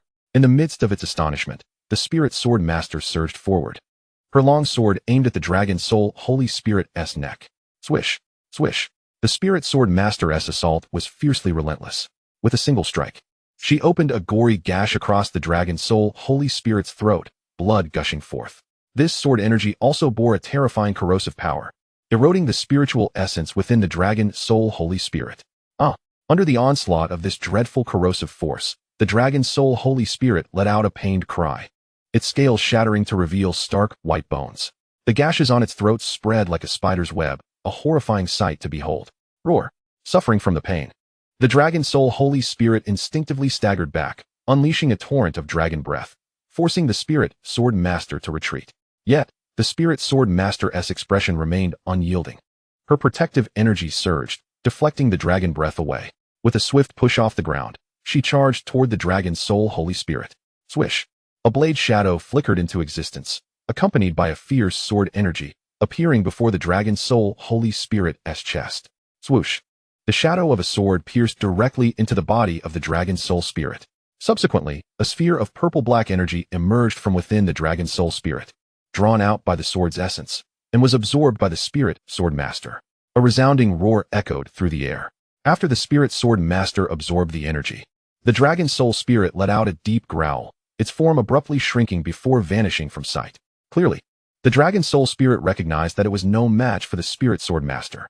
However, just as it attempted to flee, the Spirit Sword Master reappeared behind it, delivering a devastating slash that cleaved the Dragon Soul Spirit in two. In death, the body of the Dragon Soul Spirit transformed into radiant beams of light, merging into the Spirit Sword Master's being, coalescing into a pure essence of energy. Upon completion of this absorption, the Spirit Sword Master's aura significantly intensified, seemingly reaching an extraordinary state. With a sigh of relief, the Spirit Sword Master acknowledged the energy derived from consuming the Dragon Soul Spirit. Her level had ascended to 58, entering the late stages of the Lord rank. Achieving such a formidable advancement in just a single day was nothing short of astonishing. The opportunities here were indeed beyond imagination. Chapter 136. The Power of Space. It seemed that by devouring these dragon souls, I could also harness their strength. As the Spirit Sword Master broke through, Luo Yang received a boon, enhancing his physical form once more. Master, I must return to the Beastmaster space to stabilize my realm. Otherwise, my foundation will be unstable. The Spirit Sword Master said gently to Luo Yang. Go ahead. Solidify your position in the Beastmaster space. With the auspicious demon dice and the demon clown, you shall encounter no peril. Understood. After the Spirit Sword Master returned to the Beastmaster space, she slammed her palm onto the ground, and her massive form transformed into a streak of light, soaring into the distance. Upon her departure, the space behind her shattered abruptly, revealing the location of a dragon vein, exuding a terrifying dragon power. What a rich essence of dragon soul power. No wonder the Dragon Soul Holy Tower is renowned. Cultivating here will undoubtedly accelerate my progress manifold, and there is no worry of being disturbed. Sensing the density of the dragon vein's power, Luo Yang couldn't resist licking his lips. After absorbing the dragon soul spirit, his strength had indeed surged significantly. If he were to cultivate here for a few days, his power would surely grow even stronger. Just as Luo Yang prepared to enter the Dragon Soul Holy Tower, a peculiar wave of energy emanated from a towering stone platform, causing him to momentarily pause and turn his gaze. Is that a teleportation array? He mused, squinting at the strange runes before him. Although he did not recognize this teleportation array, his instincts hinted that it was indeed one, as a figure gradually emerged, stepping through the radiance towards him. As the figure's foot touched the teleportation array, it erupted in dazzling light, followed by a potent magnetic force. In an instant, a series of purple beams flashed, and the figure vanished from the array. Once the figure had completely disappeared, the light from the teleportation array gradually dimmed, returning to a tranquil state. Huh. Luo Yang was taken aback. This teleportation array cannot be activated. Could it be that there are other restrictions within the Dragon Soul Holy Tower? Such thoughts crossed his mind, causing him to frown. Regardless, he resolved to test it out. Having come to this conclusion, Luo Yang fixed his gaze upon the Dragon Soul Holy Tower, a sense of foreboding whispering to him that this tower surely held secrets. With a firm decision in his heart, Luo Yang transformed into a wisp of green smoke, darting towards the Dragon Soul Holy Tower. Inside, he searched frantically, hoping to uncover something of significance. However, the inscriptions and patterns carved upon the stone tablets were so ancient that he could barely discern their meaning. Though he sensed they contained a unique essence of the Tao, intricate and profound, beyond the comprehension of even a formidable lord like himself. After searching within the Dragon Soul Holy Tower for the better part of a day without any yield, frustration began to stir within Luo Yang. He was convinced that the tower concealed secrets, yet he couldn't decipher them, which vexed him greatly. As Luo Yang's agitation peaked, a strange sound suddenly resonated. The moment he heard the sound, Luo Yang's gaze sharpened, directing his attention towards the teleportation array. What is that sound? Through his perception, he discerned a mysterious fluctuation surrounding the teleportation array. This wave was neither a manifestation of soul power nor an array. Could it be that there was a mechanism hidden here? This thought ignited a fervent spark in Luo Yang's eyes. He shot forth, racing towards the teleportation array, intent on dismantling it. If his suspicions were correct, and there was indeed a mechanism, it would be fortuitous. He could exploit the ensuing chaos to penetrate the core of the Dragon Soul Holy Tower and explore its hidden opportunities. As Luo Yang approached the teleportation array, the wave of energy became increasingly pronounced, almost as if it were beckoning him. Upon nearing the array, he could feel a palpable yearning emanating from it.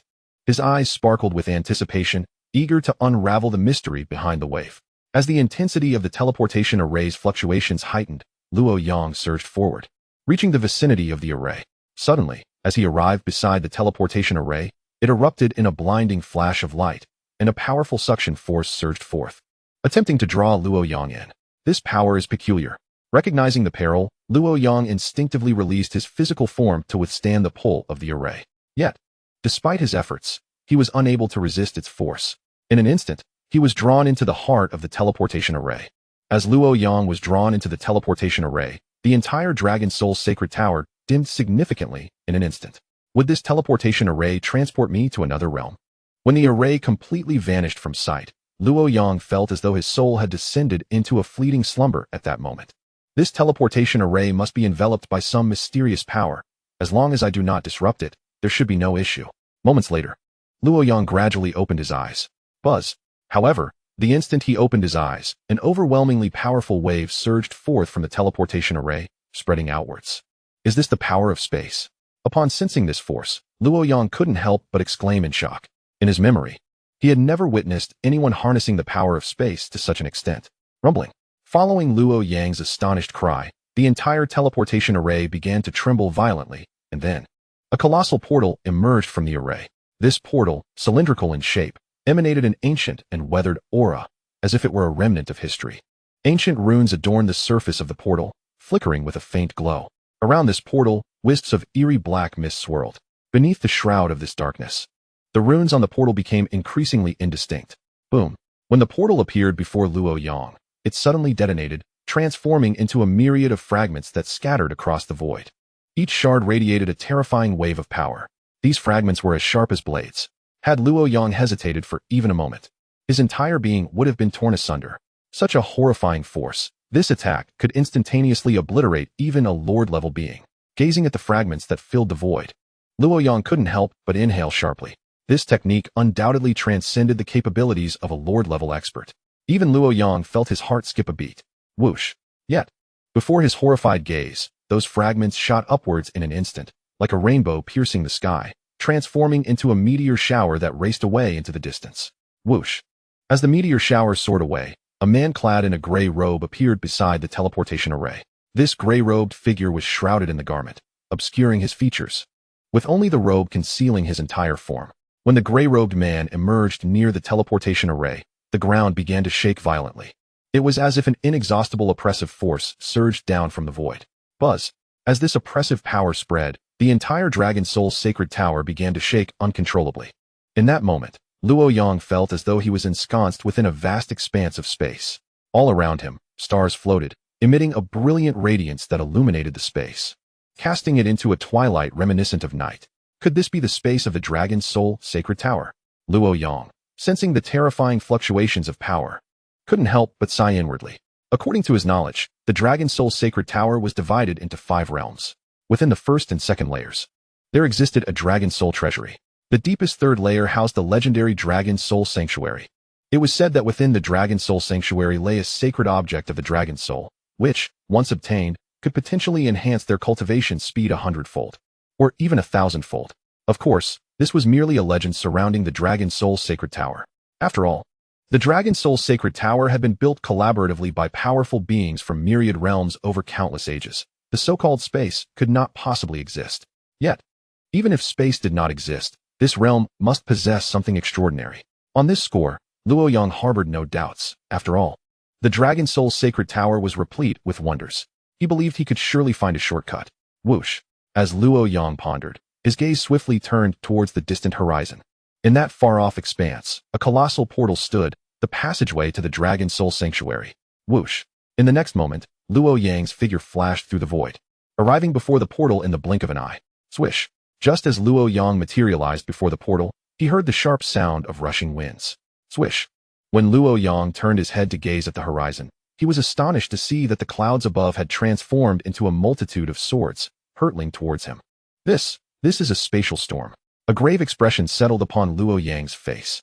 He understood that a spatial storm was a manifestation of forces akin to spatial rifts. Spatial rifts were an exceedingly terrifying destructive force, born from the essence of spatial power. Beneath such rifts, no life form, even those of lordly strength, could escape. They would be easily swept into the chaotic currents of space, reduced to mere flesh and bone, utterly obliterated. This must have triggered the protective barriers guarding the Dragon Soul Treasury. Boom. As Luo Yang's thoughts raced, the spatial storm finally reached him. Crash. Accompanying the arrival of the spatial storm was a torrent of tempestuous energy. Within the raging storm, the sharp edges of the winds could be vaguely discerned. Those edges emanated a chilling aura, slicing through the void. Hiss. The moment the storm descended, it unleashed its full force upon Luo Yang. He could feel the sheer terror of the power contained within the spatial storm. Luo Yang exerted all his strength to navigate through the tempest.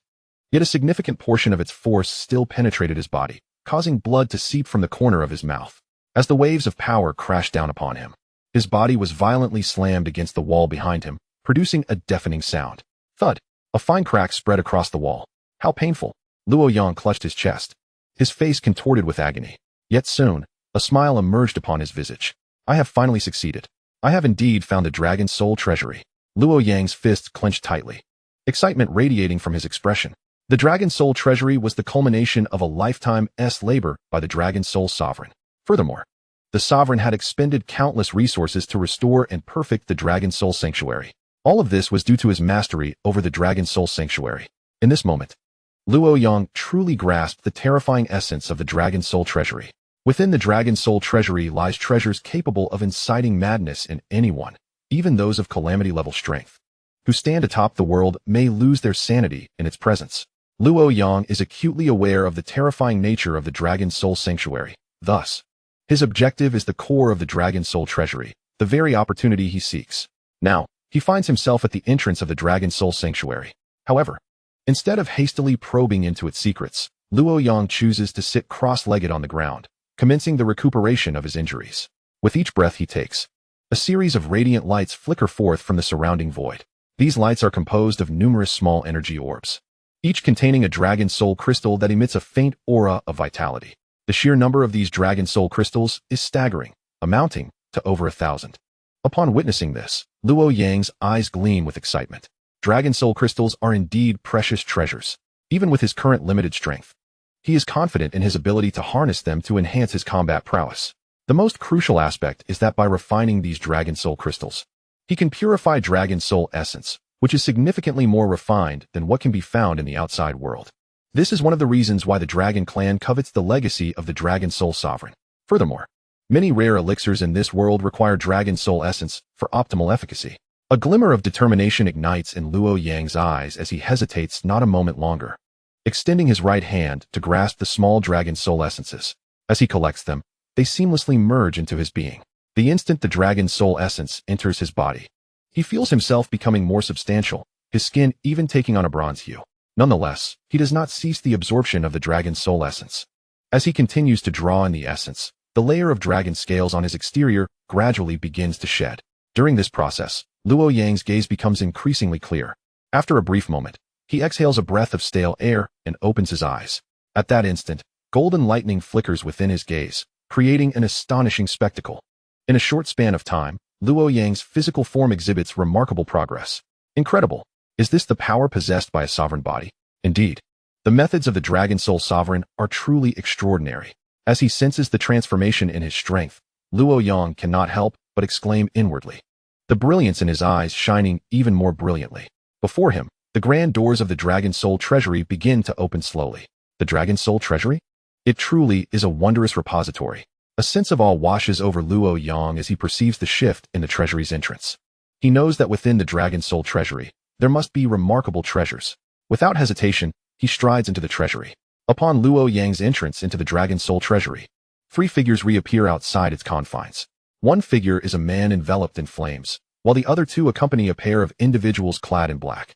These 3 are representatives of the Celestial Demon Clan, the Spirit Demon Clan, and the Dragon Clan. The Celestial Demon Clan and the Spirit Demon Clan have also arrived here. A hint of surprise flits across Luo Yang's eyes as he regards the trio. The Celestial Demon Clan is an ancient beast of immense power, surpassing even the pinnacle of sovereign strength. To others, it appears that the Celestial Demons possess strength that exceeds that of the Dragon Clan. Why would such a clan await him here? Could it be that they harbor ulterior motives? A thought arises in Luo Yang's mind, yet he quickly shakes his head. He is still a considerable distance from the core of the Dragon Clan's domain. Even the Celestial Demons cannot breach the heart of the Dragon Clan's territory. Furthermore, should the Celestial Demons reach this point, they would still need to pass the trials of the Dragon Soul Sanctuary. Otherwise, they would be expelled from the Dragon Clan's realm. Luo Yang's suspicion stems solely from the enigmatic nature of the Dragon Soul Treasury. After all, the treasures within are remnants left by the Dragon Soul Sovereign. Moreover, even without the Dragon Soul Treasury, the Dragon Soul Sanctuary is replete with rare treasures and resources. Acquiring these could potentially provide him with materials to break through to the calamity level in the future. As Luo Yang observes the 3 representatives from the major clans, it is evident they are sizing him up in return. Humph, that little fellow must have emerged from the spatial rift created by the Dragon Soul Sovereign. One of them muses. Indeed, that is true, but who would have thought that he could so easily seize the Dragon Soul essence left behind by the Sovereign?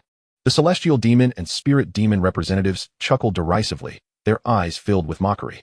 Although Luo Yang's strength is formidable, even slightly superior to theirs, in their eyes, he remains woefully inadequate to contend for the treasures of the Dragon Soul Treasury. The Dragon Soul essence belongs to the Dragon Soul Sovereign. How can a mere insect like you presume to lay claim to it? Scoffs an elder from the Spirit Demon Clan, his face betraying arrogance. Following his words, the elder from the Celestial Demon Clan nods in agreement. I concur, since he has not acquired the Dragon Soul Treasury, his fate is undoubtedly sealed. Indeed, the Dragon Soul Treasury belongs to the Celestial Demon Clan, How could you dare to covet it? Another elder from the Spirit Demon clan sneers. Very well. Then do not obstruct me, Luo Yang states, casting a calm, yet piercing glance at the elder of the Celestial Demon clan. For I intend to seize it. What? You wish to steal our dragon soul treasury? You are courting death. The elder from the Celestial Demon clan erupts in rage, his murderous intent fully unleashed in that moment. Then I shall first slay you, and then claim the dragon soul treasury. The elder from the Spirit Demon clan coldly laughs, immediately launching an attack towards Luo Yang. As the assault commences, the elder from the Celestial Demon clan also charges at Luo Yang. Humph, do you truly believe yourselves worthy to challenge me? This is nothing but a path to self-destruction. Feeling the impending onslaught from the two, Luo Yang cannot help but scoff, his eyes suddenly ablaze with a chilling brilliance. With a swift motion, he tears through the air with his hand, launching a fierce counterattack against the elder from the Spirit Demon clan and the elder from the Celestial Demon clan. Boom. The force of Luo Yang's punch collides with the elder from the Spirit Demon clan, unleashing a terrifying power that sends the elder hurtling backward, blood spewing forth. What? After the elder of the Demon clan was forcefully knocked back, the elder of the Celestial Demon clan widened his eyes in disbelief, nearly having his eyeballs drop to the ground. He could hardly fathom that this human youth before him possessed such terrifying physical prowess. Was this still a normal human? Chapter 139, The Blood of the Dragon Clan. At that moment, while the elder of the Celestial Demon clan was still in shock, Luo Yang had already arrived at his side, delivering another thunderous punch to his chest. Crack! The sound of shattering bones resonated through the void. The elder of the Celestial Demon clan was sent flying several hundred meters, crashing down onto the ground and collapsing numerous mountain peaks in the process. Gasp! Upon witnessing the situation before him, he instinctively drew in a sharp breath. He could never have imagined that he, the strongest of the Celestial Demon clan, would be so effortlessly subdued by Luo Yang. Luo Yang, how dare you harm a member of my Celestial Demon clan?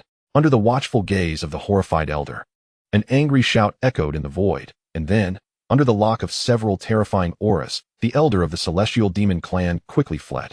He no longer possessed any confidence in overcoming Luo Yang.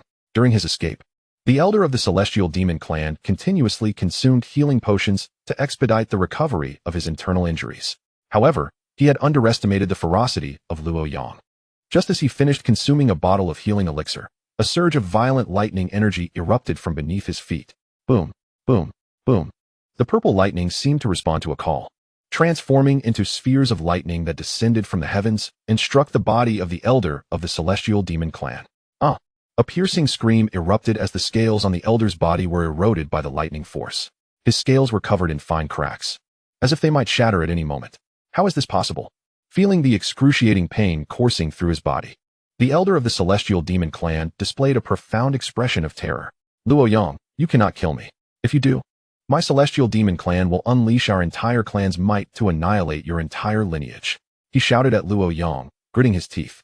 There was no time to delay, otherwise the number of individuals arriving at the Dragon Soul Treasury would only increase. Luo Yang murmured to himself.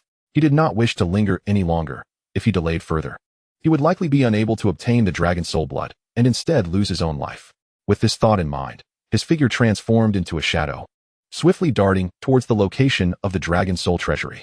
Upon witnessing Luo Yang's actions, the elder of the Celestial Demon clan's eyes flickered with a chilling murderous intent. Luo Yang, you shall not take the Dragon Soul Treasury from me, he bellowed, then pursued Luo Yang. As Luo Yang entered the passage to the Dragon Soul Treasury, the elder of the Celestial Demon clan closely followed him, also entering the treasury.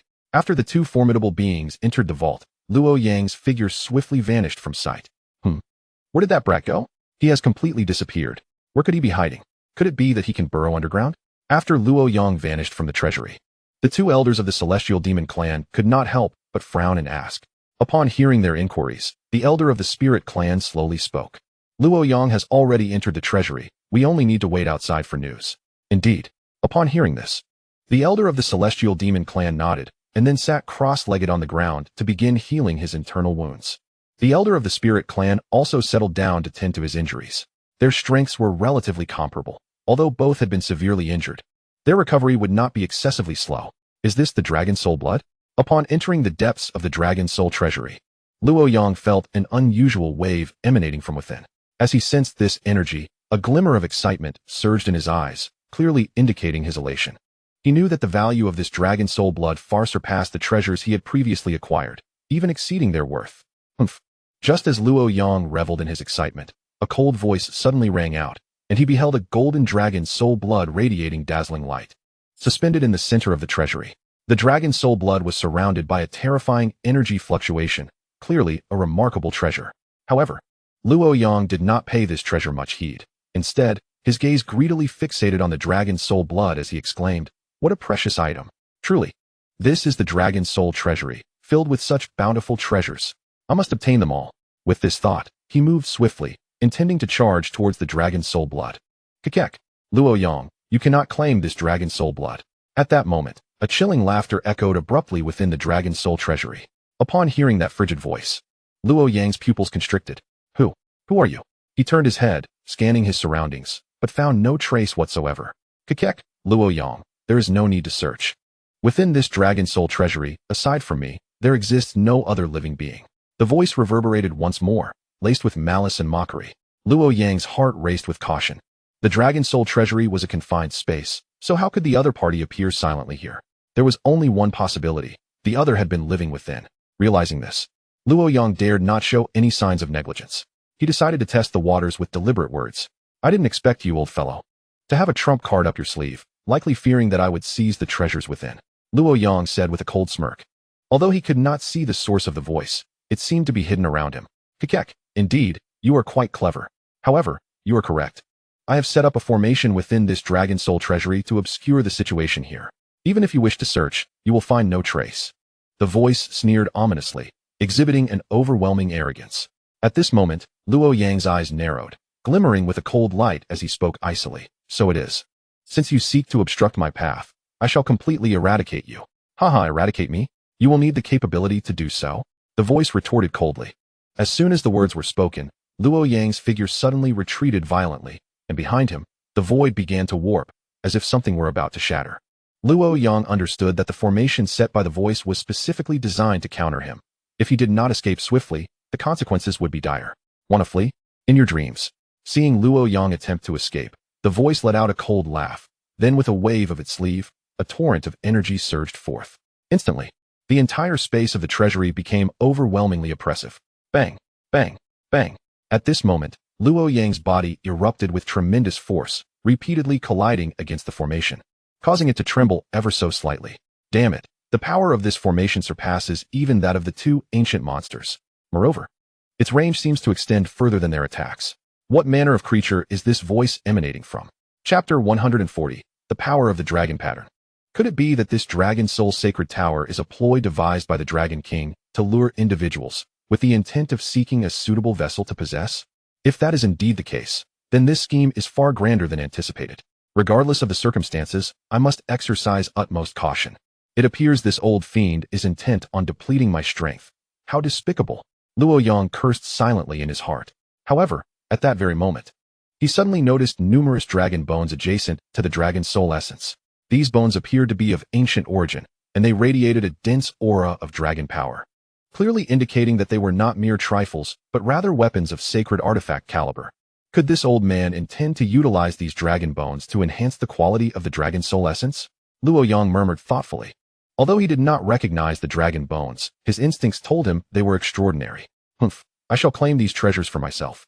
Even if you do not present them to me, I shall venture forth to seize them." Luo Yang's eyes gleamed with ferocity as he resolutely surged forward, intent on acquiring the dragon soul essence. After all, these treasures could serve as his fortune if he were to obtain them. He would possess ample resources to contend against those two ancient monsters in the future. Boom. As Luo Yang moved, the massive dragon soul essence trembled violently, and a dragon's roar resonated forth from its surface. Roar. Accompanied by the dragon's roar, the dragon's soul hovering above let out a fearsome cry, appearing particularly menacing. Growl, growl, growl. Following that, a series of deep roars emanated from within the dragon soul itself. Suddenly, symbols began to illuminate on the body of the dragon soul, transforming into myriad small dragon patterns that manifested upon its colossal form.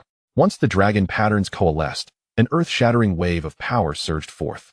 Feeling this terrifying energy ripple, Luo Yang's heart quaked, and he could not help but inhale sharply. "Dragon patterns?" Luo Yang exclaimed in shock. "Indeed, dragon patterns." The voice's owner proclaimed triumphantly. "Dragon patterns are a unique power birthed by the heavens and earth. granting dragonkind the essence of the dragon soul. To refine the dragon soul essence, one must harness the assistance of dragon patterns. Otherwise, one could never hope to control the dragon soul essence. Upon hearing the voice's words, Luo Yang's expression fluctuated between uncertainty and resolve. He had not anticipated that these dragon-related artifacts would possess such capabilities, let alone require the cooperation of dragon patterns. The voice continued to cackle, while Luo Yang gritted his teeth in frustration. However, his demeanor quickly returned to normal, for he understood that the most pressing matter was to secure the dragon soul essence. He was acutely aware that to obtain the dragon soul essence, he must first eliminate the voice's owner.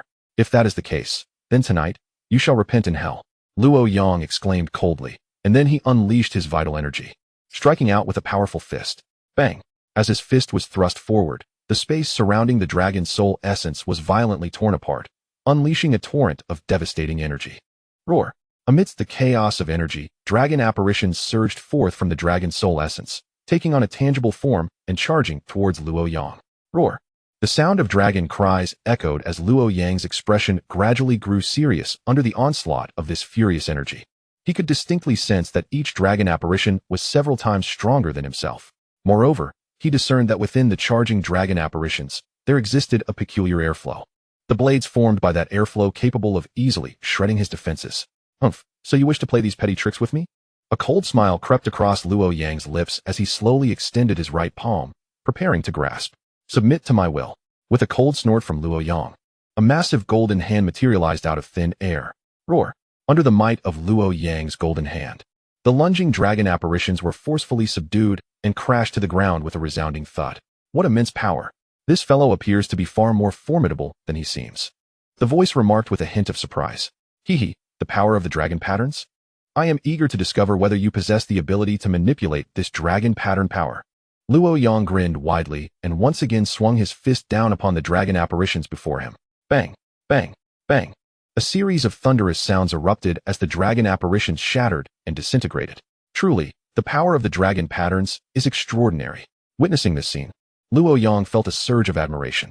Yet he also understood that the power of the dragon patterns could not be wielded carelessly. After all, these dragon patterns were not so easily dispelled. Humph, the dragon soul essence is mine by right. Luo Yang's eyes blazed crimson as he once more unleashed a fierce strike towards the front. Bang! With a punch, a massive black hole erupted in the void, causing the dragon soul essence to tremble incessantly under the pressure of this terrifying force, as if it might shatter at any moment. Humph! Submit to my will. Witnessing the dragon soul essence quiver, Luo Yang's gaze hardened, and he struck once more with both fists. Boom! Boom! With Luo Yang's relentless assault, dragon apparitions continued to explode. And with each explosion, droplets of vibrant blood shot forth, merging into the dragon soul essence. As this blood entered the essence, it transformed into slender bloodlines that rapidly spread outward. Once the bloodlines permeated the dragon soul essence, it began to tremble violently, as if consuming something. Haha, that's more like it. Observing this spectacle, Luo Yang felt a surge of elation. This dragon soul essence was something he had sought tirelessly. Had another person gotten to it first, his plans would certainly have been thwarted. Whoosh! With a thought, a dragon apparition transformed into a wisp of azure smoke and entered his body. Sizzle! Upon entering, the dragon soul essence rapidly split off several dragon souls, each diving into his internal organs, blood vessels, and danshin. Luo Yang exhaled deeply. This dragon soul essence is indeed somewhat domineering. With the enhancement of the dragon soul essence, his physical form would logically progress to the calamity level with time. Just as this thought crossed Luo Yang's mind, numerous dragon apparitions had already infiltrated his internal organs and blood vessels. Sizzle! Sizzle! Sizzle!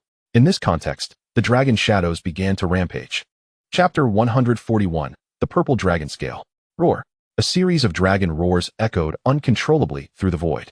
As the sound of the dragon's roar reverberated, the power unleashed by the dragon shadows grew increasingly ferocious and frenzied. Humph! Silence, I command you. Buzz!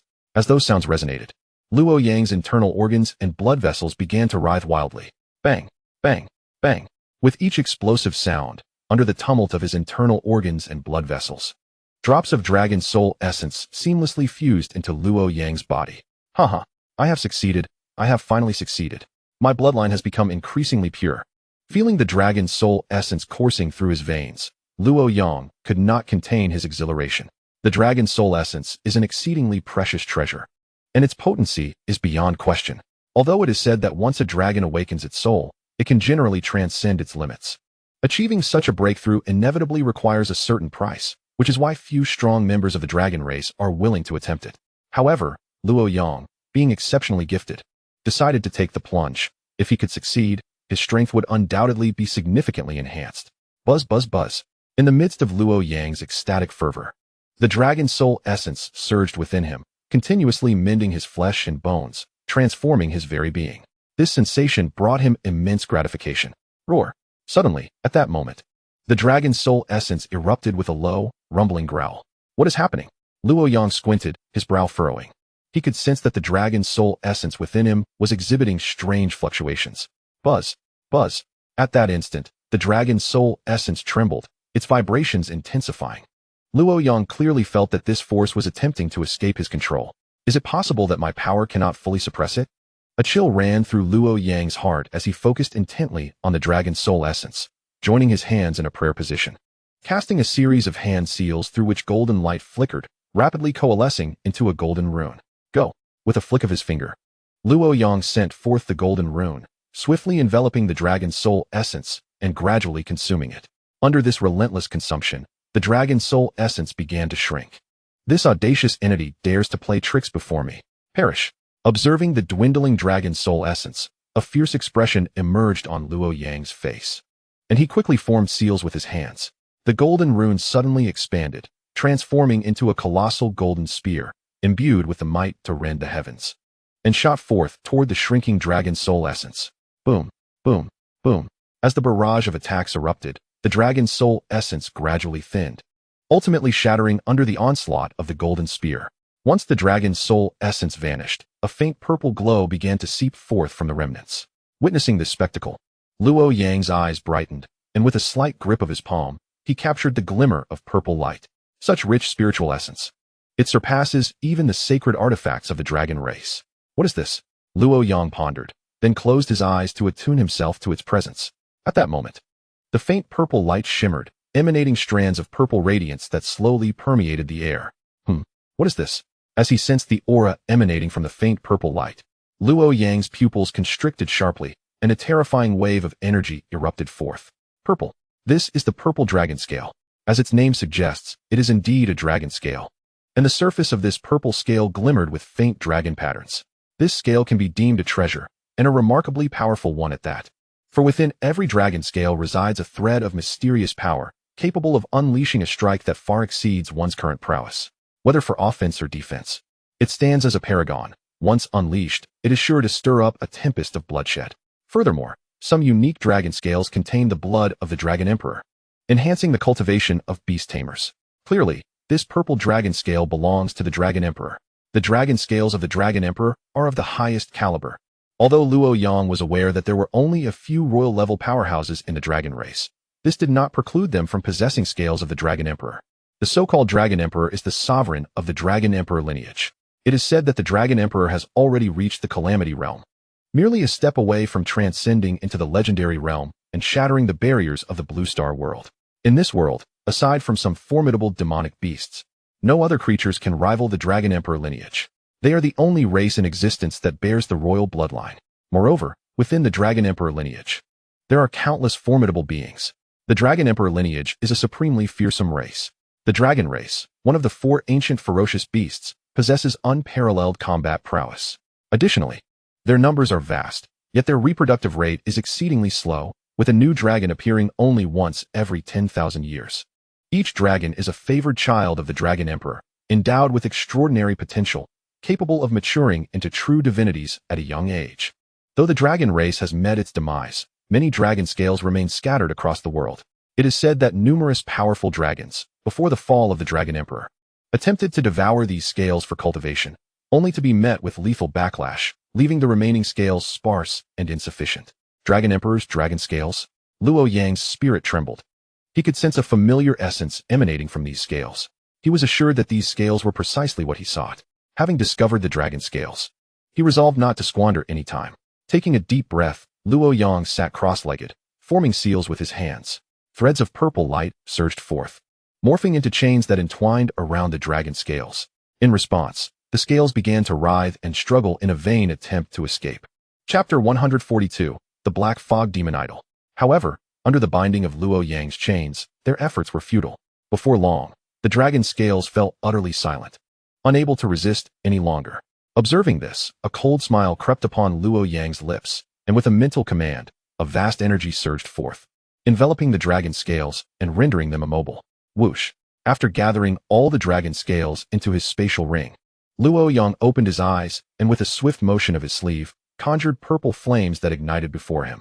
The hissing purple flames danced around the dragon scales, emanating an intense heat. The scales themselves emitted a series of mournful cries. "Let me refine you," Luo Yang murmured, gazing at the dragon scales engulfed in purple flames.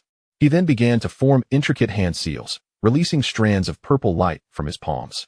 This purple radiance, akin to violet thunder, relentlessly bombarded the dragon scales, causing them to tremble as if enduring excruciating agony. Under his control, the scales quivered and began to merge into the purple flames. Within the flames, the scales twisted and writhed, seemingly in a struggle. As the scales further integrated into the purple fire, beads of sweat began to form on Luo Yang's forehead. He was currently refining a royal-grade treasure, one that was notoriously difficult to process. A single misstep could lead to his demise. Fortunately, his physical strength was formidable, allowing him to barely maintain control. Additionally, he possessed a bloodline inheritance pearl from the Dragon Emperor, which continuously supplied him with power. As the dragon scales were refined and absorbed by the purple flames, Luo Yang sensed a surge of energy emanating from the dragon scale within his dantian. His face lit up with joy, and with a thought, he directed all the dragon scales into the Dragon Emperor's scale. A resonant hum filled the air as the Dragon Emperor's scale erupted in brilliant purple light upon sensing the presence of the other scales. Simultaneously, under the radiant purple glow, the scale became increasingly solidified. At last, I have successfully refined the dragon scales. Luo Yang could not contain his exhilaration. This time, when the Dragon Emperor fell, he was left with but a single scale. Yet, he was not satisfied. Such a precious artifact, even if merely a single scale from the Dragon Emperor, was worth its weight in gold. Moreover, if he could refine some remnants of the dragon scales, it would be a significant achievement for his future endeavors. However, he understood well that completely refining these remnants would require a considerable amount of time. These remnants were not something that could be processed overnight. So he decided to focus on refining the Dragon Emperor's scale first. After all, it represented an immensely significant quantity. Regardless, this harvest was quite rewarding, at the very least. It could be exchanged for other treasures. Luo Yang pondered to himself, reflecting on the success of his journey to the Dragon Soul's sacred tower, which had been fruitful. Now, to avoid drawing the attention of any nefarious individuals, it was time to depart. With that thought, he flickered and tore through the void, vanishing from his original spot, leaving the dragon scales behind without any sign of disturbance. Whoosh! As he traversed the void, he covered a distance of 1,000 zhang in an instant. With a thought, his figure reappeared. Finally over, he sighed with relief as he surveyed the surrounding darkness. This journey to the Dragon Soul Sacred Tower had proven immensely beneficial. Upon returning, he was determined to devote himself to rigorous training, enhancing his strength to become more formidable. Otherwise, with his current abilities, he would find it increasingly difficult to navigate this realm. Suddenly, Luo Yang furrowed his brow. He sensed something had stirred within his spiritual realm. It was an extraordinary sensation, as if something mysterious lurked in the depths of that space, observing him. Who is spying on me? A flicker of surprise flashed in his eyes. Yet, he quickly shook his head. Having just emerged from the Dragon Soul Sacred Tower, how could anyone be watching him? Perhaps, he mused, he was merely overthinking it. With a silent murmur, he flickered and swiftly departed. After his figure vanished, a gathering of dark mist coalesced in that very spot, which then solidified into a colossal demonic statue at a certain moment. This statue was adorned with blood-red runes, hinting that these crimson symbols were composed of blood. Surrounding this demonic figure were eerie black patterns that spread slowly. The layers of black markings seemed to come alive, writhing and transforming into grotesque claws that exuded an icy aura of death. I never imagined that you would truly enter the Dragon Soul Sacred Tower. It seems that old fellow did not deceive us. This lad is indeed extraordinary. A sinister, raspy voice echoed across the skies, unmistakably belonging to an evil entity, a malevolent spirit of the dark race. Such entities were exceedingly rare across the Blue Star, appearing roughly every 100 years, yet each was notoriously formidable. These dark beings shared a common trait, a thirst for blood. Their attacks were notably treacherous. This race held a uniquely precarious position on the Blue Star. However, Despite their strength, numerous hidden powerhouses monitored their movements, deterring them from acting recklessly. Thus, even if this race was immensely powerful, they were compelled to operate discreetly, lest they face dire consequences. Hee hee. Nonetheless, since that lad has refined those dragon scales, it saves us some trouble. The dark spirit grinned at the location where Luo Yang had vanished, a chilling glint flashing in its eyes before it dissipated into the ether. Chapter 143. Return to Qingyun. In a distant northern land, within a secluded valley, a man clad in a blue robe sat cross-legged upon the ground. This individual was none other than Luo Yang.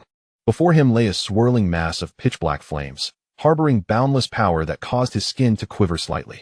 Yet, despite this, Luo Yang's expression remained unchanged, retaining an air of indifference. Clearly, he was not affected by the dark flames. Taking a deep breath, Luo Yang spread his palms, and the mass of black flames shot forth, merging into his body and vanishing from sight. Hiss! As the dark fire entered Luo Yang's being, the space surrounding him began to contort, and within that distorted realm, tiny fissures emerged, creating a rather terrifying spectacle. Luo Yang understood that these were spatial barriers, forcibly shattered by his own will. Despite this, a faint smile of satisfaction emerged on Luo Yang's face. He was acutely aware that his physical prowess had reached a remarkably terrifying level. After a period of diligent training, his body had undergone a tremendous transformation as it absorbed the blood of the Dragon Emperor. Not only did the blood of the Dragon Emperor flow within him, but his physical rank had also ascended to level 65, granting him the means to protect himself on Blue Star. Now, even mid-tier sovereigns would hardly pose a threat to him. A month had passed, and it was time to return to the Qingyun Academy. Otherwise, everyone might assume he had perished outside. Murmuring to himself, Luo Yang slowly rose to his feet. Upon standing, his physique expanded dramatically, soaring to a height of 10 zhang. The bones within him crackled, and an unparalleled explosive power surged around his body. With his enhanced physique, he could effortlessly alter his form. Boom! A pale blue luminescence manifested above his fist. Very well, it is time to return. Luo Yang's eyes sparkled, and with a powerful stomp, he launched himself into the sky. As he ascended, a colossal tail trailed behind him, creating a magnificent spectacle against the horizon. Whoosh! With a swift motion, Luo Yang transformed into a streak of light, streaking across the heavens. Behind him, the tail left a long, azure trail, racing through the air with astonishing speed. Before long, a city's silhouette appeared in the distance. Qingyun City. Gazing upon the grand city, a fervent gleam flickered in Luo Yang's eyes. This magnificent city was one of many established by the Qingyun Academy.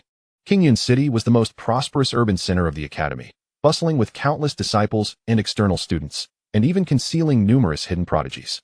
All of this was orchestrated to expedite the growth of those concealed talents. Taking a deep breath, Luo Yang's body trembled slightly as he steadied himself in the skies above Qingyun City, before gradually descending. Upon his wrist rested a jade pendant, radiant in a milky hue, intricately carved with esoteric patterns that exuded an aura of the extraordinary. This was the identity token bestowed upon him by his mentor, granting him unrestricted access to the academy's domain. It was time to report to my mentor. Luo Yang exhaled softly and made his way towards the academy square. Surrounding the square, numerous disciples were engrossed in their training. These young practitioners, appearing to be around 16 or 17 years of age, were new students at the academy. Yet they possessed combat abilities that surpassed the typical realm of sovereigns. To Luo Yang's astonishment, there were even 3 individuals of sovereign rank among them. Curiously, the training disciples regarded him with inquisitive eyes. After all, an external disciple in Qingyun City would hardly draw their attention. Who is that guy? I've never heard of him before. Humph, he must be a mere rogue. I recall that most of our disciples hail from various regions of Qingzhou, selected as the cream of the crop from differing factions. Such individuals seldom gain any notoriety within the academy. The murmurs of the training disciples echoed around him. Just then, a figure appeared in the square. The girl, clad in white, possessed a striking beauty that evoked the image of a celestial being strayed into the mortal realm. Emanating an ethereal elegance, a pure aura enveloped her, compelling admiration from all who beheld her. Her eyes sparkled like stars, imbued with a lively brilliance that seemed to beckon others closer. Any girl who laid eyes upon her would inevitably feel a pang of admiration. Upon arriving at the square, Luo Yang glanced around, eager to appreciate the academy, which had been swept away by the chaotic currents of the realm during the Great Races War. To onlookers, his actions appeared suspicious, as if he were up to no good. Who are you? How dare you trespass within the Qingyun Academy's boundaries? The sudden appearance of the girl drew countless youthful gazes. The young men, captivated by her beauty, burned with desire, longing to embrace her and shower her with affection. Yet, recognizing her unique status, they refrained from acting impulsively. Hee, I am Luo Yang, an external disciple, and I am here to seek my mentor. External disciple? Huh. This kid dares to masquerade as an external disciple in Qingyun City. Truly reckless. Even a common external disciple enjoys certain privileges, and this audacious pretense was met with derision. Laughter erupted from those training, their disdain for the newly minted external disciple palpable. Just as the laughter subsided, a cold voice pierced through the air, directed at Luo Yang. Are you the imposter? Though the voice was hushed, Luo Yang discerned it clearly. Frowning, he looked up to see a figure hurtling toward him, appearing before him in the blink of an eye. You are Luo Yang? Gazing at Luo Yang, the figure narrowed his eyes slightly. His tone as frigid as a gale from the depths of the abyss. A thin layer of frost coated his form, casting an eerie chill upon the surrounding air. Adorning his chest were two gleaming golden medals, exquisite in design and shining with a blinding brilliance. Upon seeing this figure, Luo Yang's pupils constricted. This was a sovereign-level powerhouse. No wonder he exuded such arrogance. He had a sovereign backing him. As a flicker of trepidation crossed Luo Yang's mind, the figure's gaze shifted back to him, sharp as an eagle's, instilling fear. Who are you? What brings you to the Qingyun Academy? Why can't I be here? Luo Yang fixed his icy stare upon the figure, his voice laced with chill. He did not cower before the imposing presence. Rather, a competitive spirit ignited within him. In his eyes, although the figure's strength was formidable, it paled in comparison to his own, rendering it almost trivial. He believed he could easily dispose of this individual. Little did Luo Yang know, his words had already provoked the figure's ire. Upon hearing Luo Yang's words, the figure's lips curled into a chilling arc. What are you to question my name? As the words fell, an extreme and terrifying wave of energy surged from the figure, causing the very heavens and earth to tremble. A thunderous roar echoed as the sky quaked and the void shattered. The atmosphere was utterly fearsome, causing Luo Yang's pupils to constrict violently.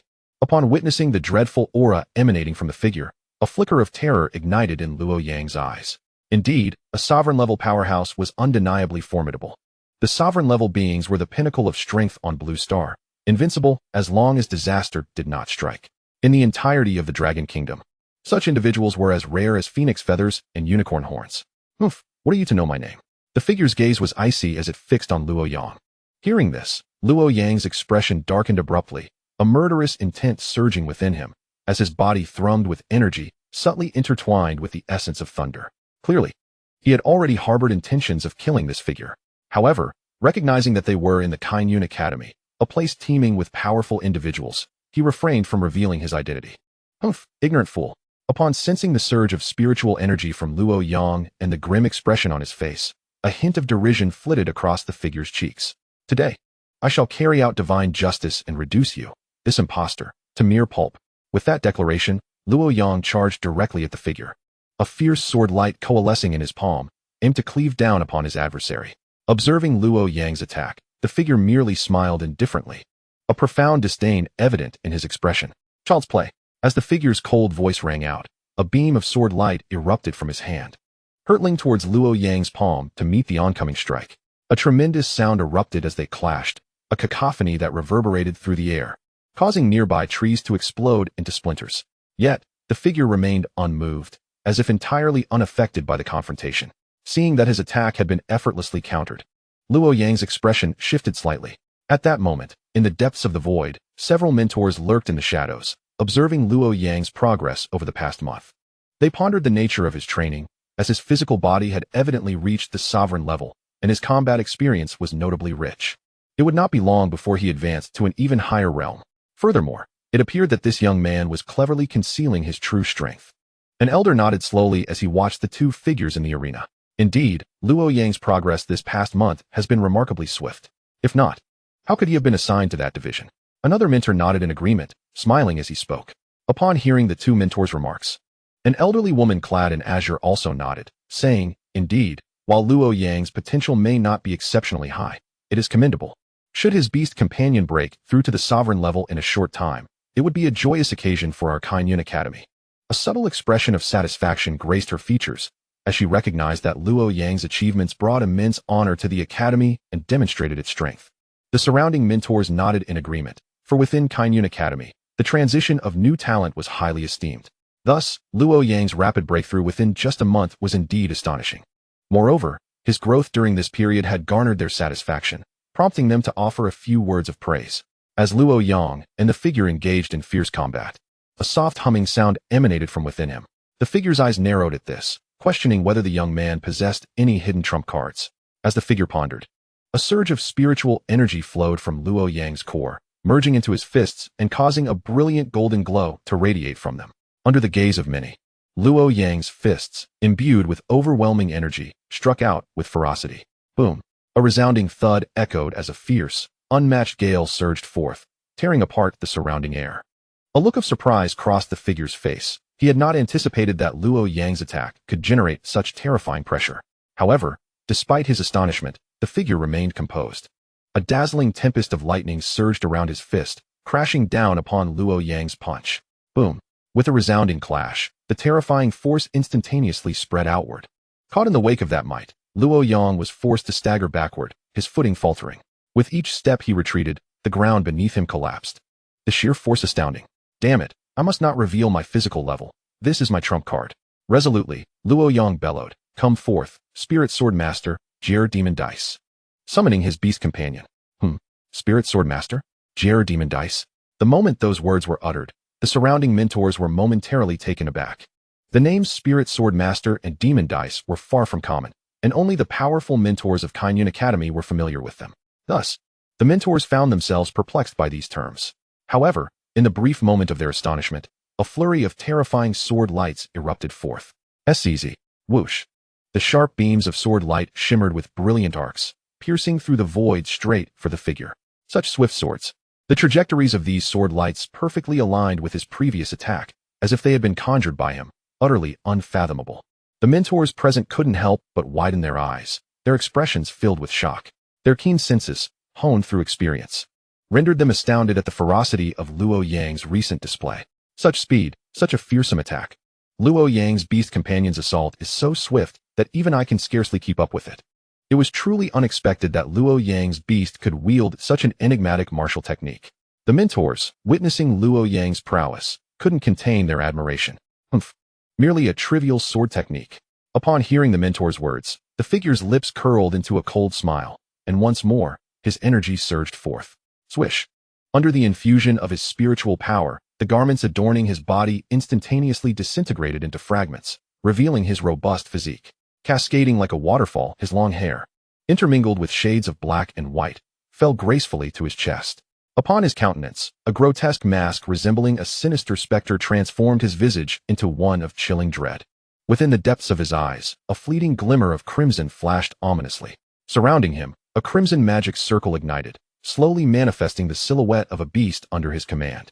Enveloped in a torrent of sanguine light, rendering him akin to a demon risen from the depths of hell, exuding an aura of terrifying malevolence. This formidable beast, majestic in stature, was adorned with an array of bizarre patterns, its head reminiscent of a bull, with a sharp snout and a mouth akin to that of a crocodile, long and curved, exuding an air of ferocity. A potent stench of blood wafted from its form, clearly indicating that this creature had consumed a considerable amount of blood to materialize. Slaughter! Slaughter! Slaughter! The figure did not dare to delay. Blood-red runes erupted from his palms, enveloping him in a crimson halo. Bang! Bang! Bang! Bang!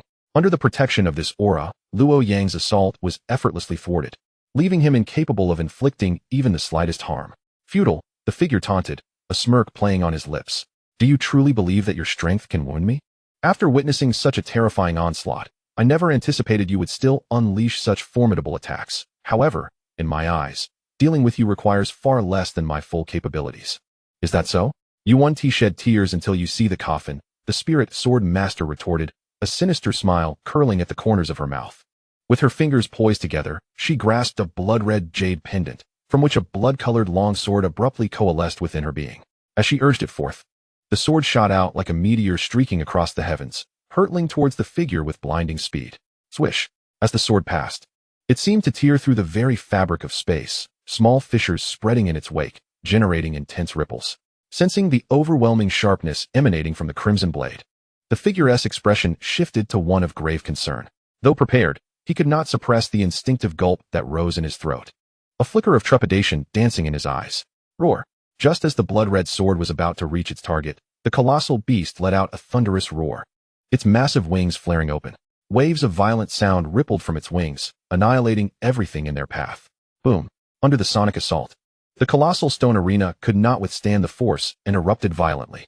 Yet, fortuitously, the sound wave onslaught was ultimately resisted. The massive beast, though pushed back 100 meters by the impact, regained its footing with impressive steadiness. Hiss. To withstand a sound wave attack and emerge unscathed was a testament to the beast's formidable defenses. It was evident that vanquishing it would not be an easy feat. As the battle between the two sides intensified, fraught with peril, vigilance over the battlefield was essential. The instructors, witnessing the spectacle, could not help but gasp in astonishment. Roar. Amidst the shock of the instructors, the beast roared once more, its form rapidly swelling to a height of 20 meters, its claws radiating a blood-red glow. Blood-red fangs protruded from its maw, enhancing its already fearsome appearance. As the giant beast expanded, a glint of icy malice flickered in the figure's eyes. Come down here. With a chilling command, the massive creature transformed into a blur, launching itself towards the spirit sword master with astonishing speed. The Jaga demon dice bestowed a stroke of divine fortune upon the spirit sword master, amplifying her strength. Whoosh! The spirit sword master's speed surged, instantaneously placing her in front of the colossal beast. The beast, unfazed, extended its massive claws toward her chest. Clang! At that moment, the spirit sword master retaliated with a swift strike. Bang! The sound of metal clashing resounded as the beast's enormous claws collided with her sword. The beast staggered back a few steps, its massive paws crashing into the ground to steady itself. Not bad. You managed to withstand my strike, the figure observed, narrowing his eyes slightly before sneering. But do you truly think this will lead to your victory? How naive. As his words echoed, the massive beast launched its attack. Waves of sound cascaded forth, sweeping like a torrential river, imposing and grand. Swish. The beast stomped its foot, leaping into the air, unleashing a barrage of sonic explosions aimed at the spirit sword master. Chapter 146, Blood-Red Radiance. Swish. Seeing this, the spirit sword master's gaze sharpened. She deftly evaded the beast's strike. However, before she could counterattack, a glimmering cold light shot down from the sky, accompanied by a thunderous roar, hurtling toward her. Hiss. Realizing the peril, the spirit sword master's expression shifted. She swiftly focused her thoughts, forming hand seals. In an instant, her long sword surged forth to intersect with the cold light, producing a resounding clash of metal. The cold light vanished abruptly. Witnessing this, the colossal beast let out a low growl, retreating swiftly before morphing into a swirling mass of darkness overhead. Sister, I believe it's time to show them my true prowess. The Jaga demon dice chuckled darkly. Divine fortune. Amplify my power. The Jaga demon dice unleashed its signature skill, enhancing the spirit sword master comprehensively. Sister, obliterate them. Rest assured, she replied with a gentle smile, her momentum escalating to its zenith. Unyielding, she lightly tapped the void, her figure transforming into a white comet, clashing fiercely with the colossal beast. Bang! A muffled sound echoed as the two figures separated in an instant. Following the split, the spirit sword master felt her blood surge with fervor. Do you still wish to resist? The figure scoffed. In that case, I shall send you to your demise. Humph. I shall see if you truly possess such prowess. The spirit sword master's countenance hardened at his words, her beautiful eyes shimmering with icy brilliance. Her hand seals shifted dramatically, her sword trembling violently as waves of sword energy burst forth in rapid succession. The sword aura intertwined and coiled in midair, forming an immense net that descended upon the shadowy figure like an overwhelming shroud. Sword aura? I never anticipated that your swordsmanship would possess such prowess, the figure remarked, amusement flickering in his eyes as he gazed at the sword aura. In an instant, he shifted his form and appeared directly above the sword net. As he materialized, his arm abruptly shot upward, his wrist twisting, before delivering a powerful downward slash that shattered the intricate web of swords suspended in the air.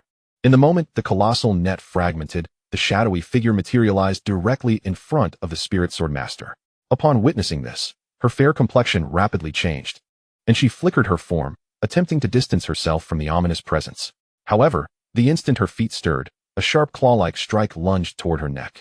Clang! A resounding metallic sound echoed as the razor-sharp claw strike was deftly parried by the spirit sword master, narrowly avoiding injury to her neck. Yet, leveraging the force of the claw, she propelled herself backward. The shadowy figure regarded the retreating spirit sword master with a glint of mockery in his eyes. Impressive. Though you are merely in the late stage of the Lord Realm, managing to withstand 3 of my strikes with your own strength is quite remarkable. However, it is a pity that you remain outmatched. You are destined to perish today. With that declaration, the figure lunged once more towards the spirit sword master. Bang, bang, bang. The two engaged in a fierce and relentless battle once again. The shadowy figure possessed formidable strength, coupled with the inherent advantage of his beast-controlling prowess, forcing the spirit sword master into a desperate retreat. You have forced my hand, she exclaimed, her voice a fierce declaration as she clenched her fists. With a swift motion of her arms, a silvery radiance surged forth from her sleeves, launching itself towards the shadowy figure with ferocious intensity. Whoosh! The silvery beam sliced through the air like a frenzied silver serpent, distorting and collapsing the atmosphere in its wake. The shadowy figure narrowed his eyes, sensing the terrifying power concealed within the silvery light, and suddenly halted his advance. Swish! In the next moment, he flicked his wrist, and the massive beast he commanded transformed into a streak of light, racing to meet the incoming assault. Bang! Bang! Bang! The two forces collided, resulting in a brief stalemate before erupting into a brilliant explosion, sending ripples of energy cascading outward, transforming into a dazzling rain of light that dissipated into the sky. As he beheld the celestial shower of light, a flicker of surprise crossed the shadowy figure's gaze, clearly taken aback by the swift and decisive nature of his defeat. It seems you possess some skill after all, but ultimately, you cannot prevail against me. Surrender obediently, he stated with a nonchalant smile directed at the spirit sword master. Unfazed by his words, the spirit sword master maintained her composure. Surrender? Dream on. Whoosh! Before her retort could fully escape her lips, the shadowy figure lunged again, aiming a fierce claw strike at her head. Bang! The spirit sword master propelled herself forcefully from the ground, sliding several paces away. She then gathered her resolve and charged once more towards the shadowy figure, her sword slashing with relentless ferocity. Each stroke infused with silvery sword energy, as if to tear through the void and shatter mountains. Interesting. The shadowy figure observed her movements, a sardonic smile gracing his lips as he rapidly executed hand seals, crimson runes emanating from his being. Boom. Bang. The two vastly different forces collided in the void, igniting a magnificent crimson brilliance that dazzled the onlookers. The mentors stationed within the crevice of the void furrowed their brows, sensing a potent aura of death emanating from the contrasting energies. It was evident that this confrontation was a battle of life and death, the outcome of which remained uncertain. Yet, the shadowy figure was a clandestine agent dispatched from another race, and even if Luo Yang could not eliminate him, they would not hesitate to intervene. Their purpose in observing was merely to gauge Luo Yang's capabilities. Whoosh! Suddenly, a sharp gust of wind erupted, and an overwhelming sword energy surged through the void, striking down upon the shadowy figure with ferocity. Witnessing this, the shadowy figure's eyes narrowed, and he swiftly evaded, vanishing from sight amidst the spatial turbulence. Whoosh! The sword energy sliced through the air, leaving a chasm dozens of feet wide, from which crimson blood gushed forth. Gasp! The mentors collectively inhaled sharply at the sight. This individual possessed an eerie evasion technique, managing to evade such a keen attack in an instant. The shadowy figure had not anticipated that the spirit sword master would possess such capabilities, and a grave expression overtook his features.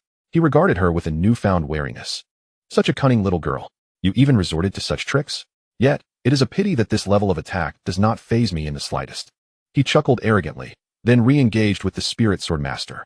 Upon witnessing his peculiar speed, the spirit sword master's eyes narrowed, and with a fierce cry, she propelled herself forward, her form shooting like an arrow through the air, tracing an arc as she pursued the shadowy figure. Her speed was astonishing, akin to a specter, and in the blink of an eye, she stood before him.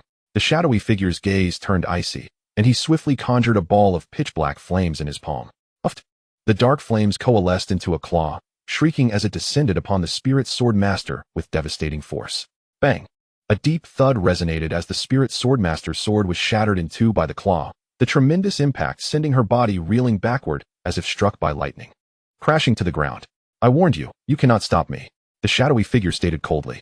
The spirit sword master felt blood seeping from her chest, evidence of the severe injury she had sustained from the prior clash. Yet, she paid no heed to his taunting remarks and hastily rose from the ground, her icy gaze fixed upon him. Swish! Whoosh! The spirit sword master propelled herself with the tips of her feet, vanishing like a ghost. In the next instant, she appeared behind the shadowy figure. Bang! With a swift slash, her sword pierced through his robe, severing his left shoulder. Uft! Blood erupted forth, and the shadowy figure clutched his wound, his face contorted in agony, evidently overwhelmed by the pain. He had not anticipated her audacity to strike so fiercely in a physical confrontation. His expression darkened, and he growled, "Prepare to die." His palm clenched fiercely, and that severed left arm instantly transformed into ashes before he seized the Spirit Sword Master in his grasp.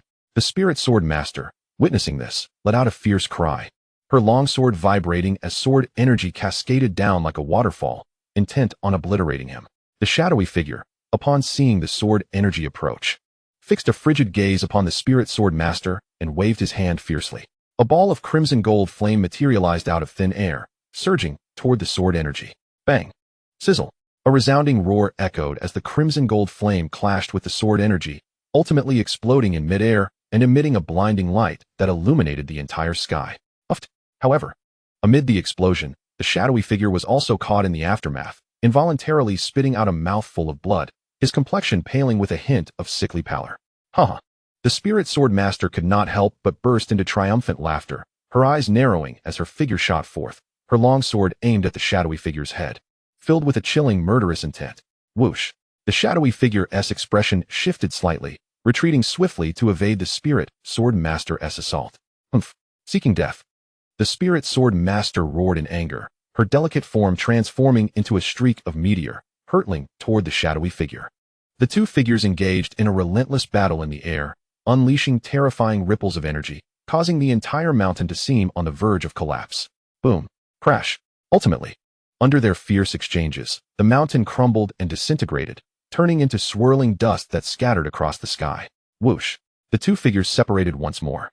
The Spirit Sword Master retreating with a pale face, leaving behind two long streaks of blood in the air, blood gushing forth.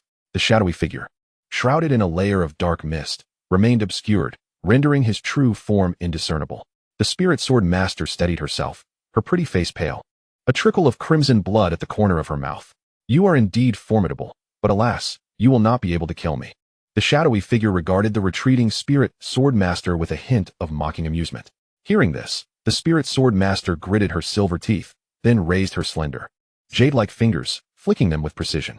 A violet sword light shot forth from her delicate fingertips, tearing through the air and hurtling toward the shadowy figure. Noticing this, the shadowy figure swiftly retreated, dodging the sword light, before charging back at the Spirit Sword Master. Whoosh! The Spirit Sword Master narrowly avoided his attack, but her body was still jolted backward. Meanwhile, the shadowy figure sneered. Heh, little girl, your reflexes are quite nimble, but how far can you run? Bang! As he spoke, the shadowy figure reappeared before the Spirit Sword Master, his long spear carrying an overwhelming pressure, aimed directly at her head. The Spirit Sword Master's eyes narrowed slightly.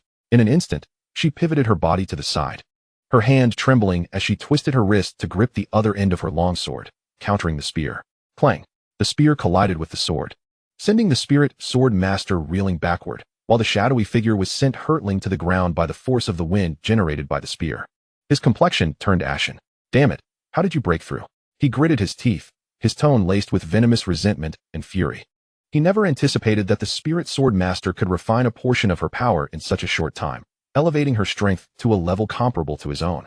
Moreover, he sensed that she possessed even greater abilities. The Spirit Sword Master, hearing this, revealed a triumphant smile. Hee, don't rejoice too soon. This is merely the beginning. Her gaze locked onto the shadowy figure as she declared, I shall see how long you can evade. Today, you must pay the price. The shadowy figure, taken aback by her demeanor, could not help but smirk. Humph, you think you can hold me? Such foolish delusions. A strong disdain flickered in his eyes. The Spirit Sword Master, in response, allowed a cold glint to pass through her gaze before lunging forward once more, charging toward the shadowy figure. Bang! The two resumed their intense battle.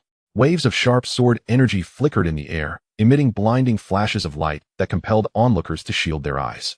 The Spirit Sword Master, wielding her longsword, advanced step by step toward the shadowy figure, her ferocious demeanor instilling fear in the hearts of those who beheld her. Boom! The shadowy figure found himself in a desperate plight as the Spirit Sword Master pursued him relentlessly, yet he did not betray even a hint of panic. His body seemed to possess an inexplicable allure, making it difficult for the Spirit Sword Master to match his speed regardless of her efforts. Additionally, the faint black mist surrounding him posed a significant challenge. What on earth is this? It obstructs my power. The Spirit Sword Master cursed through gritted teeth, perplexed by the severity of her limitations. The shadowy figure, hearing her words, wore a smug expression. Haha, little girl, it's futile. This strange substance on me can even devour the celestial sovereigns, let alone a mere mortal like you. Just resign yourself to death. or once I regain my strength. You won't have a chance to escape. The spirit sword master felt a flash of fear in her eyes upon hearing this, but she quickly regained her composure.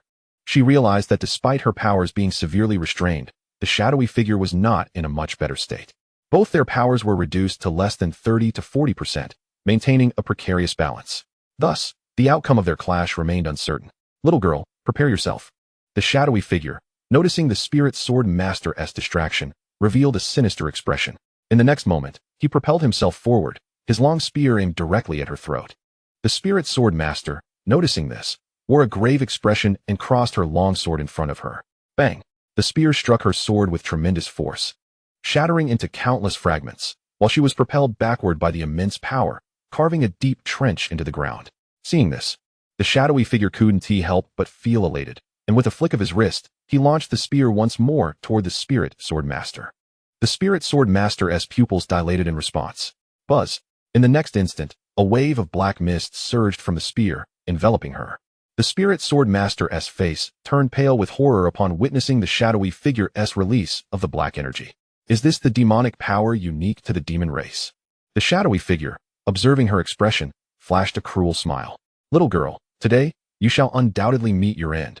In the next moment, the black energy rushed toward the spirit sword master. However, at that instant, a golden-yellow aura radiated from her being. The golden sheen, akin to the texture of metal, was remarkably unyielding, impervious to the encroaching black aura of the shadowy figure. What manner of creature is this? The figure's countenance darkened to an extreme upon witnessing this. Boom!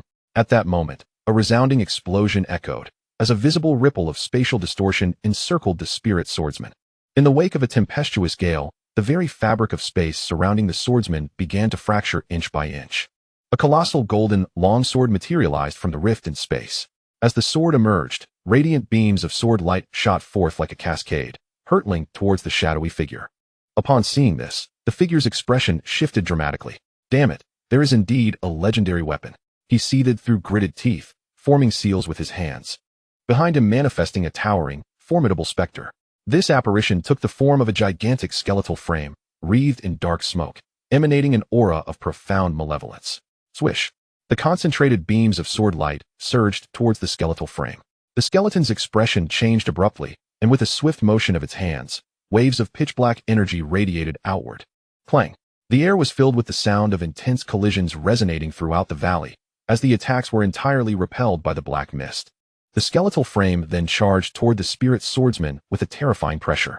The swordsman, witnessing this, felt a slight shift in her expression, with a flick of her wrist. Her longsword transformed into a torrential downpour of sword rain, rushing to meet the skeletal frame. Boom, boom, boom. The sounds of explosions erupted, as the black mist rapidly dissipated under the onslaught of the swordsman's sword rain. In the next moment, the grotesque skeletal frame was cleaved into countless fragments, which subsequently disintegrated into specks of dark light. As these dark remnants touched the ground, they swiftly decayed, ultimately vanishing without a trace. What? The shadowy figure's complexion drained of color upon witnessing this scene. He had previously experienced the bizarre attacks several times, each encounter draining a substantial amount of his energy, revealing the terrifying nature of such assaults. Yet, the spirit swordsman effortlessly neutralized his attack. This revelation struck him like a bolt from the blue. Who exactly are you? The figure's expression turned ominously dark. The person who will end your life.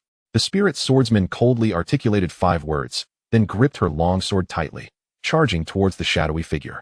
The figure, witnessing the swordsman's advance, felt a surge of rage. Humph, you think you can kill me? You are sorely mistaken. He barked, twisting his spear, unleashing a colossal shadowy spear that surged towards the swordsman imbued with destructive force. Clang! The spirit swordsman also swung her longsword, colliding with the spear's silhouette. Thunderous booms reverberated through the void.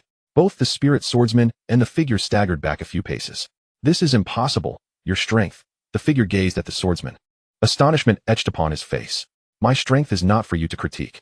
The swordsman's face was as cold as frost, and with another sweep of her longsword, a flurry of piercing sword light erupted, enveloping the shadowy figure like an intricate web.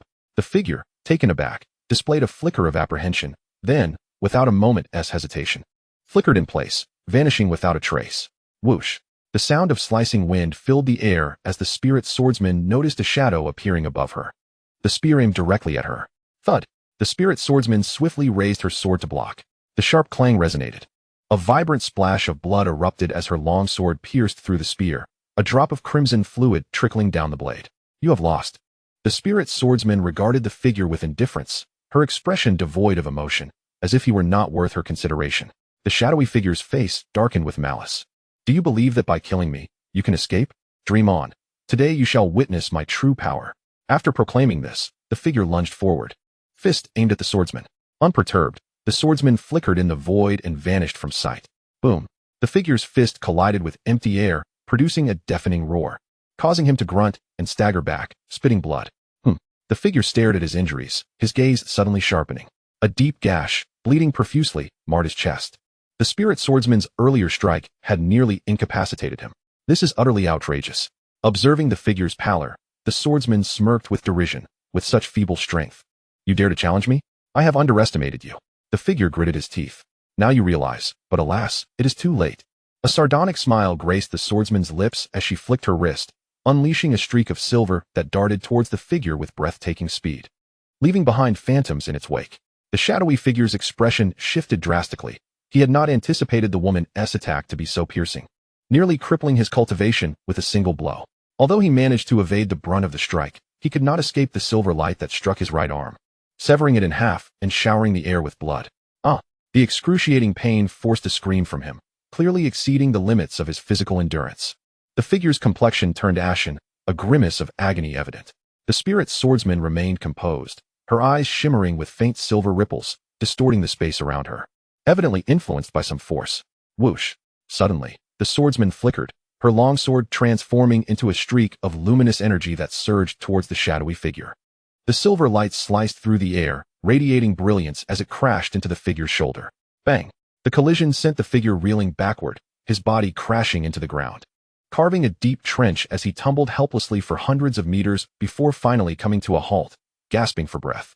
This fellow truly possesses a formidable character, managing to endure such relentless assaults from a spirit swordmaster for an extended duration. Indeed, a remarkable feat upon witnessing this. A flicker of astonishment flashed across the spirit swordmaster's eyes. You are quite powerful. However, I too am not to be underestimated. The figure, wiping the blood from the corner of his mouth, rose from the ground, forming hand seals. A dark gleam shot forth from his sleeve, hovering ominously above him. The spirit sword master furrowed his brow upon seeing this dark radiance. The dark demon eye? The dark demon eye resembles the gaze of a malevolent beast, wielding pure spiritual energy to manipulate and control objects within a certain radius, unleashing various malevolent sorceries upon foes. Though the spirit sword master harbors no fear of the dark demon eye, he does not take this magical artifact lightly. Die! The figure, witnessing the spirit sword master's demeanor, grinned menacingly and struck the dark demon eye with his palm. Boom! The dark demon eye emitted a low, resonant hum before it surged toward the spirit sword master with astonishing speed, akin to a shooting star piercing through the night. The spirit sword master, unfazed, lightly tapped the ground with his toes and deftly retreated to evade the dark demon eye's assault. The dark demon eye traced dark lines around the spirit sword master, leaving behind ethereal afterimages in the air, moving with unbelievable velocity. The spirit sword master's expression grew grave. What a peculiar magical eye. It can attack from such a distance. He pondered quietly. The dark demon eye was the figure's most relied upon magical tool, and its speed was indeed astounding. Nevertheless, the spirit sword master reacted swiftly. As the dark lines surged toward him, he flicked his sword, summoning arcs of azure lightning energy that coalesced around him. A thunderous beam, 3 yards wide, surged forth with devastating force, charging directly at the dark lines. With a piercing crackle, the thunder beam collided with the dark lines, unleashing a terrifying gust that swept through the air, scattering debris in every direction. The spirit sword master's expression shifted slightly. The figure's eyes glimmered as he smirked coldly. Haha, I didn't expect you to wield lightning element techniques. Now you shall experience the true ferocity of this attribute. As he spoke, the figure cast several seals with his hands, causing the dark mist to coalesce and transform into a massive skeleton towering 3 yards high. He was, unmistakably, a skeletal mage. The skeletal mage gripped a black scythe, its blade radiating a chilling aura, appearing quite fearsome. Deathstorm. The figure bellowed, swinging the scythe forward. Sizzle. From the blade surged an overwhelming aura of death, cleaving toward the spirit sword master. Boom. The violent death energy instantly morphed into a swirling black tornado, sweeping toward the spirit sword master with reckless abandon. As the death hurricane raged, the spirit sword master's garments were shredded, and her hair whipped about wildly. Noticing this, the spirit sword master raised an eyebrow. A death hurricane? This fellow's strength has already reached the late monarch stage. Humph. No matter how formidable you are, you shall fall here today. The figure sneered, his eyes brimming with murderous intent, swinging the scythe to amplify the power of the death hurricane. Chapter 150, The Power of Evil. Under the rampage of the death hurricane, the entire valley's flora was reduced to ashes in an instant. Within this death storm also lay a trace of death energy. Though but a mere hint, it contained an extremely terrifying essence. The spirit sword master, observing this, retreated sharply, conjuring a golden light shield before her to withstand the hurricane's onslaught. However, the power of the death hurricane was utterly terrifying. The moment the spirit sword master formed the shield, it shattered instantly. Her expression soured at the sight. This death hurricane could even breach her sword domain. Such an attack is of no use to me now. With a cold snort, she flicked her wrist, unleashing a fierce sword chi from her blade that obliterated the death hurricane. Death vortex. The figure's eyes flickered with a sinister gleam as he pointed a finger into the air, causing the black mist to swirl violently, coalescing into a massive black vortex that enveloped the spirit sword master. The spirit sword master, recognizing the threat, did not underestimate it. Lightning coiled around her arm as she charged straight toward the black vortex. Bang! Upon collision, a deep, resonant impact reverberated through the air, causing both the spirit sword master and the black vortex to explode in an instant, sending forth a terrifying wave of residual energy. Crack! The figure's expression turned pale as the scythe in his hand shattered, unable to withstand the spirit sword master's might. How can this be? Impossible. This individual's strength is merely that of a lord. How can they be so powerful? Do they hide even greater power? The figure's face turned a ghastly shade. Filled with terror, the spirit sword master, observing the figure's expression, could not help but smile coldly. Indeed, I have concealed some of my strength, but what of it? What trump cards do you possess now? Realizing the dire situation, the figure gritted his teeth. Since that is the case, I have no final words left. As he spoke, a sinister smile crept across his lips, and dark flames erupted from his body, an inky, malevolent fire, faint yet radiating an unsettling aura of evil power. This malevolent force, in the spirit sword master's eyes, was far more formidable than the previous death hurricane. What is that? She gasped, her expression shifting. At that moment, the figure directed the black flames toward the spirit sword master with great speed. This evil energy seemed to possess a peculiar allure, drawing the spirit sword master's gaze. Though the temperature of the black flames was not excessively high, the spirit sword master trembled at their presence, a profound sense of danger surging within her heart. This is bad. Realizing the severity of the situation, her complexion changed. She could sense that this black flame harbored unparalleled, terrifying energy. If she were to be touched by these flames, her physical form would surely disintegrate in an instant, turning to ash without a trace of bone remaining. However, at that moment, a beam of silvery light abruptly shot forth from within the spirit sword master, colliding directly with the ominous black flames. Bang! The silvery light struck the black flames, only to be repelled violently. What is this? The figure, witnessing his summoned black flames being obstructed, could not help but exclaim in astonishment, directing his gaze towards the spirit sword master. Observing this, the spirit sword master exhaled in relief. The black flames were indeed formidable, but the silver radiance within her was equally terrifying. Accept purification. The figure, noticing the situation, let out a cold laugh and waved his hand, causing the black flames to surge towards the spirit sword master with lightning speed, akin to a streak of black lightning. The spirit sword master, seeing this, twirled her wrist, and a purple sword soared from her grasp, tracing an arc in the air as it cleaved towards the black flames. Clang! The sword clashed against the black flames, producing a piercing metallic ring, and from the blade, silver electric serpents erupted forth. Boom! As the black flames and the purple sword collided, a cacophony of explosive sounds reverberated, unleashing waves of destructive energy that swept through the void, conjuring whirlwinds that dimmed the entire sky. The figure observed this scene, his eyes filled with profound dread. What on earth is this being, possessing such terrifying power? Damn it, I must capture him alive, refine him into a demonic puppet, and torment him to alleviate my resentment. We must leave.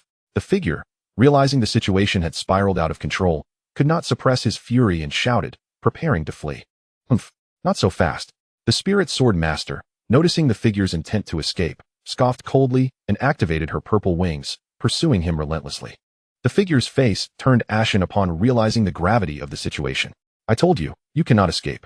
The The spirit sword master sneered. Upon hearing her words, a vicious glint flickered in the figure's eyes. Humph, in that case, I shall take us both down. With that, a terrifyingly malevolent energy surged forth from within the figure.